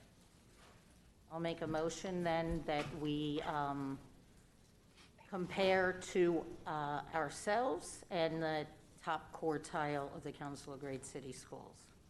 Second. Okay. whether we're in the top quartile. Any discussion on that motion?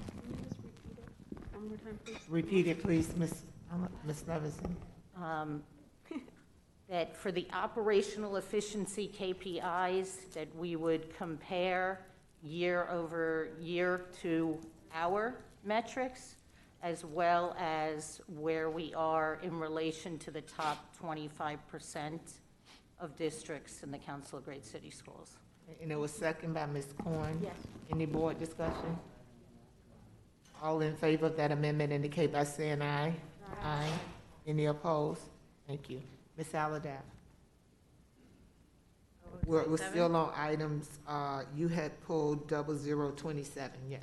Okay, so I just need clarification with the requested action. It says to approve the recommendation by the superintendent indicated in the superintendent's recommendation. So what is the recommendation? Mr. Woods? I'm sorry, I was gonna let you finish your question, and then I had a comment about this item, because we do need to make some changes. I wanted to go back to the previous item, so I don't know if I should wait and let Ms. Alladef Yeah, finish just a her minute. We questions. still on, all those items are still on the floor. Go ahead, Ms. Coker. Good evening. Thank you, Ms. Alada, for the question. So it's called the superintendent's recommendation because we hold a QSAC, a meeting where we identify and we go through the list of vendors to pre-qualify them to work as contractors. And basically, we have a voting. A vote is conducted by this committee, and then we present it to the superintendent. And these are the recommendations based on the committee that the superintendent brings forth to recommend. That's why normally this item comes as a single letter digit, but because it was an added item, it was added as a double. But normally it's done by consent. Normally, it used to be the E1 item prior. So basically, that's the recommendation that we bring forth by the superintendent. And who makes up the QSAC committee that's making the recommendations? We have a chair, and Shari, do you want to go ahead and give specific titles of whom makes up that committee? Good evening, Shari Francis, Manager for Construction Sourcing. QSEC is made up of, for pre-qualification, because we have two policies that govern QSEC, and so for pre-qualification, we have what was the Chief Facilities Officer, now the Executive Director of Office of Capital Program, or designee. We have Mr. Woods, Chief Strategy Operations Officer, or designee. We have the Building Department, Chief Building Official, or designee. We have a manager, executive director down to supervisors in Office of Capital Programs. We have the Facilities Task Force Chair or designee, Supplier Diversity and Outreach Program designee. We have there's a team of community organizations that are like the Associate Builders Coalition, I'm trying to remember the name, Minority Builders Coalition. It's ABC of South Florida, Minority Builders Coalition, Construction Association of South Florida. They rotate annually. So one of those members sits on that committee. And I know I'm forgetting somebody. I believe there's a community member that is able to sit on, that's appointed by the superintendent. And how many did I get? I see you writing them down, so I didn't count. How many did I get? I think I got most of them. That's 8. Okay, I'm missing one.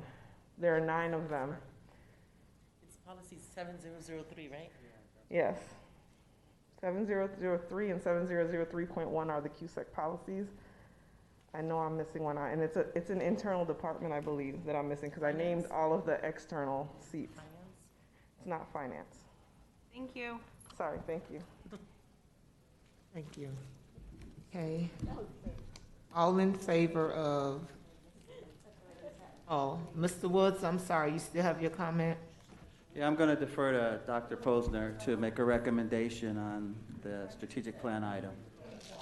Thank you, Mr. Woods. Through the chair, regarding 0028, I just wanted to first clarify that the item we're bringing for you today is a set of some edits that we first discussed in a workshop in October. And what we ask, if you'd be willing, is to consider passing today, voting to approve this as is, with the edits already discussed and vetted in our October workshop, and that additional changes we would bring back in the next opportunity to recalibrate the plan, which is actually in February, right around the corner in our second quarterly report. And that would also give us the opportunity to take any proposed changes, such as the CGCS one, back to the committee and follow our change management process, which we actually have built into the plan. So we have to go through some steps, including cabinet review, and then bringing it back to you for approval. So with your permission, if we could look at the document as is, and then consider further changes in our next quarterly report in February. Thank you. The motion's not to consider. I would say that I would want to have it done in the next quarterly report, not to consider. We approved the amendment already. We'd have to bring it back to the floor, the amendment. Yeah, is it your desire to bring the amendment back to the floor? Because we approved the amendment, the motion carried. So if we're going to do what Dr. Posner is asking us, we would have to bring the amendment back to the floor.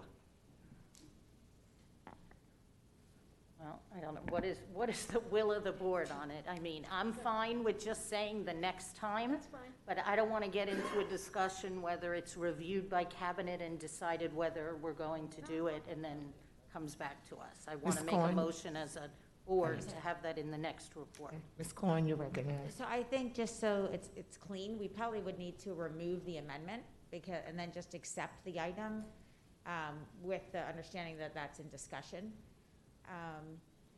I will tell you, based on what Ms. Levinson had shared and what the goal is, I'm not sure I understand why we can't do that now. I don't understand why it needs to go back and we have to wait. I don't understand the purpose. If the board is given the direction and it's what we want to see, I don't understand why it needs to go back. So yeah. I supported what Ms. Levinson suggested because I think it's appropriate.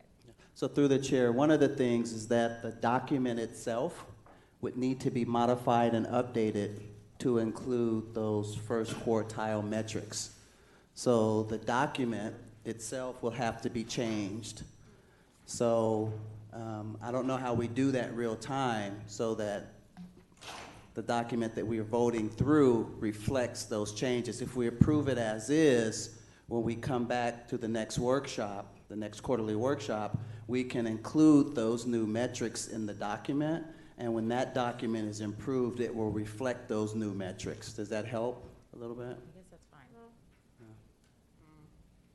I just, if I could, through the chair, Dr. Osgood, for me, what we're trying to do is continuously see the changes in the document, then it would, if this is what was proposed, then as soon as those changes were made after this meeting, that document then would be uploaded against this item and that information. So unless the information's not available, then I can understand. But if it's a matter of this document, we modify documents and can reload them against this item so that someone has the real time. If that's not possible, then I guess we have to wait till February. But I don't know why it couldn't be. Okay, is there an answer? Is it impossible No, to? Yeah, I mean, if that's the will of the board, we'll be more than happy to do that. So we'll accept the amendment, we'll change the document, and we'll reload it. Thank you. All in favor of, yeah, we still got to vote on, all in favor of 0026, 0027 with the amendment and 0028 indicate by saying aye. Aye. Any opposed?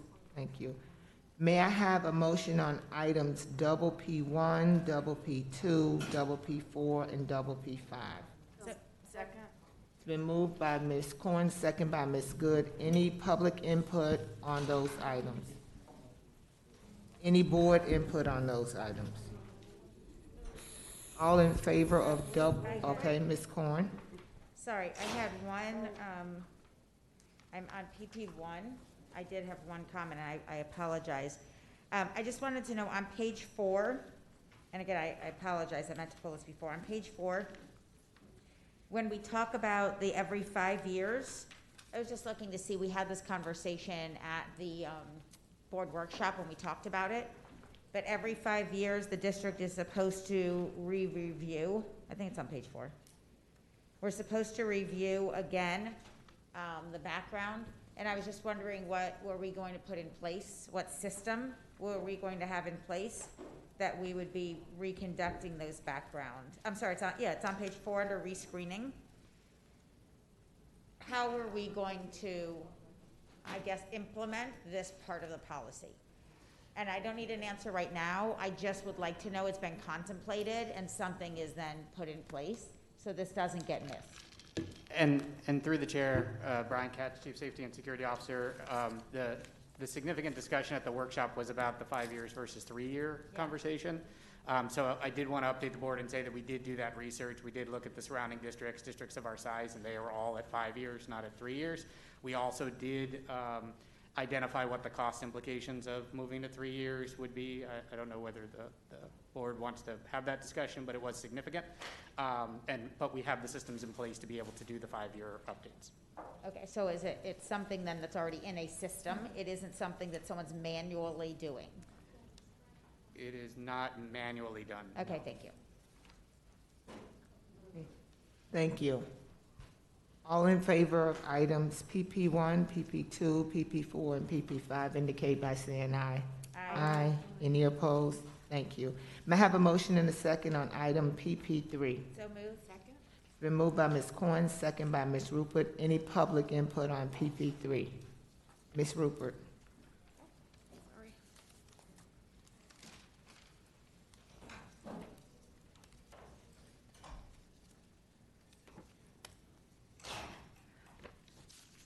Let me see.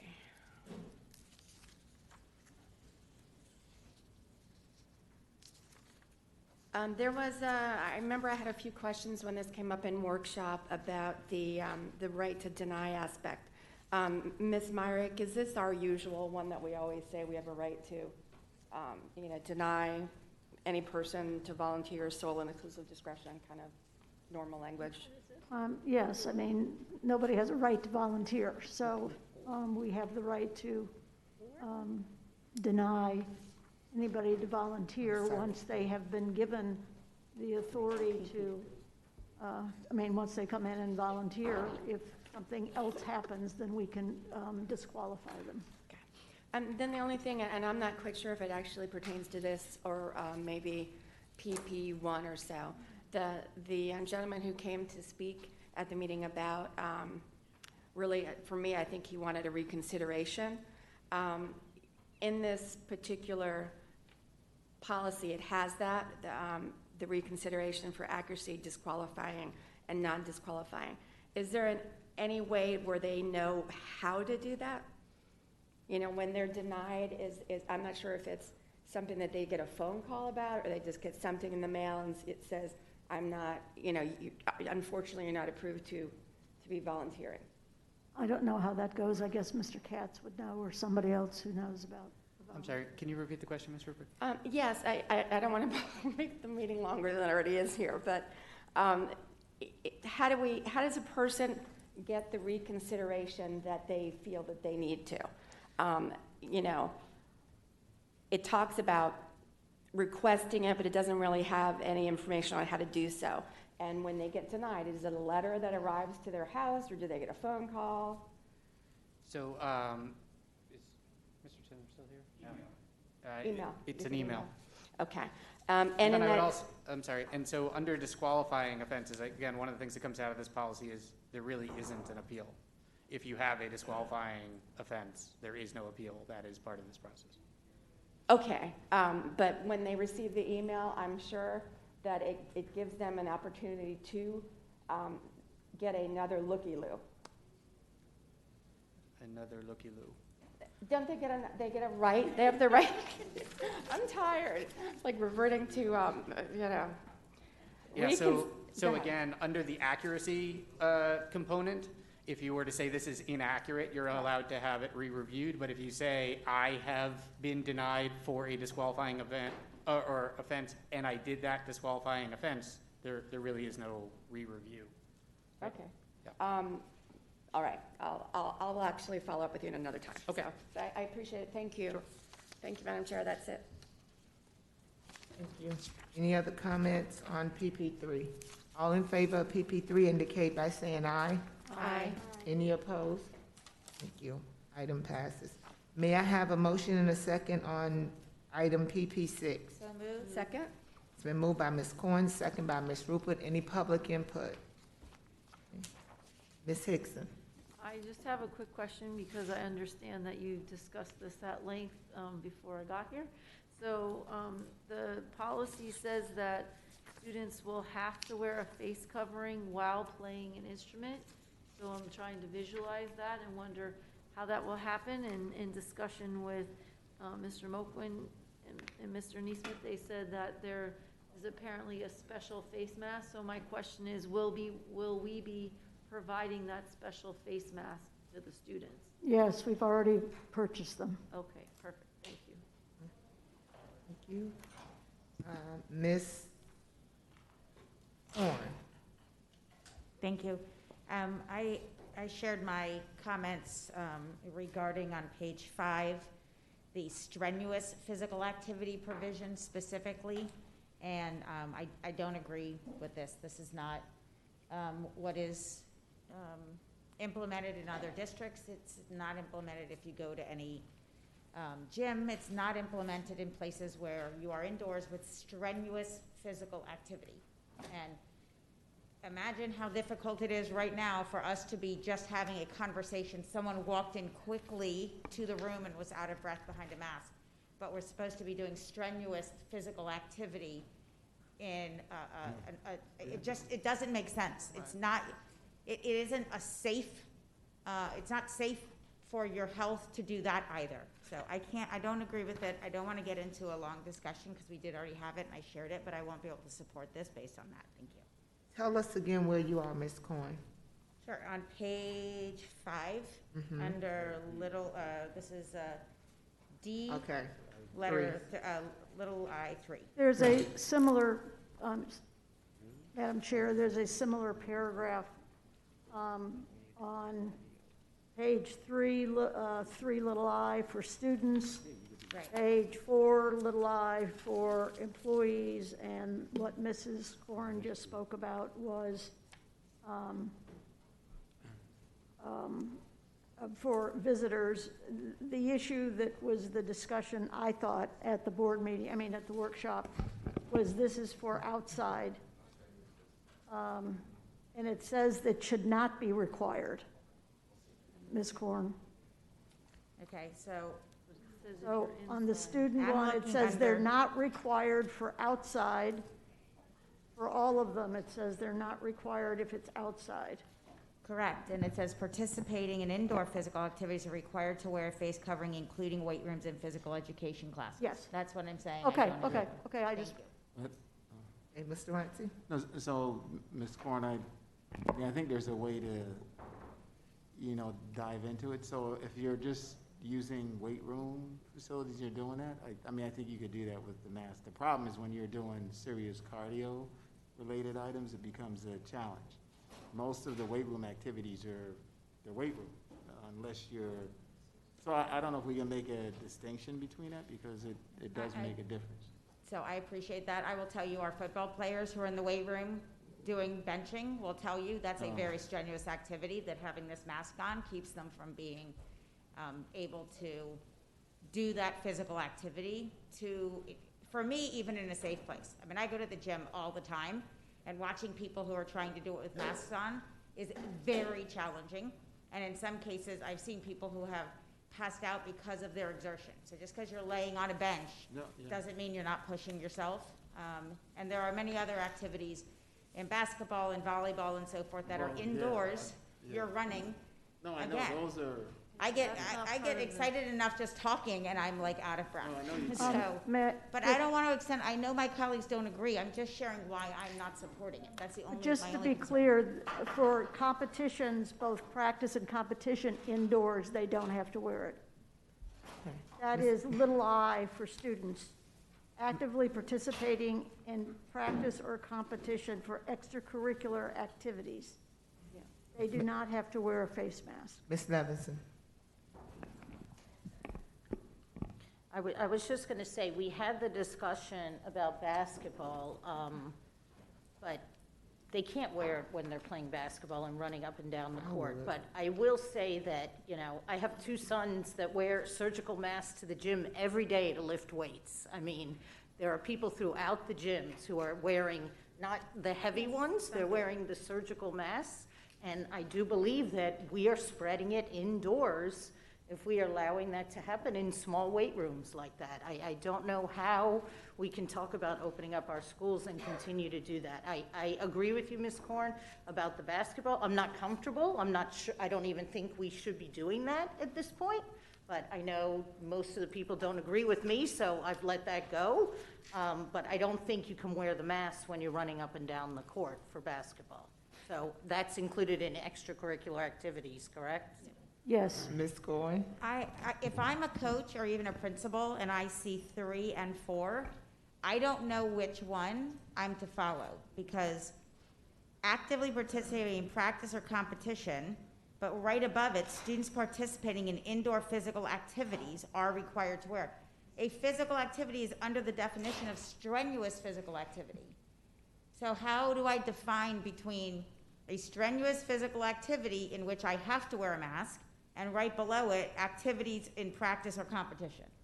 Which one does that basketball fall under? Because I'm going to tell you, Basketball or falls under. wrestling, or volleyball, or, I mean, strenuous activity to whatever extent you believe that sport meets that definition. If it's a sport, it's an extracurricular athletic team activities, which is the little I, and they do not have to wear it during practice or during the competition. I assume, part of this, although, you know, we all wrote it, this has gone through talking to the people from the PE area as well as Sean Sarah, and they were satisfied with it. But I guess the physical activity is more what you do for PE class or recess or whatever. So, Ms. Myrick, I will tell you, I had personal conversations with some of who you're indicating. They were not okay with it, but it was the board who asked for this. So I don't want to misrepresent.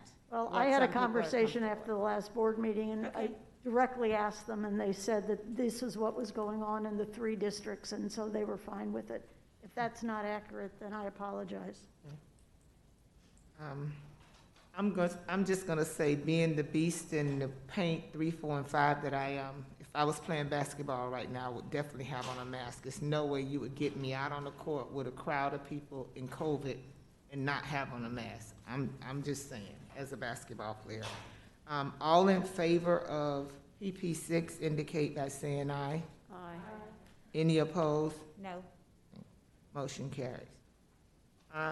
Mr. Moakman, Dr. Neil Smith, did I complete all the items on the agenda? I show that you have disposed of the entire agenda at this point. Okay. It is now, what, 7:40-ish? It's the time where board members can bring up subjects or things that they would like to see forthcoming. Ms. Korn? Mine is very brief, but as we are in the holiday season and there are a lot of people shopping, there are many different opportunities that you can benefit some of our not-for-profits, including schools and other programs, with your shopping, whether it's pennies from what you're doing or dollars or multiples. So just to keep in mind, as you're out doing any shopping, if there's an organization connected to your school that you can support, to please do so. Thank you. Ms. Hickson? I just want to briefly, and not to extend the meeting, but Mr. Runcie mentioned about the accommodations, and it's something that I keep getting questions and questions and questions on, and teachers would like to know before. We're going to send something out tomorrow to teachers.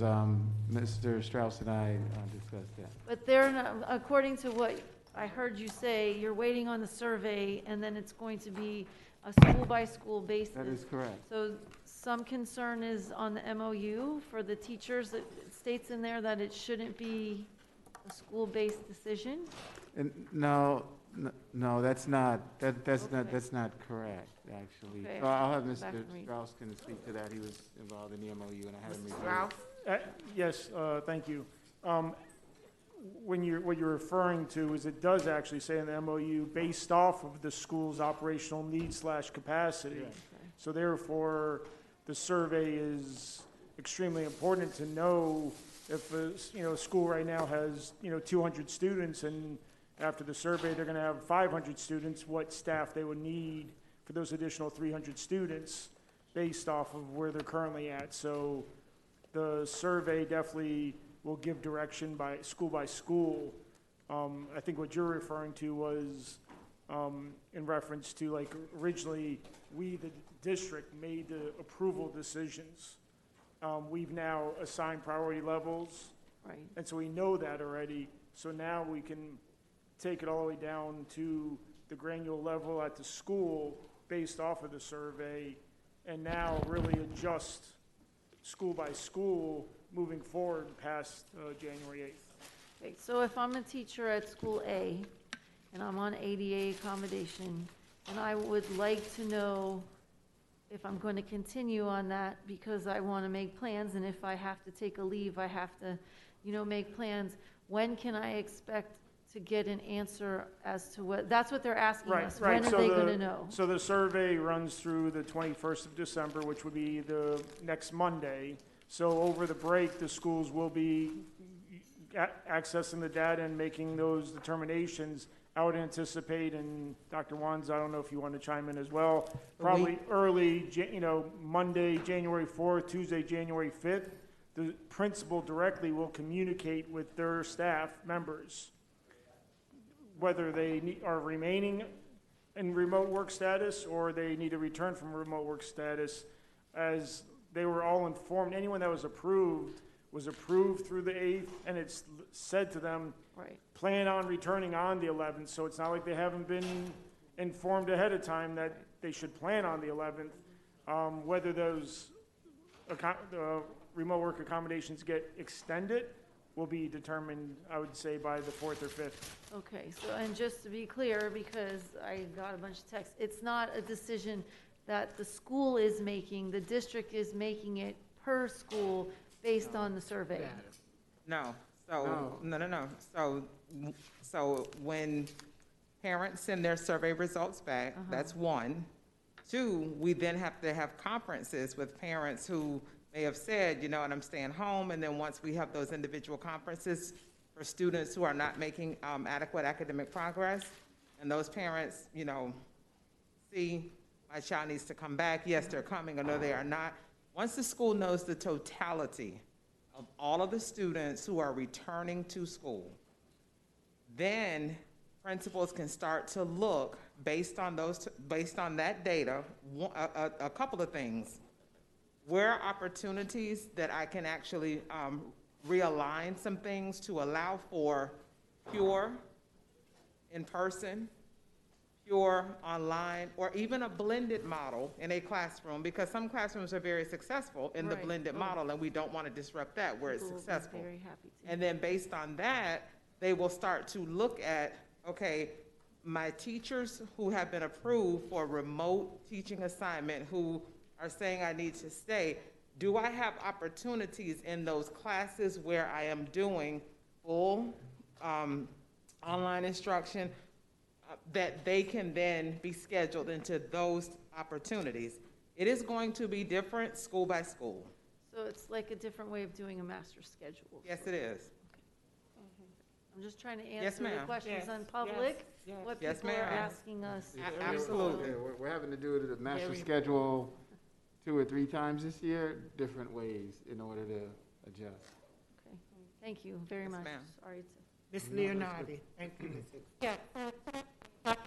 If, so say those or the parent conferences are not completed by the 11th, would those teachers have to come back, the ones that are on accommodations anyway, or would So they? it would, so I'm gonna tell you, the schools are working feverishly to get them done by the 11th.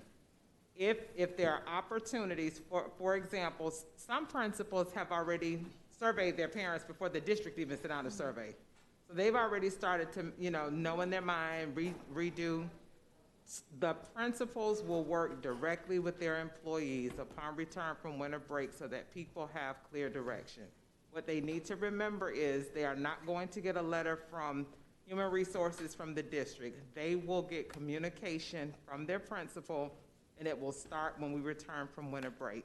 And so what I would say is at, particularly at the middle school and high school level, the majority of all teachers are more than likely will have to come back because or make, other decisions, because it is virtually impossible, I would say, in a high school to have 400 or 500, even 300 students coming back, where they may not have, where it does not affect probably all teachers in the school. So schools are working. They will, as soon as their data starts to come in, they're analyzing, and upon return from winter break, teachers will start to get notification from their building level administration. Okay. I was concerned by something that was said at the beginning of the meeting, that we, would be very intent about meeting with our struggling students' parents, bringing them into the schools to basically require them to return. And in my conversations with the community, there are certain communities that are very, very, very fearful of the pandemic because they have been disproportionately impacted by this pandemic. So I just want us to be mindful that we are not being overly aggressive with those communities. I also want us to be mindful of the trust that we have with our employees. So we're talking about, potentially bringing back a lot of employees who are out on accommodations because of what they've been told are health issues.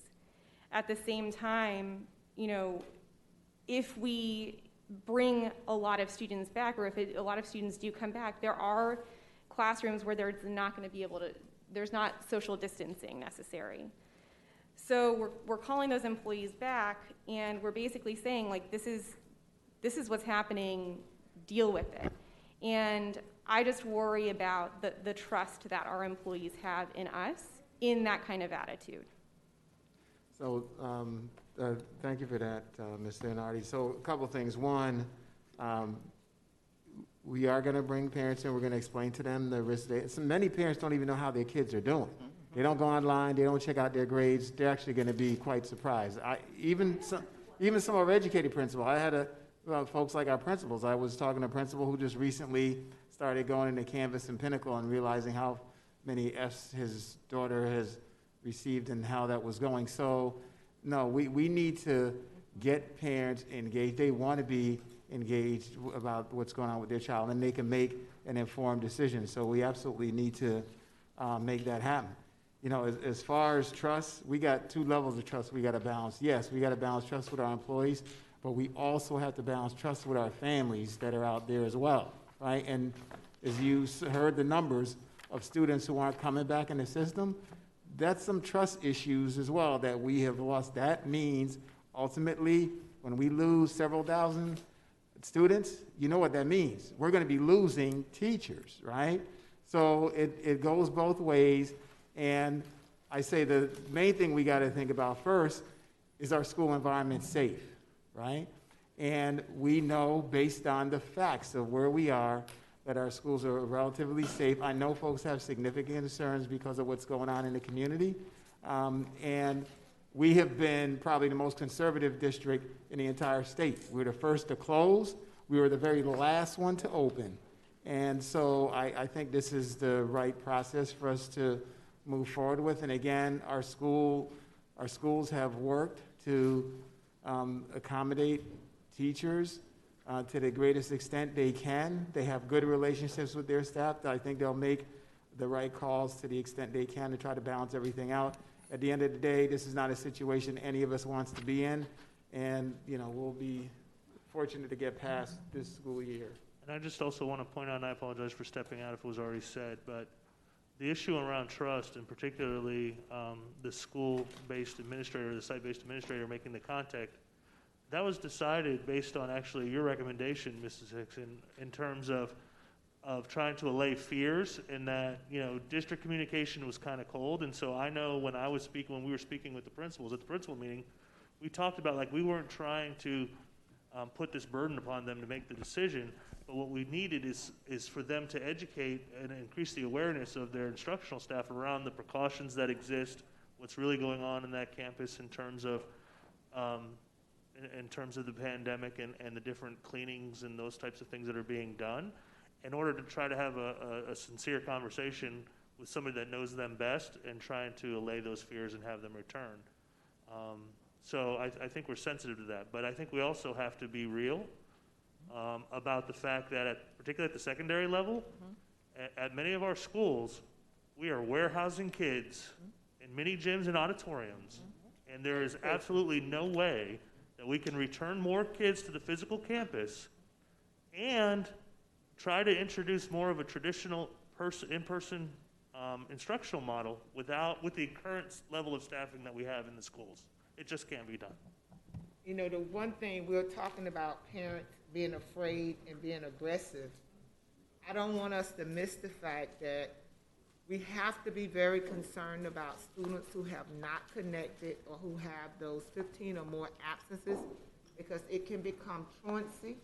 And when that becomes, then we get DCF involved, then it just starts a whole conundrum for families. So families that are listening, if every child in your house is not logged on or in face-to-face learning, it is unacceptable to not have them connected to education.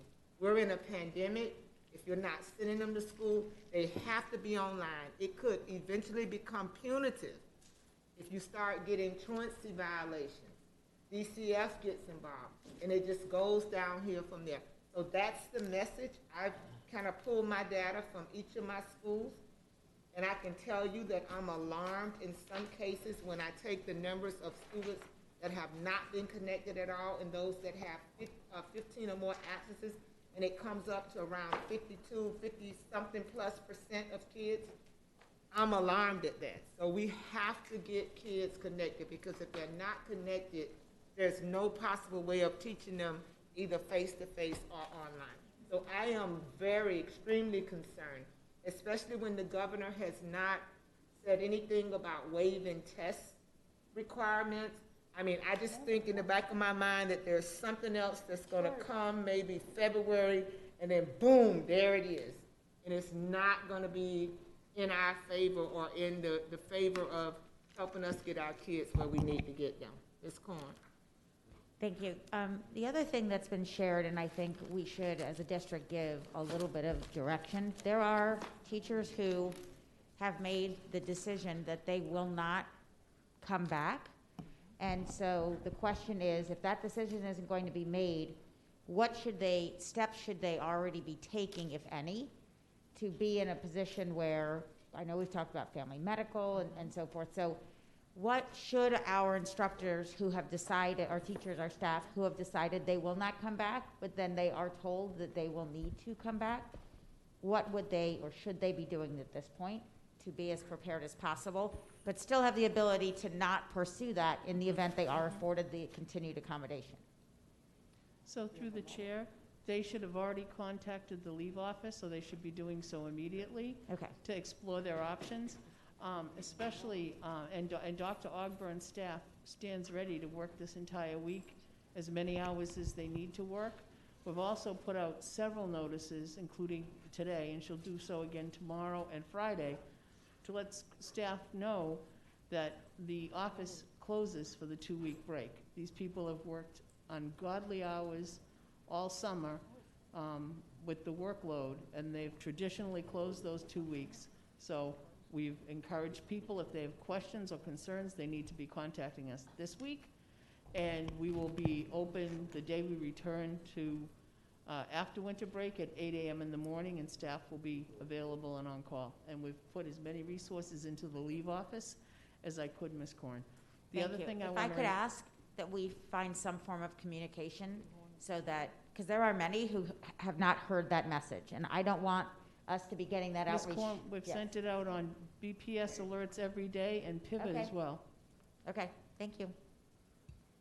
Ms. Levinson? Yes, I first just wanted to say that there are districts in this country that, I mean, mostly in the state, or in several other states, that have 50-60% of their kids back. So many of our kids are falling tremendously behind when we are only at 25% in this district. So, you know, I continue to think that needs to be our emphasis, but I want to make sure, something Dr. Wanza just said, if the modality is working and those kids in those classrooms are doing well, I don't think we should needlessly be switching kids around. And I know you said that, but I just want to make that clear because those are the phone calls we're receiving. And I think, like you said, we have to make sure that that is communicated. Yeah, we're absolutely not going to encourage those kids to come in for face-to-face if they're doing well already. So they're not even going to get a letter. They're not even going to get a conference at all. All they'll get is the survey. Generic survey. No, but they're worried. Losing their teacher. They're worried that they are going to lose So their teacher. we need to be, Yeah, so as Mr. Moquin said, we need to be realistic, and I said it That's at the gonna happen in workshop. some cases. There are In some some students, cases, yes. In some there are cases. some cases, I'm not Executive saying order. all. That is why the survey talks about 3 different types of classroom instructional delivery models. It talks about full e-learning, it talks about full in-person, and it also says a blended, which is obviously, as we know, a combination of students at home as well as in the classroom. As schools work, they will do their best to keep things, you know, so students who say, listen, I need to come to full on campus, but my teacher is thriving in full e-learning and is gonna stay teaching in a full e-learning classroom, I may get a new teacher. I No, said. there are definitely, we all agree that it's there are going to happen possibilities. some, but I want to make Possibilities. sure it's not the message out there that It's not we're the- moving everyone around. No, That's- no, no, no, But no. that's what they're hearing. But there's going to I need, see the board members shaking their heads because Right. we're hearing from people who fear that. That's, So that's but- all we're well, the saying. reality is it's going to happen, but we're going to work to try to minimize Minimize it to the greatest extent that we can, but it will happen. I'm not going to leave here and we end up doing it and you're saying, well, you told us we didn't know. It is going to happen. But I am, Right, but, talk- but I I am think- talking in high-achieving classes where the kids are excelling. You know, we're doing a lot of this because we want to make sure that we don't have 15 or more absences, that we don't double the amount of Fs. But we also, if a class is working well, I want to make sure that that happens. That's all. So we talk a lot about respecting our educators, and so if my teacher, I'm a former principal, and if my teacher who is teaching the high-performing class says, this is working, but please, I only want to work with kids, we also have to factor that into the conversation. I'm not saying we're definitely going to do it, but we do have to factor that into the conversation. yeah, and I'll just say too that, you know, it's a little bit like that game lemonade stand, right? So if I can move 2 or 3 kids and change their teacher in order to have another teacher remain out on accommodation, I think that makes more sense, right? And again, I think those are going to be a school-by-school decision. But no, it's not across the board that we're just going to start reshuffling teachers. Okay, Thank you for Okay, clarifying that. Hold on, we have 2 more hands. We're gonna go with Rocco first and then with Ms. Leonardi. So I wanted to make the following comment. So I know that the board is going in the direction of getting as many people in schools as possible. Is this only because the state is going in that direction, and can we work against the state? No, it's not.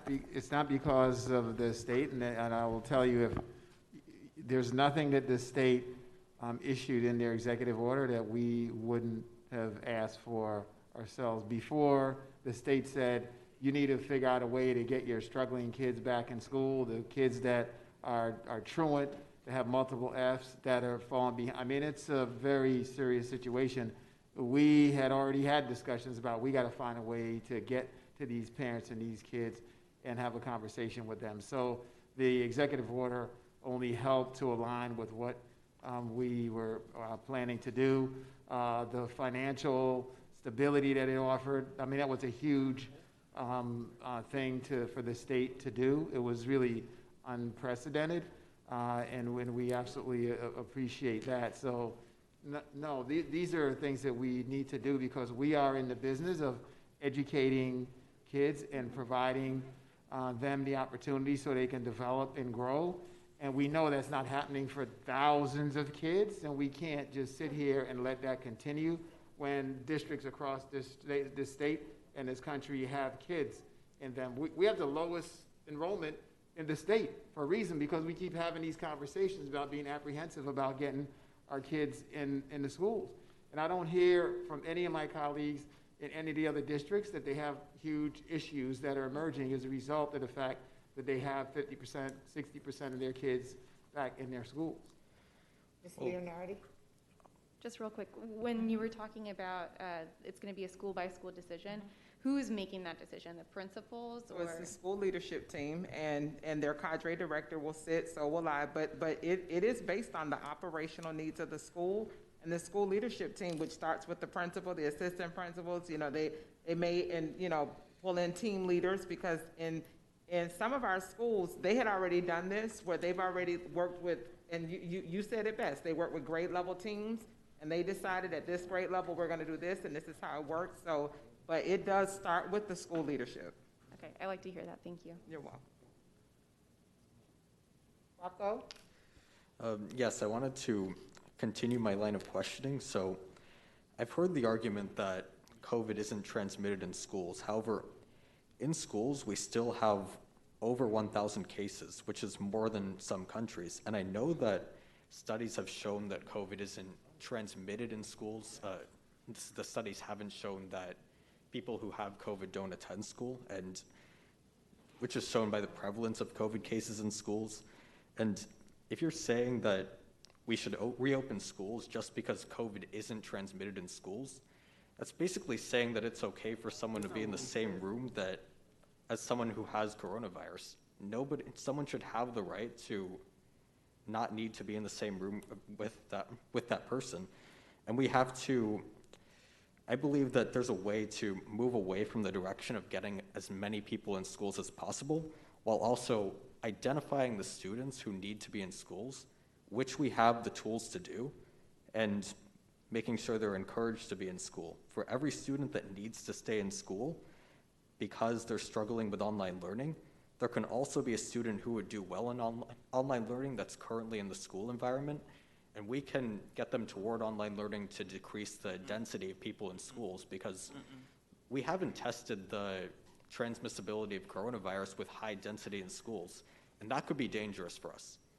So let me clarify, Rocco, you may not be understanding what we're saying. We're not trying to get every kid back in school. Students who are doing well and thriving online, they should continue doing that, right? But there are thousands, tens of thousands of kids who are they're not even not striving online. They ain't even connected.